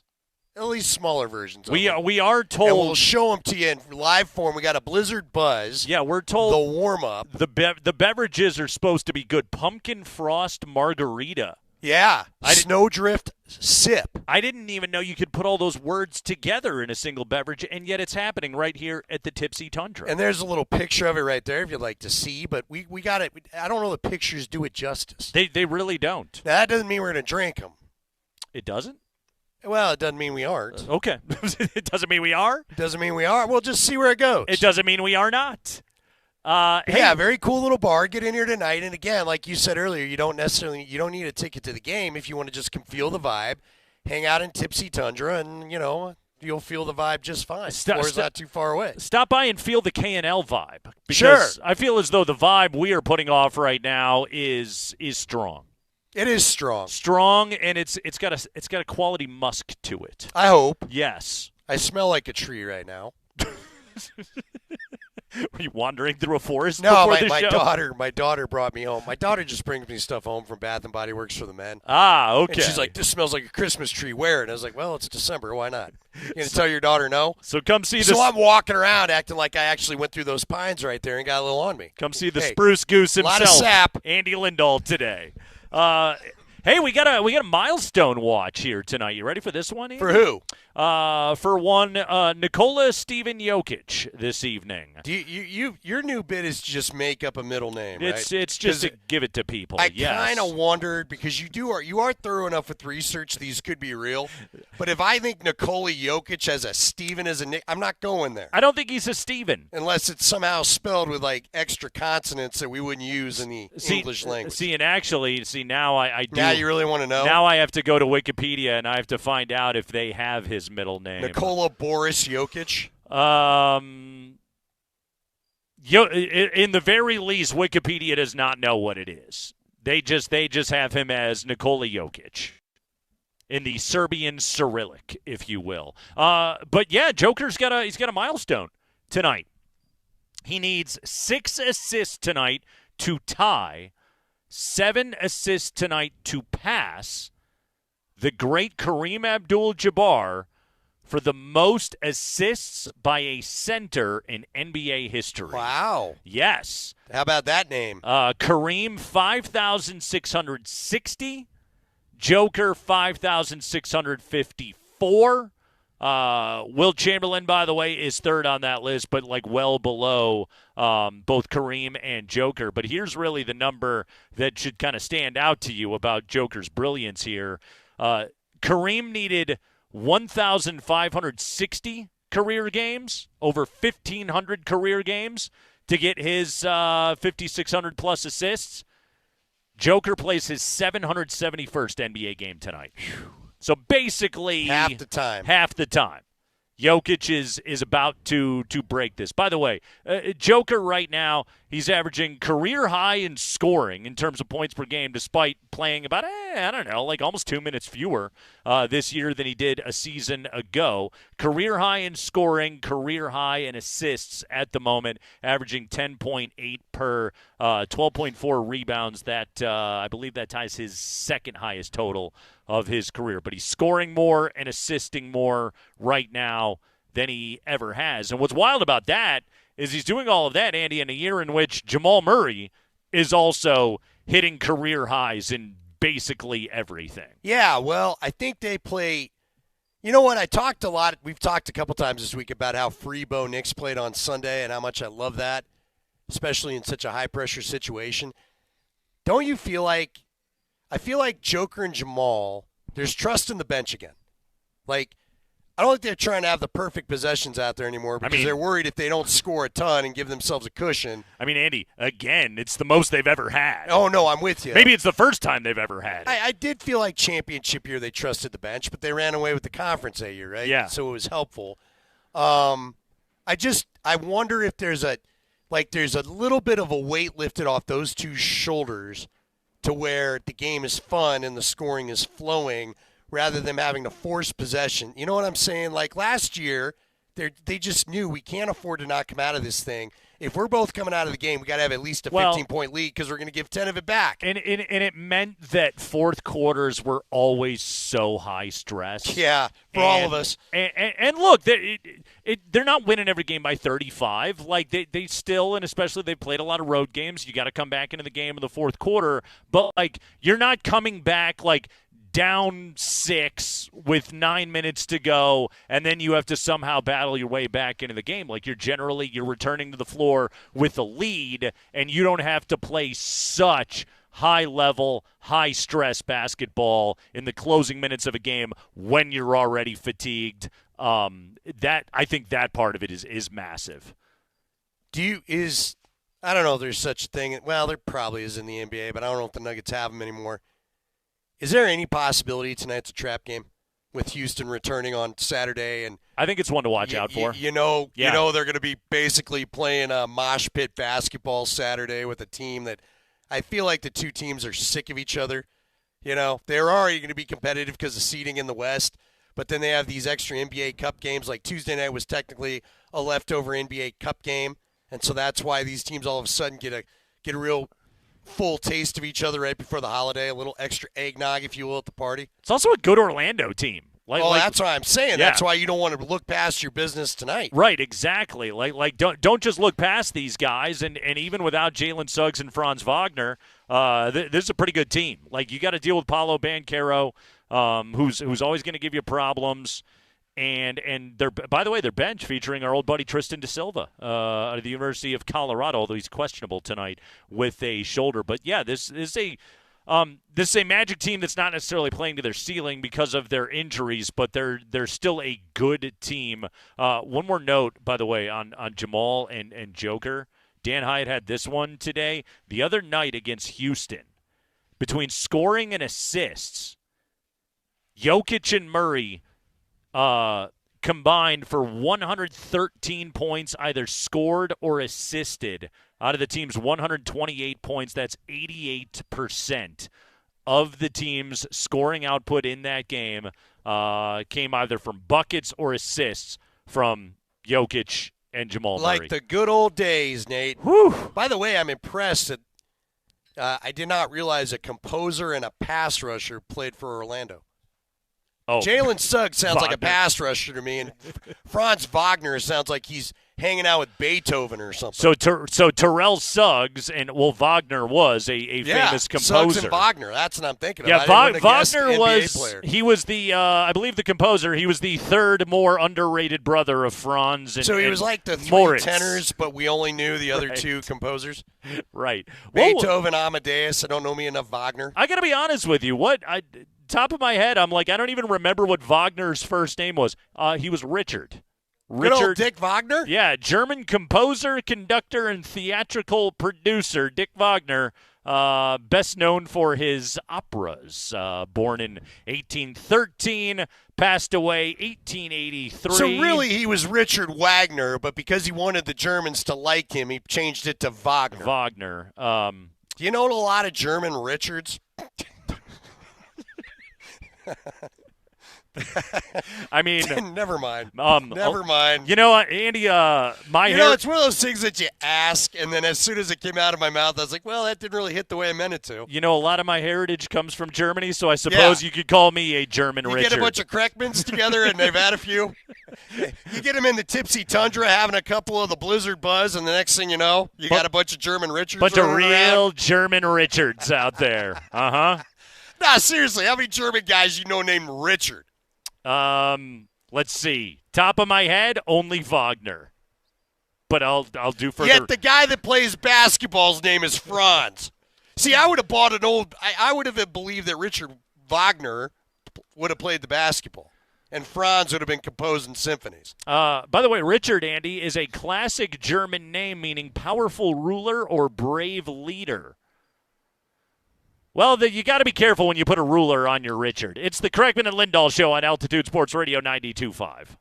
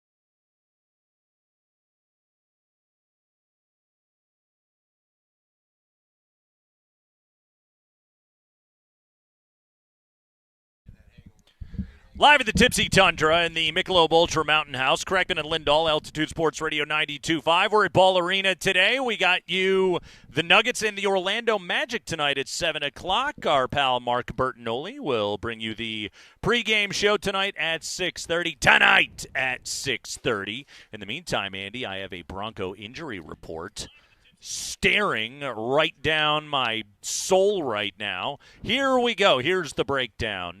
Pat Bryant, he's fine. Missed last week, but the hamstring seems to be okay. 2 full practices. He's good to go.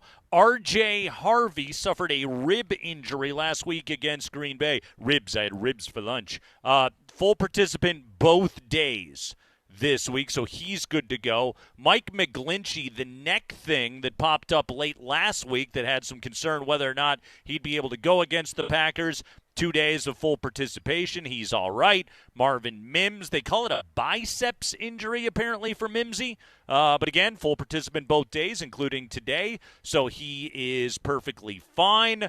John Franklin Myers did pop on the injury report today, but under the designation NIR, meaning not injury related. He is resting, so a veteran maintenance day for JFM today. A limited participant in practice. Ben Powers was limited today with his biceps, although we tend to think he's going this week. Justin Sternad, the one injury we're really watching this week, yet to practice this week because of a foot injury. We know Brandon Jones has gone to IR, but again, Andy, like this is look for the signs, look for the reasons that the Broncos can go deep into the postseason, and their injury report looks like this in the 3rd week of December. Yeah, I mean, I have there are things about Sean Payton I'm critical about how this man has handled this team, getting them ready. Because, again, here's another – boy, I hate talking about it because you almost feel like you're going to jinx their luck. But really, Sean Payton's time here, how many times with Fangio and Hackett were you and I playing, hey, who's that guy? You know, right, hey, right. This linebacker plays for this team because they were so deep into the depth chart. We didn't realize the guy even stuck around and still play football for this team. And Sean Payton, largely, fingers crossed, knock on wood, it's all over the place. This team has had great injury luck under Sean Payton. Okay, so Andy, this might be the most homer question that I've asked you about the Broncos this entire season. But like I'm staring at it right now, okay? We had Kevin Kugler last hour on the show. Yep. Coaching advantage goes to Sean Payton. I'd agree. We know that, okay? And quite honestly, like, Andy Reid's very good, but he's got no team. Jim Harbaugh and Sean Payton, guess what? Harbaugh typically gets the best of Sean, so maybe I'll give Jim the nod right there. But Payton is basically going to have a coaching advantage against, 25 other opponents in the NFL, generally. I have a follow-up when you're ready. Okay, so this team is excellent at clock management. This team is generally good at timeout usage unless they got to blow it with offensive personnel confusion. But they're generally, again, pretty good with the timeout usage. There's only been a few halves this year, really, where you've just been like, oh, man, they're being frivolous with those timeouts. This team is outstanding defensively. Offensively, we've watched this thing grow, but they don't kill themselves with negative plays. There's not a ton of turnovers. They don't take a whole bunch of sacks. They've cleaned up a lot of the 3-and-out issues. The special teams, I would also argue, has improved over the course it sure has, of compared this to the season. beginning. Yes. Like, right now, going into this game against Jacksonville, what are you circling and saying the Broncos aren't good at this?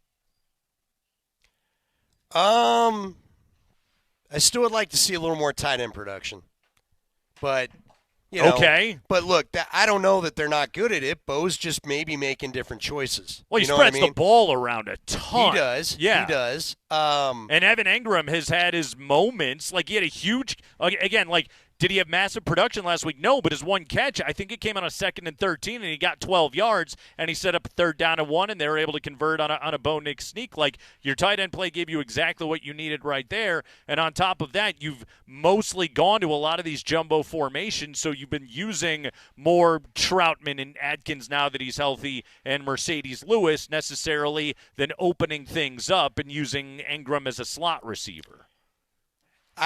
to your point, there's not a glaring weakness right now. Now, the training department is obviously strong. Oh, yeah. Because this team does not have a whole bunch of weird soft tissue injuries. Pat Bryant had a hamstring. Guess what? He missed a game. Look, if you want something strategy-wise, when they face an elite tight end again, you're always going to wonder about that. Sure. They usually have a player or two where the pass-off of that tight end sometimes through whatever they're doing doesn't always get communicated. Zach Ertz had a big game when they played the Manders. But again, we're nitpicking. And Musgrave had a couple of plays the other day. They're done with Bowers. I mean, what they're done with Tyler Warren. What great tight end remains on the schedule? 97-year-old Travis Kelce. Right, without Mahomes. I don't know what that's going to look like. Yeah. Now, again, I guess I say Oronde that. Gadsden and the Chargers. Yeah, I mean, he's good. He did get him the first time, Yeah. so they got improved for that. He doesn't stink. Let's go back to your coaching question, because there's no doubt that there's not Sean Payton right now. Well, Jim Harbaugh may have the advantage over him just if you look at the record. Let's say it is old school as old school could be. It's a repeat of 2015. Patriots come to town for the AFC Championship game. Vrabel and Sean's a great matchup. I was going to say, who is the matchup there? Who has the edge in that matchup? The reason why I would say Payton would simply be, well, because he's been in place longer and because he's been able to put his personnel and put his stamp on it. Like, I still think Vrabel and New England are, Drake May's been marvelous this year, but like skill position talent isn't great. I think they're still a couple of drafts away from really having that thing built to where they need it to be. Versus with the Broncos, Sean Payton and George Payton have been able to build it. Yeah, man, I'm telling you, it's you got to tip your cap. So this leads me to the question, and you're the one that brought it up. What is Sean? How far does this team have to go for Sean to mosey on into Greg Penner's office and say, all right, contract extension talk about time? This guy. Yeah. Hey, before we get worried about re-upping Bo Nix or paying Patrick Surtain a second time. Yeah, I got 2 years left on We've my had deal. some dollars flying around the place. Andy Reid is now no longer even a playoff coach. And I'd like to be here a little and longer. I would like to be the highest paid. Well, you said it. Yeah. And, Nate, I don't think you're wrong.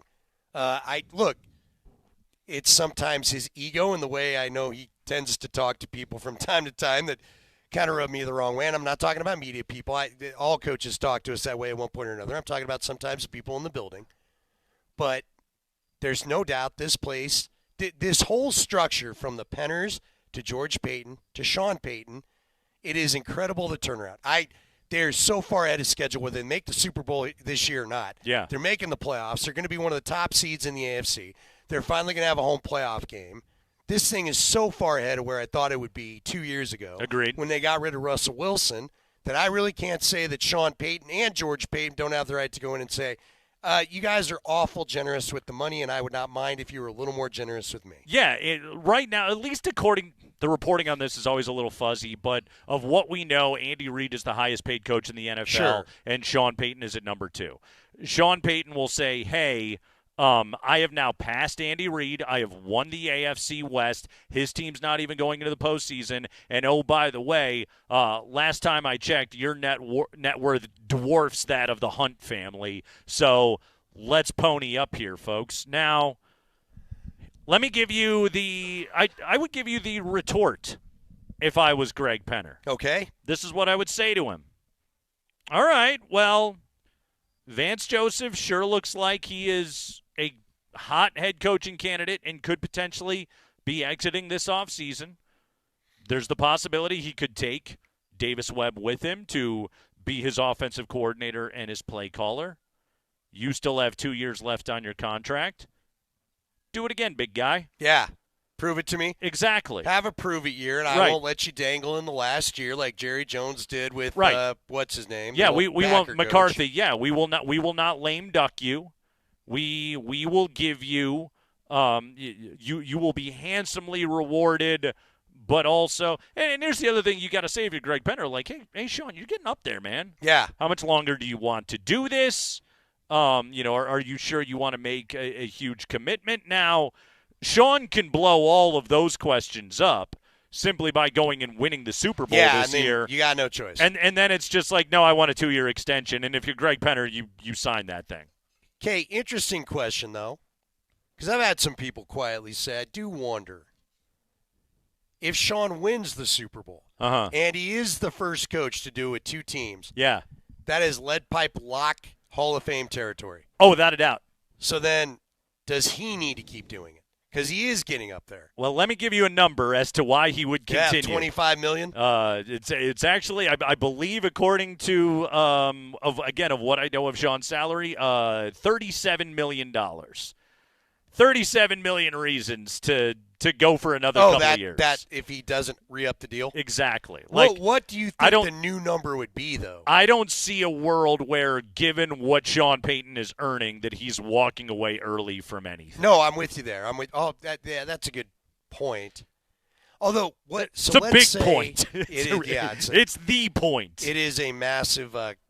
What do you think the new number would be? What is Andy Reid at? Do we know? I want to say Andy's at 20 or 21 or something like that. Do you just do $1 million more if you're Sean? Like, how petty are we getting about this? $1, I Bob. To be $20 million. Yeah, 210101. $1. No, I would think that it would be meaningful to Sean Payton. And again, if he won the Super Bowl, I'd be like, hey, I'm the only team who have ever done this with 2 different teams, the only guy to ever do it in 2 different conferences. Sign me up.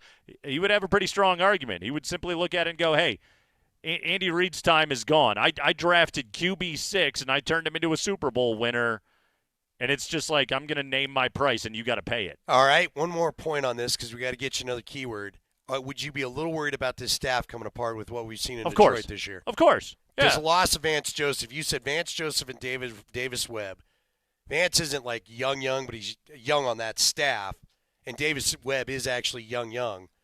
I would not love losing that young blood off the mix of what this is. Of course you would not. And then how much of the defensive staff goes with VJ. Right. That's what we don't know. That's why it's important, I think, Zach Allen and Nick Benito and guys I know love playing for him are locked up. Right. Now, I mean, Sean I think Sean's always going to be able to retain the Payton guys. Sure. You know, but that's mainly his offensive staff. Lombardi and Streif, et cetera. He's got a lot of those guys. I think those guys will always have a loyalty to Sean Payton and wouldn't bounce. Joe Stitt isn't leaving, but he's not really the DC. Right, exactly. I've been told Joe Stitt thinks very highly of Vance Joseph. And Vance Joseph's very good at what he does. Here's the other part of it. It's also very possible that VJ just gets passed over. It is. I mean, defensive guys are not the sexy pick. It's always tough with defensive coaches. And especially most of the teams that are firing, like, who's going to start firing people? People that need quarterbacks, right? Like, if the Raiders get rid of somebody, they're not going with a defensive guy again. They're going to have to go find a quarterback whisperer. Exactly. Now, the flip side of it is you could look at it and you could say, okay, well, Vrabel's a defensive guy. Look at what he is doing right now. But who do you bring in? DeMeco Ryans is a defensive guy, and look at what he is doing right now. Like take a look at those teams. You can win with a defensive head coach, and I mean, quite honestly, in this NFL this year, defenses are making an awful lot of noise. They are, but I do think it's easier. Teams are looking to draft. Look, I think Bo Nix, last year's or 2 years ago drafts class. Yeah. It's kind of changed the equation. Yeah. And now you got to have those guys out there because last year's draft class ain't changing the equation. And Jeff Legwald tells us this all the time. We know it. Owners love offensive guys. And they like the CEO young. Exactly. They like the Sean McVay soap opera star. You know what I stumbled across yesterday? What's that? I don't know why. I was just flipping around. I turned on the TV. I don't know what I was watching, the Channel 7 or Channel 4, whatever they'll channel it on. But The Young and the Restless is still going. Did you know that? It makes sense. Yeah, they're all old, dude. Yeah, they're all old. The daytime soaps haven't gone anywhere. Yeah, but they're with the glaring looks and the long pauses. Yeah. And the weird talking to each other. And they're all still celebrating the holidays. I did not believe that. My grandma used to call it, I think a lot of grandmas did, my stories. Got to watch my stories. I had a summer. I think I was in like 4th or 5th grade or something like that. I don't know how it happened. I got friggin' hooked on Days of Our Lives. Really? For a whole summer. Was it just because there were a lot of, let's be honest, it was Friends popular, everybody had a hottie. It was on TV at 10 a.m., and I got sucked in. I was there. And then school started, and I was like, I don't know what's going on my soaps. I'd be like in the grocery store. I'd be like at the Jewel in the grocery store checkout line, and I'd be picking up the Soap Opera Digest and being like, I need to know what's going on right now. What's happening on Days of Our Lives? Yeah, school really ruined that for me. Anyway, that was there had to be a crush. I mean, again, all the guys and all the girls on Friends, they were all good looking. No, I was 9. I don't think I cared. Yeah, you were on the cusp of caring. I think I was a pretty late bloomer, Andy. You were right there. Kept the G.I. Joes a little longer than everybody else. Andy, I really only started growing hair in places a couple of years ago. Let's be honest. But now your beard is immaculate. Thank you very much. It sucks because we're going to be all on Christmas break, and the mustache is you're going to have to break out the mustache for Monday just so everybody gets a look. It's always there, my friend. It's showing up. I know we've done a show long enough. I know the mustache is on the way. The keen storytelling of the writing staff of Days of Our Lives, they roped me in for one summer. It was, and then I would watch Wimbledon right after it. It'd be like, okay, well, I'm not going outside for a couple of hours. I got my shows on, Mom. Sorry. Jeez, I was watching Price is Right, the dating game, and Let's Win a Home. Oh, I loved Price is Right, There was some too. Dream House show. Yeah, kids don't even know anymore. Anyway, it's the Kreckman and Lindahl Show. It's time for your keyword this hour on a Nuggets Ticket Thursday. Yeah, we'll give it to you a full 1 minute early. And then we'll repeat it after. We will repeat it, but we'll give it to you right now, and we'll reward those that are paying attention and drop it in their soap opera takes. The Will Height Law Firm is presenting Nuggets Ticket Thursdays. This is your chance to win tickets to see Rockets Nuggets on Saturday. Your keyword this hour, Andy, Jedi. Jedi. As in Return of the Jedi. 303. So is this all Christmas-themed toys? Because the PhD had Spider-Man. I'm not sure. 303 toy. 504-0925. Text Jedi to 303-504-0925 with your first and last name. Hey, fans at the Christmas Day game against Minnesota are going to get a Nuggets ornament and stocking while supplies last. Get your tickets at nuggets.com/tickets now and celebrate Christmas with the Nuggets. Your 420 keyword for tickets to Saturday's game is Jedi. We'll take a break. When we come back, Andy, we did an exercise yesterday where we named the 5 best players on the Broncos. By request, we'll round out the top 10 when we come back on Altitude Sports Radio 92.5.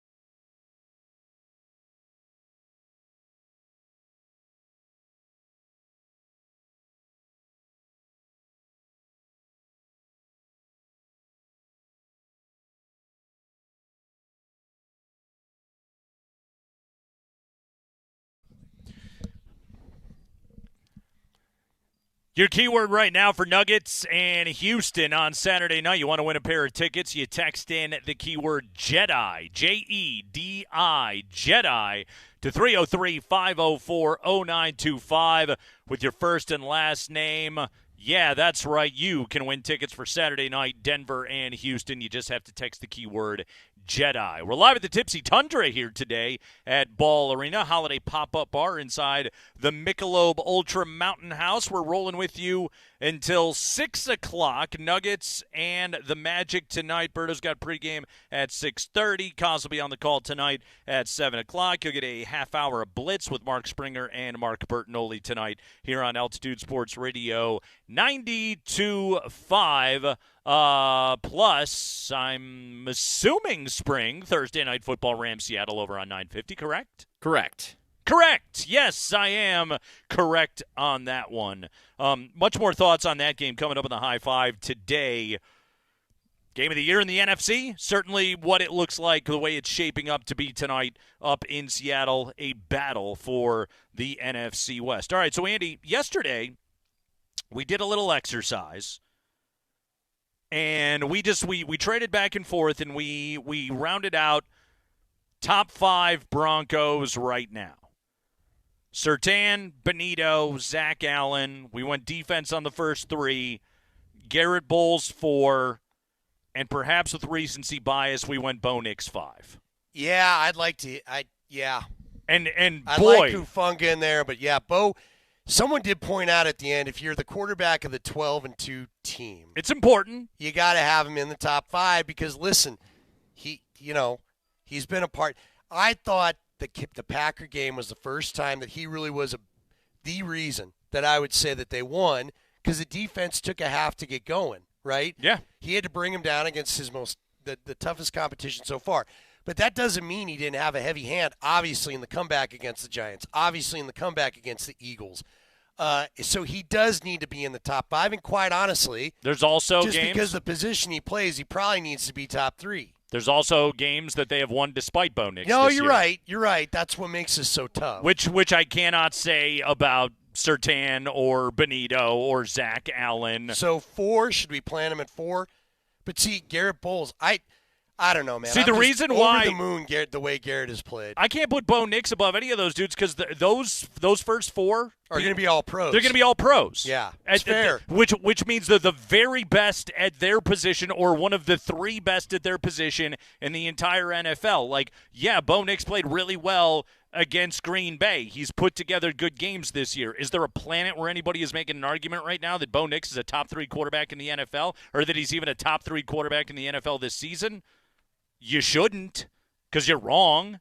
He's having a very good year, and he's playing his best football. He's at the growing right as a time of player. year, That's exciting, without a doubt. He's also a guy that I got to look at, and I got to say, all right, well, Jacksonville is coming in here, a big turnover team with a good pass rush. Do it again. Yeah, it's fair because, again, as you said, most of his rankings have been in the 20s when it comes to some of the metrics that he gets judged by. Now, they don't have a metric for ice in your veins and make it happen in the fourth quarter, which he's been among the best. Yes. And the results prove that. But MVPs don't get rewarded for simple fourth quarter performances, to your point, nor do all pros. It's about playing the full game, and that's why he's not in that conversation yet. MVPs don't find themselves down 3 scores to the Giants. To the Giants. Fair enough. But again, I don't want to take away from what he's done because I do like, yet again, we're seeing a player play better at the key moments of the key months of the year. Agreed. Than what we've, that not everybody does that. We've seen plenty of quarterbacks that used to have great starts to season, and you couldn't rely on them by the time you got to the end of the year. All right. So I think there's a ton to be excited about. Therefore, I will plan him firmly at 5. Okay. He deserves to be a number 5. I'm not arguing. Fair enough? Yeah, I'm not arguing. He's the quarterback. Yep, agreed. So who's number 6? Hufanga. Really? I'm telling you, his safety play and why there's so many defensive players, it's obvious. This team is going to, as Kevin Kugler told us last hour, they will go. And look, we all said it since training camp. This team's going to go as far as their defense carries them. And that's still, I believe, the truth because they have more elite players on that side of the ball than what the Broncos have. Again, we just talk about more all-pro candidates on the defensive side of the ball than what we're seeing on the offensive side of the ball. So it's important. That's where there's more money spent on the defense right now than there is on the offense. So it's going to be very important that defense shows up all throughout the playoffs. And I think Hufanga, has been an eraser. Go back to that play the other night where he takes out the tight end and Josh Jacobs. The 3rd and 1, yeah. Where he reads it. Now, look, he's got a little bit of wild man to him. He tends to over-pursue plays at times. He's not a perfect player. But this dude, we've had a lot of great safeties in this franchise's history. If he could stay around for 5 years and play this way, he's going to be up there with the big names. I just think he's been an eraser. Now, is his coverage the best? We're finding out from Jeff Legwald the last couple weeks. Teams are trying to keep their bigger personnel packages out there, so the Broncos keep their bigger linebackers out there. Yeah. And instead of Hufanga coming down and being the dime or the nickel backer and not having to worry about covering sometimes, they've been keeping him out there so he does have to play safety. That has exposed some pass coverage weakness at times. I wish he had better hands because he's doing about 3 different pick sixes this year. Right. But, dude, the guy's just brought a different element to this team, and it's been a hell of a free agent signing. It's funny. If he had better hands, I'd probably give you no pushback. But we'll go with Hufanga at 6. I'll take number 7. I would have put this guy at 6. I actually just would have flipped him and Hufanga, but I'm going to go Cortland Sutton. Okay. Yeah. Cortland Sutton is right now, to me, Andy, like he has answered the bell this season, and he is – if it was a more prolific offense in Denver, I think his numbers would be better. But that said, his numbers are fantastic so far this season. He is as tough a cover as there is in one-on-one coverage. He's not a burner at all, and yet – is there anybody in the, how many guys are there in the league? And there's a handful of them, but that you feel more confident in if they're getting covered one-on-one in being able to go up and make a play. I think Cortland Sutton is as good as there is in the game. I think he isn't just a guy that's like the default number 1 receiver of the Denver Broncos. I think he's a bona fide NFL number 1. Yeah, and again, it's impressive because everybody in the stadium knows they're going to go to him. Yeah. Teams are trying to take him away. Now, earlier in the year, they're having more success due to the fact that more guys are kind of stepping up. Evan Ingram giving us some games. Troy Franklin starting to emerge more. Mims reemerging. That is allowing Cortland maybe not to see all the same coverage, but for the most part, when they need a play. It was amazing the other night, Nate, because he had to have – we talked about it with Leggy Monday. What a nails throw by Bo Nix on 4th down. Yeah. I mean, a nails throw. But Cortland had a tough catch, too, both in the end zone and on the sideline to convert that 4th down to his 2 most important catches of the game. He had very little room to work with, and he never seems to get – he always has both feet down. There's never a question about a juggle because not only does he have to make catches – marvelous. He's always having to make tough catches. Yep. By the way, and this is just a little bit of context – with the team. If you would have told me this number, I wouldn't have believed you. Cortland Sutton only has 6 more receptions this year, 6 more catches than Troy Franklin. Franklin's at 57, Sutton's at 63. But Sutton at 14.1 yards per catch, Franklin at 11. Sutton is over 250 yards clear of Troy Franklin. 44 of his catches, 44 of his 63 receptions have converted first downs this year. It's amazing. 29 for Franklin. Like, again, by receptions, they're kind of close, but Cortland Sutton makes all of the important catches, and he is, by any measure, a top 15 wide receiver in the entire NFL. Okay, do we have to put – how do we want to do this? We're going players. Okay. At 8. See, I'm telling you, had he not gotten hurt, I wonder where we could have put J.K. Dobbins on this list. Right. But he is hurt, so that's that. Quinn Miners has got to be in the top 10, doesn't he? Yep. I mean, again, Bo Nix, and I do think it's a combo of Miners and Wattenberg, and whether it's been Palczewski or Powers, Bo Nix, I think, has been able to develop the way he has. Because how many quarterbacks have we seen here? And frankly, it looked this way in camp. Bo is trying to develop and run the offense and stay in the pocket and do the things they wanted to work on, and he his line's just so awesome on the defensive side of the ball. we kept saying they may need to quit going against the ones because they couldn't block it up. But as we've gotten into normal competition, that offensive line has done great work to keep him clean, give him the most time to throw in the NFL. You always have those metrics for us. And get a clean pocket more often than a lot of the quarterbacks in this league. Yep. So I think Quinn Miners is the next best. I don't know. He's even with Bowles, but I'm so happy for Garrett Bowles. Look, I'm one of the guys that was the hardest on him. You know, I got to the point where I was like, please just get this guy off my TV. I don't want to hear holding 72. And it's just very cool to watch a guy like that do a 180, evolve, shut us all up, and be a very important player for this team. But Miners and Bowles are neck and neck for best offensive linemen. This team, Andy, ESPN tracks pass block and run block win rates, and the Broncos are top 10 in both of those metrics. Like, this is one of the best offensive lines in the entire NFL. Like, there are other lines that, by those metrics at least, are better. Including Jacksonville's, by the way. The Jags are number 5 in pass block, number 6 in run block win rate so far this season. Denver is number 8, number 7, respectively. Buffalo's top 3 in both of those metrics. Chicago is top 4 in both of those metrics. Man, coaching changes everything because that Bears offensive line used to stink.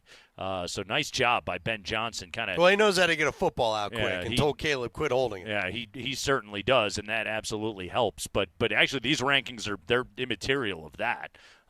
This is just straight up winning up front. But this Denver offensive line is, let's call it top 5 in the NFL at worst. You gotta have at least 2 of those guys on there. Well, we do at 8, so who you got at 9? Yeah. I'm going to go Jonathan Cooper. Okay. At number 9. His, first off, his pressure rate is, it's like a minuscule step below that of Nick Bonito.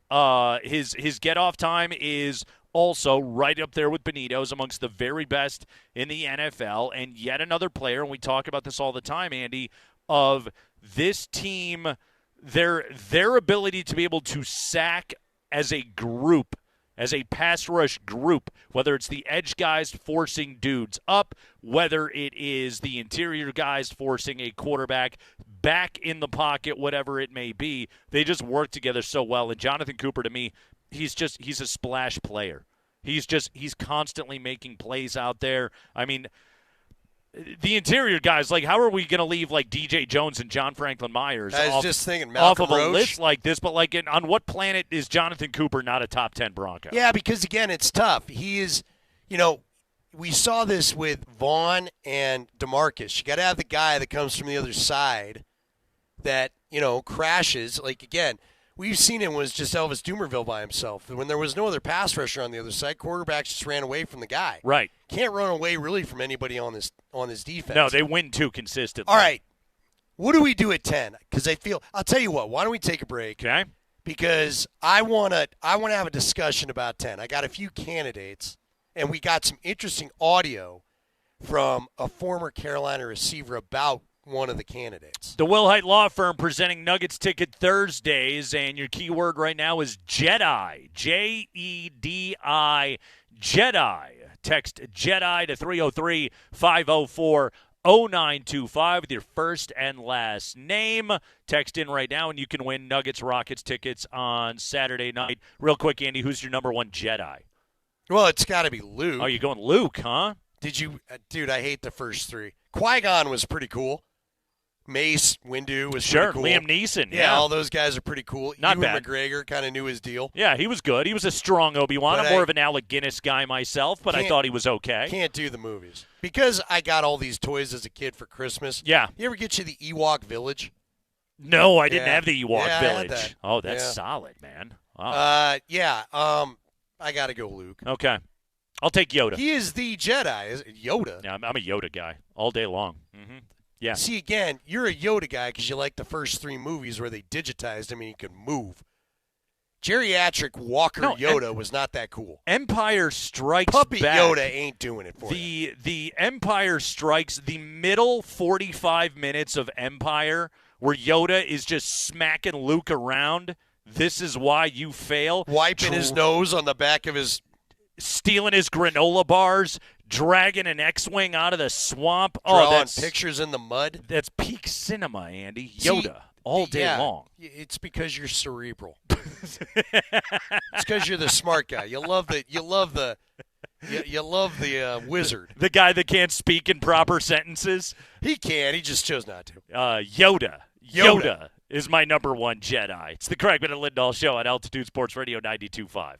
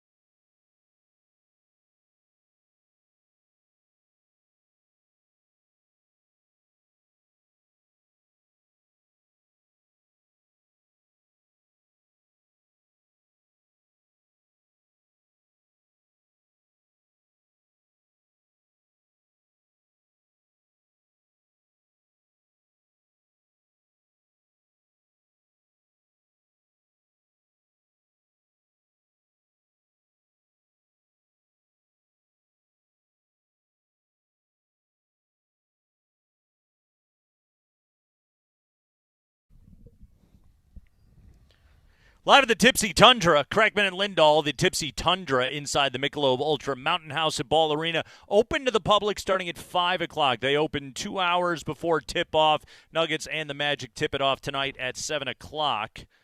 Tomorrow, we're giving away tickets to Sunday's Broncos-Jags game. All you need to do to enter, head over to Three Dogs Tavern tomorrow, and you can enter to win. We're doing the show from Three Dogs Tavern in the Highlands tomorrow. Bud Light giving away VIP tailgate passes and tickets to the game while you're at Three Dogs Tavern enjoying our show.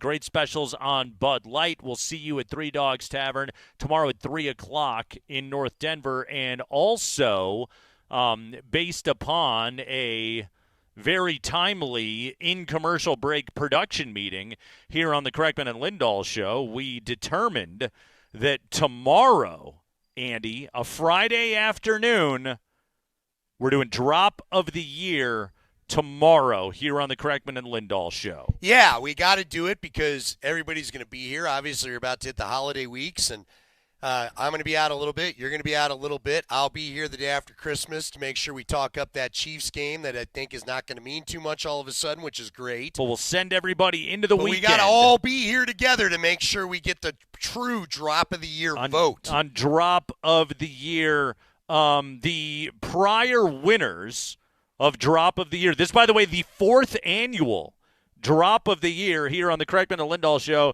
which if you would have told me back when we started we would have been doing the 4th annual anything. Sure. I would have thought 4 you were years insane. of the show seemed a little gaudy for the partners you and I've had. Exactly. And yet we're in year number 6 of this show. We didn't get around to Drop of the Year a couple of years in. We took a little while to find our voice. Sure. But prior Drop of the Year winners, Mark Springer, obviously include the initial, the first ever, was won by the Condor, Eric Johnson. Yes. Denver. Yep. The initial. I actually, in what I consider to be an upset, myself, Nate Kreckman, I was the winner of the 2nd annual Drop of the Year. Cool, Carl. And last year, Drop of the Year was snatched up by a guy that, I mean, all this guy does is take home broadcasting hardware, but nothing is bigger than winning a K&L Drop of the Year award, Connor McGahee. Yeah! Yep. So we'll find out who's going to bring it home tomorrow here on the Kreckman and Lindahl show. It's going to be a fun one. Make sure you are locked in for Drop of the Year. My favorite thing about Drop of the Year, by the way, is the amount of drops that popped up over the course of a year that I completely forgot about, that like probably really entertained us for like 2 hours one day and then didn't necessarily have the context or the chutzpah to stick around for further shows, and yet they will reappear on Drop of the Year day, and we get to relive them, which is always very fun. Well, we always have a lot of – Sean Payton has been gold. Sean's Payton, trying hard to win Drop of the Year. You know what it is? Well, you know what Sean's doing this year? He's casting a very wide net. He has. Now, does he have the elite material necessary to bring home Drop of the Year? We'll find out. But Sean is certainly – you know what Sean is doing? Sean is he's F them picks to Drop of the Year. He's just getting as many darts as he can possibly throw at the board. So it's been a prolific year for Sean Payton. Find out tomorrow here on the Kreckman and Lindahl show if he can bring home the hardware. Yeah. I'd say we need a joker. That's it. Did you hear me? Are you going to say but? No. I feel like he's had a lot. I thought of the Joker one right away, and then I thought immediately George Payton with just a couple arrows in the quiver. Yeah. He's got trying to find a goddamn Joker. Boom. He might have topped Sean with just that one comment. I tell you what, in a week in which I don't want to influence the vote. No, I just in a week in which Bo Nix and Trevor Lawrence are co-FedEx Aaron Ground Players of the Week, is it possible for a co-Drop of the Year? Well, no, that ain't it. I hate that one. That one now. Our man Christopher Dempsey did that early in the year. Dempsey's got a strong case. It's like he's leading the Masters wire to wire. Dempsey's coming into the playoffs hot. He is. Yes. So tune in tomorrow for Drop of the Year here on the Kreckman and Lindahl What did I Show. ask him that even forced that We'll find out. reaction? That's just it. That it all reappears on You're Drop right, of the you're Year right. day. So that's tomorrow. It's the best day of the year. Yeah, for us. Everybody else just has to Yeah, indulge us. Let's sure, be honest. sure. Okay, Andy. Let's talk out this number 10 Bronco on the roster. Okay, 1 through 9. To reiterate this for the listening audience, we're ranking the top 10 Broncos 1 through 9. Surtain, Benito, Zach Allen, Garrett Bowles, Bo Nix, Talanoa Hufanga, Cortland Sutton, Quinn Miners, Jonathan Cooper. That's who we have got 1 through 9. Who is the 10th best Bronco? Again, you kind of put it out there. Does a Malcolm Roach get a nod? Does a John Franklin Myers? Does a DJ Jones? Because that front three is so good. Right. And such a key to what they do. Stopping the run so they earn the right to pass rush, as they talk about, which is really the best part of what this team does. Do you talk about an underappreciated Brandon Jones in the secondary? Maybe you look there. Jaquan McMillan has had his moments at times. But what do you do with the name Riley Moss? Riley Moss he's had Aqib Talib come to his defense. I know we're getting a little tight on time, so we don't need to play the Steve Smith comments. But Steve Smith said, do you realize that Riley Moss in one-on-one coverage is not allowed a touchdown? He's had it go against him because of the zone assignment, but not in one-on-one man-on-man coverage. He has given opposing offenses plenty of very good goal-to-go field position so that with is his the conundrum. with his PIs. That's the nuts of the discussion there. Yeah. If we're putting him in the soup, can he be top 10 with the number of penalties that he has? Or do we have to look another direction? I have a tough time giving him the nod. And again, simply because of the penalties, fair or not, giving up a lot of yardage to opponents.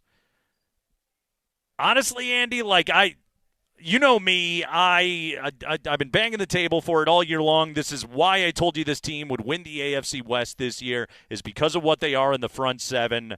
And when you look at the pass rush metrics, the guy that is right behind Zach Allen in the interior is John Franklin Myers. But he's the one guy that didn't get paid. Isn't that crazy? I know, right? And by the way, he's going to be here at the Altitude Social tonight. He's That's joining true. them before the Nuggets game. Get up to Altitude Social for Altitude TV. So and come say hi to John Franklin Myers. So wouldn't Vic Lombardi wouldn't he enjoy being able to tell John Franklin Myers, hey, Nate and Andy in the afternoon, You're number 10. They think you're the 10th best player on this team. I thought about it because, again, that pass rush is key. And what made the Broncos' 2015 defense so good? It wasn't just Von Miller. It wasn't just the secondary. It wasn't just DeMarcus Ware. You had Derek Wolfe and you had Malik Jackson. Yeah. Also, you had Danny Trevathan. Again, do we need to talk about – see, what's hard is Singleton has had his moments, but he's been tough in coverage. Dre Greenlaw hasn't played most of the year. I can't add him in. Nope. I think a dark horse guy could be Justin Sternad with some of the quiet things he's done. He's had a good year. But is that better than John Franklin Myers? Not with the numbers you just gave us right there. And I'll tell you another low-key guy that Mr. Dragon Slayer 69 himself, Adam Troutman, quietly has just been a rock. Now, I don't think it's been a rock enough to get him top 10. He's probably more back half of top 20. But that's a guy that could sneak in there if you want to talk about a guy that just shows up, does his job, gets the blocks done, made some key catches, stuff like that. But I do believe with what we've talked about this team being, it's defensive dominated, but it should be. And I've got no problem if you want to make John Franklin Myers 10. As long as we're naming names, I want to give a shout-out to Jaquan McMillan, the guy that ended the Kansas City game, who has been brilliant all season long. Dude, I think there could be an argument for him. Yep. Yeah, I think he's been great. But I would go – again, in terms of impact, feeling his impact play in and play out, I would give it to JFM. And this is about full season production. There's right. just like a Marvin Mims could be talked about, but we've only had 4 or 5 good Marvin Mims games. And we're to what? Game 14, Game 15 coming up? Exactly. There's a lot of guys like it. Let's go with Franklin, okay? Again, a guy that has been good of the last few games, but he's had too many drops for him to make the top 10. I'll tell you the other reason it's got to be somebody on defense, because in our top 9, we have 5 on defense and 4 on offense. I'm sorry, I can't have a 5-5 split in the top 10 with this team. This isn't the baseball all-star game. No, it's got to be 6-4 for the defense. Let's give it to John Franklin Myers. JFM, Vic Lombardi, tell him when he comes up. Let him know. He's a top 10 Kreckman and Lindahl Bronco. Exactly. I'm sure it'll make his night. He'll want to stay longer. He's going to come down to the Tipsy Tundra, drink all the drinks. He'll be in a great mood. Boy, that hot chocolate, by the way, we had a little taste. Yeah. That screwball hot chocolate. The whiteout whiskey cocoa. Really strong. A blizzard of hot cocoa and screwball peanut butter whiskey snowed in Denver never tasted so good. Well, we don't have And they had a snow. cold version of it, too. Yeah, it's delightful. They had all the drinks looked really good. Yeah, we've I've been more irresponsible in my younger days. We've been looking at them, and they look really good. It's Kreckman and Lindahl. High Five is next. 5 biggest stories of the day from around the NFL live at the Tipsy Tundra at Ball Arena.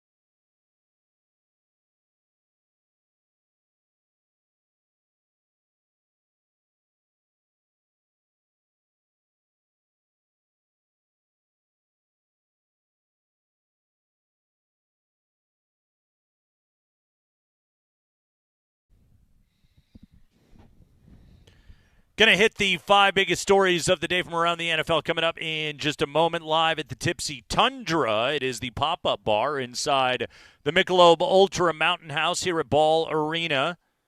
Jokic and the Nuggets taking on Paolo Banchero in the Orlando Magic tonight at 7 o'clock. By the way, if Nikola Jokic gets 7 assists this evening, he will pass Kareem Abdul-Jabbar.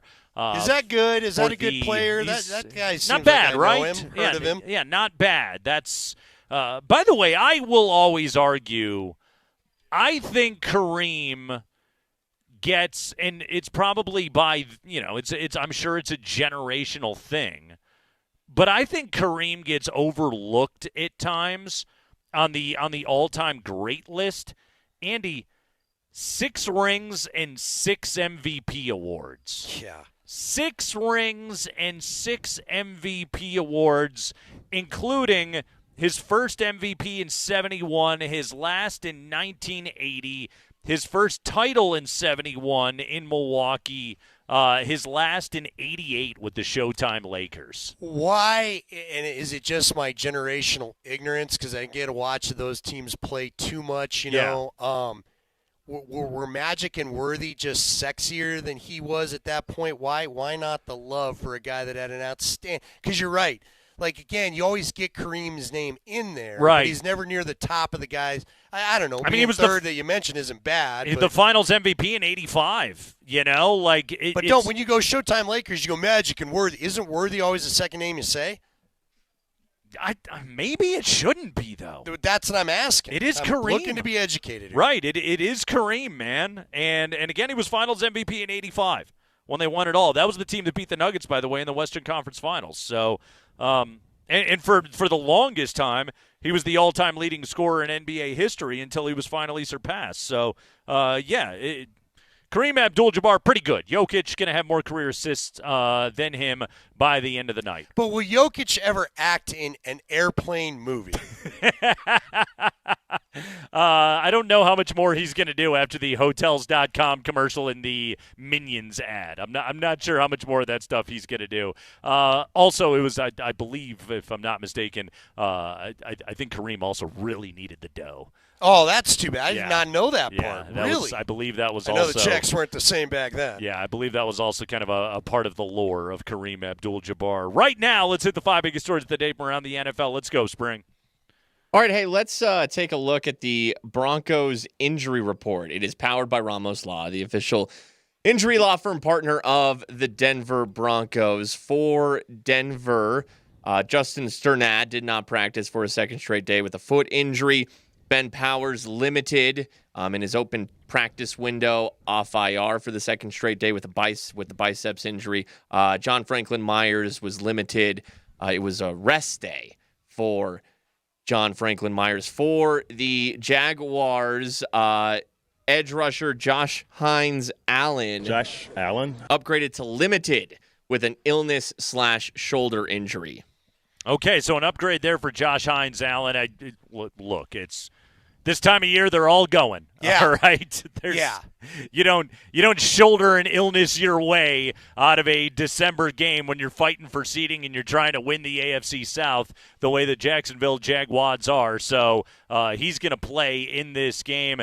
Andy, I continue to have this mental block, and what's funny about it is the more that I look into the Jags, I'm just like, these guys are good. They're a really good team. They're really good. They've had a lot of high draft picks. They've assembled a lot of talent. Yeah. By the way, I don't know, Spring, I hope I'm not stealing your thunder, but they just re-upped Jacoby Myers to a 3-year deal today. And he's so they're going been to keep him around. Huge addition for them on the outside. They're helping to get guys open. Trevor Lawrence is playing at a very high level. Defensively, they're top 10 in damn near every metric. Like, guys are really, really good. And maybe a part of my mental block is it's just the way the Broncos are playing right now, and coming into their building with their defense right now doing what it is doing. And we're going to talk more about this tomorrow. Kosmider had some great numbers today. Teams are moving the ball pretty well against Denver. It's the red zone where they're winning these games.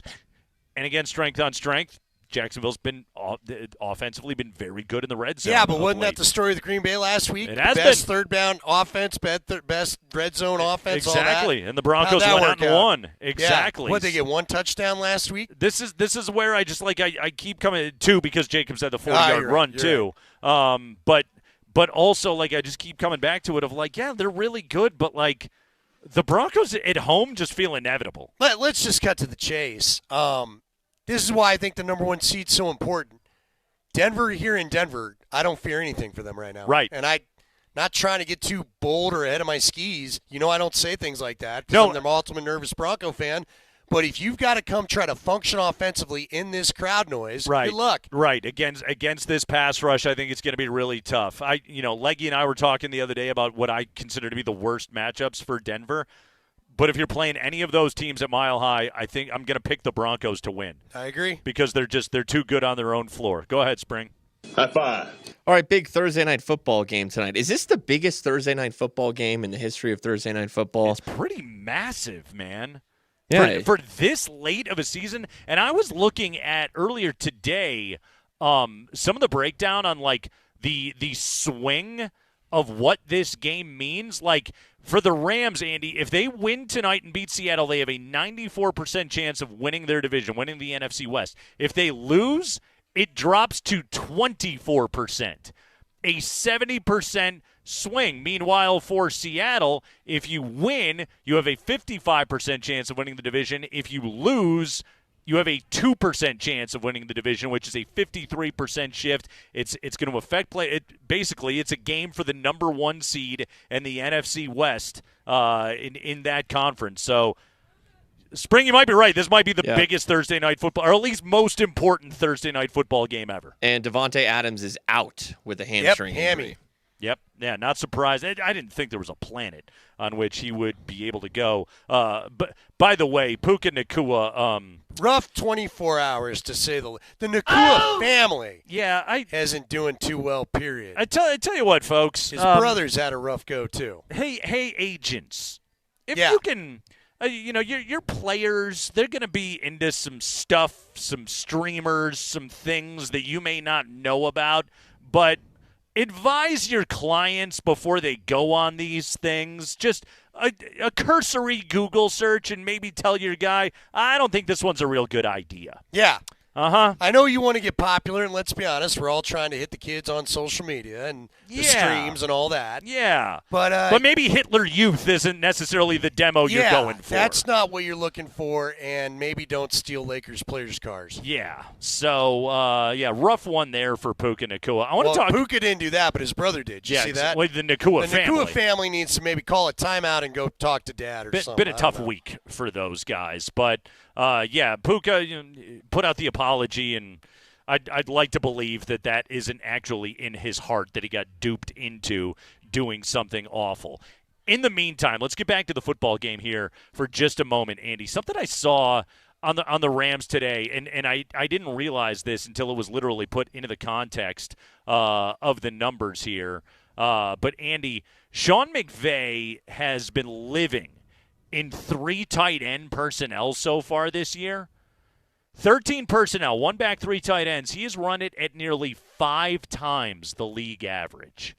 5 times the league average. They used it for 3 plays last year, and now this is where McVay is absolutely living.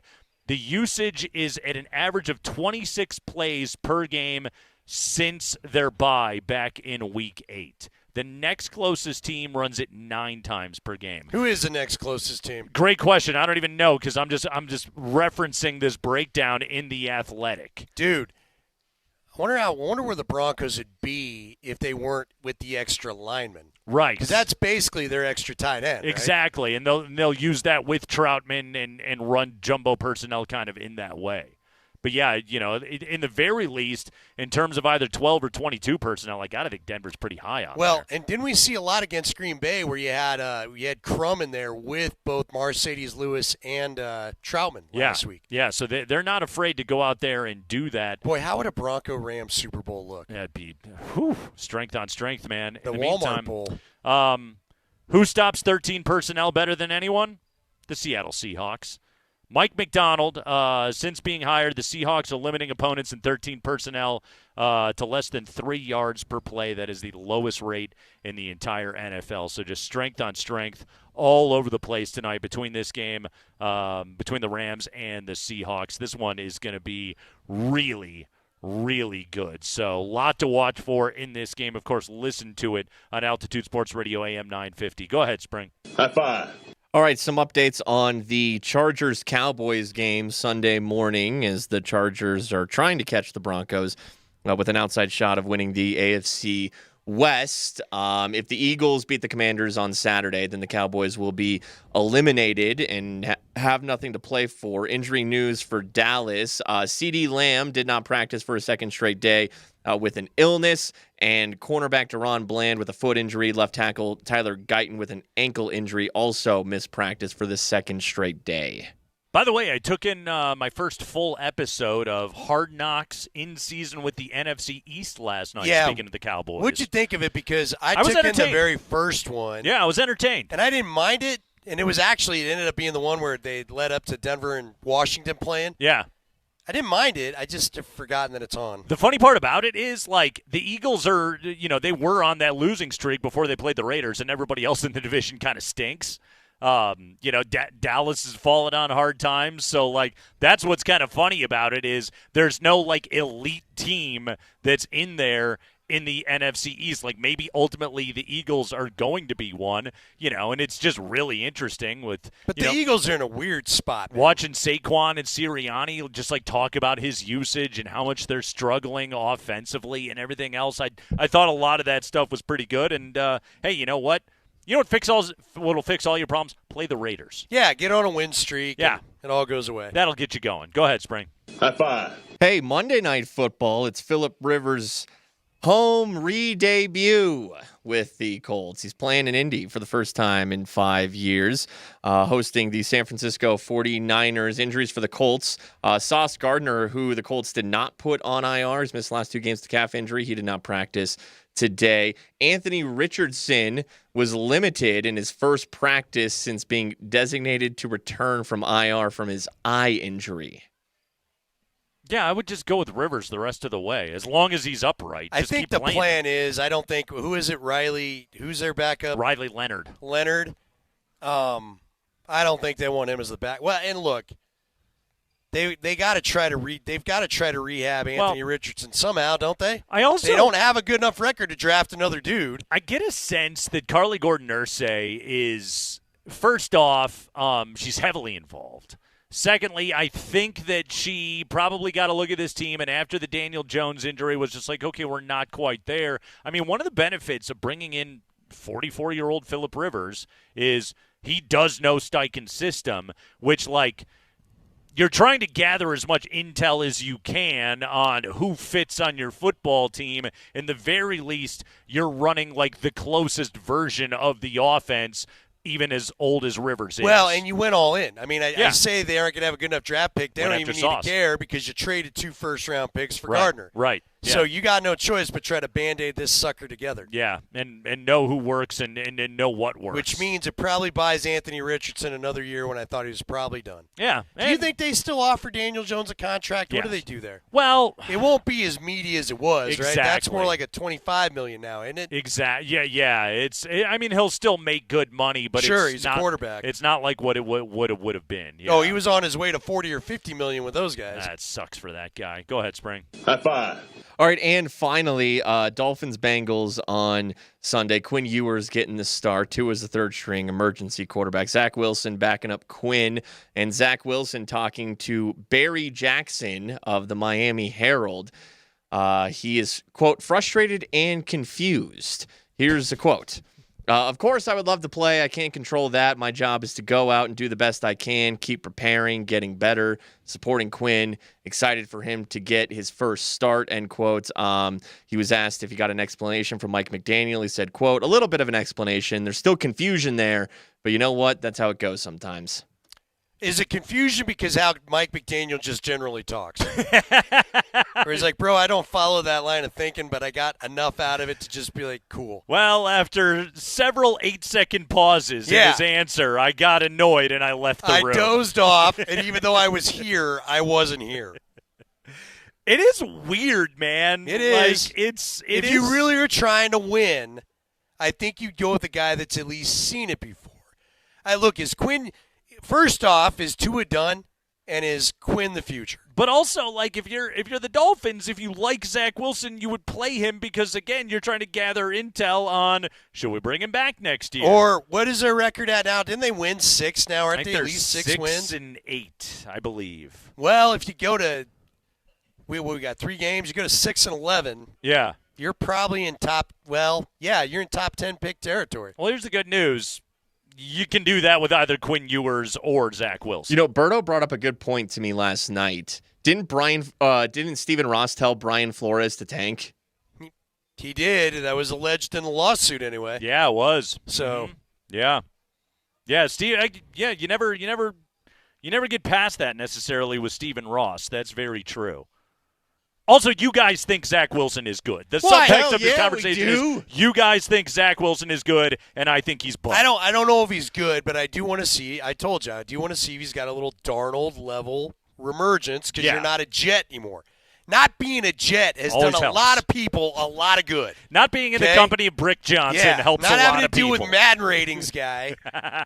And look, I did love his arm. I think Spring saw when he went out to camp a year ago as well. He can throw the ball really far. It is, but he does have that. But I guess after seeing enough of Quinn Ewers at Texas, I was more curious to see if Zach would play. It's a Nuggets ticket Thursday. We're giving away tickets to Saturday's game against Houston. Your keyword this hour, Godfather. Not Toddfather, Godfather. Text Godfather to 303-504-0925 with your name, and you are entered to win tickets for the Nuggets and the Rockets on Saturday night. Nuggets Ticket Thursday is powered by the Wilhite Law Firm, giving you a chance to win big on and off the court. Visit WilhiteWins.com. Your 520 keyword is Godfather. Text it with your first and last name now. We'll announce the winner at 5:55. Andy, I expressed my confidence in Denver at home against Jacksonville, but I got one big spot where they could trip up this week. I'll tell you what that is next.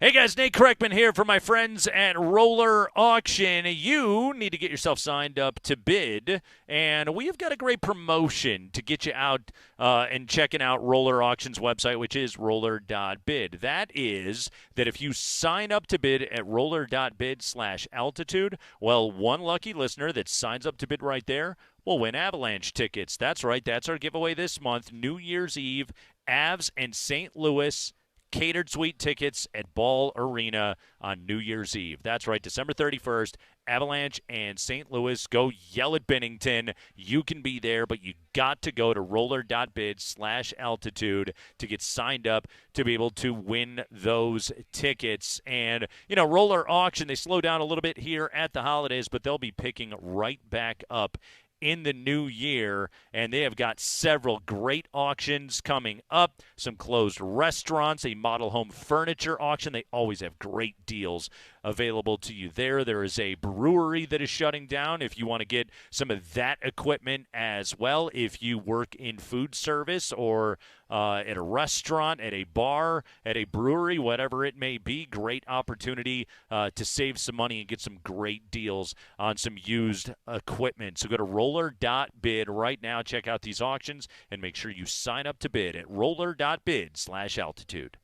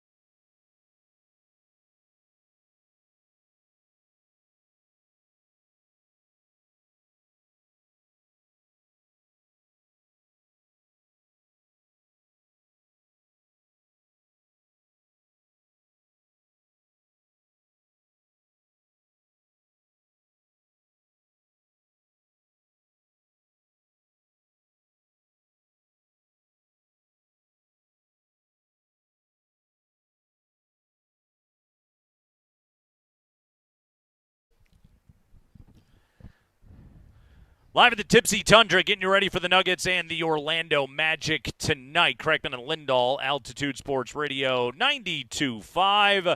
Yes, we are getting you set for the Broncos and the Jags on Sunday, but of course also talking about this Nuggets and Magic game this evening. By the way, update from our buddy Vic Lombardi. David Adelman, not definitive on the updates on Payton Watson and Tim Hardaway Jr. For tonight. Obviously, P-Watt, I'm not surprised if he's not able to go. A trunk contusion. Sounds awful. Sounds like frankly. a rib injury thing that he's struggling to breathe with, which if you've ever had a rib injury, it's like, yeah, why don't you go bang around and play power forward in an NBA game? No thanks. Yeah, I thought it was a lower body injury when I heard it. Yeah. I'll just leave it at that. Yeah. No, it was it's of the upper body variety. A trunk contusion. Sounds painful. So, yeah, if you're P-Watt, I would say rest up for the Rockets coming up on Saturday. And, yeah, with Tim Hardaway Jr., he is questionable with an illness of what we know, so we don't know if he's going to be able to go tonight or not. Obviously, no Aaron Gordon, no Christian Brown, although it is Aaron Gordon bobblehead night for the first 5,000 fans. So hustle out here to Ball Arena and get yourself the Aaron Gordon bobblehead. That's the Duncan one we gave away. That's right. It's awesome because he hangs on the rim. He's hanging, yeah, exactly. He's hanging on the rim, so it's a fun one. So get out here tonight and watch the Nuggets and the Orlando Magic. By the way, Andy, I am looking at right now the Orlando Magic's career leaders.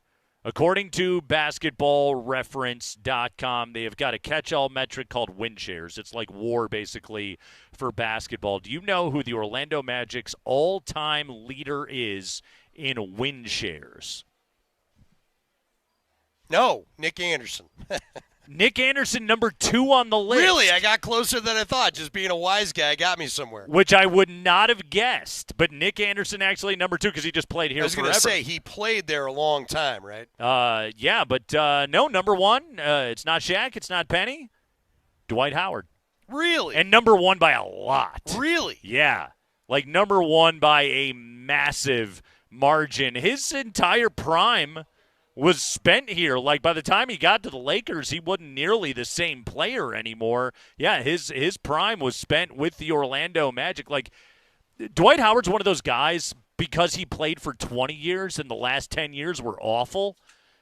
Not awful, but he just wasn't what he was. You forget, like, the first 10 years, he was one of the best players in the NBA. He was, like, first-team All-NBA all the time. Remember, and he really kind of did a WWE heel turn.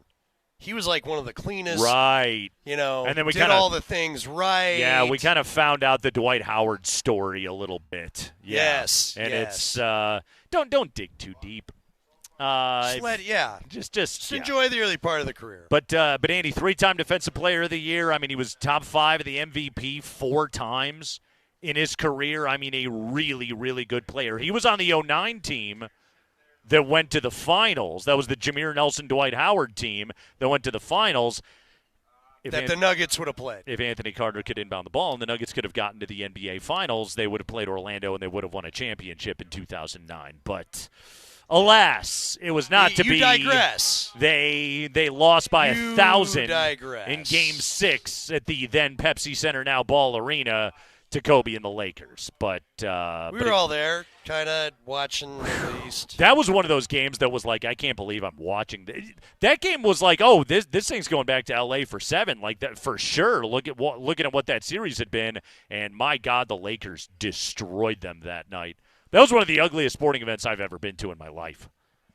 Yeah, I was watching from a hospital room with my newly born son Hayden. Oh, wow. Father. Yeah, you'll never forget that. I was like, game. hey, get a look at Nuggets back. Well, never mind. Yeah. I was Hey, your diaper smells like the end of this game. I was watching that game from press row. That game is like that to me, that's the Nuggets version of Super Bowl 48. Yes. Yes. They got absolutely obliterated on a night where I thought they'd handle their business and get to Game 7 and it would be a toss-up. It also had similar vibes to 2005 AFC Championship, Broncos hosting the Steelers, when And again, a Seattle matchup with Mike Holmgren, who Mike Shanahan owned.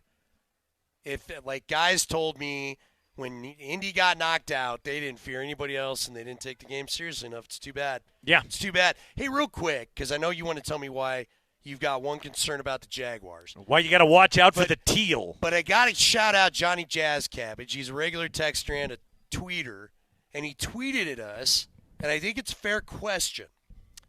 Our top 10 list, did we overlook Big Nuts Lutz? No, we underlooked him. Staring contest on radio is not going to work. Why? He's had a lot of game-winning, high-pressure kicks. He's a good player. He's a good kicker. He's a good kicker. He's a very good kicker. You are, and I love kickers. I was about to say you are the kicker lover on this show. But like, he's not Cameron Dicker.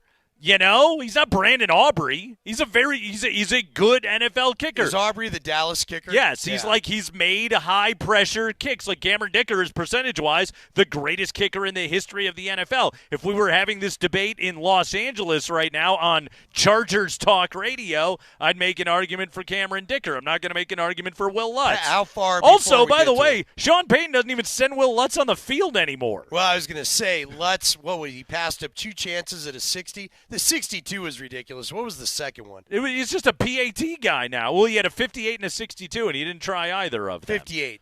58 one could have been interesting. I'm glad I didn't go for it because that would have been disaster. It was if we missed it. Yeah, and it was the Raider game, and okay. Marvin Mims scored on a punt return. It was all good. No, Will Lutz is a very good NFL kicker. There's no planet I'm putting him in the top 20 on this team. Really? No. How about Riley Moss? How far before we get to the Riley Moss number? I think Riley Moss is right on the precipice of the top 10. Yeah. So 15, top 15. I'll give you Riley Moss honorable Will mention. Lutz? Okay. Yeah, but not Will Lutz. I'm not passionate about it, but I do think it was fair to have a discussion. I don't know. I got the old kicker thing, like you said. Listen, Matt Prater, the Tebow year. Let me put it this way, Andy. I also saw that tweet, and I wasn't going to bring it up on the show. Matt Prater, the Tebow year. Yeah. That's a top 10 kicker. Okay. I won't argue with that. I mean, the guy was hitting it for like 65. The Bears 64, game, he made a 59-yarder. Yeah, that was a 60. Again, like, Lutz is a good kicker, but this is also one of the things. For a 12-2 Denver team, I can't give it to the kicker. I just can't. I'm not angry at you. I just thought it warranted a little discussion. I guess I thought my guy, who I didn't know was checking Twitter, might have a little love for the kicker. I gave it a quick scan, and what I was like, Fraboni? Where do you got Fraboni? Fraboni is easily top 53. Easily. But not top 51. Easily top 53 Bronco is Fraboni. You putting Fraboni over Mimsy? Not Mimsy. Who's hurt? Who's hurt and had a catch? Is Fraboni over them? Is Fraboni? Mercedes Lewis never caught a ball, did he? No, he didn't. He only blocked. Yeah. Wow. Yeah. Mercedes Lewis he's top 52. Yeah. Is he ahead of Fraboni? You're figuring out the pecking order right now. Hey, you know what? Have the Broncos had a single snapping issue this year? No, but they've had a leverage call, but that wasn't Fraboni's fault. That wasn't Fraboni's fault. Yeah, he wasn't on the field for that, was he? No. So Mitchell Fraboni is free of my ire. By the way, have we had another leverage call since? In the NFL this year? In the NFL. Great question. Because I feel like I've seen leverage, right, but I haven't seen the call. Great question. Yeah, I'd have to do the research on that one. What was our keyword, by the way? Our keyword this hour is Godfather. I think I finally figured out the method to Kevin's madness with these. Are these all like Orlando? No, wait. What game is this? They're playing the Rockets on Saturday. I guess I had Orlando on my mind. Why are these all like big hit movies? Toys is a big hit movie. Spider-Man's a big hit movie. Jedi is a big hit movie. It's a great question. I don't know. Because it's not. Is it because we play Orlando tonight and Orlando has the Universal Studios, even though the tickets are for Saturday, to muddy the waters like the great jazz musician? It could be. Muddy Waters was a blues musician, by the way. Jazz, blues. You're faking something.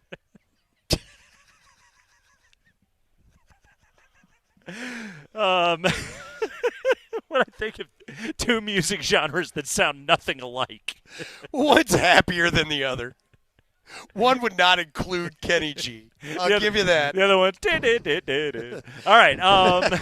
We're going to have to put your discussion off till 45. Because I do want to hear your reasoning. I have reasoning. It's a Nuggets Ticket Thursday. We're giving away tickets to Saturday's game against Houston. Text Godfather to 303-504-0925 with your name, and you are entered. Nuggets Ticket Thursdays are powered by the Wilhite Law Firm, giving you a chance to win big on and off the court. Visit WilhiteWins.com. Your 520 keyword is Godfather. Text it with your first and last name. Now we'll announce the winner at 5:55. A Bronco flaw that the Jags could exploit. Tune in after this commercial break to find out if we get to the topic and pay off the tease. We'll have a meeting with Kevin on Monday before the show. It's the Kreckman and Lindahl No, show. we're not. We're good.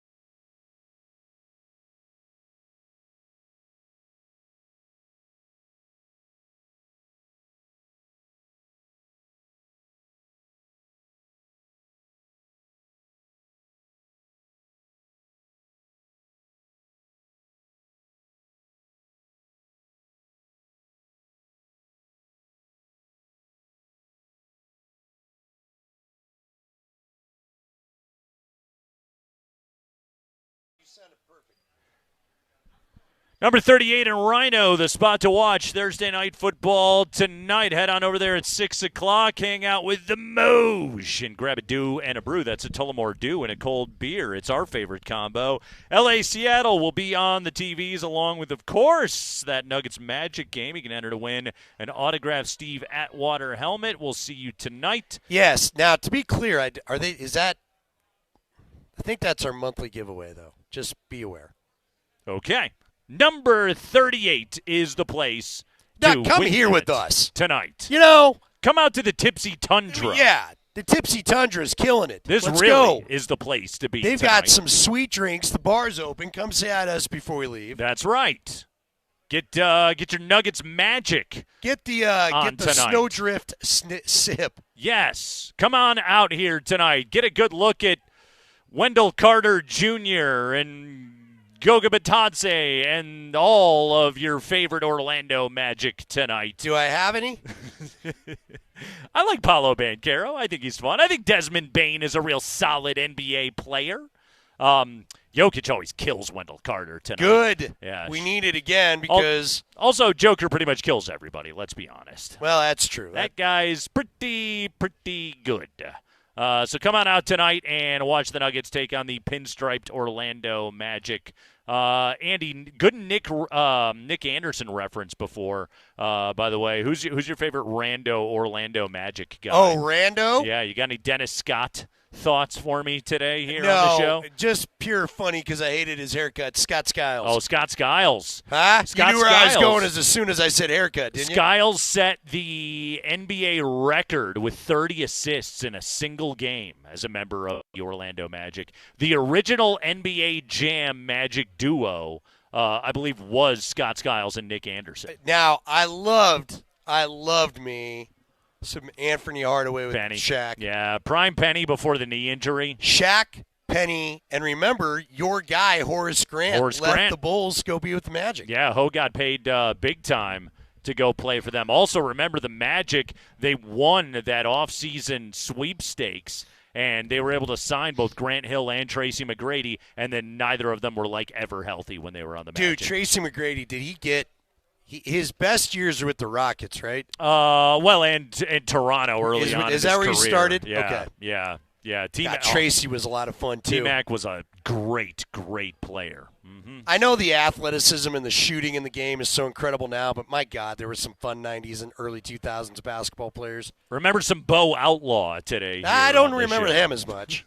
I think, was Bo Outlaw a Nugget for a minute? I feel like he was. Tony Battie was a Nugget for a minute. I remember that. He got drafted here. Tony Battie, Danny Fortson, and Anderson. Bobby Anderson, was it? Richard Lewis went out to Orlando. No, who was the point guard out of Minnesota that played for Hanslick and Bristow?